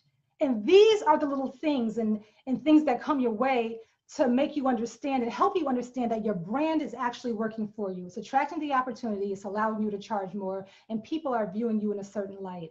And these are the opportunities I want to happen to you. Like not necessarily being on a reality show, of course, or a TV show, but having people take a look around and be like, ooh, yes, I need him or her, because they see what's out there in the world about you and your brand, and it's giving off the thing that you wanted to give. It's strategically done, right? So that's how you know it's working. So that's why I love to share this.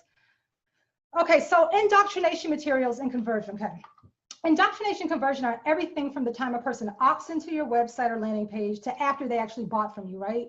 And then your ongoing relationship with them. That's the conversion part. But indoctrination materials are what they have seen after they've been pre-framed. And the goal of the material, of course, is to build trust so you can convert them. So after they've seen all your stuff out there, that's the pre-framing, and they haven't met you, but they're seeing you everywhere and all this and all that. Now they're ready to opt in. And maybe when they opt in, you have a video or something for them and they can convert. So indoctrination materials, you know, you're pre-framed, you established yourself as an expert in advance by them seeing the stuff out there about you. Now you want to get them indoctrinated using your launch videos, your webinars, your downloadable PDFs, your teleseminars, if you still do those, whatever it is, you want to get people indoctrinated, right, to your materials. So an example would be if you created a video that positions you as an expert without even selling them anything. Remember, it's not always about the quick, gotta sell, gotta sell, gotta sell. You gotta build the goodwill. So the sole purpose of the indoctrination materials is to get people to opt in and give them great value and content and help establish your position and establish goodwill between you and the prospect, right? And goodwill makes the conversion process easy. Remember, you're not selling at this point with your indoctrination material, just giving value, right? And the goodwill helps to make the conversion process easier when you do get to the point that you have something you want to offer to them. It's not just a cold sell out the blue. They've been, you know, hanging around and checking out your stuff and getting great value from you for a while. So now when you do offer some stuff, they're easy to convert. I run ads on Facebook for my cosmetic line, right? And so I can't just run ads saying buy my makeup on Facebook because a lot of people haven't heard of SWL Cosmetics Collection yet, right? So what I do is I create a branding video where I talk about the makeup, who my makeup line is for, what we stand for, and I did the same whole process with my makeup company. It took a while for me to do it, trying to figure out how I'm going to position my makeup company different from other women who have lines, but I came up with what my thing was, my position was going to be for my makeup line, and I talk about it in a video, and I just run that video for brand awareness, right? So people, it's going around to my market, you know, who I'm targeting, and people are seeing it, and they're like, oh, that's her makeup line, that's what she's doing. But then they'll start to see other ads for the actual makeup where they can buy something. So then it's not, when they see the other ads, they're not like, who is this? They're like, oh, that's that girl's video that I watched about her makeup line, who, you know, this is who it's for, and da-da-da. They've seen stuff about me where I wasn't selling them. So I'm indoctrinating people even with my Facebook advertising. So I'm using this process on every platform that I can. So everything I'm teaching you today, these couple of concepts, and it may seem like a lot, but I'm still just on like 2 things, right? I'm using it in everyday life, even with my makeup company. I'm still doing the branding and indoctrinating and getting them to understand who SWL is for, okay? We're gonna remain a classic in a world full of trends. That's very, very important to me. And then there's conversion, okay? The process, of course, a customer goes through when they invest with you, they pay for your services or your product. And, you know, when you make your sale, you want to make the sale while maintaining good position and goodwill and everything. You want everything to be great. And so the best way to make more money in your business is by improving your position all the time, pre-framing and indoctrination. And I know a lot of people are always trying to create new products and more products and tweak the product to make it better. When we think about making more money, there's a lot of places, a lot of things you can do to make more money in your business.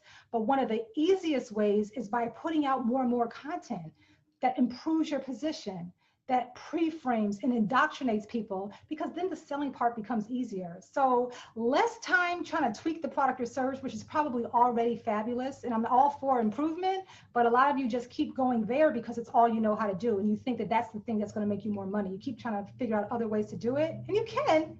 There are some other ways, but this is one of the easiest and best ways to do it. So keep improving the position, pre-framing, and indoctrination. Okay. Email indoctrination is another one.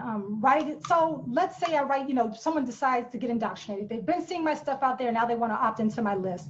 And I start writing emails to my prospects. And I'm not selling anything. I'm just giving out value and content and tips that they could really go and use in their business right now and make money or whatever. So I tell the story of how I left my 9-to-5 job and I created my own business, and I juggled both before I could replace my income and sustain myself. This is all a true story, right? And so let's say I'm emailing this out to my list, and I'm using the story to inspire and motivate people on how I was able to successfully do it, so they could see how I did it and everything. So a well-written email that inspires is indoctrinating a person to you. You're not selling them anything, but you're sharing a story with them that they can relate to, and it's establishing goodwill, and they're feeling my vibe, and they're feeling a connection to me without knowing me. And I'm establishing trust, which is needed when you're buying, especially when you're buying, when you want people to buy higher priced products, which I want you to have, higher priced products and services, because it's the best position. Okay, so when I am ready to sell them, right? When I am ready to sell them, they're actually going to buy and convert. Right? So here are a couple of things I just want you to evaluate for your brand, okay? Because we're wrapping up here. I want you to figure out what position in your market you currently have. Like taking everything I just talked about, what is your position in the market? Can you identify it, right? What do you stand for and what do you stand against, if anything? Okay, so write that down. I want you to say, well, what is my position in market? Okay, what is my current position in market? If you have one, you may say, you know what, I don't even have one. That's fine too, because this is all about figuring out where you're at right now so you know what to do going forward. And what do you stand for and against? And again, if you're like, I don't even know, like, I don't know, I'm all over the place. That's good too, because you can fix it. It's cool. So do you have anything in place to pre-frame prospects? This goes back to the content, all those pictures and the things that I showed you how I use it different ways, all the celebrity this and doing that, which supports the position I've taken with my brand, expert, authority, all that. What content do you have working for you that you can do the same thing with, that you can put out there to plant seeds in advance of anyone ever interacting with you? What can you put out to the universe so that, somebody can come to you with a great opportunity, like the Millionaire Matchmaker thing? What's out there when people look around and they see, right, to make them come to that conclusion? How can you indoctrinate people? What can you create in your business to draw people towards you once they opt in, make them want to opt in? And what indoctrination materials do you already have, right? Not selling, just giving value and building the goodwill and the trust and the credibility, and then feeling like, oh my God, this stuff is so good, this stuff is so good, this stuff is so good, I'm not even paying for it. So that when you do make an offer, they're like, oh my God, I got so much value from her free stuff, in her emails, in her video training. I am buying this. If I was able to do XYZ just off of free stuff, imagine if I bought this course or this product, or I decided to work with him or her. I keep saying her, so sorry guys, I'm just used to working with women entrepreneurs, but no offense. All right, so those are just a couple of things I want you to evaluate for your brand, because I think they're the most important things in helping you to monetize a brand and have a good one. All right, so get these three things together. Okay, there's a lot of info going around about brands, but if you focus on a strong position in your market and you only focus on the people who are attracted to that position, you will do great. Remember, I said it's okay to be against another position or somebody else, especially when you feel strongly about it. How I feel about purpose and passion is nothing that I just made up. I've worked with enough women to know that it has wasted so much of their time and money that it irks me. It genuinely irks me. So I'm passionate about it, right? Oh, I said the word passion. I'm passionate about purpose and passion not being the only thing that they focus on. So that position is authentic to me. It's a strong position I have. It separates me from what a lot of other business coaches are doing, because they do say they're teaching business, and all you need to do is, I'm going to help you find your purpose and passion, and you're going to be able to profit. And that's not me. Okay, and I want you to figure out what can be your thing that you're against. I have no problem being against that. Okay, if you focus on pre-framing and indoctrinating prospects with content, right? Rather than, like I said, constantly just trying to tweak your products and services and improve, or maybe I need another certification, or maybe I need this, or maybe I need a new product, or more colors, or more whatever. No, focus on doing more of the pre-framing and indoctrinating, okay? Because a correctly positioned brand commands top dollar, and these are the things that help support and justify it. Because remember, I said it's not as simple as just raising your prices and people telling you to charge your worth, charge your worth. You should, but you got to have things in place to make people actually buy into those higher price points, okay? So I hope that was fantabulous for you, okay? I had a great time talking about this stuff. And like I said, I could probably do it. I said too, I could probably do a 3-day seminar on how to, you know, do all this stuff. There's more to it, but these couple of things, again, it's important to me that you think differently about the brand you currently have, or if you're getting ready to create one, because this can save you so much and help you create something really fabulous that you become known for, and it's crystal clear. And that's what I really wanted you to take away today. So I know I told you that I would give you my free 7-day business and branding boot camp. And all you have to do is go to VickiUrbanBrandingBootcamp.com. You see the URL right there. And that's actually my book, Brand Building Blueprint. And what I did with the 7-day training is I taught a lot of what's in the book as well. And it's more examples of how I built my brand, what worked, what didn't work. And I also gave you some great examples in this training of brands that really stand out in how they did the position taking and how it really worked. One of the things I talk about is Planet Fitness. Remember Planet Fitness first came out? I was like, how is it going to work where we're supposed to be about health and fitness, and now they're offering people pizza parties and there's candy there, and they don't want anyone to be hardcore. They don't want any lunkheads. And if you throw the weights around and you carry a water jug, that's a bad thing. Like, that goes against everything we know about fitness. And we know, who would think that that would work to create a gym that fosters and creates a culture where this is okay? Who would think that that would work? And so I dive into stuff like that because Planet Fitness worked when no one would think it could. But what did they do? They took the opposite position. That doesn't make sense to people. There's probably so many people who tell them that that wouldn't work, but they didn't do what every other gym does. They took a different, unique position, and it's attracting the people who are intimidated by the hardcore gyms and stuff like that, right? So that's the type of stuff I talk about in the 7-day training. So I made it when you go to that URL that when you opt in for the training, there's some other stuff on there that you won't be able to get. But the training, if you opt in for the Vicki Urban Branding Bootcamp, you're able to get that right away. And it's every day for 7 days, I drop a video on concepts in the book.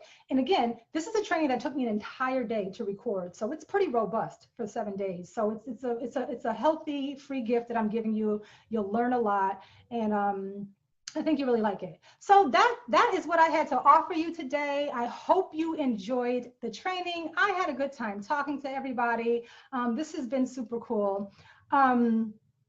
And just like I said, if you just get those couple of concepts together, you will be like light years ahead of everybody, and you'll start to see how you can build and more content. You don't have to create all the content by yourself. You can hire somebody very cost effectively to help you, you know, but it's content is always going to be king when it comes to making more money in your business and helping you position your brand. So I hope I helped clear up a lot of the confusion about what a brand is and is not, and got you to focus on the things that help monetize your brand.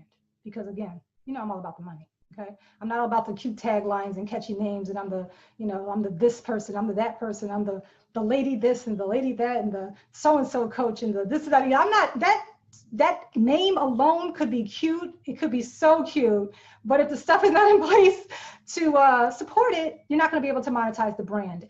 And so I just want you to come up with a cute name all you want. I just want you to have the stuff in place to make it work for you. All right. So again, I hope you enjoyed this. I had a great time teaching. And again, I want to thank Shay for allowing me to be one of the master facilitators for this awesome summit on how to be prepared for a comeback after there's a setback. And again, I'm a huge proponent.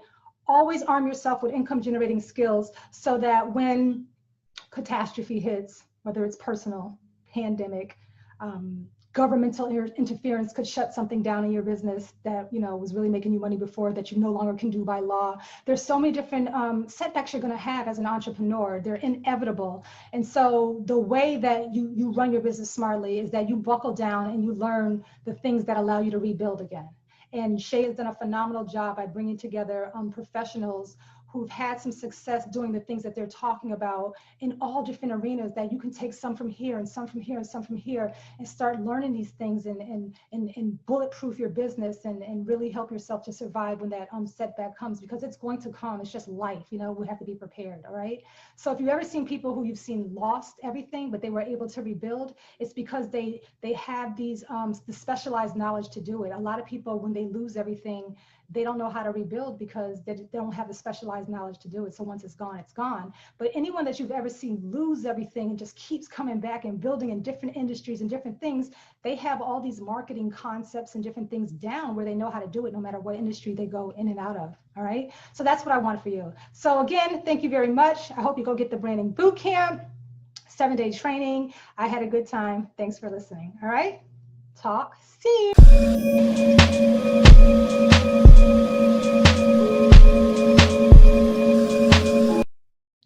Hey everybody, Amy Walker here. I want to start off by giving a huge shout out to Shay for putting together this amazing event. He always does a world-class job with his events, and I am just always honored to be invited. And I'm going to jump right in right now because I got 30 minutes to totally rock your world and help you close more deals. So let me pull up my screen share and let's jump right in and get going. So today I am teaching you the 7 secrets to high ticket sales. We're going to help you close more deals and close at higher price points. If you have ever failed at closing deals at higher price points in the past, I want you to just let that go. You probably did not know all of this information, and you're going to be much more equipped by the time we get done. If you've ever been inconsistent with closing high ticket deals, I want you to put those fears to rest. If you've done it once, you can do it consistently. I also want to point out that all of the experts out there that are telling you that you just need to run more ads and build another funnel are not giving you the full picture. Oftentimes, the marketing companies are not really paying attention to if you're actually closing a lot of sales and if you're being profitable. What they're paying attention to is the cost per lead.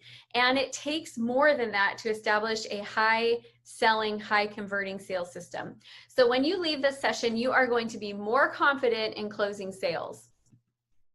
There is really only one way to create consistent higher amounts of sales. You've got to sell more units and you've got to sell more high dollar, and that's really it. It's not a magic formula, but there is a formula for getting to that point, and that's what we're going to share today. So there's 3 things that you will be more confident in when we get off. Number 1 is how to put together and what's expected with a high ticket offer. Number 2, where are the 7 different places that you close the sale? We'll go over that. And number 3, we're going to show you how to handle the pressure and overcoming sales objections. So when you get off, you're going to have a lot more knowledge and insights and information in closing high ticket deals. I encourage you to take notes. I encourage you to eliminate distractions. And also, I love the fact that Shay has provided this platform for you to meet a lot of different entrepreneurs in a short period of time, because it's kind of like you get a taste test a bunch of different people and see what they're like and see if you resonate. And so I would love for this to be a first meeting, not a last meeting. And if any of you are feeling like, yeah, I really need some help with my sales, I encourage you to reach out and let's get connected. All right, let me tell you a little bit about me before we jump into our info. I am a client acquisition specialist. I help small business owners find the simplest, most cost-effective way to consistently acquire new clients. I built my coaching business to 6 figures my first year that we launched. My second year, we quadrupled sales and did over $440,000 in sales. And we have been steady and consistent ever since. I have helped thousands of small business owners across multiple different industries and across multiple different sales platforms in order to stabilize their sales and grow their sales. My work has been featured in Fast Company, in Huffington Post, in US News and World Report, and most recently in American Express. And this is my crew. So I am a mom to 5 boys. They range in age from 7 to 18. My husband and I run our company together. We live in a tiny town where we have, more cows than people, and we absolutely love our life and our business. And it did not start out this way. So when I was a brand new entrepreneur, I was actually terrible at sales, and I really struggled in business. to the point where I remember we really had to downsize. And we were living in this 200-year-old farmhouse that had not just one, but 3 different colors of green shag carpet, because the owners in the 70s were too cheap to recarpet the whole house in the same color of green shag. So we had 3 different colors, and the wallpaper was falling off the walls, and below the wallpaper, there was not even any like drywall. It was just plaster from these 200-year-old walls. And so like chunks of plaster were falling down. It was not a nice place. We did not have stairs that were up to code. It was a farmhouse, so there was lots of mice, and it was not our finest moment. And here we had these 3 little boys, and I was expecting my 4th. And I'd been an entrepreneur for a while. And I remember in this moment thinking, all right, I got to make a choice. And the choice is either I have to figure this out once and for all, or I got to just be okay with where we're at and just learn to say I'm blessed. My family is healthy. They're happy. We love each other. And that's it. This is what life holds for me, and just be okay with it. And during that time, I actually went on a youth conference trip. I was a leader. We took a bunch of teenagers down to a reservoir, and we were sitting on the edge of the water and having this conversation with these kids about what is that thing that holds them back from being great? What's that mistake or that flaw that they're holding on to, or that fear that they're holding on to? Like, what is it? Identify it. And then we encourage the kids to write it on a rock and bury it in the ground and just leave it behind. And I remember as we're having this conversation, starting to feel in my heart, I was like, you know what? I need this. I need this as much as any kid out here. So I went and I found a rock, and I wrote on that rock, living below my potential, and I buried it. And there was a lot of reasons why at that point in time I had been living below my potential, but one of them was really fear, and another one was lack of skills. And I just was so tired, and I was fed up with living below my potential. And I really did not like the idea of just settling for less. It kind of made me feel a little bit nauseous. So I buried that. I went home, and over the next year, we hit 6 figures in our business. I hit 6 figures as an entrepreneur for the first time ever. It was before I had started Amy Walker Consulting, but not long after. About another year after that, we were having baby boy number 5, and I was starting my own business. And a year after that, my husband and I were able to buy our dream house and move where we wanted to move. He was able to come home and work with me full-time in the business. And so that was really a turning point for me. And I share this story with you because I want to impress upon you that you do not have to live in fear or below your potential. You really don't. You can learn to sell. It is 100% a learnable skill for the vast majority of people. There are some people who do not have the ability to connect and converse with other people. And those are the only ones that I've seen that cannot learn how to sell. Everybody else, you can learn how to sell. I want you to understand as well that it is okay if you were not passionate about sales yesterday, but my hope is that you will leave this session together committed to them. I get it. We don't start our businesses because we dream of being a salesperson. We start our businesses because we want something more in life. And I also want you to understand that your dream life might be just right around the corner. Maybe right now you're in your own version of green shag carpet. And oh, I forgot to tell you as well, this was great too. Because the house was so old, the power was like rigged around the outside of the house, and you couldn't run the toaster and the microwave at the same time. And the kitchen had been built for somebody who was like 5'5". Like, it was so short. My husband couldn't even, he had to duck to fit in there. And we blew that power all the time. And like, it was just, you might be in that version of your life right now. And your dream life might be just right around the corner. But you will have to learn to sell in order to get this business to work for you. And so that is why I'm so committed to sharing with you these skills, because I know this was the start of my transition, and I want that for you as well. So here's what results can look like. This is not just something that only works for me. I want to share with you some client wins as well. So Christine is a mental health professional, and she was charging hourly rates and running insurance. and she shifted into high ticket sales. She was really nervous about how this would work because people are not used to paying in bulk for their mental health and wellness services. So when we made this transition, she closed $12,000 in 1 week with no insurance, no hassle, more committed clients, and she was absolutely thrilled. So even if you're in an industry where you're like, how's high ticket sales going to work for me? We're going to figure it out. So here's what we're covering in our session today: how to create a high value, high return offer that will sell in 2020 and be relevant right now today. We're going to cover how to structure your sales conversation so you get the yes. There are 7 different places that you close the sale. We're going to show you what they are today. And then we're going to talk about, you don't have to pressure anyone to buy, but that doesn't mean that there's no pressure. And you've got to know how to overcome sales objections and how to handle that pressure that kind of naturally comes up. So we're going to share that with you as well. Again, I encourage you to take notes, and I'm curious, let me know in the chat, what are you most excited to learn? All right, let's talk about secret number 1, how to create a high value, high return offer that sells in 2020. So some entrepreneurs, coaches, speakers, experts might be thinking, I don't understand how high ticket sales will work for me because the economy is slow and my clients are already struggling to afford my services. So I'm going to share a story with you about Carol, one of my clients. And she was kind of having similar thoughts earlier in 2020, like, okay, everybody's struggling right now, business is hard, how am I going to make this work? And what we did was we really focused on what is going to be a high value offer first, and then we match it with high price. So there are a lot of people out there, and you guys, this is one of my pet peeves, that are selling high ticket crap programs. And I'm frankly tired of it. I'm sure you've bought them in the past as well, where you paid a lot, but you got a little in return. It's frustrating, and we are not talking about that. That is not what I mean when I say high value, high ticket offer.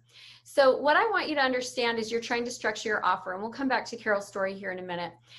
It takes the same amount of effort to close a low price sale as it does a high price sale. I'm not even joking. The same amount of time to get the lead on the phone. It's the same amount of effort to acquire the lead. It takes the same length of time to have the sales conversation. It takes the same amount of time. So you might as well try to sell a high value offer. Also, we are not going to try to sell high ticket products to low ticket clients. There are some clients that need a low price point offer. Sell them a low price point offer, but do it as a downsell. Instead of going after low price point offers, go after high price point offers. And if they can't do it, have a downsell. It's a great way to go. Next, people want big results with the least amount of effort to get there. So right now, stacking your offers with tons of different deliverables in them is overwhelming, more so than it is valuable. So I have a client that I said, okay, we need to put together a $10,000 offer. And she came back to me with just this list of everything she's ever learned or done that she's going to put all together in one. I was like, oh gosh, that's overwhelming. Looks like so much work, looks like so much time. Let's simplify. What is the simplest way that we can get to the outcomes that your clients want? So creating more stuff doesn't mean high value. Creating more results means high value. So let's show you Carol's before and after. So when Carol first started, her positioning was that she teaches tech to non-tech savvy entrepreneurs. So she was bringing in, clients who wanted help setting up their autoresponder and figuring out how to just do basic things like, how do I set up my Facebook page? It wasn't real high value, high return, the work that she was doing for them. So the very first thing we did was we started off and I said, okay, so what kind of outcomes have you created for clients?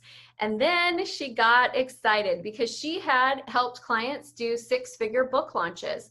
She had helped clients launch podcasts. She had helped clients run expert summits that generated 6 figures for them. And she had done all of these things where they created really clear, really great, valuable outcomes. So what we did was we changed her positioning for who she was offering to. We changed her pricing and we created really clear outcomes. She put together a program, and her first month she sold it for $10,000. Her next month she did $15,000 in sales, and now she is just going strong. That was a big increase for her, and we were super excited about it. And here's what Carol had to say about the experience. Just wanted to let you know, if you don't already, that you are amazing. You totally changed my life with your instruction, belief in me, loving support, and kicking the butt when needed. It's not just the money, it's the ability that I now own to strategically think about how to generate the money. I totally love the podcast I'm doing now and never thought of it as a way to bring in consistent money other than sponsors. Wow. So when you get clear on what the value is and the outcomes that you can produce for your clients, that's when we have the high value, high ticket offer. I'm not just talking about slap a higher price point on your programs. I'm talking about how can you create the most results for your clients. That's what people want to buy today. They want to buy results. Okay, you might also be thinking, I don't understand how raising my prices is going to help me make more money when I'm already struggling to close at lower price points. If you can relate to that statement, just let me know in the chat, because I get it. I remember feeling that way. I was like, I can't close $100. Why am I going to close 1,000 or 10,000? Mind-boggling. So let's talk about this. So here's the truth. Your old offers might not be selling because they're focused on deliverables instead of results. That's something that's very common that I see. Another thing is your offer might be overwhelming or confusing. Maybe you've just thought, okay, I just need to add more stuff into the offer. It's not the right thing to do. You might also be selling the wrong offer for the client's needs. Like you're trying to sell to somebody who doesn't need what you have to offer. All of those things will affect your ability to convert. So take a look at each one and see which one it might be. The other truth bomb that I want to drop for you is that it takes the exact same amount of effort for me and my team to close a $1,000 product as it does a $10,000 product. Same amount of time. You guys, I have tracked this. The sales calls last the same amount of time. The number of follow-up calls we have to do is the exact same, because a $1,000 program is the same level of commitment to a $1,000 client as a $10,000 program is to a $10,000 client. But I cannot sell a $10,000 program to a $1,000 client. So when you up-level your outcome and you up-level what you can produce for them and you up-level that price, you also need to make sure that you're working on getting the leads that match that offer. And I hope that makes sense to you, because that's a critical piece to it.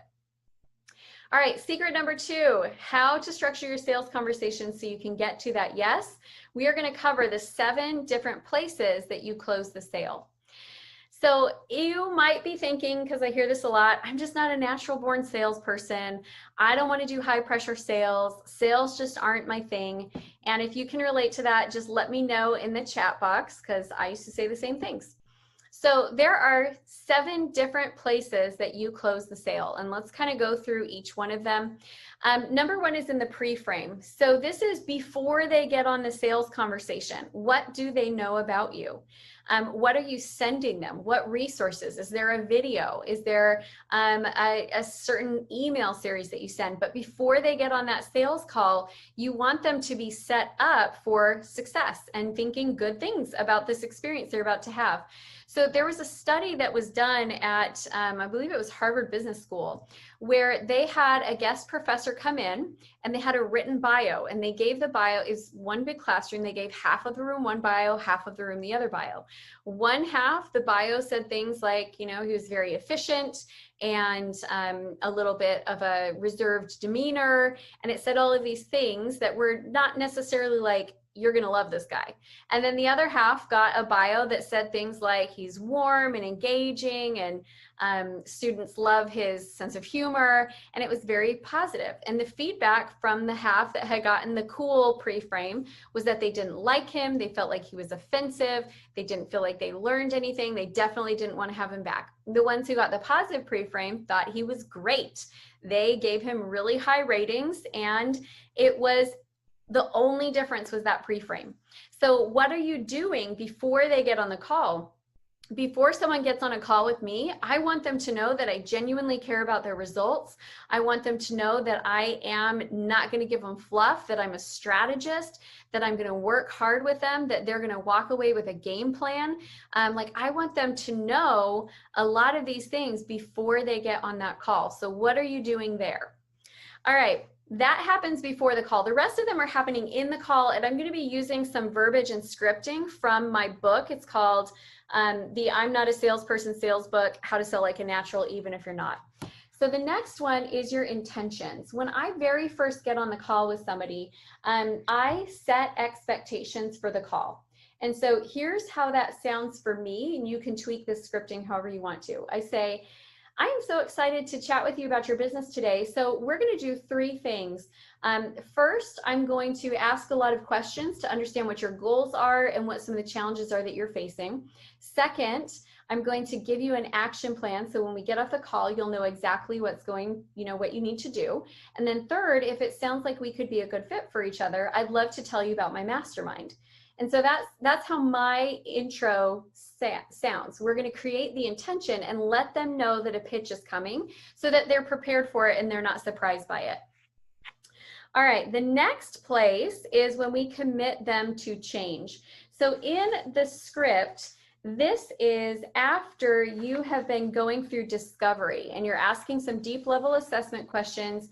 You're finding out, what their problems are, what they want.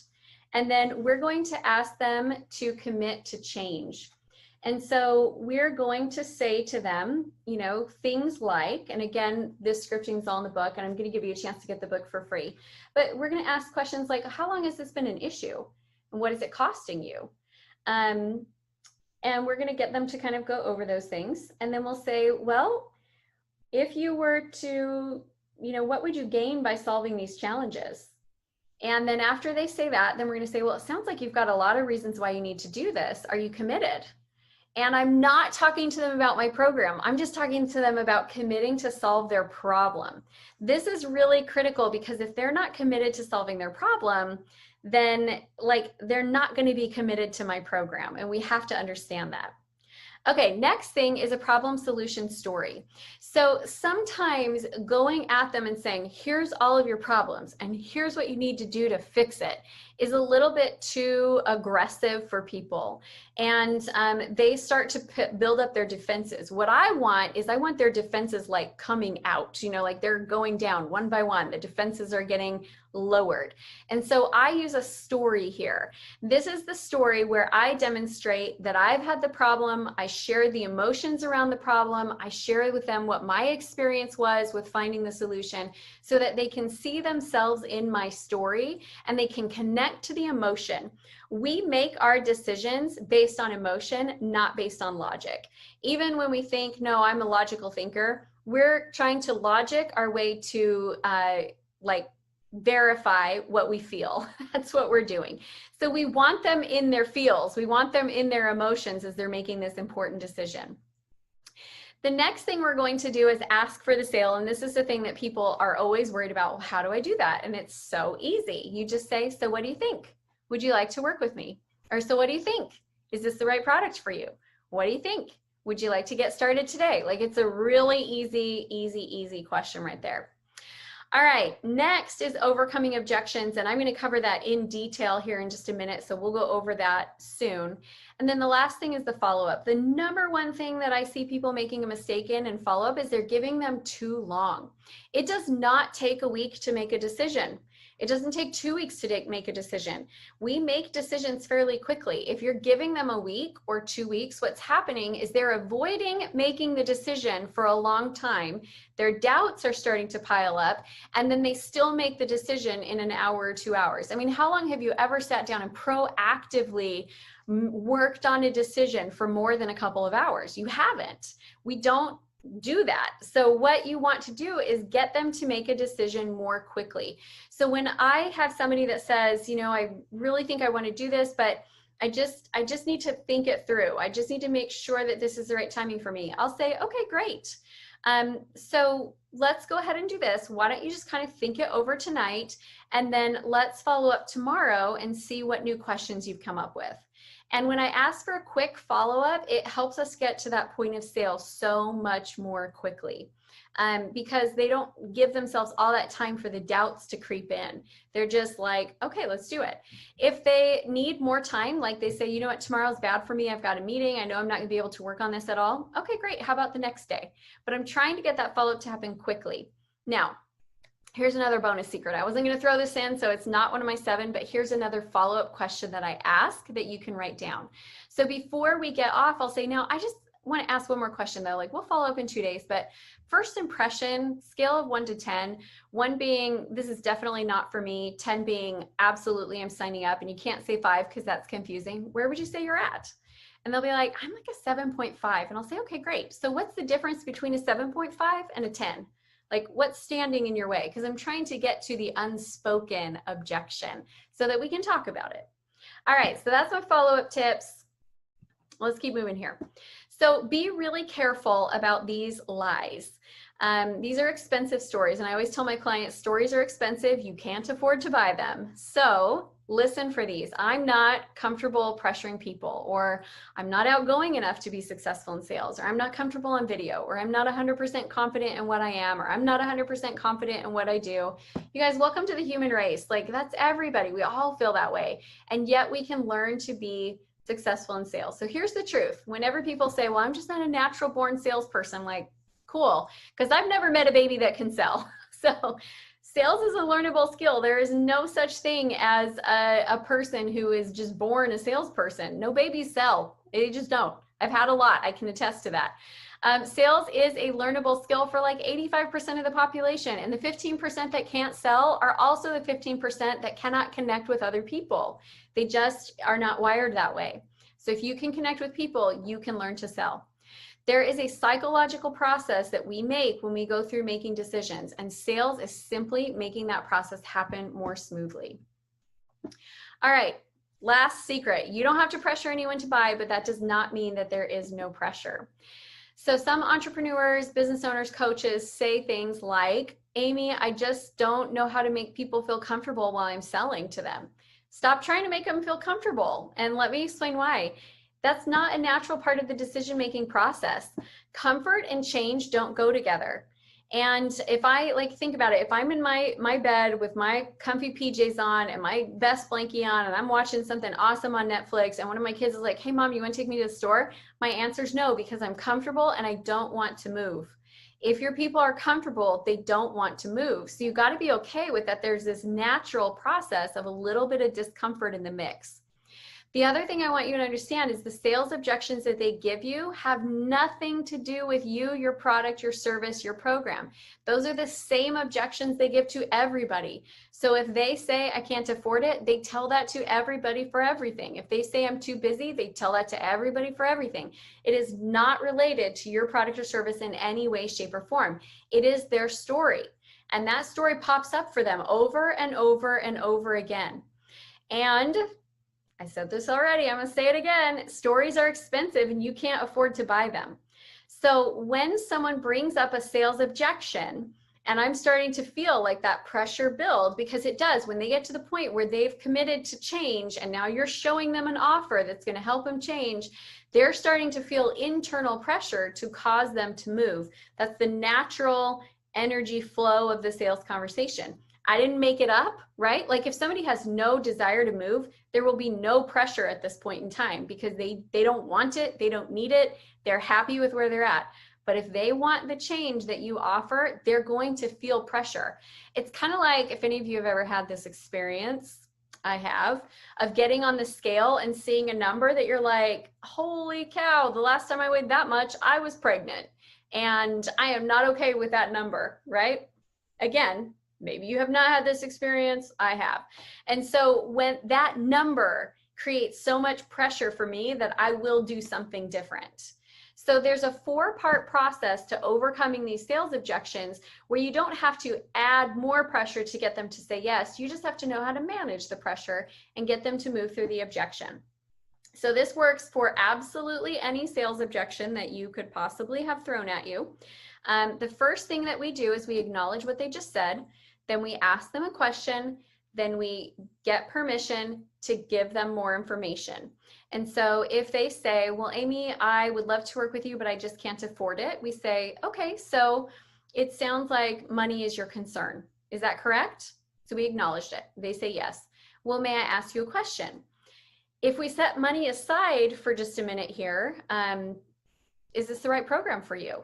And if they're like, yeah, this is absolutely what I need. Okay, well then do I have permission to brainstorm with you and figure out how we might be able to get these payments to work? Because I would hate if money was the only thing that stopped you from getting what you want in your business right now. So that's that 4-step process. And again, this is all covered inside of the book. And I'm going to give you in just a second a link to be able to get it for free. But it goes over there, you know, how to overcome the time objection, the money objection, the spouse objection. So all of that is in there. But this process, what it does is it takes it from the two problem ends of the spectrum. So on one end, you have the people who they say, oh, I just can't afford it. Okay, well, you know what? No big deal. I'm just here to serve. And you know what? When things turn around for you, I'm still going to be here and I'll work with you whenever you're ready. And they don't even try to overcome the objection. And then the other side, you got the people who don't even care that you just gave them an objection, and it's like aggressive. Like, well, I can't afford it. Well, you got on this call. You knew it was going to cost money. What were you thinking? You know, like it's super aggressive. So you want to be in the zone that is not wimpy, but is not overly aggressive, but it just helps them get through that process. Because here's what I know. That story has nothing to do with me. That is the story that keeps them stuck in their life over and over and over again. My job is to help them get over their obstacles so they can be successful. My job as a salesperson is to get the client what the client wants. And that requires that we get those obstacles out of the way. All right, I want to share with you another case study here. So Aaliyah came to me because she was not enjoying her sales conversations. She was closing, but she knew she was leaving money on the table, and the closing was awkward. She didn't know how to overcome the objections, and it seemed like the calls were not ending on a high note. So here's what we found. She was using really masculine scripting with a feminine audience. The overcoming objections process that she had been taught was very confrontational. And she was so excited to realize that there was a better way to do her sales conversations. Now she's excited for her sales conversations instead of dreading them. And she is a very recent client. So we just barely started this process. So I can't tell you what her numbers are, but I can tell you that dreading your calls versus being excited for your calls makes a huge difference in how you come across on those calls. So here's the lie that you have to be high pressure to win in sales. It's absolutely not true. There is a natural pressure that it comes when you're making decisions, but you don't have to create it. It just comes because they want something different. The best closers are really great at helping people move through their obstacles. All right, you guys, I said I was going to give you this gift, and I want to give you this gift. I'd love to give all of you a copy of this book for free. In here, it has training on your mindset, how mindset plus skill set plus action is the success formula for sales. It's going to teach you how to qualify your leads. It's going to teach you how to sell to indecisive people, how to know your numbers and what you should be tracking in sales. It's going to teach you how to overcome objections with time, with money, with spouse, plus more. And also in here in the back of the book are my high converting 6-figure sales scripts. And so you get those sales scripting templates. So if you want the book, all you need to do is go to www.salesaremything.com. And I encourage you to do that now, like right now, before the next speaker comes up, salesaremything.com. Go get the book for free, and you can start working to get your high ticket sales offer and system coming together like right away. You guys, this one makes the biggest impact in the shortest amount of time. All right, back to you, Shay and team. Thank you all so much for having me.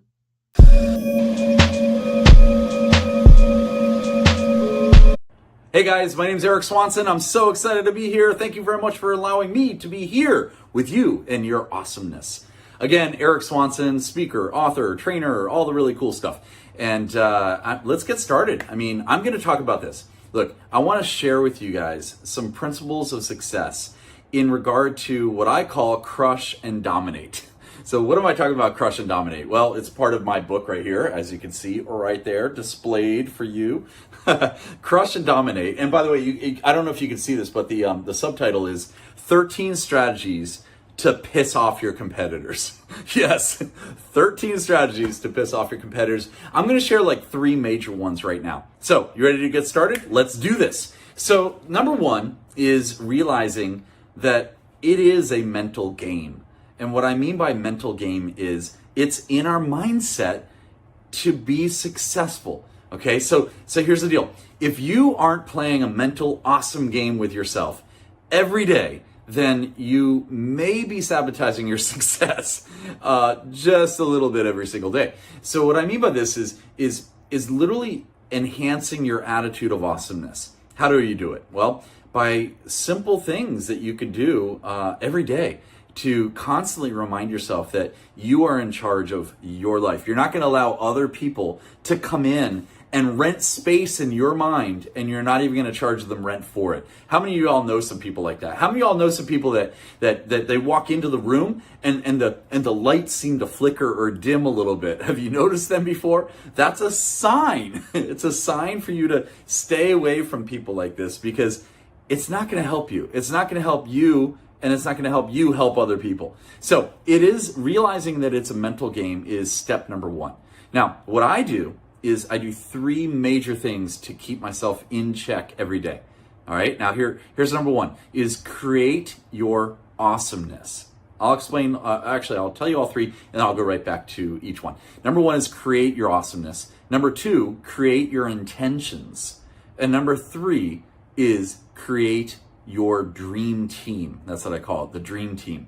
Okay. So number 1, create your awesomeness. What do I mean by this? Well, literally, you have a choice. You have a choice of accepting circumstances that are going to happen around you every single day. I mean, think about it. You get up in the morning, you get lots of things going on, right? You could stub your toe. You could drop the coffee. You could, be late for an appointment. You could whatever, there's so many things. And that's just inside your house. When you get outside, what are you going to allow other people to determine your future? Or are you going to? My answer is nope. I do not let that affect me, because I'm very cautious and conscientious about what I allow in my mindset and how I allow myself to interpret what's going on. I have something, a saying that I say to myself, and it's, you have to pee every day. And spell pee like this, P-E-A, okay? So you have to be positive, you have to be energetic, and you have to be awesome every day.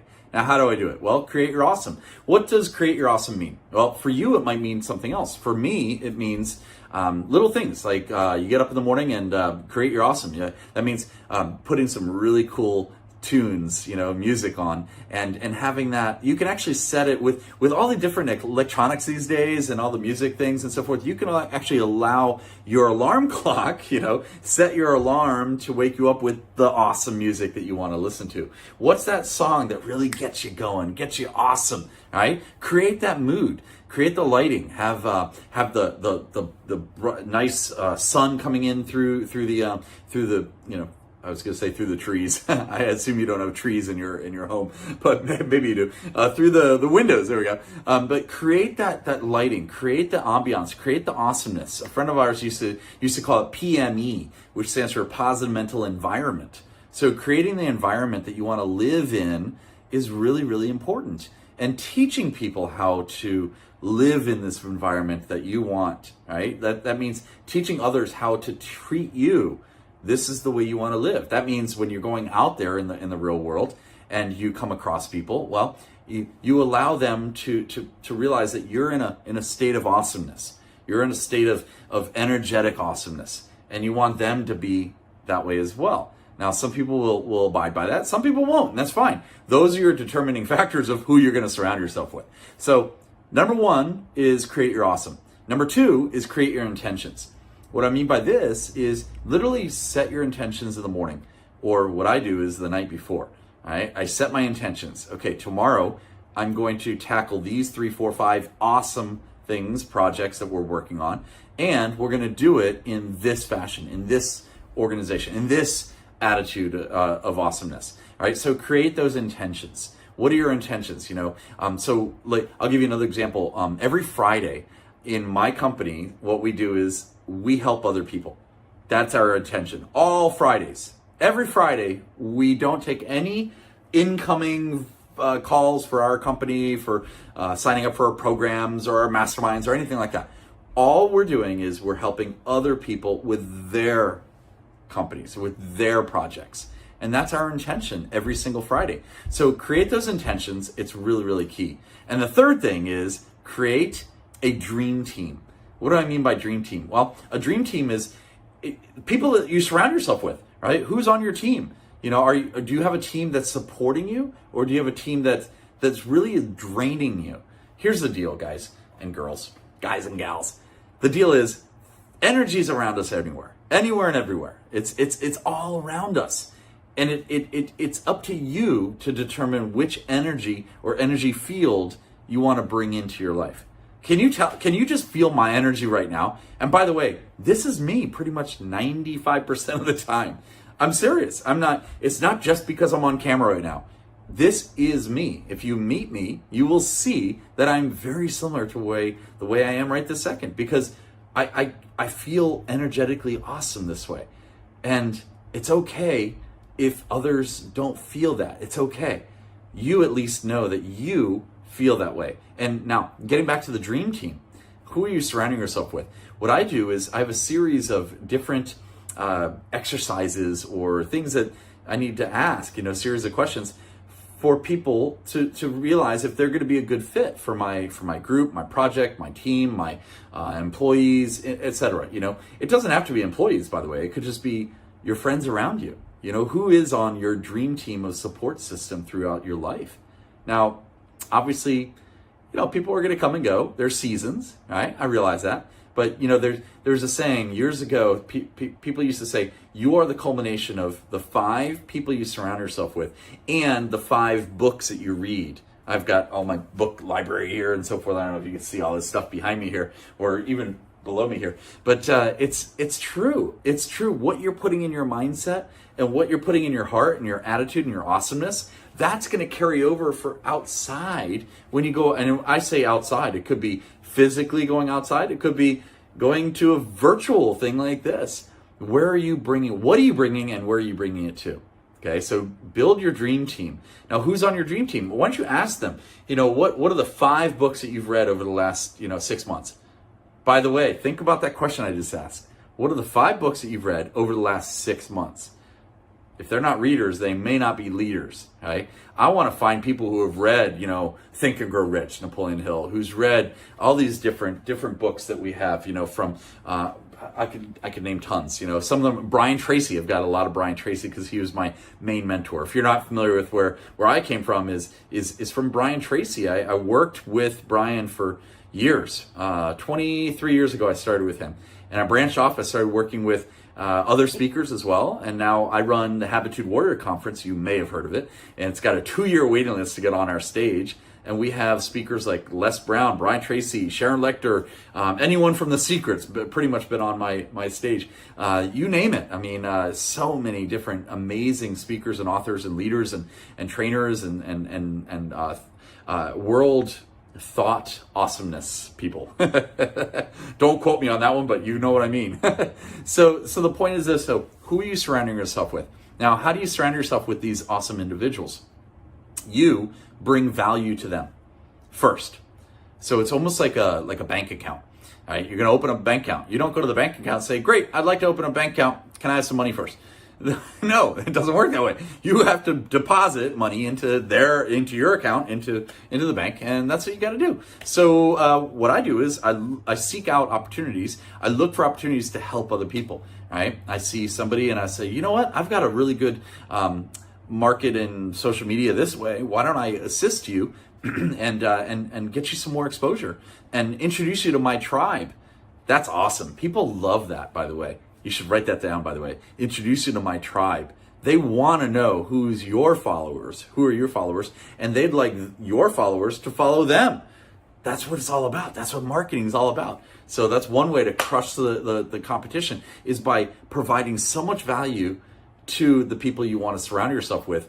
And in return, they start sharing value with you.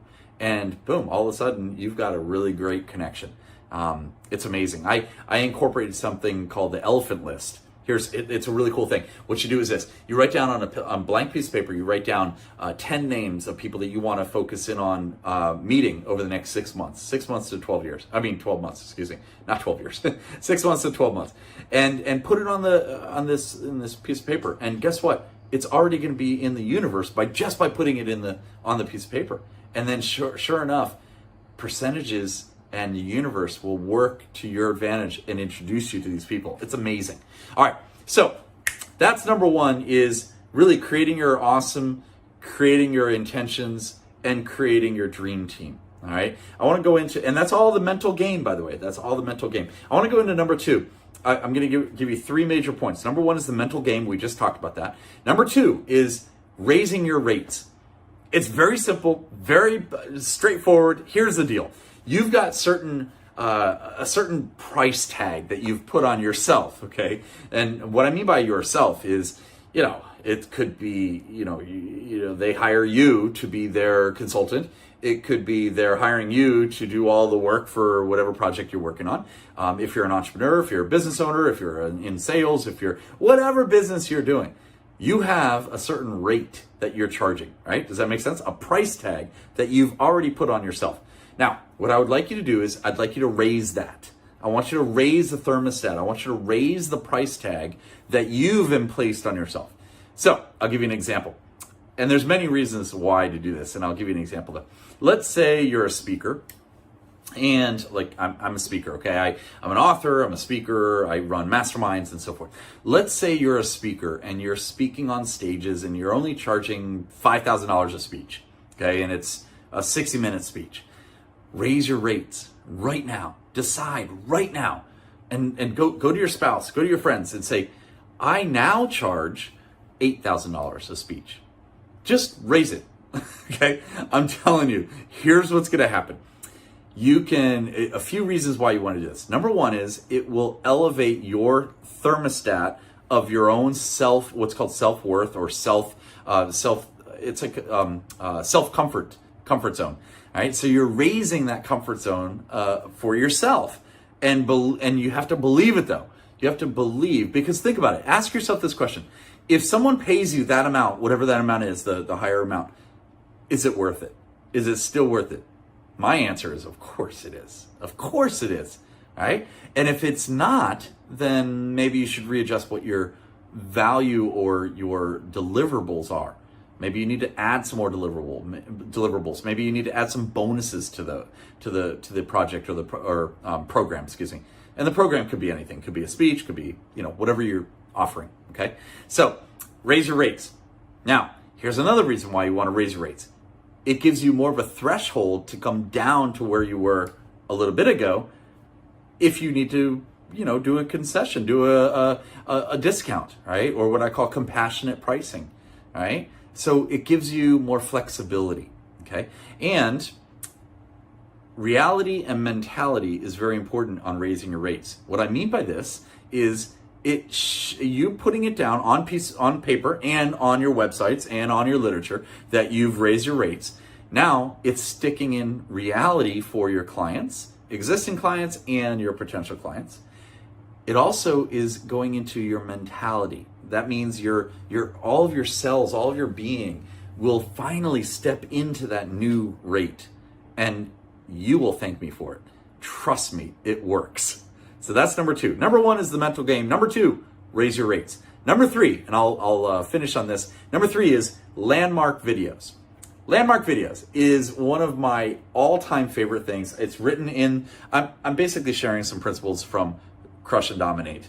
13 Strategies to Piss Off Your Competitors. Get the book, it's amazing. Or just go through our program.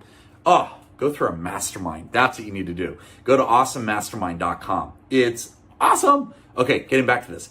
Number 3, landmark videos. Here's what I teach my students, and it is so good.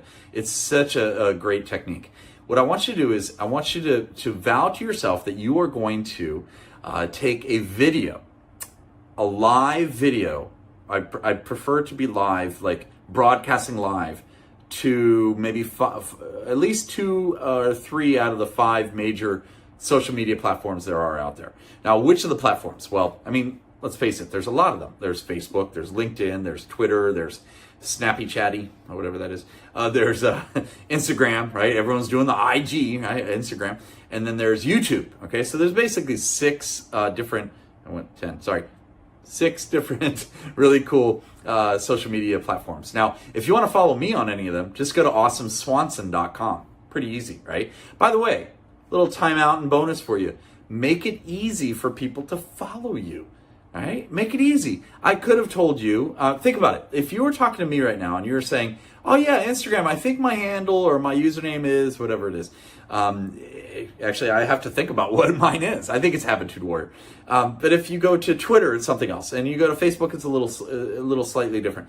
All right, here's the scoop. Just have one landing page that gets your followers to look at it and say, oh, I resonate with Facebook. I resonate with LinkedIn. And I don't know why they're checking mark, they're clicking it, and they go right to that particular social media platform. Make sense? Make it easy for people to follow you. So for me, it's awesomeswanson.com. Pretty easy, and nobody can misspell it, right? Awesome Swanson, pretty easy to spell. And then just add the .com and get that URL, have the landing page. Anyway, there's your little bonus. Getting back to landmark videos, here's what I want you to do. I'd like you to think about the location that you're in. Okay, where do you live? Now, I live in a lot of different places. I live part-time in the East Coast. I live part-time in Scottsdale and part-time in San Diego, California. And you just pick a place. Like I used to live up north in Northern California in San Francisco. I'll just use that as an example. It's a great example. So pick a place that you live. Now, in that case, it's San Francisco area, the Bay Area. You grab your cell phone and a selfie stick. You could use that. Or just grab a friend of yours and say, hey, I'd like you to record me for 5 minutes. That's it. Here's what you do. They're called landmark videos, okay? Here's what you're gonna do. You're gonna go find, once a month at least, you're gonna do this. I would like you to do it a little bit more than once a month. But once a month is fine. It's totally fine. You're gonna do a video that's gonna explain that landmark, whatever that landmark is. That's a really cool, landmark. It's a famous place, like in San Francisco. I mean, just pick it. Golden Gate Bridge. There's the Bay Bridge. I guess that's pretty famous too, right? Alcatraz, right? What else? I like Coit Tower. That was amazing. I did a high five line all the way up Coit Tower and back. It was great. So if you know the area, you know what I'm talking about. So what I would like you to do is this. You let's say you pick Coit Tower. And you grab your selfie stick and your video camera, which is this thing, right? Just use your phone. You're good. And take a nice quality. It doesn't have to be rehearsed or anything. It could be just talking to the camera. And here's the way it sounds. Something like this. You get on the camera, you go, hey guys, my name's Eric Swanson. I'm a 5-time #1 best-selling author. Enough about me. Hey, I want to talk about this beautiful location I'm in. I'm here at Coit Tower. Have you guys ever been here before? Look, I looked it up before I got here. I looked it up. The history of this is amazing. It was given to San Francisco by this wife of a firefighter here in San Francisco. And I got to tell you the story. Right? I think that is part of the story actually, because if you look at it, Coit Tower. It looks like a fire hose. So anyway, but the point is though, you're going to go through this really cool 3, 4, 5 minute video talking about this really cool landmark. So you have something to talk about. Does that make sense? Just like this frog. I have something to talk about. Nobody's asked me anything about the frog yet, but anyway, we'll get back to that later. So the point is though, and yes, love does conquer all. All right, and yes, you have to believe. Okay, so there's my little things. Okay, the point is though, you have something to talk about. So some of us are a little timid on video. I'm fine on video, but some of us are not. So it gives you kind of a crutch to lean on, because you're talking about something really cool, right? And then what it also does is this: it allows you to get more exposure out there in this world of internet and Wi-Fi and whatever this is, the social media, right? It gives you more exposure, social media exposure, which is tremendous. And what it also does is you're getting the exposure. People are following you more, but you're not selling them on anything. That's key. The way I sell, here's the way I sell. I'll just tell you straight out. The way I sell is by not selling. I sell by not selling. What I mean by that is, you already know, look, I'm a coach. I train on all these different, if you want to be more successful, if you want to make, $10,000 in a week, great, call me. I'll show you how to do it. It's really easy, all right? But, and I run masterminds. There's another thing. Just reach out to us. That's my selling. It's very simple. But if you have the landmark videos that I'm talking about, this gets you the right exposure out there so people can see that you're a real person, you're amazing, you're awesome, you're smiling, and you're just educating the world out there. It gives you such a level up over the competitors out there in your industry. Pick your industry. It doesn't matter what industry, by the way, because most industries, what they're doing is they're talking about their business. They're talking about themselves. They're talking about me, instead of, check this out. Let me share some education with you. Let me share what's exciting for me to share with you. You know, in this case, you know, in San Francisco, it's a really cool place. You can do this anywhere and everywhere, by the way. You know, just pick a place and share that awesomeness with the world. And then at the end, say, hey, if you want more videos like this, or if you'd like to follow us, please go to, and you give them your simple landing page that's going to have more followers, and then maybe there's a button for them to you know, for you to lead gen them, or ask them, you know, call to action is what they call it, right? So that's what I highly suggest. So there you go. I want to end it on that note, actually. Let me just share this. I'll share with you a lead gen and a call to action. Here they are. Lead gen. Go to awesomeswanson.com. Check it out. Follow us. Follow us so we can follow you. It's a great way for us to connect and help each other. I'd love to do that. So just go to awesomeswanson.com. Click on whichever social media outlet works best for you, and let's connect. And then the call to action is pretty simple. We have a mastermind. Our mastermind's amazing. It is amazing, guys. It is a true mastermind. Just to let you know, just to be clear about this, our mastermind is called the Habitude Warrior Mastermind. It is a true mastermind where we actually go through bylaws of rules and regulations on how to run the actual mastermind, which is a 90-minute virtual, just like this. Like, well, we would be on a Zoom, private Zoom link, and we cap it to 14 members per group. And it is awesome, guys. So if you want more information on that, and check it out. By the way, we don't sell you anything either. That's another thing. How many of y'all, I mean, just raise your hand. Have you ever experienced this where, are you raising your hand? Have you ever experienced this where you go to let's say a mastermind, and all it is kind of a platform for the organizer to sell you more things, or to bring in different people to sell you more things?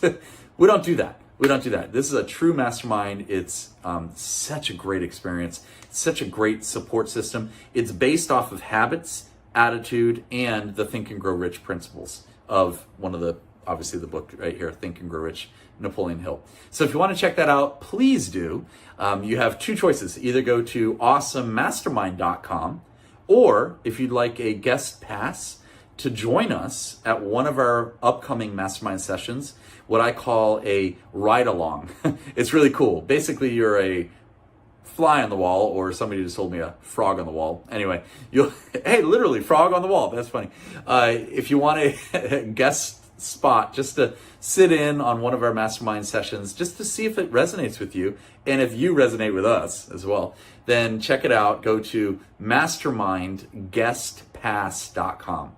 mastermindguestpass.com, and you can sign up. We have limited space for guest passes, but hey, check us out. It's a lot of fun. It's so educational, informative, and the growth patterns from our mastermind members, it is amazing. So we'll see you guys there. awesomemastermind.com, or go to mastermindguestpass.com. Again, my name is Eric Swanson. Love being here with y'all. Enjoy the rest of the summit. Thank you so much. Take care.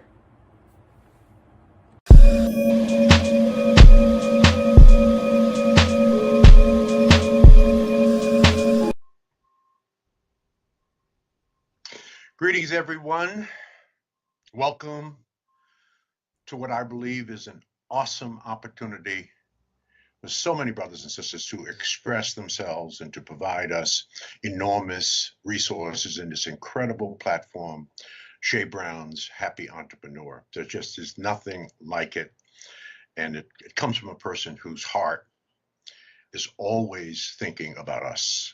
And I am so glad that he asked me to give a message for today, and I'm going to do my very, very best. So thank you, Shay. Love you. Keep doing God's work. This talk is about comebacks, and at 75 years old, I've had at least 8 comebacks.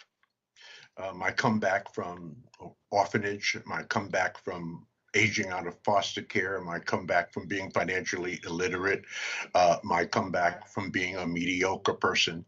It just goes on and on and on. And So I want to unpack for you as best as I can 6, 7, 8 things that has led me to having what I call a connected life, and ultimately growing a multi-million-dollar network and business, and having an incredible family life, incredible partner who was with me for 32 years before he died, and of course, an incredible spouse going on 48 years. And yes, there were lots of hills and valleys and twists and turns, but at the end of the day, I made the appropriate comeback.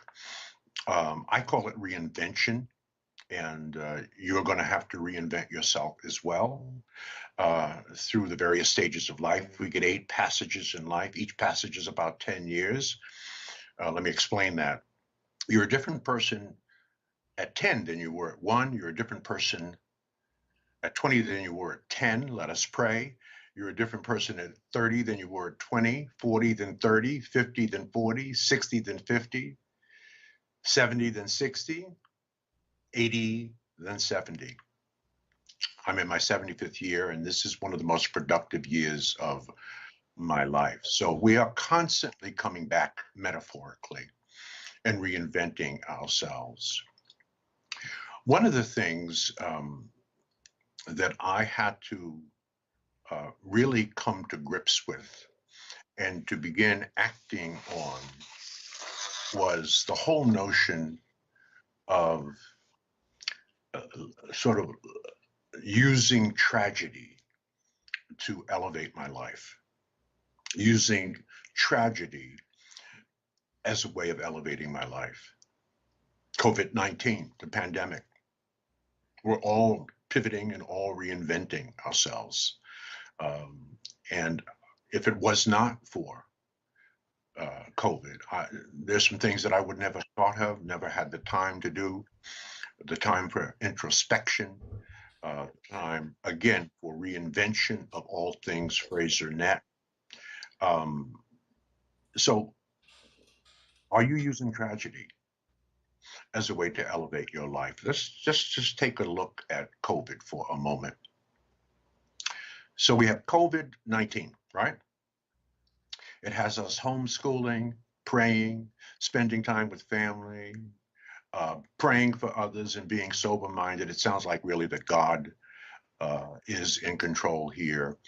This is not a plague, brothers and sisters. This is an awakening. That's how I've learned to process this and to understand this. So if you haven't noticed by now, that 2020 was designed for you to get back in touch with your soul and to raise your consciousness so that you can elevate your life, right? Let me say that a different way.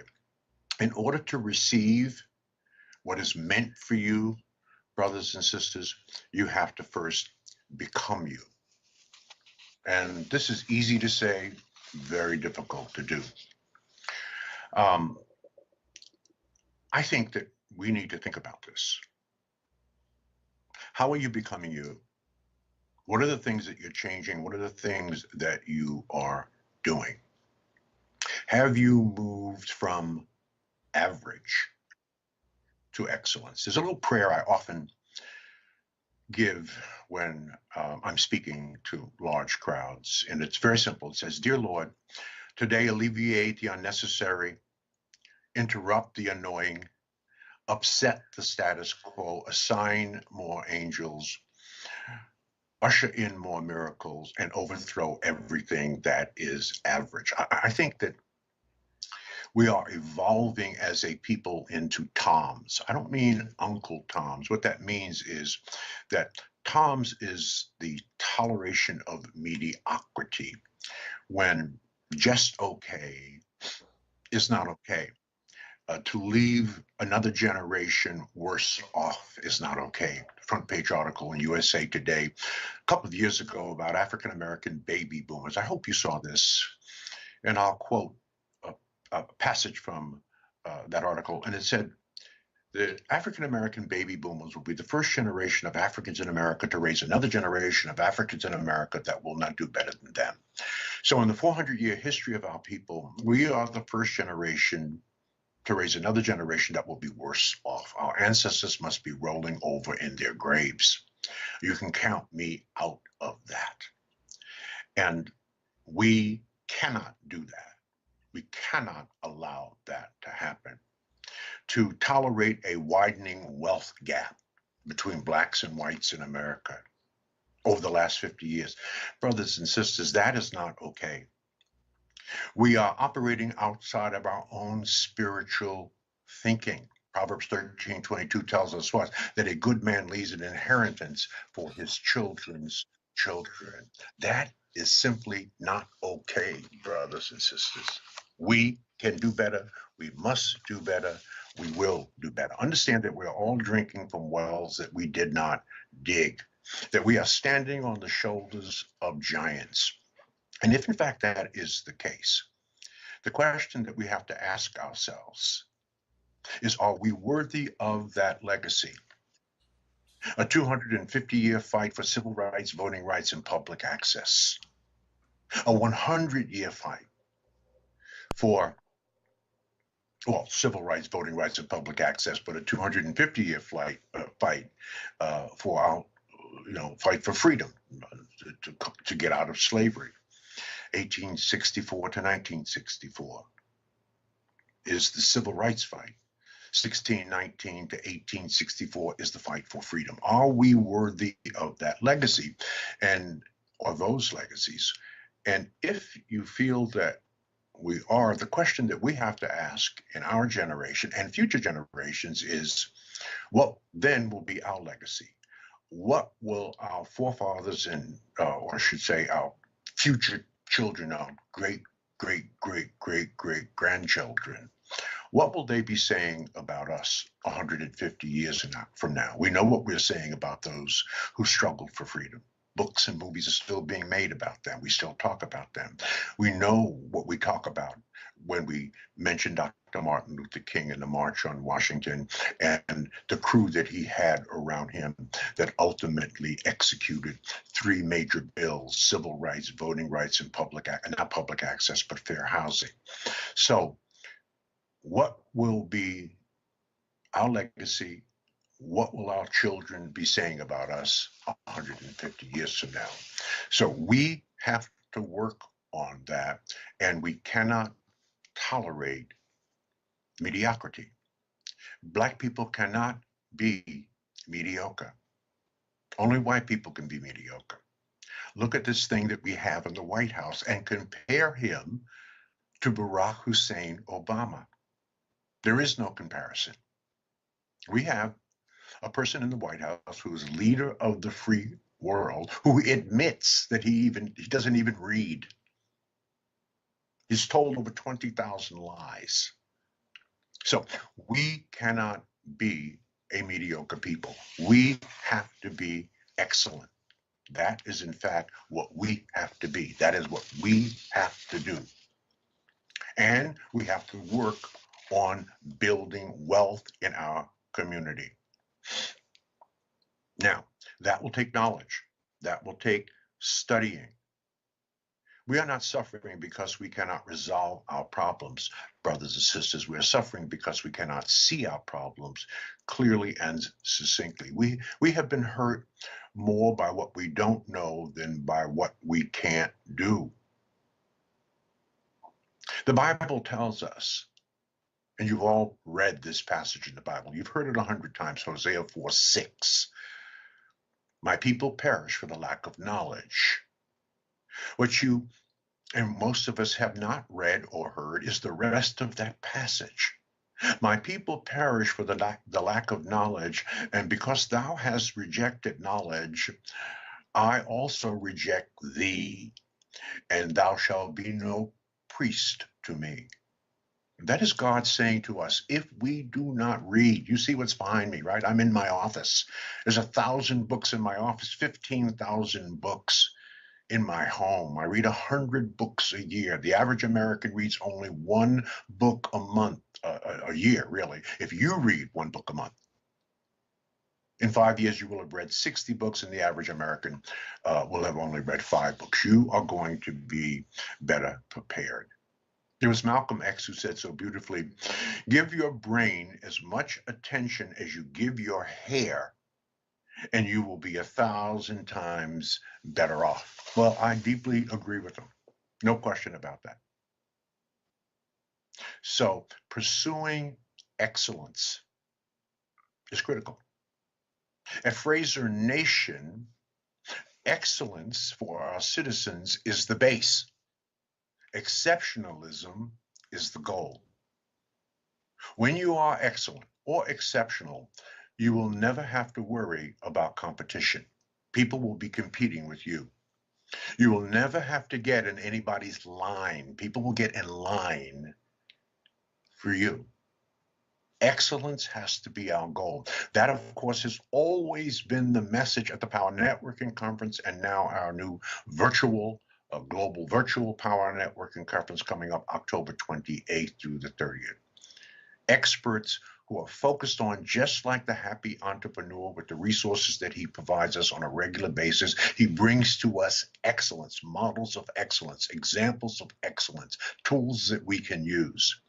It's the same goal for the Power Networking Conference, 19 years old, is to focus on, and most importantly, to provide you the vessels, the instruments, and the tools to be all that you can be, and to understand that you are an awesome human being, that we are God's first people, that we were building pyramids and solving complex engineering problems when other cultures were living in caves, eating each other, that we have an ancient history that goes 6,500 years before Christ, and we have artifacts to prove it. I don't know what the ancient history is of Europeans.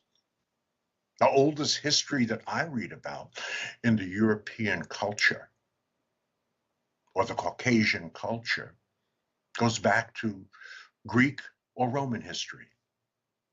Is there something before Christ that we can read about that is European history? Now, we have been tricked and bamboozled. We have been told for generations that Europeans came to Africa, pulled us out of trees, eating bananas, and civilized us. Well, that is simply not the truth. We civilized the world. So you need to get that in your head. You need to understand how powerful, how magnificent, how brilliant you really are. The big critical thing that we have to focus on also is finances, closing the income and wealth gap, discussing finances, understanding capitalism and money and the psychology of money. It was one of my favorite authors and one of my favorite public intellectuals was Dr. Amos Wilson. And Dr. Amos Wilson said in 1994, and I quote, "Our refusal as Black people to confront the issue of money and wealth is going to end up with our very lives being threatened as a people on this earth." Boy, was he right. We have to talk about money. All kinds of statistics help us to understand that African Americans are the most financially illiterate people in this country. It was the Wall Street Journal that wrote 2 years ago that financial illiteracy is an American problem. And we know that when white folks catch a cold, Black people catch pneumonia. So if financial illiteracy is an American problem and they demanded that the public and private sector do something about that, you know that it is 10 times worse in our community. Black households, for example, today earn only 61 cents for every dollar of white median income. We're at the bottom of every single economic statistic that matters in America. So we have to fix this. We are in an existential crisis, brothers and sisters. And it's not hyperbole.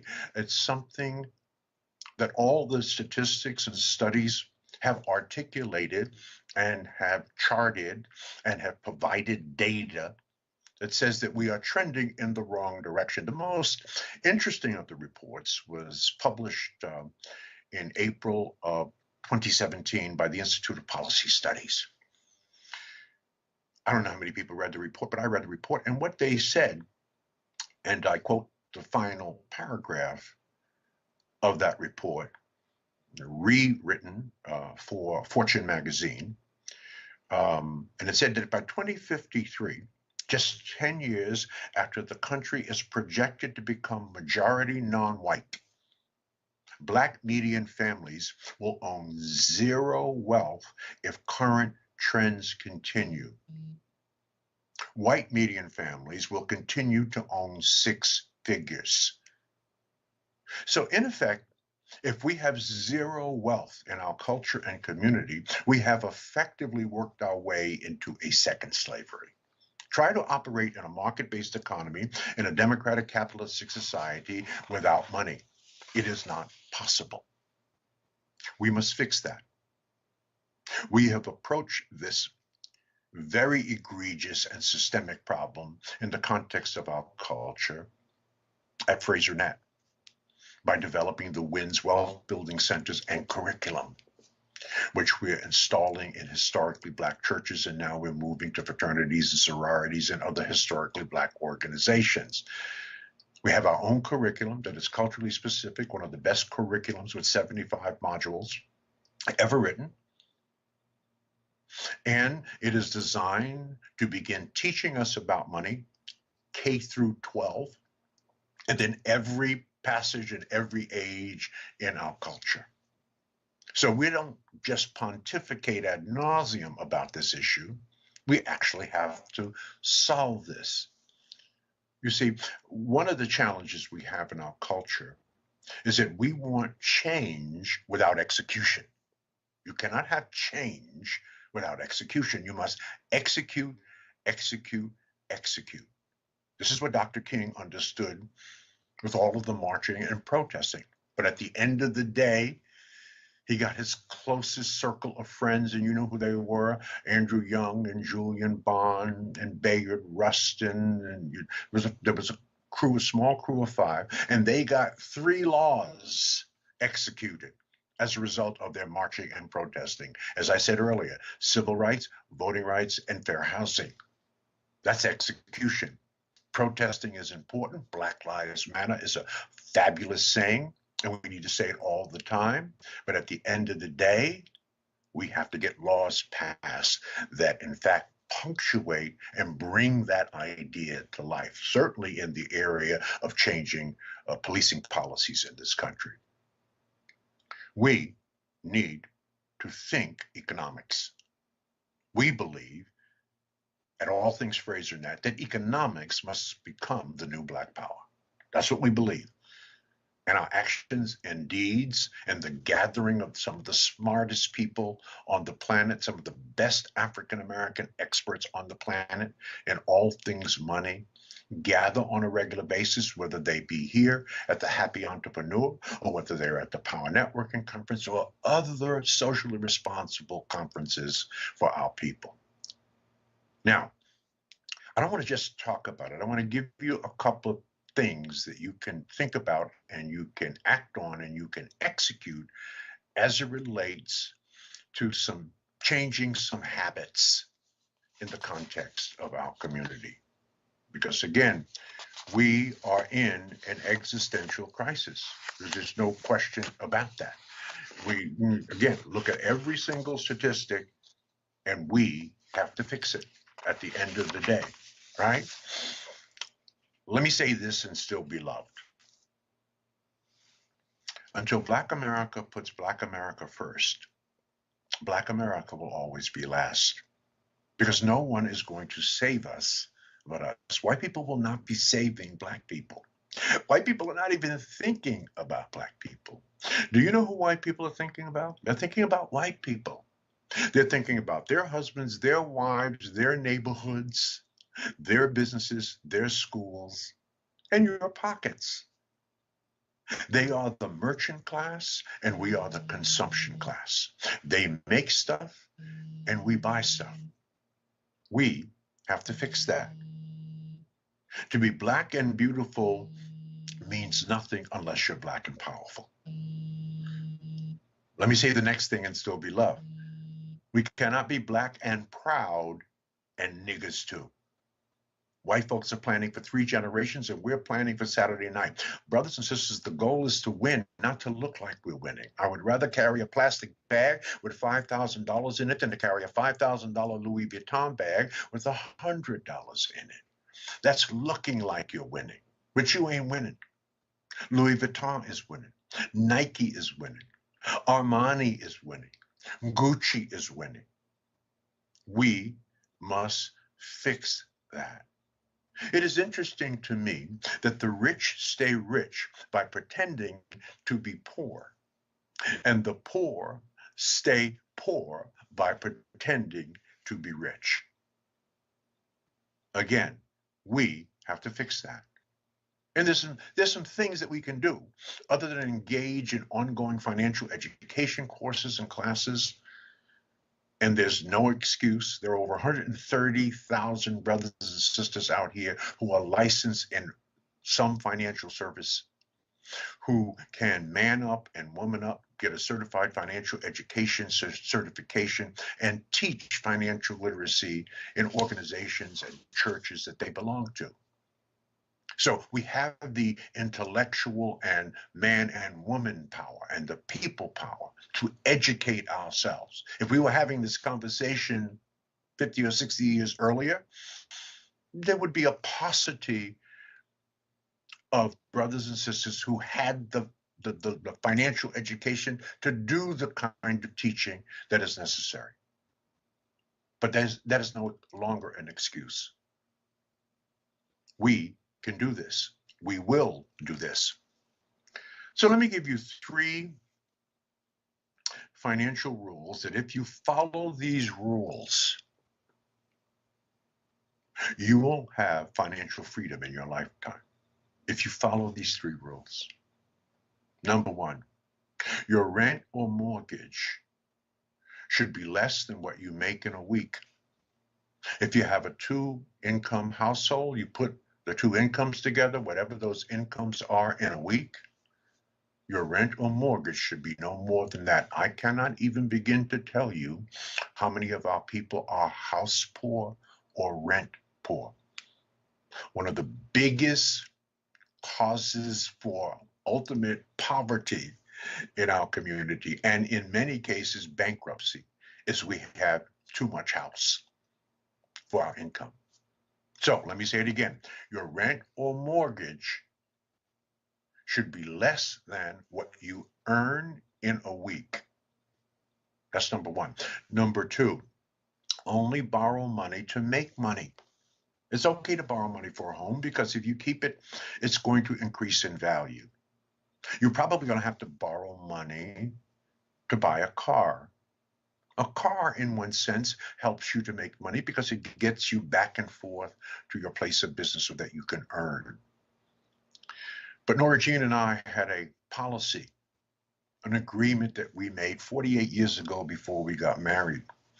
And we vowed never to buy a new car, that we would always buy a luxury car 3 years off lease. And for us, it was a Lexus. I'm now driving an Audi. Recently purchased a 3-year-old Audi off lease. We've always kept our car payments to under $200 a month. But the thing that we did that made a huge difference, that really made us one of our first $1 million, and I'm not bragging, I'm just saying it's just a strategy, is if our payment was $200 a month, but a new car payment was $500 a month, we would take the difference between the new car payment and what we were actually paying, and we would take that difference and we would invest it every month. Oh, and we've been doing that for 48 years.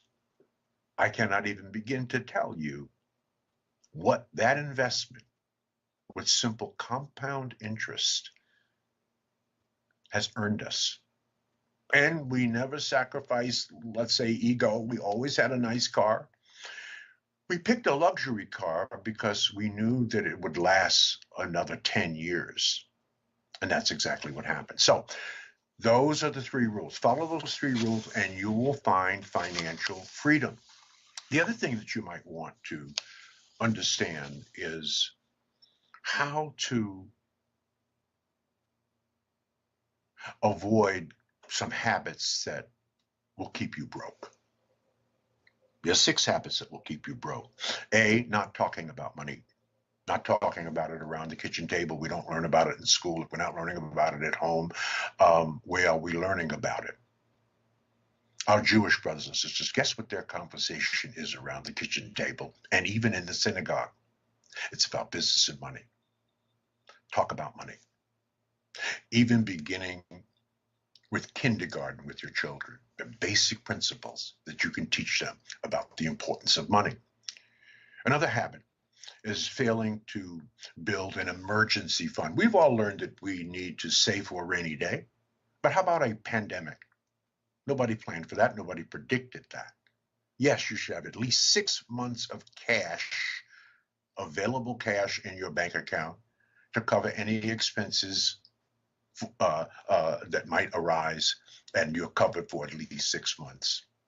But you really want to do a little better than that. I hope that this taught you, because this pandemic, it's also going to be here, I would say, at least another year. The expert says we will not get back to normal for at least 3 years. So you're going to have to figure out how to develop a side hustle, if you will, how to make extra income. I don't think there should be a Black person in America with a single stream of income. In fact, that's one of the goals that we have for the Power Networking Conference, is helping you to double your streams of income. If you come to the conference with a single stream, by the time you leave, you'll have 2. If you come with 2, you'll have 4. If you have 4, we'll teach you how to have 8. The more you have, the more you can develop. Another habit is making impulse purchases. I talked about that earlier. Stop it, especially in this time. And then, of course, buying items that we don't need simply because they're on sale, right? Those are 4 habits. And the final 2 habits is paying bills late and the exorbitant interest rates that we have to pay, and paying the minimum on your credit cards. You'll never pay off your credit card paying the minimum. And the 6th bad habit that we have is the improper use of credit cards. Now, 15 years ago, I cut up all my credit cards. 15 years ago, I do not have any credit cards. I have debit cards, but they're attached to my checking account. And so therefore, I cannot spend anything that I do not have and can pay for immediately in my checking account. I am so glad I did that, because for years, like so many Americans, especially Black Americans, had all kinds of debt, credit card debt. Now, you want to build some passive income. And it's a real simple way to do that. You take your 9-to-5 income, and that will fuel your side hustle, whatever that may be. You may want to do overnight trading, whatever side hustle turns you on, and it generates some incremental income for you. That's a good thing. You want to do that. And then your side hustle will fuel your investments. So whatever income you earn from your side hustle, find the proper instruments, vessels, and tools to invest in.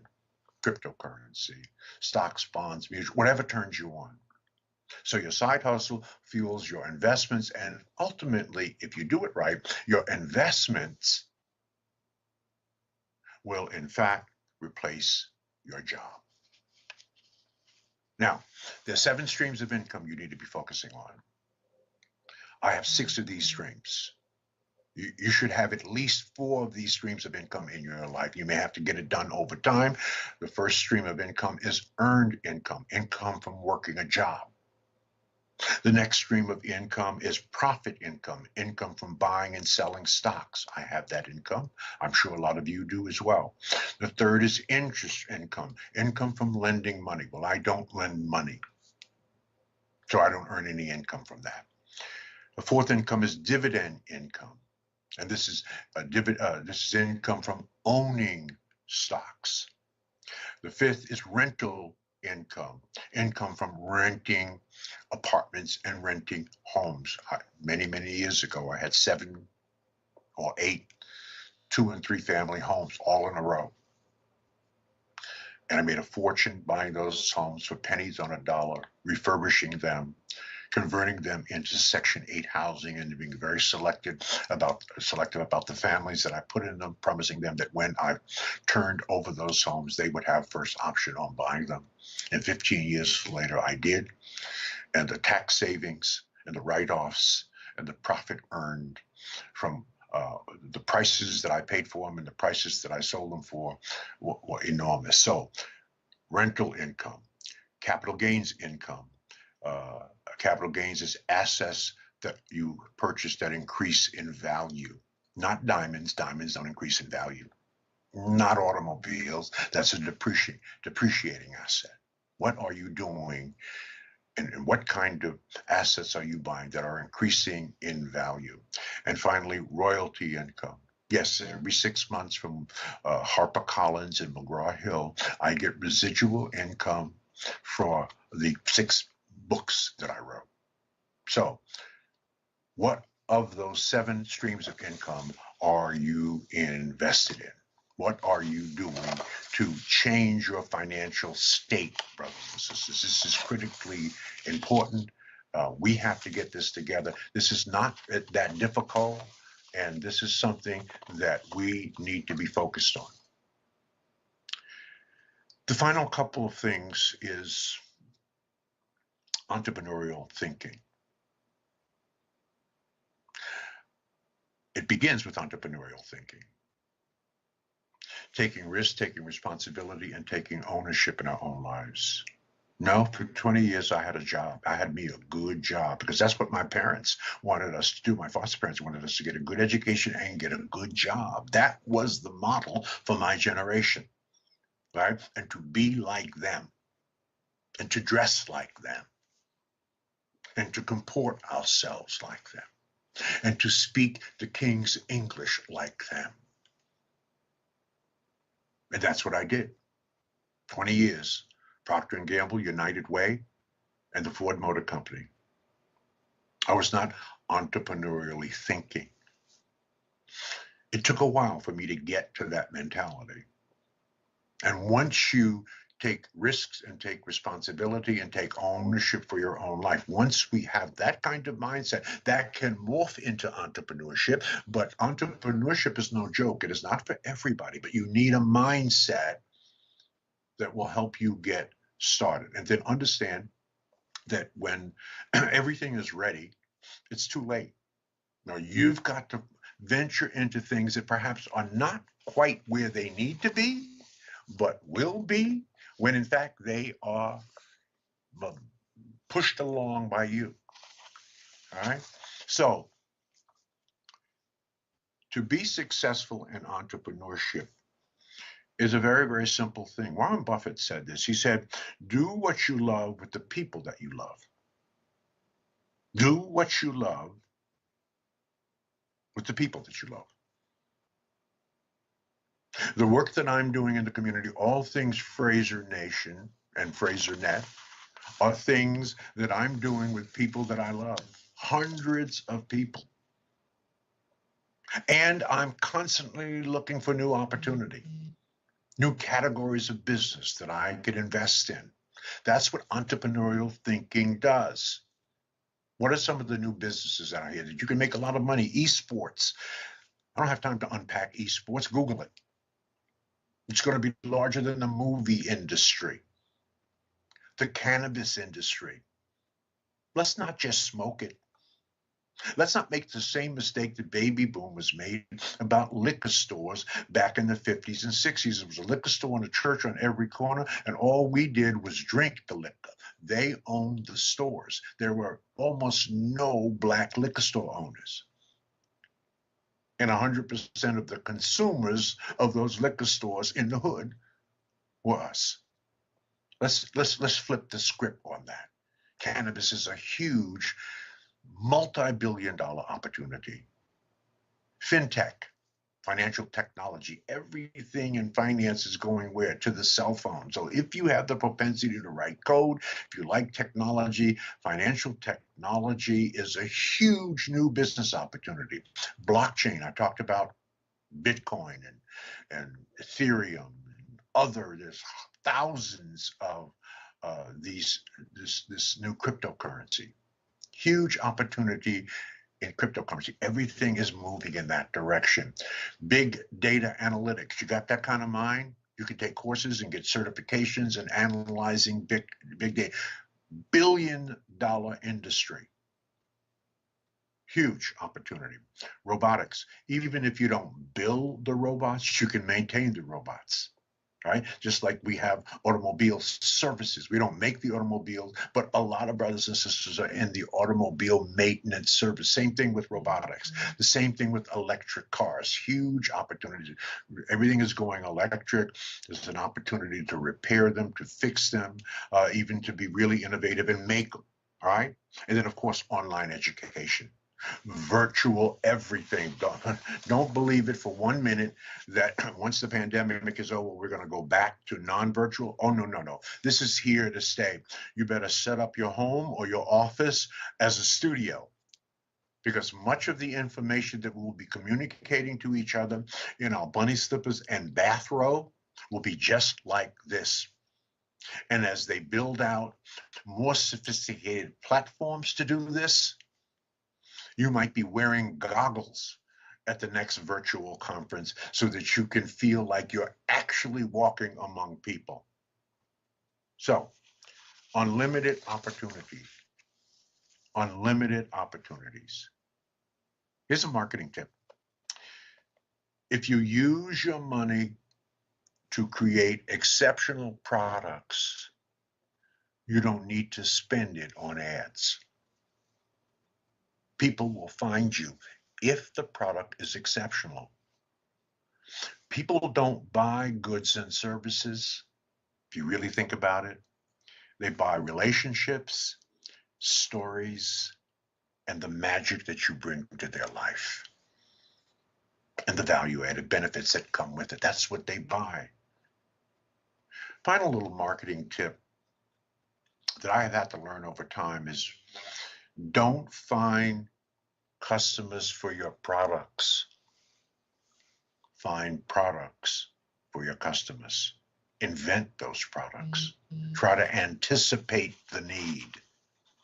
Right? And you will be very, very, very, very, very successful. I promise you that. Just chart the course and stay the course. We're trending in terms of businesses that we're building. No question about it. The last 5-year reporting period by the U.S. Census Bureau on entrepreneurial development by cultural group showed that there are 2.6 million Black-owned businesses now. That's up 35%. That's the upside. 60% of those new businesses are Black women. Women, again, are outdoing Black men. They're developing most of the new businesses. That's the upside. The downside is only 111,000 of our 2.6 million business employ anybody. Those who employ people, their business is up 17%, and their average annual revenue is $1.3 million a year, and that's up 82% over the last 5-year reporting period. So that means if 2.59 million of our businesses are sole proprietorships. Sole proprietorships are up 125%. Most of that's Black women. But the average annual revenue of sole proprietorships is about $18,700 a year, and that's down 11%. What does that mean? It means you either grow or die. I've said for many years, by the end of the 21st century, Black people must become the #1 employer of their own people. As Jews are the #1 employer of Jews, Asians are the #1 employer of Asians, East Indians are the #1 employer of East Indians, Arabs are the #1 employer of Arabs. We too must ultimately become the #1 employer of our own people. We have to employ our people. And you're going to grow your business by employing people. Finally, and I don't really have to say much on this, And this is a gospel and something I've been preaching about for years. Stop being a spectator to success, brothers and sisters. Being angry is not a business plan. You need a strategy and not just emotions. You must effectively use relationship capital. This is biblical too. You cannot build anything worth talking about on your own by yourself in a vacuum. John 5:30, a direct quote from Jesus Christ. 800,000 words in the Bible, and only 1,100 of those words are direct quotes from Jesus Christ. John 5:30, and Jesus said, I of my own self can do nothing. Now this was Jesus. Jesus couldn't get it done on his own by himself in a vacuum. So what's up with you? You are going to have to develop relationships and build three kinds of networks: a personal network, an operational network, and a strategic network. You're going to work on those through all passages of your life. A personal network of people who love you, cheer you on, lift you up. Let's call that your network at home. An operational network of people who help you to get specific tasks done in life as you help them to get specific tasks done in life, and they platoon in and out of your life through every passage of your life. That's an operational network. And then your strategic network. These are the people that are smarter than you. These are the people that will drag you into the 21st century kicking, screaming, and crying. These are the people that will ultimately be your mentors and coaches. These are the people that will reach down and lift up and reach back and pull forward. You've got to develop your relationship capital and to spend it wisely. You are the average of the 5 people that you spend the most time with. And the fastest way to change yourself is to hang out with people who are already where you want to be in life.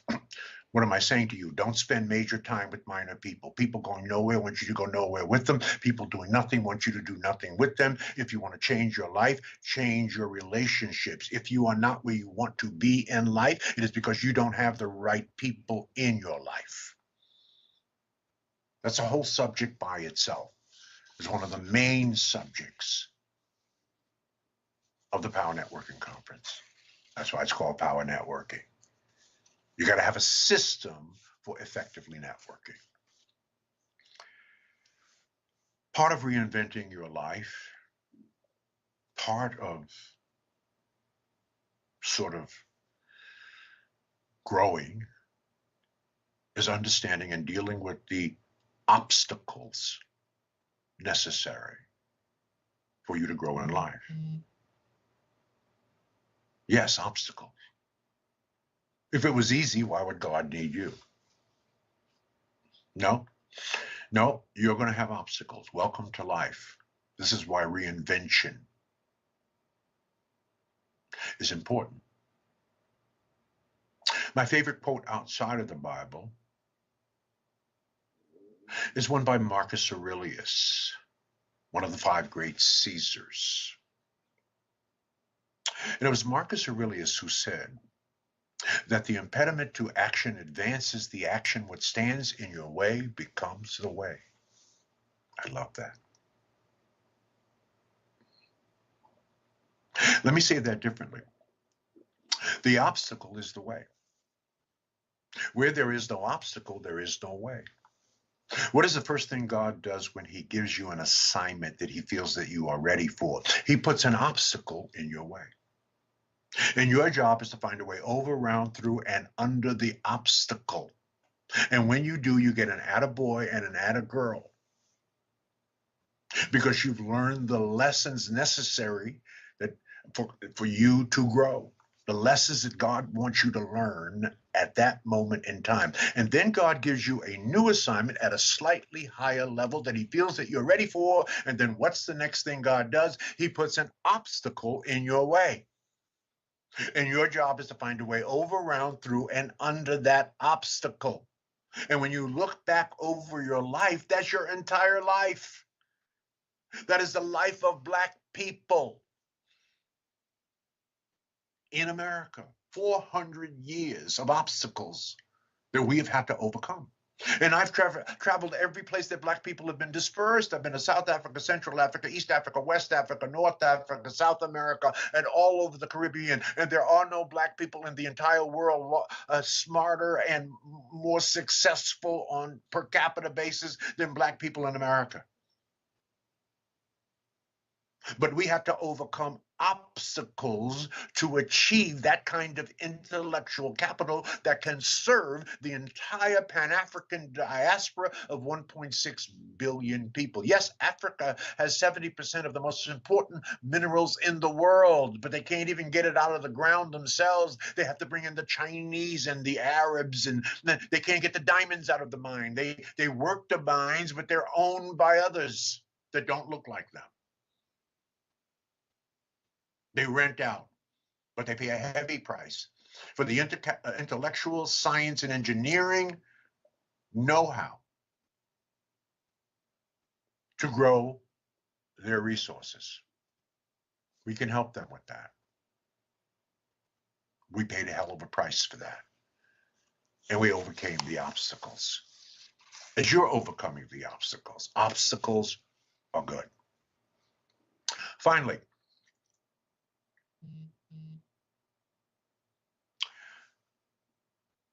I don't know how old you are. I don't know what passage you are in life. I don't know what you've done with your life. I know that no matter how old you are or where you are in your climb, it's not too late. Oh, it's not too late. I promise you. As an elder, I'm telling you, it is not too late. There was an interesting study done by the New England Journal of Medicine 2 years ago. Massive study. And the study reaped or resulted in identifying the 3 most productive periods in your life. And here's what it found. And you can Google the study. The 3rd most productive period of your life is between 50 and 60. The 2nd most productive period in your life is between 70 and 80. I'm 75, and this is one of the most productive periods of my life. And the 1st most productive period in your life is between 60 and 70. So number 3 is between 50 and 60. Number 2 is between 70 and 80, and number 1 is between 60 and 70. The average age of a Nobel Prize winner is 62. The average age of a CEO of a Fortune 500 company is 63. The average age of the pastor of the 100 largest churches in America is in fact 71. Moses was 80 when God gave him his assignment. The average age of a pope is 76 years old. Mandela became president at 76. Ray Kroc really didn't begin building McDonald's until he was nearly 60 years old. Toni Morrison won her Pulitzer at nearly 60, and then she won her Nobel Prize at 62 years old. Frank Lloyd Wright, I love architecture. He was one of the great architects in the history of the world. He built the Guggenheim Museum, his magnum opus, on 54th Street and 5th Avenue in New York City. I watched it being built growing up and running the streets of New York as a child.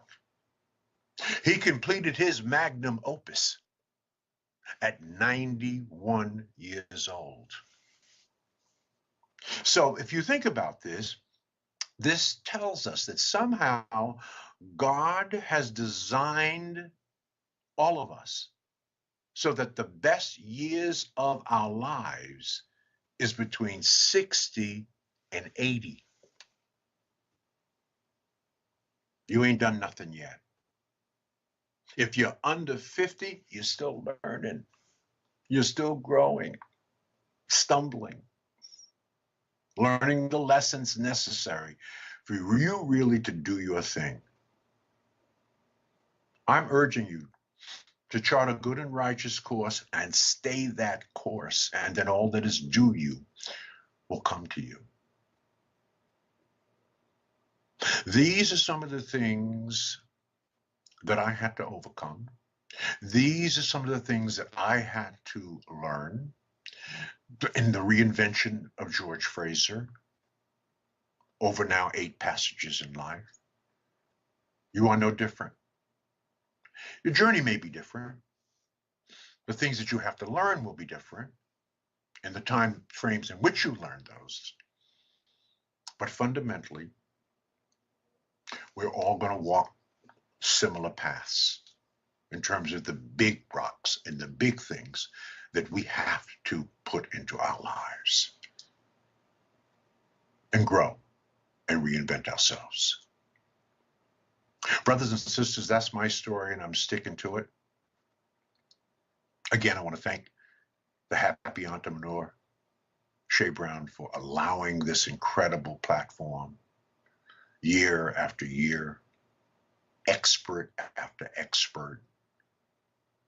I don't know how we would really get the kind of this kind of information without this kind of love from a single person who takes the initiative to make it happen. Thank you, Shay Brown, and thank all of you for listening.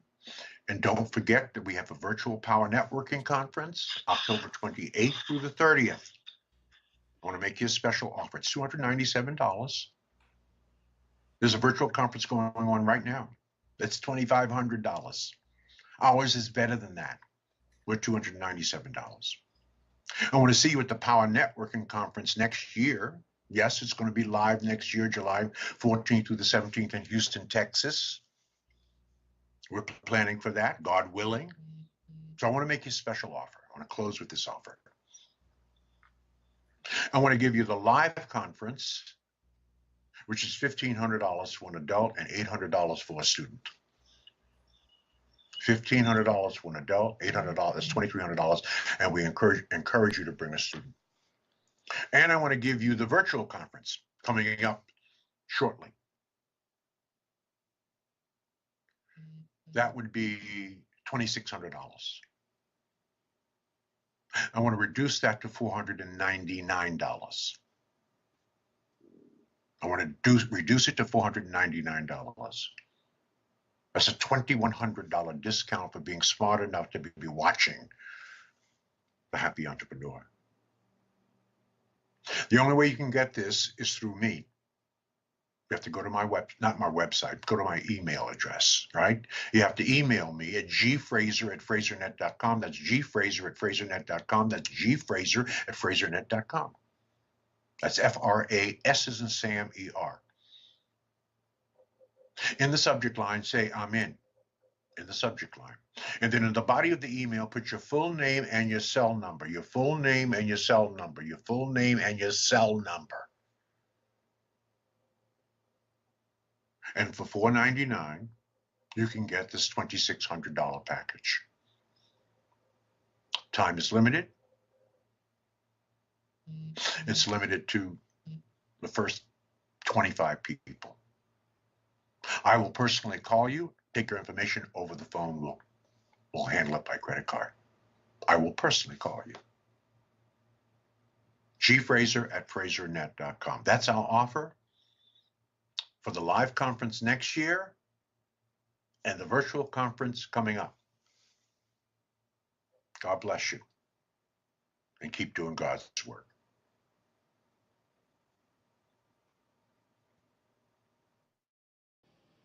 Hello, I'm Dr. Ruben West, and I'm so excited that you're here for this presentation. But this is not just a presentation. It's actually an opportunity to change your life. I believe the information that I'm going to share over the next, 25 to 30 minutes or so will change your life if you let it. Listen, let me tell you the title of this presentation, What to Do when your back's against the wall. Because that's the title of the presentation, I even put a graphic of my back up against the wall because I don't want you to miss this point. Now, let's get started because here's what I want you to think of. When your back's against the wall, it may be a sign that it's time to move. Now, I'm not telling you this because of something I think. I'm telling you this because of something I know. I remember when I was in Wichita, Kansas, I was working as a surgical assistant. Now, this was a profession that we helped to start. We wrote the curriculum for college there. We wrote the job description, the scope of practice. It took us 10 years to get this profession going. In other words, we created a profession. And now we had the opportunity to work in this profession. And we did it with pride. We did it with integrity. We did it with commitment. And I'm only telling you this because I know that if there's something that you've committed your life to, you're doing it with pride, you're doing it with integrity, you're doing it with commitment. That's the way life is. But unfortunately, there's things that happen in our lives that we have no control of. It may not just be a job that we've done. We may be in a relationship that we've done with pride, integrity, and commitment. But for whatever reason, it's not going the way we felt like it was supposed to go. It's just not. You know what that's called? That's called life. And there's certain times where we can do something about it. But oftentimes what happens is we find ourselves where? With our back against the wall. That somebody's coming to us with an ultimatum. You either do this, you either do that, or you either do the other, or it's time to go. Remember, I told you that sometimes, not all the times, but sometimes when your back is against the wall, it may be a sign that it's time to move on. For us, we're working there in Wichita, Kansas, and we're doing this profession. It's something that we love. We took a long time to get this profession going, and it's going well. And we had negotiated with the administration on $300,000+ a year as a contract. And then we could bill the other cases with the insurance. And everything was going great. They had an administration change. The manager in the surgery department changed. And the new people had a new what? A new vision. And what happened was the situation changed for them. They were short-staffed and they needed additional help. So you know what they did? They came to us and they said, we know you used to work as surgical technologists. That's where we pass instruments to the docs. We know you used to do that before. Now you're assisting surgeons. You're harvesting the leg vein. You're helping with the closure. You're closing up while the doctor goes and talks to the patient's family. You're helping in all the surgical specialties. We know you've moved into this profession, and we know you're teaching it now. We know you're training other people around the country to do this profession, but we have a problem. And what we need you to do is, because we're short-staffed, we need you to go back and work as surgical technologists for us. What did you say? You want us to do what? They said, we need you to go back and work as surgical technologists for us. And don't worry, we're still going to pay you what we've been paying you. We're still going to honor the contract. We just need you to do things that aren't in the contract. We need you to be who you used to be. And this is important because a lot of times in life, people want us to be who we used to be. We make transitions, we change. But everybody's not happy about that. Let me say that again. We make transitions and we change, and everybody's not happy about that. And some people want us to go back to living who we used to be. I heard something that said like this. It said, hey, you've changed. And it's not that you've changed. It's because you've stopped living your life their way. You stopped doing what's best for them. And so they want you to go back. See, we stopped doing what they wanted us to do. We had moved on, but they wanted us to go back. Go back to who we used to be, and we had a decision to make. And you know what they did? They came to us and they said, here's what we're going to do. We're going to give you the option to go back to doing what you used to do. And if you don't, watch this, we have a clause in the contract where we can cancel the contract with a 45-day notice. And you know what they did? They put our back against the wall. They said, we'll cancel this contract if you don't do it. See, a lot of times people try to pressure you into being something that you're not. They try and pressure you into doing something that you no longer do. They try and pressure you into getting you to be the person you used to be, and you've got a decision to make. See, we had a decision to make. Were we going to do it or not? And so there's times in life where we find ourselves with our back against the wall. And then the question becomes, now what? What do you do then? See, that's why I titled this presentation that way, because I want to talk about what do we do when we find ourselves with our back against the wall. And so over the next, 20 or 35 minutes or so, I'm going to be giving you tips and suggestions of exactly what to do when you find yourself with your back against the wall. So here's what I want you to do. I want you to make sure you have your paper, your pencil, your iPad, your notepad, whatever it is that you're going to use to take notes with, because I'm going to be giving you some great information. And then if there's a feed, I want you to share it in the feed. Why? Because your big takeaway can be somebody else's big breakthrough. There's somebody out there that may need this information, because from time to time, we all find ourselves with our back against the wall. And so I remember when they came to us and said, hey, here's what we want you to do. And if you don't do it, we're canceling the agreement. And so we had a decision to make. And so let me tell you what we did first. And let me tell you what I think you should do first. Write this down. Number one, get clarity. Get clarity on what's next. You got to figure out who you are, who you were called to be, what you're supposed to do, and what trajectory you want your life to go in. There's going to be people that want you to go back to being who you used to be. But watch this. Even nature recognizes the need for separation after transformation. You never see caterpillars and butterflies hanging together. You get that? After the butterfly transforms, after the butterfly goes through the transformation, there is a separation. And the only way the caterpillar can get up with the butterfly is they have to do that transformation as well. And so sometimes when it's in your past and you've transformed and you've grown, then you can't go back. And so what you have to do when you find yourself with your back against the wall is you have to get clarity on what's next. Now, here's the problem. A lot of times we're hit with bad news. A lot of times we're hit with bad news. And you know what we do? We procrastinate.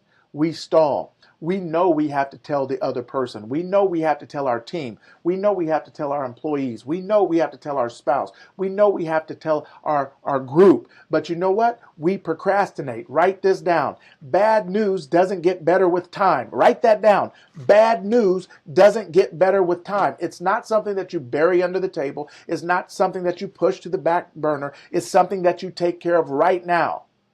Because bad news doesn't get better with time. You know what we had to do? We had to deal with the news as they brought it to us. And we were glad that they just came and told us, look, we're looking to cancel the contract. I didn't want them to delay. We didn't want them to procrastinate. Tell us what we have to deal with. They said, look, we're going to cancel the contract. And when they told it to me, guess what? I went right over and told my partners, listen what they're saying. They're saying because we made the decision that we made, they're looking to cancel the contract. And so what are we going to do? And so what we had to do is we had to get clarity on what's next. And watch this. So many times we get clarity. So many times we try and create clarity. But so many times we try and do, watch this, an evolution of what we used to be instead of a revolution of what we could be.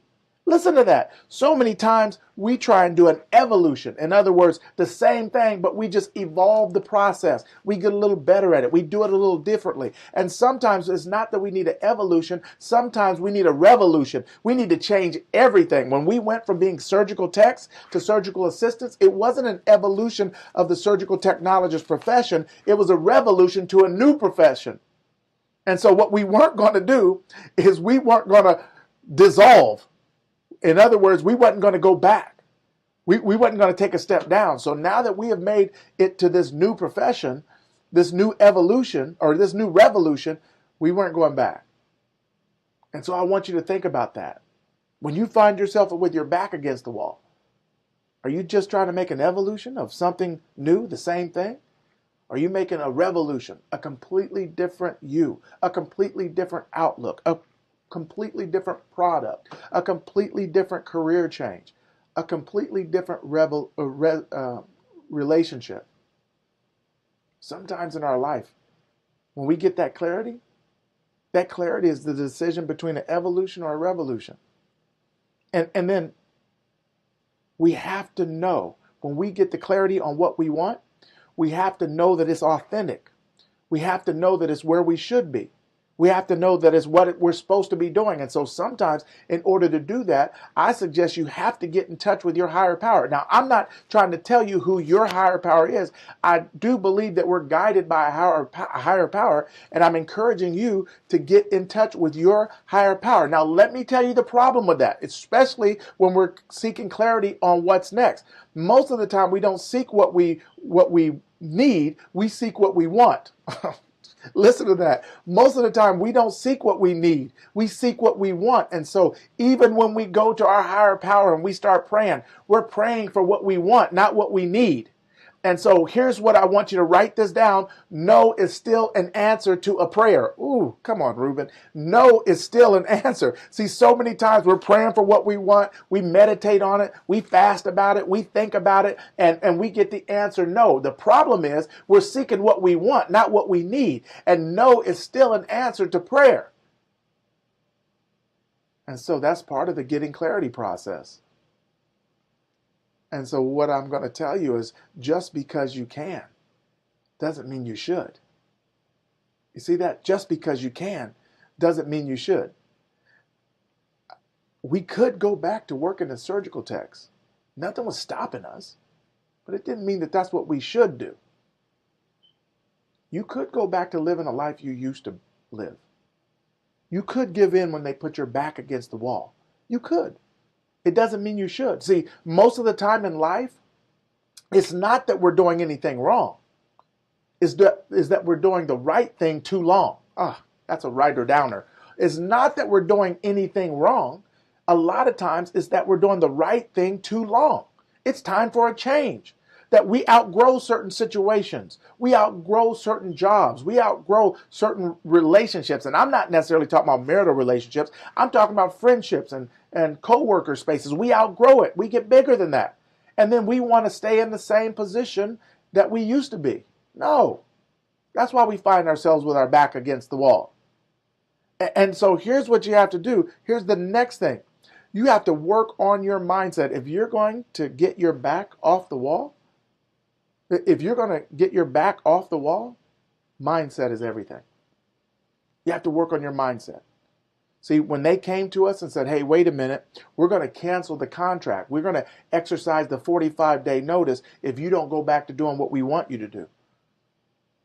We had to get clarity on what we wanted, and then we had to start working on our mindset. Because what happens is you'll start to give in. And you'll start to look at all the things that they're offering you, that carrot that they're dangling to get you to go back. And so we had to say, hey, let's be honest. Where do we want to go? Did we create this profession just so we can go back to doing what we used to be doing? How are we going to guide other people forward into the profession if we're taking a step backwards? And so let me tell you what we told them. We're not going to do it. We're not going to do it. And we know that there was a clause in the agreement that said that this agreement can be canceled with a 45-day notice. But there's also a clause that says we have the right to forego the 45-day notice, and you could just give us 30 days of pay, 30 days of the contract, and we're good right now. And you know what? Since we're going to cancel it, let's just cancel it. And so we opted to just say, hey, just give us the 30 days and we're out. Right?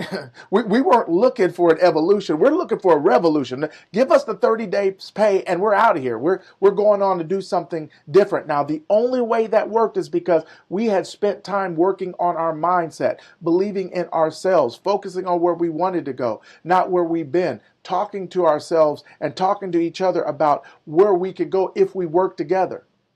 And so many times when we find ourselves with our back against the wall, you know what we focus on? We focus on changing a behavior.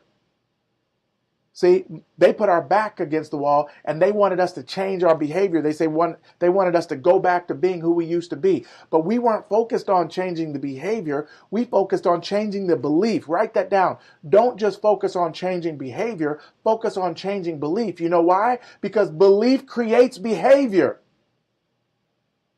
Listen to that. Belief creates behavior. When you believe that you can be successful, when you believe that there's somebody else that wants you, when you believe that you could team up with new friends or new colleagues that create something new that's never been done before, you don't have to go for an evolution. You can go for a revolution. We said, hey, wait a minute.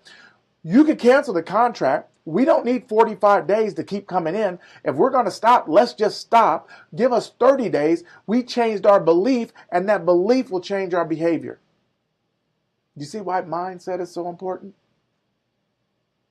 Because what you believe in your mind creates your behavior. If we thought that that was the only opportunity we had and that nobody else would want us and nobody else would give us an opportunity, we would have went right back to the old work that we were doing. But because we saw it differently and because we believed differently, we moved on to something completely different. And so I want you to understand this. Helen Keller said, when one door closes, another door opens. But so many times we're so busy looking at the closed door, we don't notice the open one. We're so busy looking at the closed door, we don't notice the open one. We're so busy looking at the opportunity that's gone that we don't notice the new opportunity. But here's what I'm going to say. The new opportunity is right there. The door is right in front of you. And it's a huge door of opportunity. It's a huge door. And you know what? Anytime you have a huge door, it's big and it's usually heavy. But here's what I can tell you. The door is easy to open because of the hinges. So let me tell you this. The hinges on your next door of opportunity, it's 3 hinges: faith, commitment, and discipline. Faith, commitment, and discipline. Even when you see this new door of opportunity, it has to swing open on the hinges. And if you don't have faith, and if you don't have commitment, and if you don't have the discipline, you can never get that door to open for you. And that's why mindset is so important. That's why you have to work on your mindset. So make sure you write that down. The second thing you have to do when you find your back up against the wall is you have to work on your mindset. Now, Ruben, after I work on my mindset and I see this new opportunity, I see this door right in front of me, and I'm willing to use the hinges to open it, what do I have to do? Let me tell you what you have to do. You have to take action. See, when they said they were canceling that contract, what we weren't interested in doing was going back for another 45 days just to get some additional money. No, we were ready to take action right then. We said, cut us the check. Let's end this right now. And we're going to put our focus on where we need to go. Why? We had already gotten clarity. We had our clear vision. We knew where we wanted to go. And what we wanted to do was to promote this profession. What we wanted to do was to continue to help other people become surgical assistants and work around the country in this profession. What we needed to do is to connect with other people that can help us go to the next level. What we needed to do was we needed to take action right then. And let me ask you a question.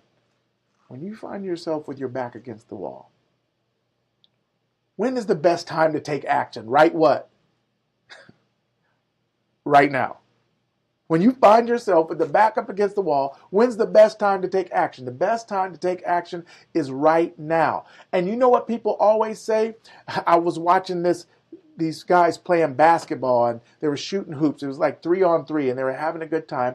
And what happens is somebody else would come in, and they want to get in the game because there's going to be a winning team, and there's going to be a what? A losing team. And the losing team has to move off the floor, and then the winning team stays on the court. But the people standing up against the wall, they make an announcement. And you know what they say? They say, I got next. Which means once the next person loses, once the next group loses, I'm going in and I get to pick the people on my team. But here's what I'm going to tell you. You have to take action right now, which means don't say, I got next. Say, I got now. I'm looking for somebody who's willing to take action right now. When you find yourself with your back up against the wall, it's not about who's got next. It's about who's got now. We were willing to take action right now. We went to some additional investors. We talked to them and we said, look, we're looking to take action right now. We not only went to them, but we went to them with all the knowledge that we had pre-wall. Oh, let me give you that. When I say pre-wall, What I'm saying is, even though they can put your back up against the wall, that wall still stands for something. That wall is still standing. That wall still serves as a support. Why? Because you still have all the knowledge that you gained before you got to the wall. So was this our first business that we had started? No, it wasn't. We'd started businesses before. Did we know how to network? Yep.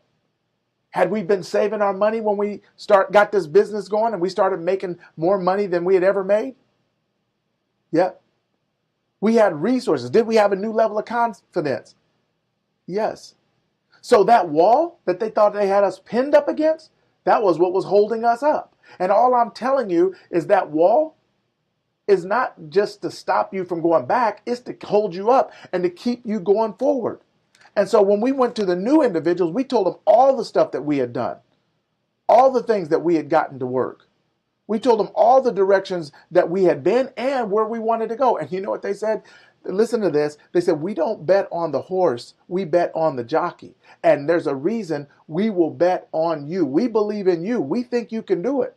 We have confidence in you, and so we're willing to support you. When we went to the next hospital, we had all of the knowledge and skill that we had from the previous hospital. We still had the contract work. We still had the job description, the scope of practice, all the things that we needed to start it over here. We still could take it with us. When you go to your next, you could still take all the knowledge and information that you've had from before, and you could take it with you. But what else do you have to take? You have to take action right now. It's not I got next, it's I got now. See, here's what I know. We can't do everything at once, but we can do something at once. Listen to that. We can't do everything at once. We can't do everything right now, but we can do something at once, which means we can do something right what? Now. You could take some kind of action right now. And so as I'm speaking, if you have your back against the wall, I want you to think about what action can you take right now. And then here's a mistake we make. Here's a mistake we make. We start talking. Listen to that. We start talking. We start telling everybody, here's what I'm going to do, and here's why I'm going to do it, and here's where I'm going to take, and here's where I'm going to go. And that's good. There's nothing wrong with that. But you do know that everybody is not in your favor. You do know that everybody doesn't want you to succeed. You do know that some people don't mind if you get ahead as long as you don't get ahead of them. You do know that some people will never support you because you're from the same place and they're still in the same place. You do know that it's not always necessary to tell everybody your business. And so even though you're taking action, you don't have to tell everybody your business. Have you ever seen them cut down a tree? Have you ever heard or been around when a tree fell and you hear that timber breaking and it splits off and then boom, boom, and you hear it hitting the other trees and you hear it hit the ground? Have you ever heard that?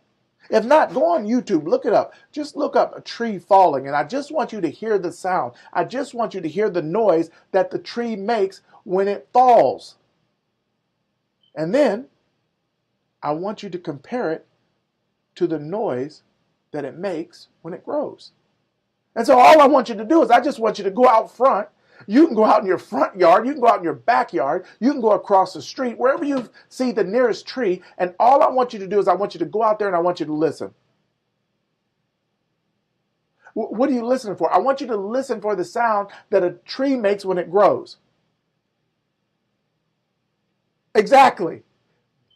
A tree grows in silence, but it falls with noise. You get that? A tree grows with silence, but it falls with noise. Why am I telling you that? I'm telling you that because sometimes when you're growing, sometimes when you're evolving, or when you're creating the revolution, sometimes when you're going to the next level, sometimes when you're going on to the next opportunity, sometimes when you're launching your business, sometimes when you have this new product idea or service idea, sometimes when you're growing, you got to do it in silence. You got to do it in silence. Why? Because it's not everybody's business. They don't need to know. You're not pumping yourself up. You get that? You're not pumping yourself up. Sometimes there's a benefit in humility. A tree grows in silence, but when it falls, It's noisy. Why am I telling you this?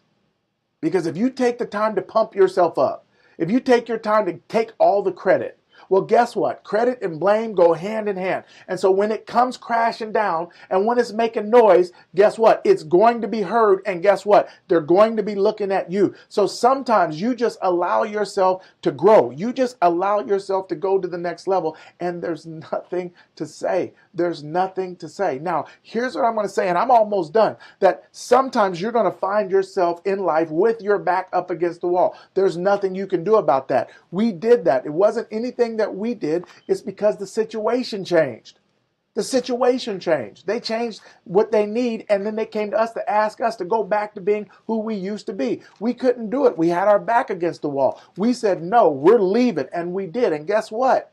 Because we took decisive action, because we had clarity, because we knew what we wanted to do, we were able to start the profession over again in another state. We were able to start another company. We were able to grow it beyond anything we ever thought possible. I mean, we literally did this. And the reason I feel like it worked so well, watch this, was because our back was against the wall. Ruben, what do you mean by that? I believe that sometimes in life, when we find ourselves with our back against the wall, it's our indication that it's time to move. That no, we can't go backwards, we got to go forward.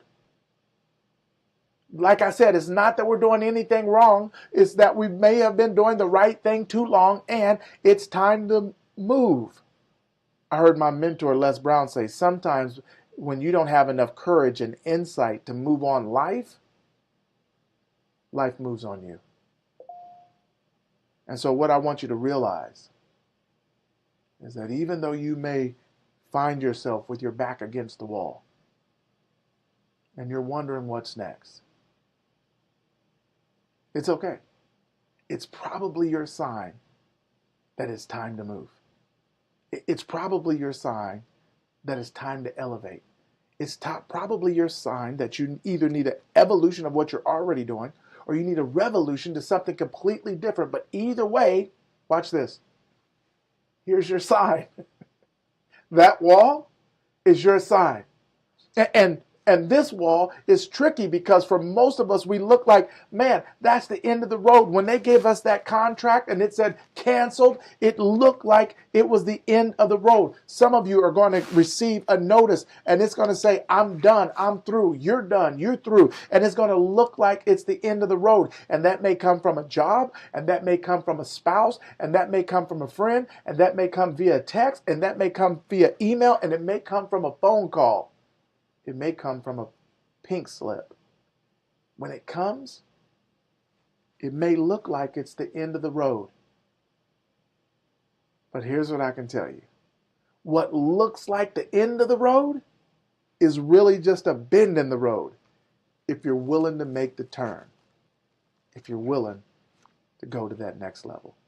I'm Dr. Ruben West reminding you that when you find yourself with your back up against the wall, don't trip, don't sweat it. Either make an evolution or it may be time for a revolution. Live your best life and do it now. Why? Because you only get one.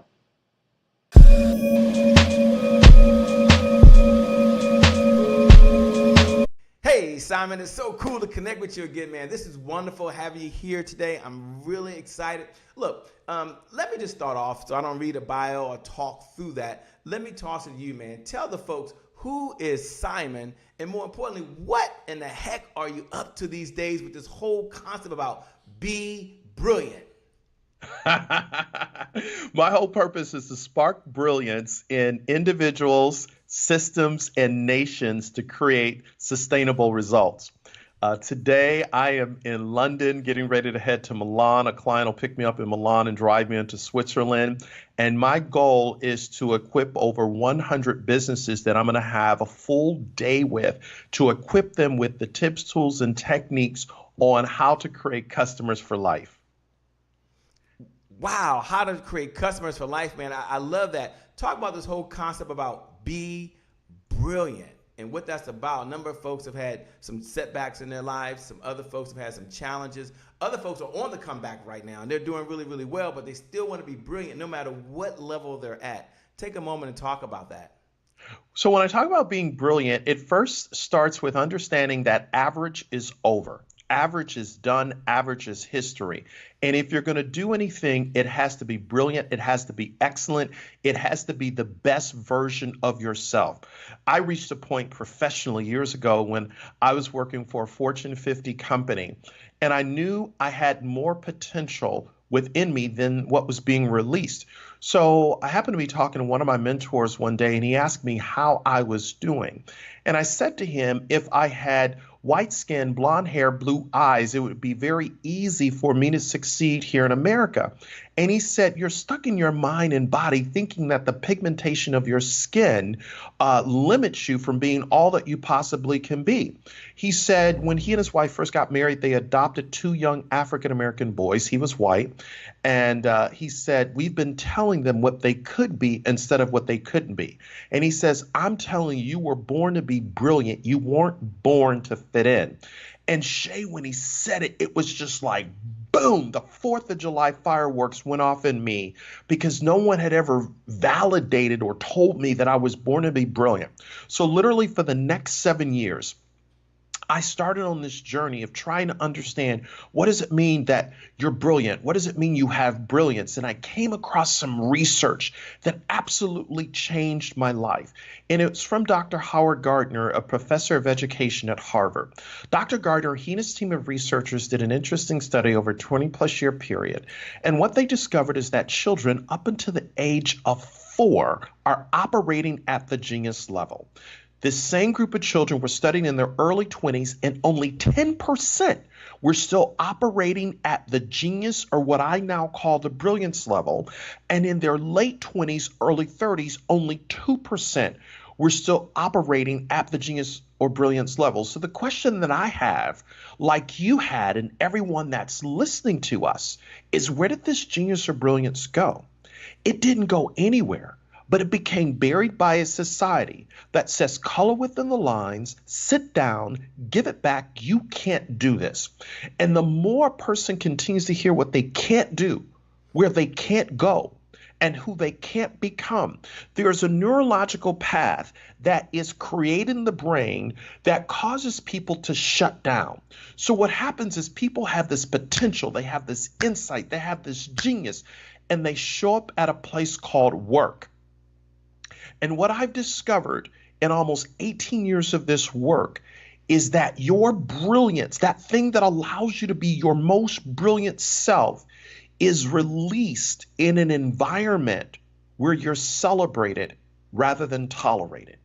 And when you're in this environment where you're celebrated rather than tolerated, that environment invites you to be a vitamin, not just an aspirin. And when you understand how to be a vitamin, not just an aspirin, you understand that I am not here to compete against you, but I'm here to complete you as I become my most brilliant self. My most brilliant self. I love that. And as I was thinking and listening here, I was wondering about what is this whole concept that you have around build a vision? Because I like to be brilliant. You kind of started off that way, but take a moment to talk about that, build a vision around being brilliant. So when I build a vision around being brilliant, what I recognize, the picture that I see is the picture that I aspire to be. So I cannot become something if I don't first see it. But then when I first see it, I have to write it, I have to speak it, I have to become it, and then I have to receive it. So for every person that is thinking about how do I make this vision of brilliance come alive, what do I see? Write it down. What do I now say that connects to what I see? How do I begin to act it out or believe it? Acting it out or believing it is the resources, the mentors, the coaches, the actual doing of the work is taking it from 0 to where it possibly can become, and then actually receiving it as if it's going to happen. Now, is that the part where you start to transform into your potential, or is that kind of a separate area? So I know I got to see it before I see it, or I never see it. when does this whole transformation process take place where I kind of step into it, and how does that work? So the transformation takes place once you identify the vision, and most people teach you need to set a goal. I don't necessarily believe you just need to set a goal. Yes, goals are important, but what's more important than goals are habits. So the secret of living a brilliant life is hidden in the daily routine. Show me your habits, I'll show you your future. So habitually, what time do I get up in the morning? What is the first thing that I do when my feet hit the ground? What's the first thing I read? What's the first thing I listen to? You have to work out your potential every single day by reading, listening, and then doing. And that habit becomes hardwired. That brings you the results that you want. So what calls do I need to make today? How do I move an inch closer to what I am trying to accomplish by taking the daily steps to make it happen? The daily steps take it happen, man. I love it. You know, you built this whole concept of helping folks maximize their potential. It's kind of what you're doing. We're going to get into that in just a few moments.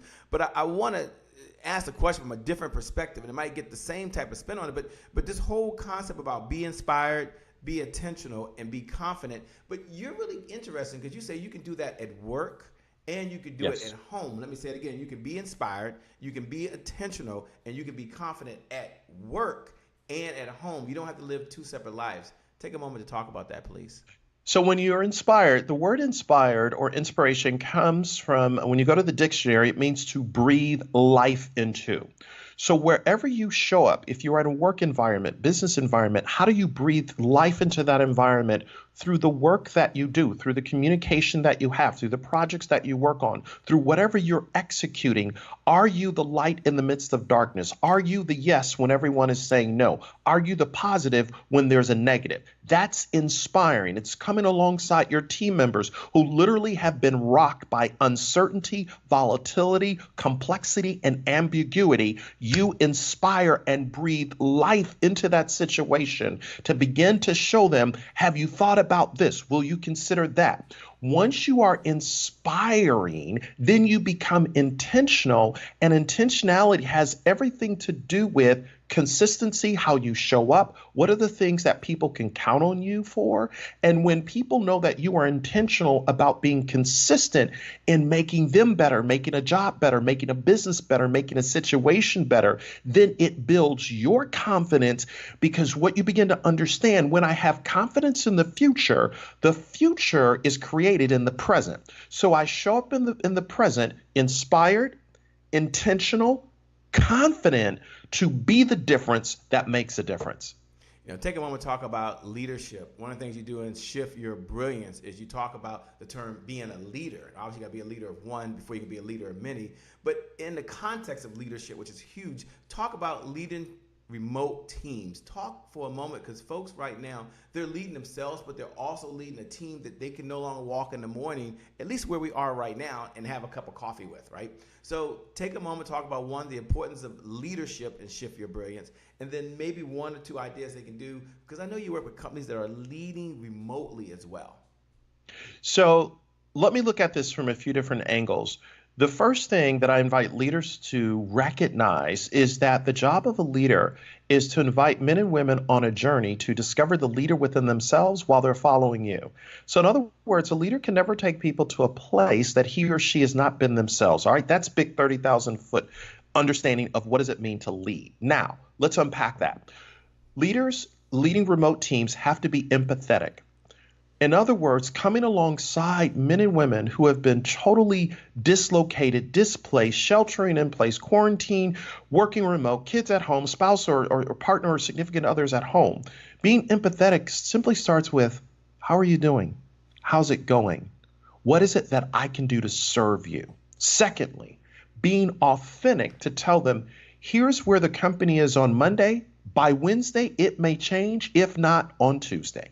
And by Friday, we might do something completely different than how we started the beginning of the week. But what I am going to do as a leader, I'm going to tell you what I know, and I'm going to be honest with you. That's the authenticity, because where there is no communication, People fill in the gap and they make things up. The third thing is a leader being intentional to bring men and women together remotely to say what's right about us, what is working instead of what's not working.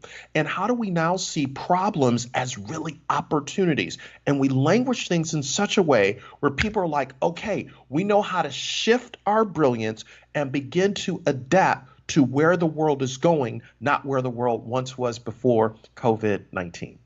You know, for those folks that are listening, they're thinking to themselves, this is hot. This is really good, Shay. I know you're going to ask him in a minute what his number one key to success is. I got it, Shay. And I know you're going to ask him in a minute what his number one idea he learned from his mentor. So he'll close out and answer those two questions, his key to success and his number one idea from a mentor that he's learned he's going to pass to us. But at the same time, we're wondering, how do we connect with this guy? Like, you know, he's listening, we listen to him, we're talking to him now. Number one, Shay, what type of folks does he work with now? Because he does work with corporate clients, he does work with organizations, he does work with entrepreneurs. So how do we connect with him, and who does he work with now? Can we stop for a moment? Can you answer that question, and I'll come back and we'll bring it down home stretch with the last 2 or 3 questions?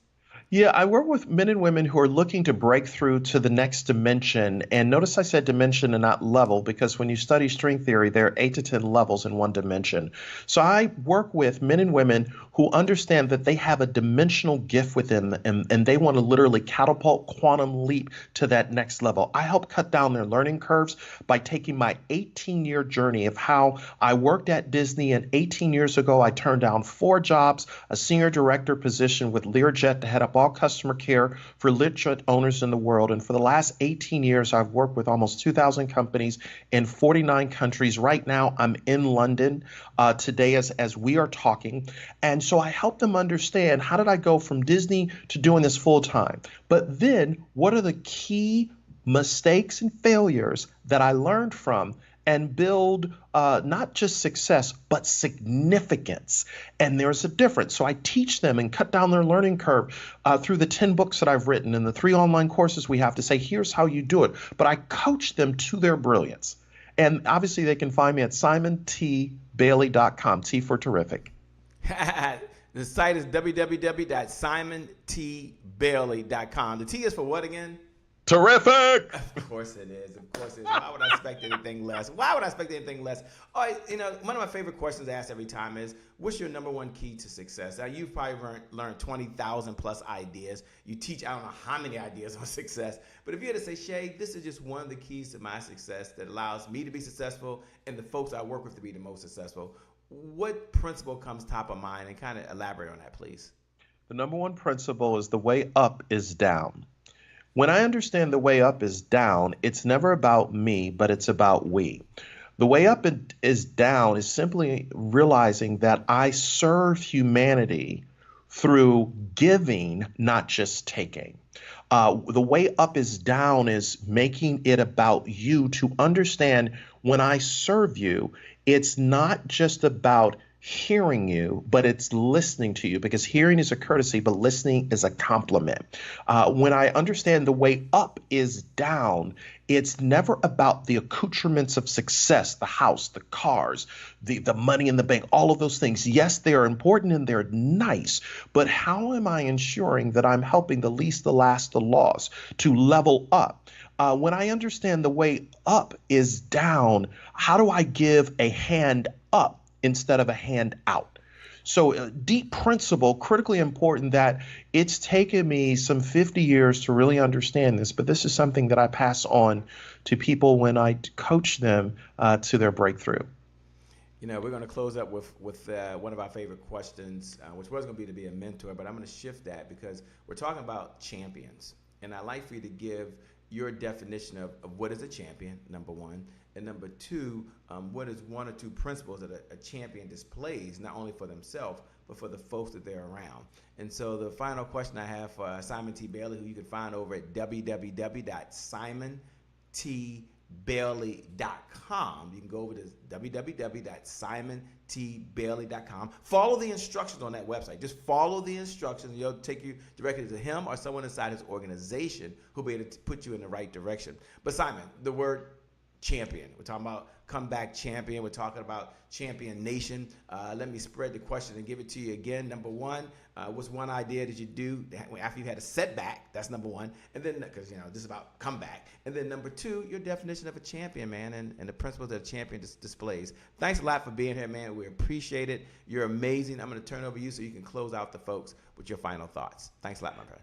So in the words of Mike Murdoch, champions look at what they're going to, while losers look at what they're going through. Champions have the ability to see the possibility of what can become instead of what isn't currently happening. When a person has a champion mindset, they begin to recognize that the greatest time, the greatest period in history is to recognize there's never a perfect time to become the person you might have been. So they look at this time and recognize this is not a do-over. This is not a dress rehearsal. This is the moment that I've been waiting for. And they wake up every single day as if this may be the last day on earth, and they leave everything on the floor. That's a champion. So if there's one critical thing that I invite you as we close this out to really think about, am I ready to become the champion that is operating brilliantly and moving away from average living, average results to create the future in the present? Because that's what champions do. They look at what they're going to instead of looking at what they are going through.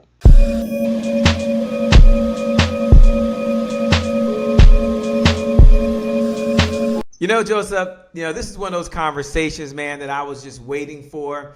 And the reason I was waiting for it because I know that you will change someone's life, you will change their family, and you will change their community by helping them become this multimillionaire megapreneur, which is super cool.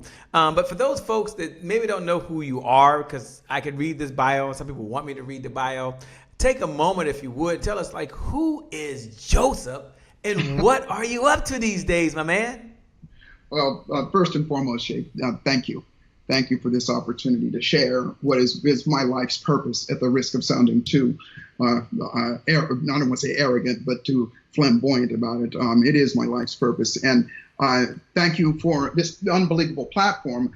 The Comeback Champion Summit is a platform for all of us to be able to share what has worked for us, and we've taught other people to help them bring their lives to the next level as well. And I'll share with you a little bit about myself. My background is, my profession is I'm a neuropsychologist. I help people get over fears and phobias and emotional challenges that have hindered their lives. And by profession, I'm what's called an ultimate performance specialist. And it's kind of a high-end life coach, if you will.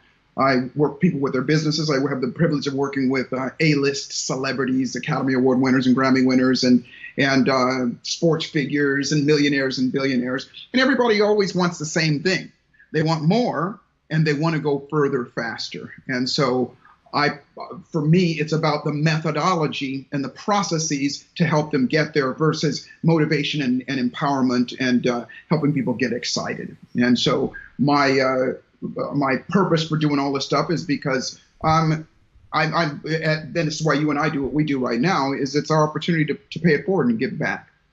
Joseph, one of the things that I admire about you is your heart to give and your heart to serve. And I know that this conversation is for speakers and authors and coaches and trainers, network marketers, or anyone that has a part of their income tied to something other than just their profession. Although, if they're haven't even got started yet, they're going to benefit from this conversation.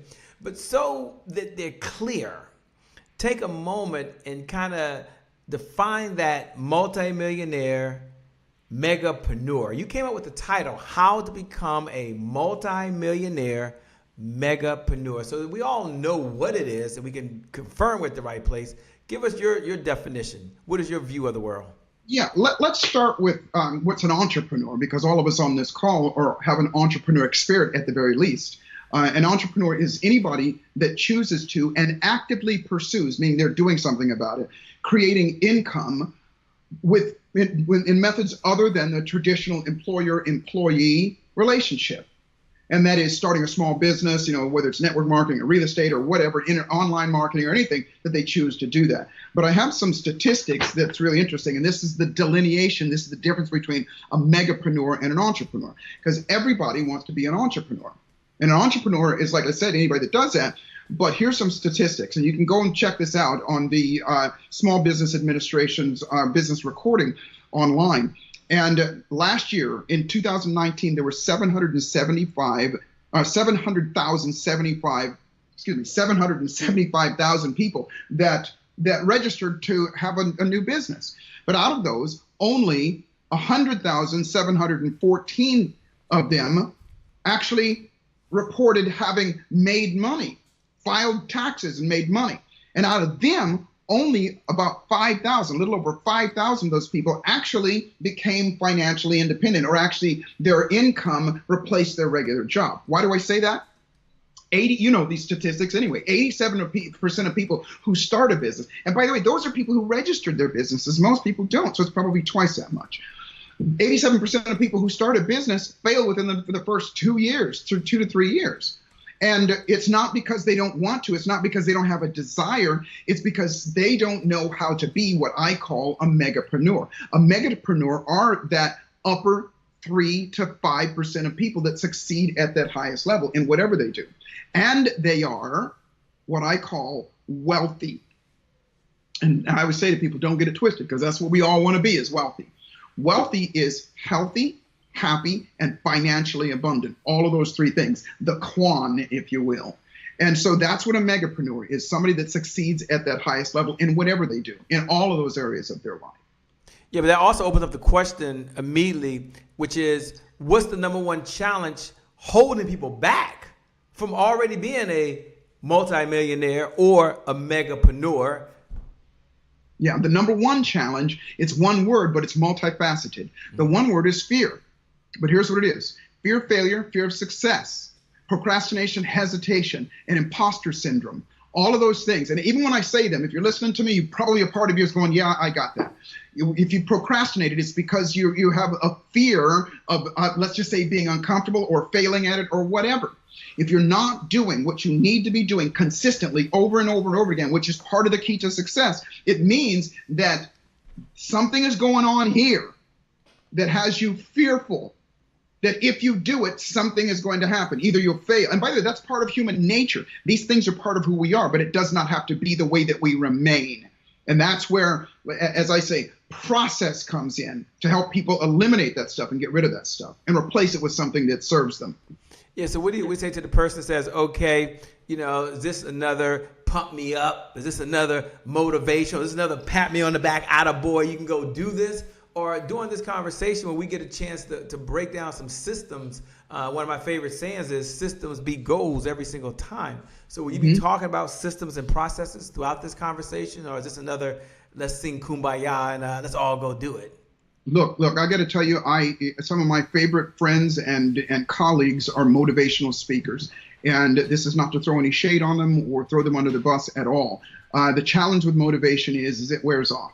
It stays with you, not that long after you've done the thing or gotten the inspiration. That wears off. But what lasts, and the difference between my technology, if you will, or the processes that I bring is, as I said, process is progress.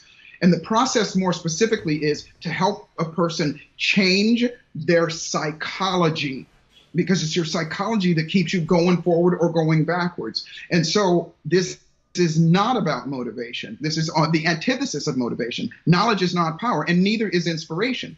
Inspiration, as I said, it goes away. I always tell people, listen, I got one or two ways we can do this. I can get you excited and tell you some stories and help you feel great and everything, and that's going to last you a couple of days. Or I can give you a skill set that is going to help you change your life. Which one do you want? And obviously, people, 99%, everybody always chooses for the skill set. And that's the difference, Jay. Let me just jump in and just address the elephant in the room and just challenge you to give us a process. or share one of your methodologies, because I know one of them. I just let's jump right into it, man. I mean, we can sit around and philosophize, but if this is what you do, I figured let's get to it. Ladies and gentlemen, I know you showed up for one reason and one reason only, and that is to change your life and change your bank account because you're ready to make $1 and a difference at the same time. If you're out there right now, you ready to make $1 and a difference at the same time, then look right below the video and say, yes, yes, yes. So let's ask Joseph. He teaches you how to become a multimillionaire and megapreneur. This whole concept, this whole methodology he has around tell, show, try, do. I hope I got that right. Tell, show, try, do. Can you unpackage that so that can help us as we start on this journey towards being a multimillionaire and a megapreneur? Absolutely. Well, let me start here first. And I call this the 7-figure psychology. And that is, and what I mean by that is that there are the way that we learn things will determine whether we do what we learned. Let me repeat myself because this is critical. The way that we learn things, how we learn things will determine whether we do it or not. Because everybody knows a bunch of stuff. Knowledge is not power. Knowledge is just stored information. You know, and again, I hope I'm not hurting anybody's feelings, but if you're overweight, it ain't because you don't know how to lose weight. You quit putting so much food in this hole and move your body, you're going to lose weight. Knowledge is not power. It's only temporary power. And action is not power. It's only temporary power. What is power is this. When we change the flow of how things work through us. And that is this. I call it the 60-20-20 rule. Okay. And I'm going to get to how we learn, by the way, because this is really, really critical. The process that we learn is this. I can tell you something. I can give you a story, and I can tell you A equals B equals C equals D. And you're going to go, that makes sense, that feels good, but that's just not.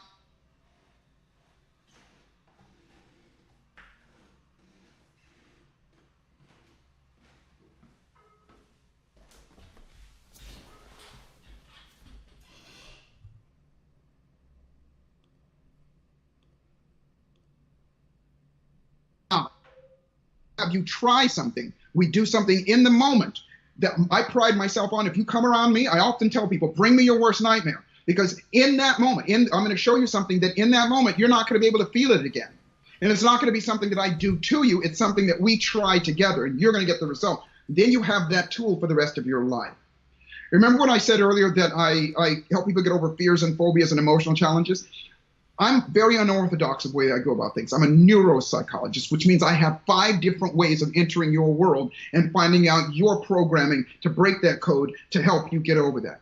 But if you come into my office, you got a fear of dogs, there's going to be a dog there. And at the end of that hour, you're not only going to hold that dog and be comfortable with that dog, but I'm going to give you something to do, which means when you leave here as well, that you continue to do, that conditions you to, when you see dogs, you get excited about it. And the fear goes away. So I'm going to tell you, I'm going to show you, we're going to try something together, and then I'm going to give you something to do, because process is progress, not knowledge. So once again, the formula is tell, show, try, do. Is that correct? Yes. And that is the formula for more effective, deep learning that leads to activity versus just learning which leads to just that feels good. Because activity, things do not change unless we change. Things do not change unless we do something. It's not the, you've heard that's old saying that the road to poverty is paved with good intentions. We all intend to do something, but we don't always do what we know. Procrastination, hesitation, those are the thieves of our dreams. Now you are, and I've heard you say this over and over and over again, you're like stuck in this one place that says it all starts with the mind. It all starts with the psychology of the mind. And we may get to that a little later, but I want to talk about the 60-20-20 rule. I think you just broke down the tell, show, try, do, which is something that we can do. That's something that you teach your clients. Is that correct? And you have processes where they're able to kind of go through that and then get the repetition in that. Is that correct? Yes, these are the fundamental elements of a megapreneur. Remember, megapreneurs are that upper 2 or 3 or 5% of people. They don't necessarily know that they got them, but they got this. And if you're listening to us right now, please write this down, because at the very least, you have this foundation. Here's what it is. It's 60% psychology. What I mean by that, 60% of your achievement, you're being able to be successful in anything at all. 60% of it is your psychology. And it's important to understand the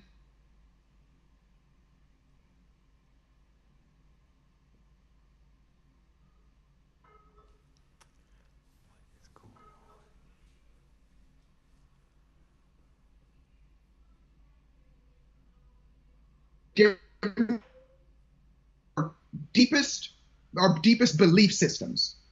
And those belief systems fuel our lives. And so when we change our psychology, that is 60% of what we do. The second thing is 20% energy. And I'm not just talking about the get up and go energy and the stuff that we can have the energy to go do something. I'm talking about the literal electricity that courses through our veins that makes every cell in our bodies work. When we have that and we can master that and we can fluctuate it, we can move it and make it automatic, then it moves to the next thing, which is 20% magnetism. We all have the ability to bring into our lives the situations, the circumstances, and even the material things. Look, everybody here, every single one of us, knows or knows of somebody that when we look at them, we think that that person is lucky. The ball always seems to bounce in their favor, Shane. They're in the right place at the right time. Things happen for them easier than other people. They're not as smart or as educated or have as much talent as we do, but they're doing infinitely better than us. It's because they're literally a magnet to the things that they want. And so the system, the processing, the methodology behind that is to help shift somebody's psychology, and not on a global basis and not on a general basis. You as an different than me, and I'm different than you, and everybody's different. And if I can show you how to go in, and if I can tell you and then show you, and you try it and you get a result, then it's yours for the rest of your life. And then what becomes after that is you become that magnet to the things that you want. You get up early, you stay up late, you do the extra stuff, and you attract into your life the situations, the circumstances, and even the material things. It's the closest thing I have and that I know of creating magic.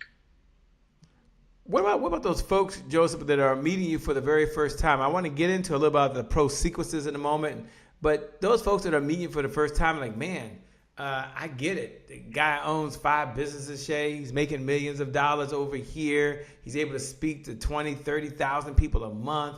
Oh, Shay, by the way, he's written 7 books. He has his whole doctor's degree. He's taught at the university level. Shay, this guy, he's like in the chocolate factory somewhere. and he's just up there doing his thing. Ask him, a little bit about his backstory. Ask him how he found his way on this journey before he continues on about do this and you need to know this and you can trust me. Tell us a little about Joseph. Well, I'm not going to tell you about Joseph, okay? I'm going to let Joseph maybe share a little bit of his backstory on Joseph and how he got to where he is now, at least the abbreviated version. Yeah, I appreciate that, Shay, because I think it's important for people to know that their teacher is not teaching theory. That whom they're learning from is not somebody that just read it in a book and is already there.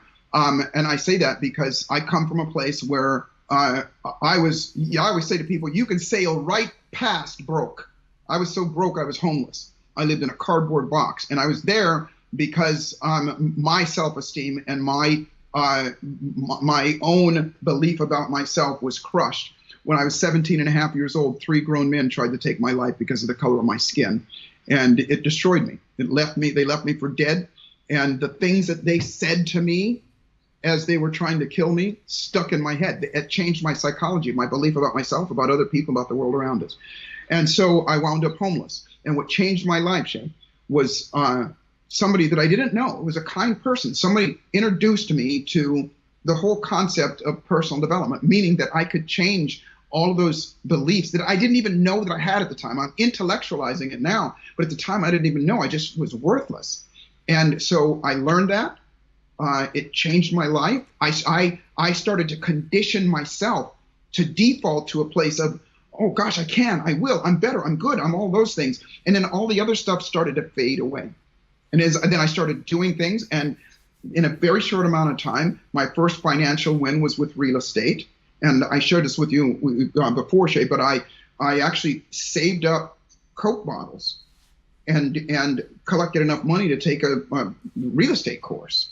And I took that course armed with that whole concept of what I now call the 60-20-20 rule and the methodology to change that stuff. And I bought 26 houses in less than a year and a half's time. And I still benefit from that today.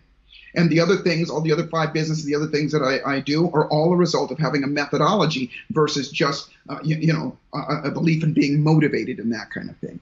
And so that is the impetus of what I do. So I'm not teaching theory. The other thing is I'm not teaching theory, meaning I'm not teaching you something that I haven't done myself, but I've also taught literally 5 million people by now to do that and similar things.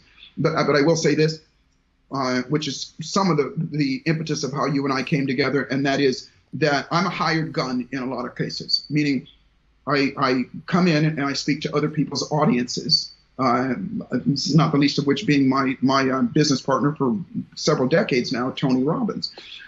But I say this without excluding anybody else, only 3 to 5% of that those audiences that I speak to have black skin. And so at this place in time where we are right now, it's important that we get this information as well, which is the reason why I'm doing this. And I'm seeing in the corner here, over there, my first book is about that. It's called Unlimited Power of Black Choice, and it's to bring this information into the black community. And now there's no time better than right now. And it's not excluding anybody else. It's anybody that just works with anybody. But right now, this is one of the things that I want, all of us to get as well. As you're speaking, I'm thinking and I'm listening. I'm hearing some folks out there, and they're like, wait a minute, Shay, before I get into, I wrote down tell, show, try, do. I wrote down the 60-20-20 rule. He says he got another methodology, but Shay, I've got a lot going on. And what is his magic formula, since he's got all these formulas around overwhelm? Because recently we had a conversation, by the way, and I hope it's appropriate to say that. I won't mention her name. And she called in and during this global pandemic that we were having and said, listen, Shay, I'm looking for some advice. I work full-time, but now I'm going to be working at home full-time. I'm a full-time wife. I'm a full-time mother. I'm now a full-time school teacher because she has 2 kids that are in elementary school and 1 that's in junior high. I'm also a full-time administrator because I got to freaking make sure their work get turned on. And oh, by the way, I'm also a full-time cafeteria worker, and I've never cooked this much in my life. And I'm getting my business off the ground. I'm out here. And what do you suggest that I do? And she wasn't saying it from a place of desperation. She was like, to me, she was bringing reality. And I don't want to say it's just the women. I mean, it could be many guys that are in those situations as well. So the reason I tell you that backstory, Tony, is for you to be sensitive, Joseph, for you to be sensitive to what you tell the folks that are overwhelmed. They want to learn what you have to say. They want to be a multi-millionaire, and they want to be a megapreneur, but they got so much going on now. Like, is this yet another thing I got to learn?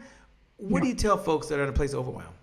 2 things. I'm super sensitive to it because been there, done that, lived there for far too long. What I didn't say is I was suicidal because of that long ago. And so overwhelmed, there's 2 things. Number 1 is that there is help and there's a way to get out of that. And I'm going to share with you the methodology or the steps to get out of that here in a second. But here's what I want to say as well, is that for somebody to say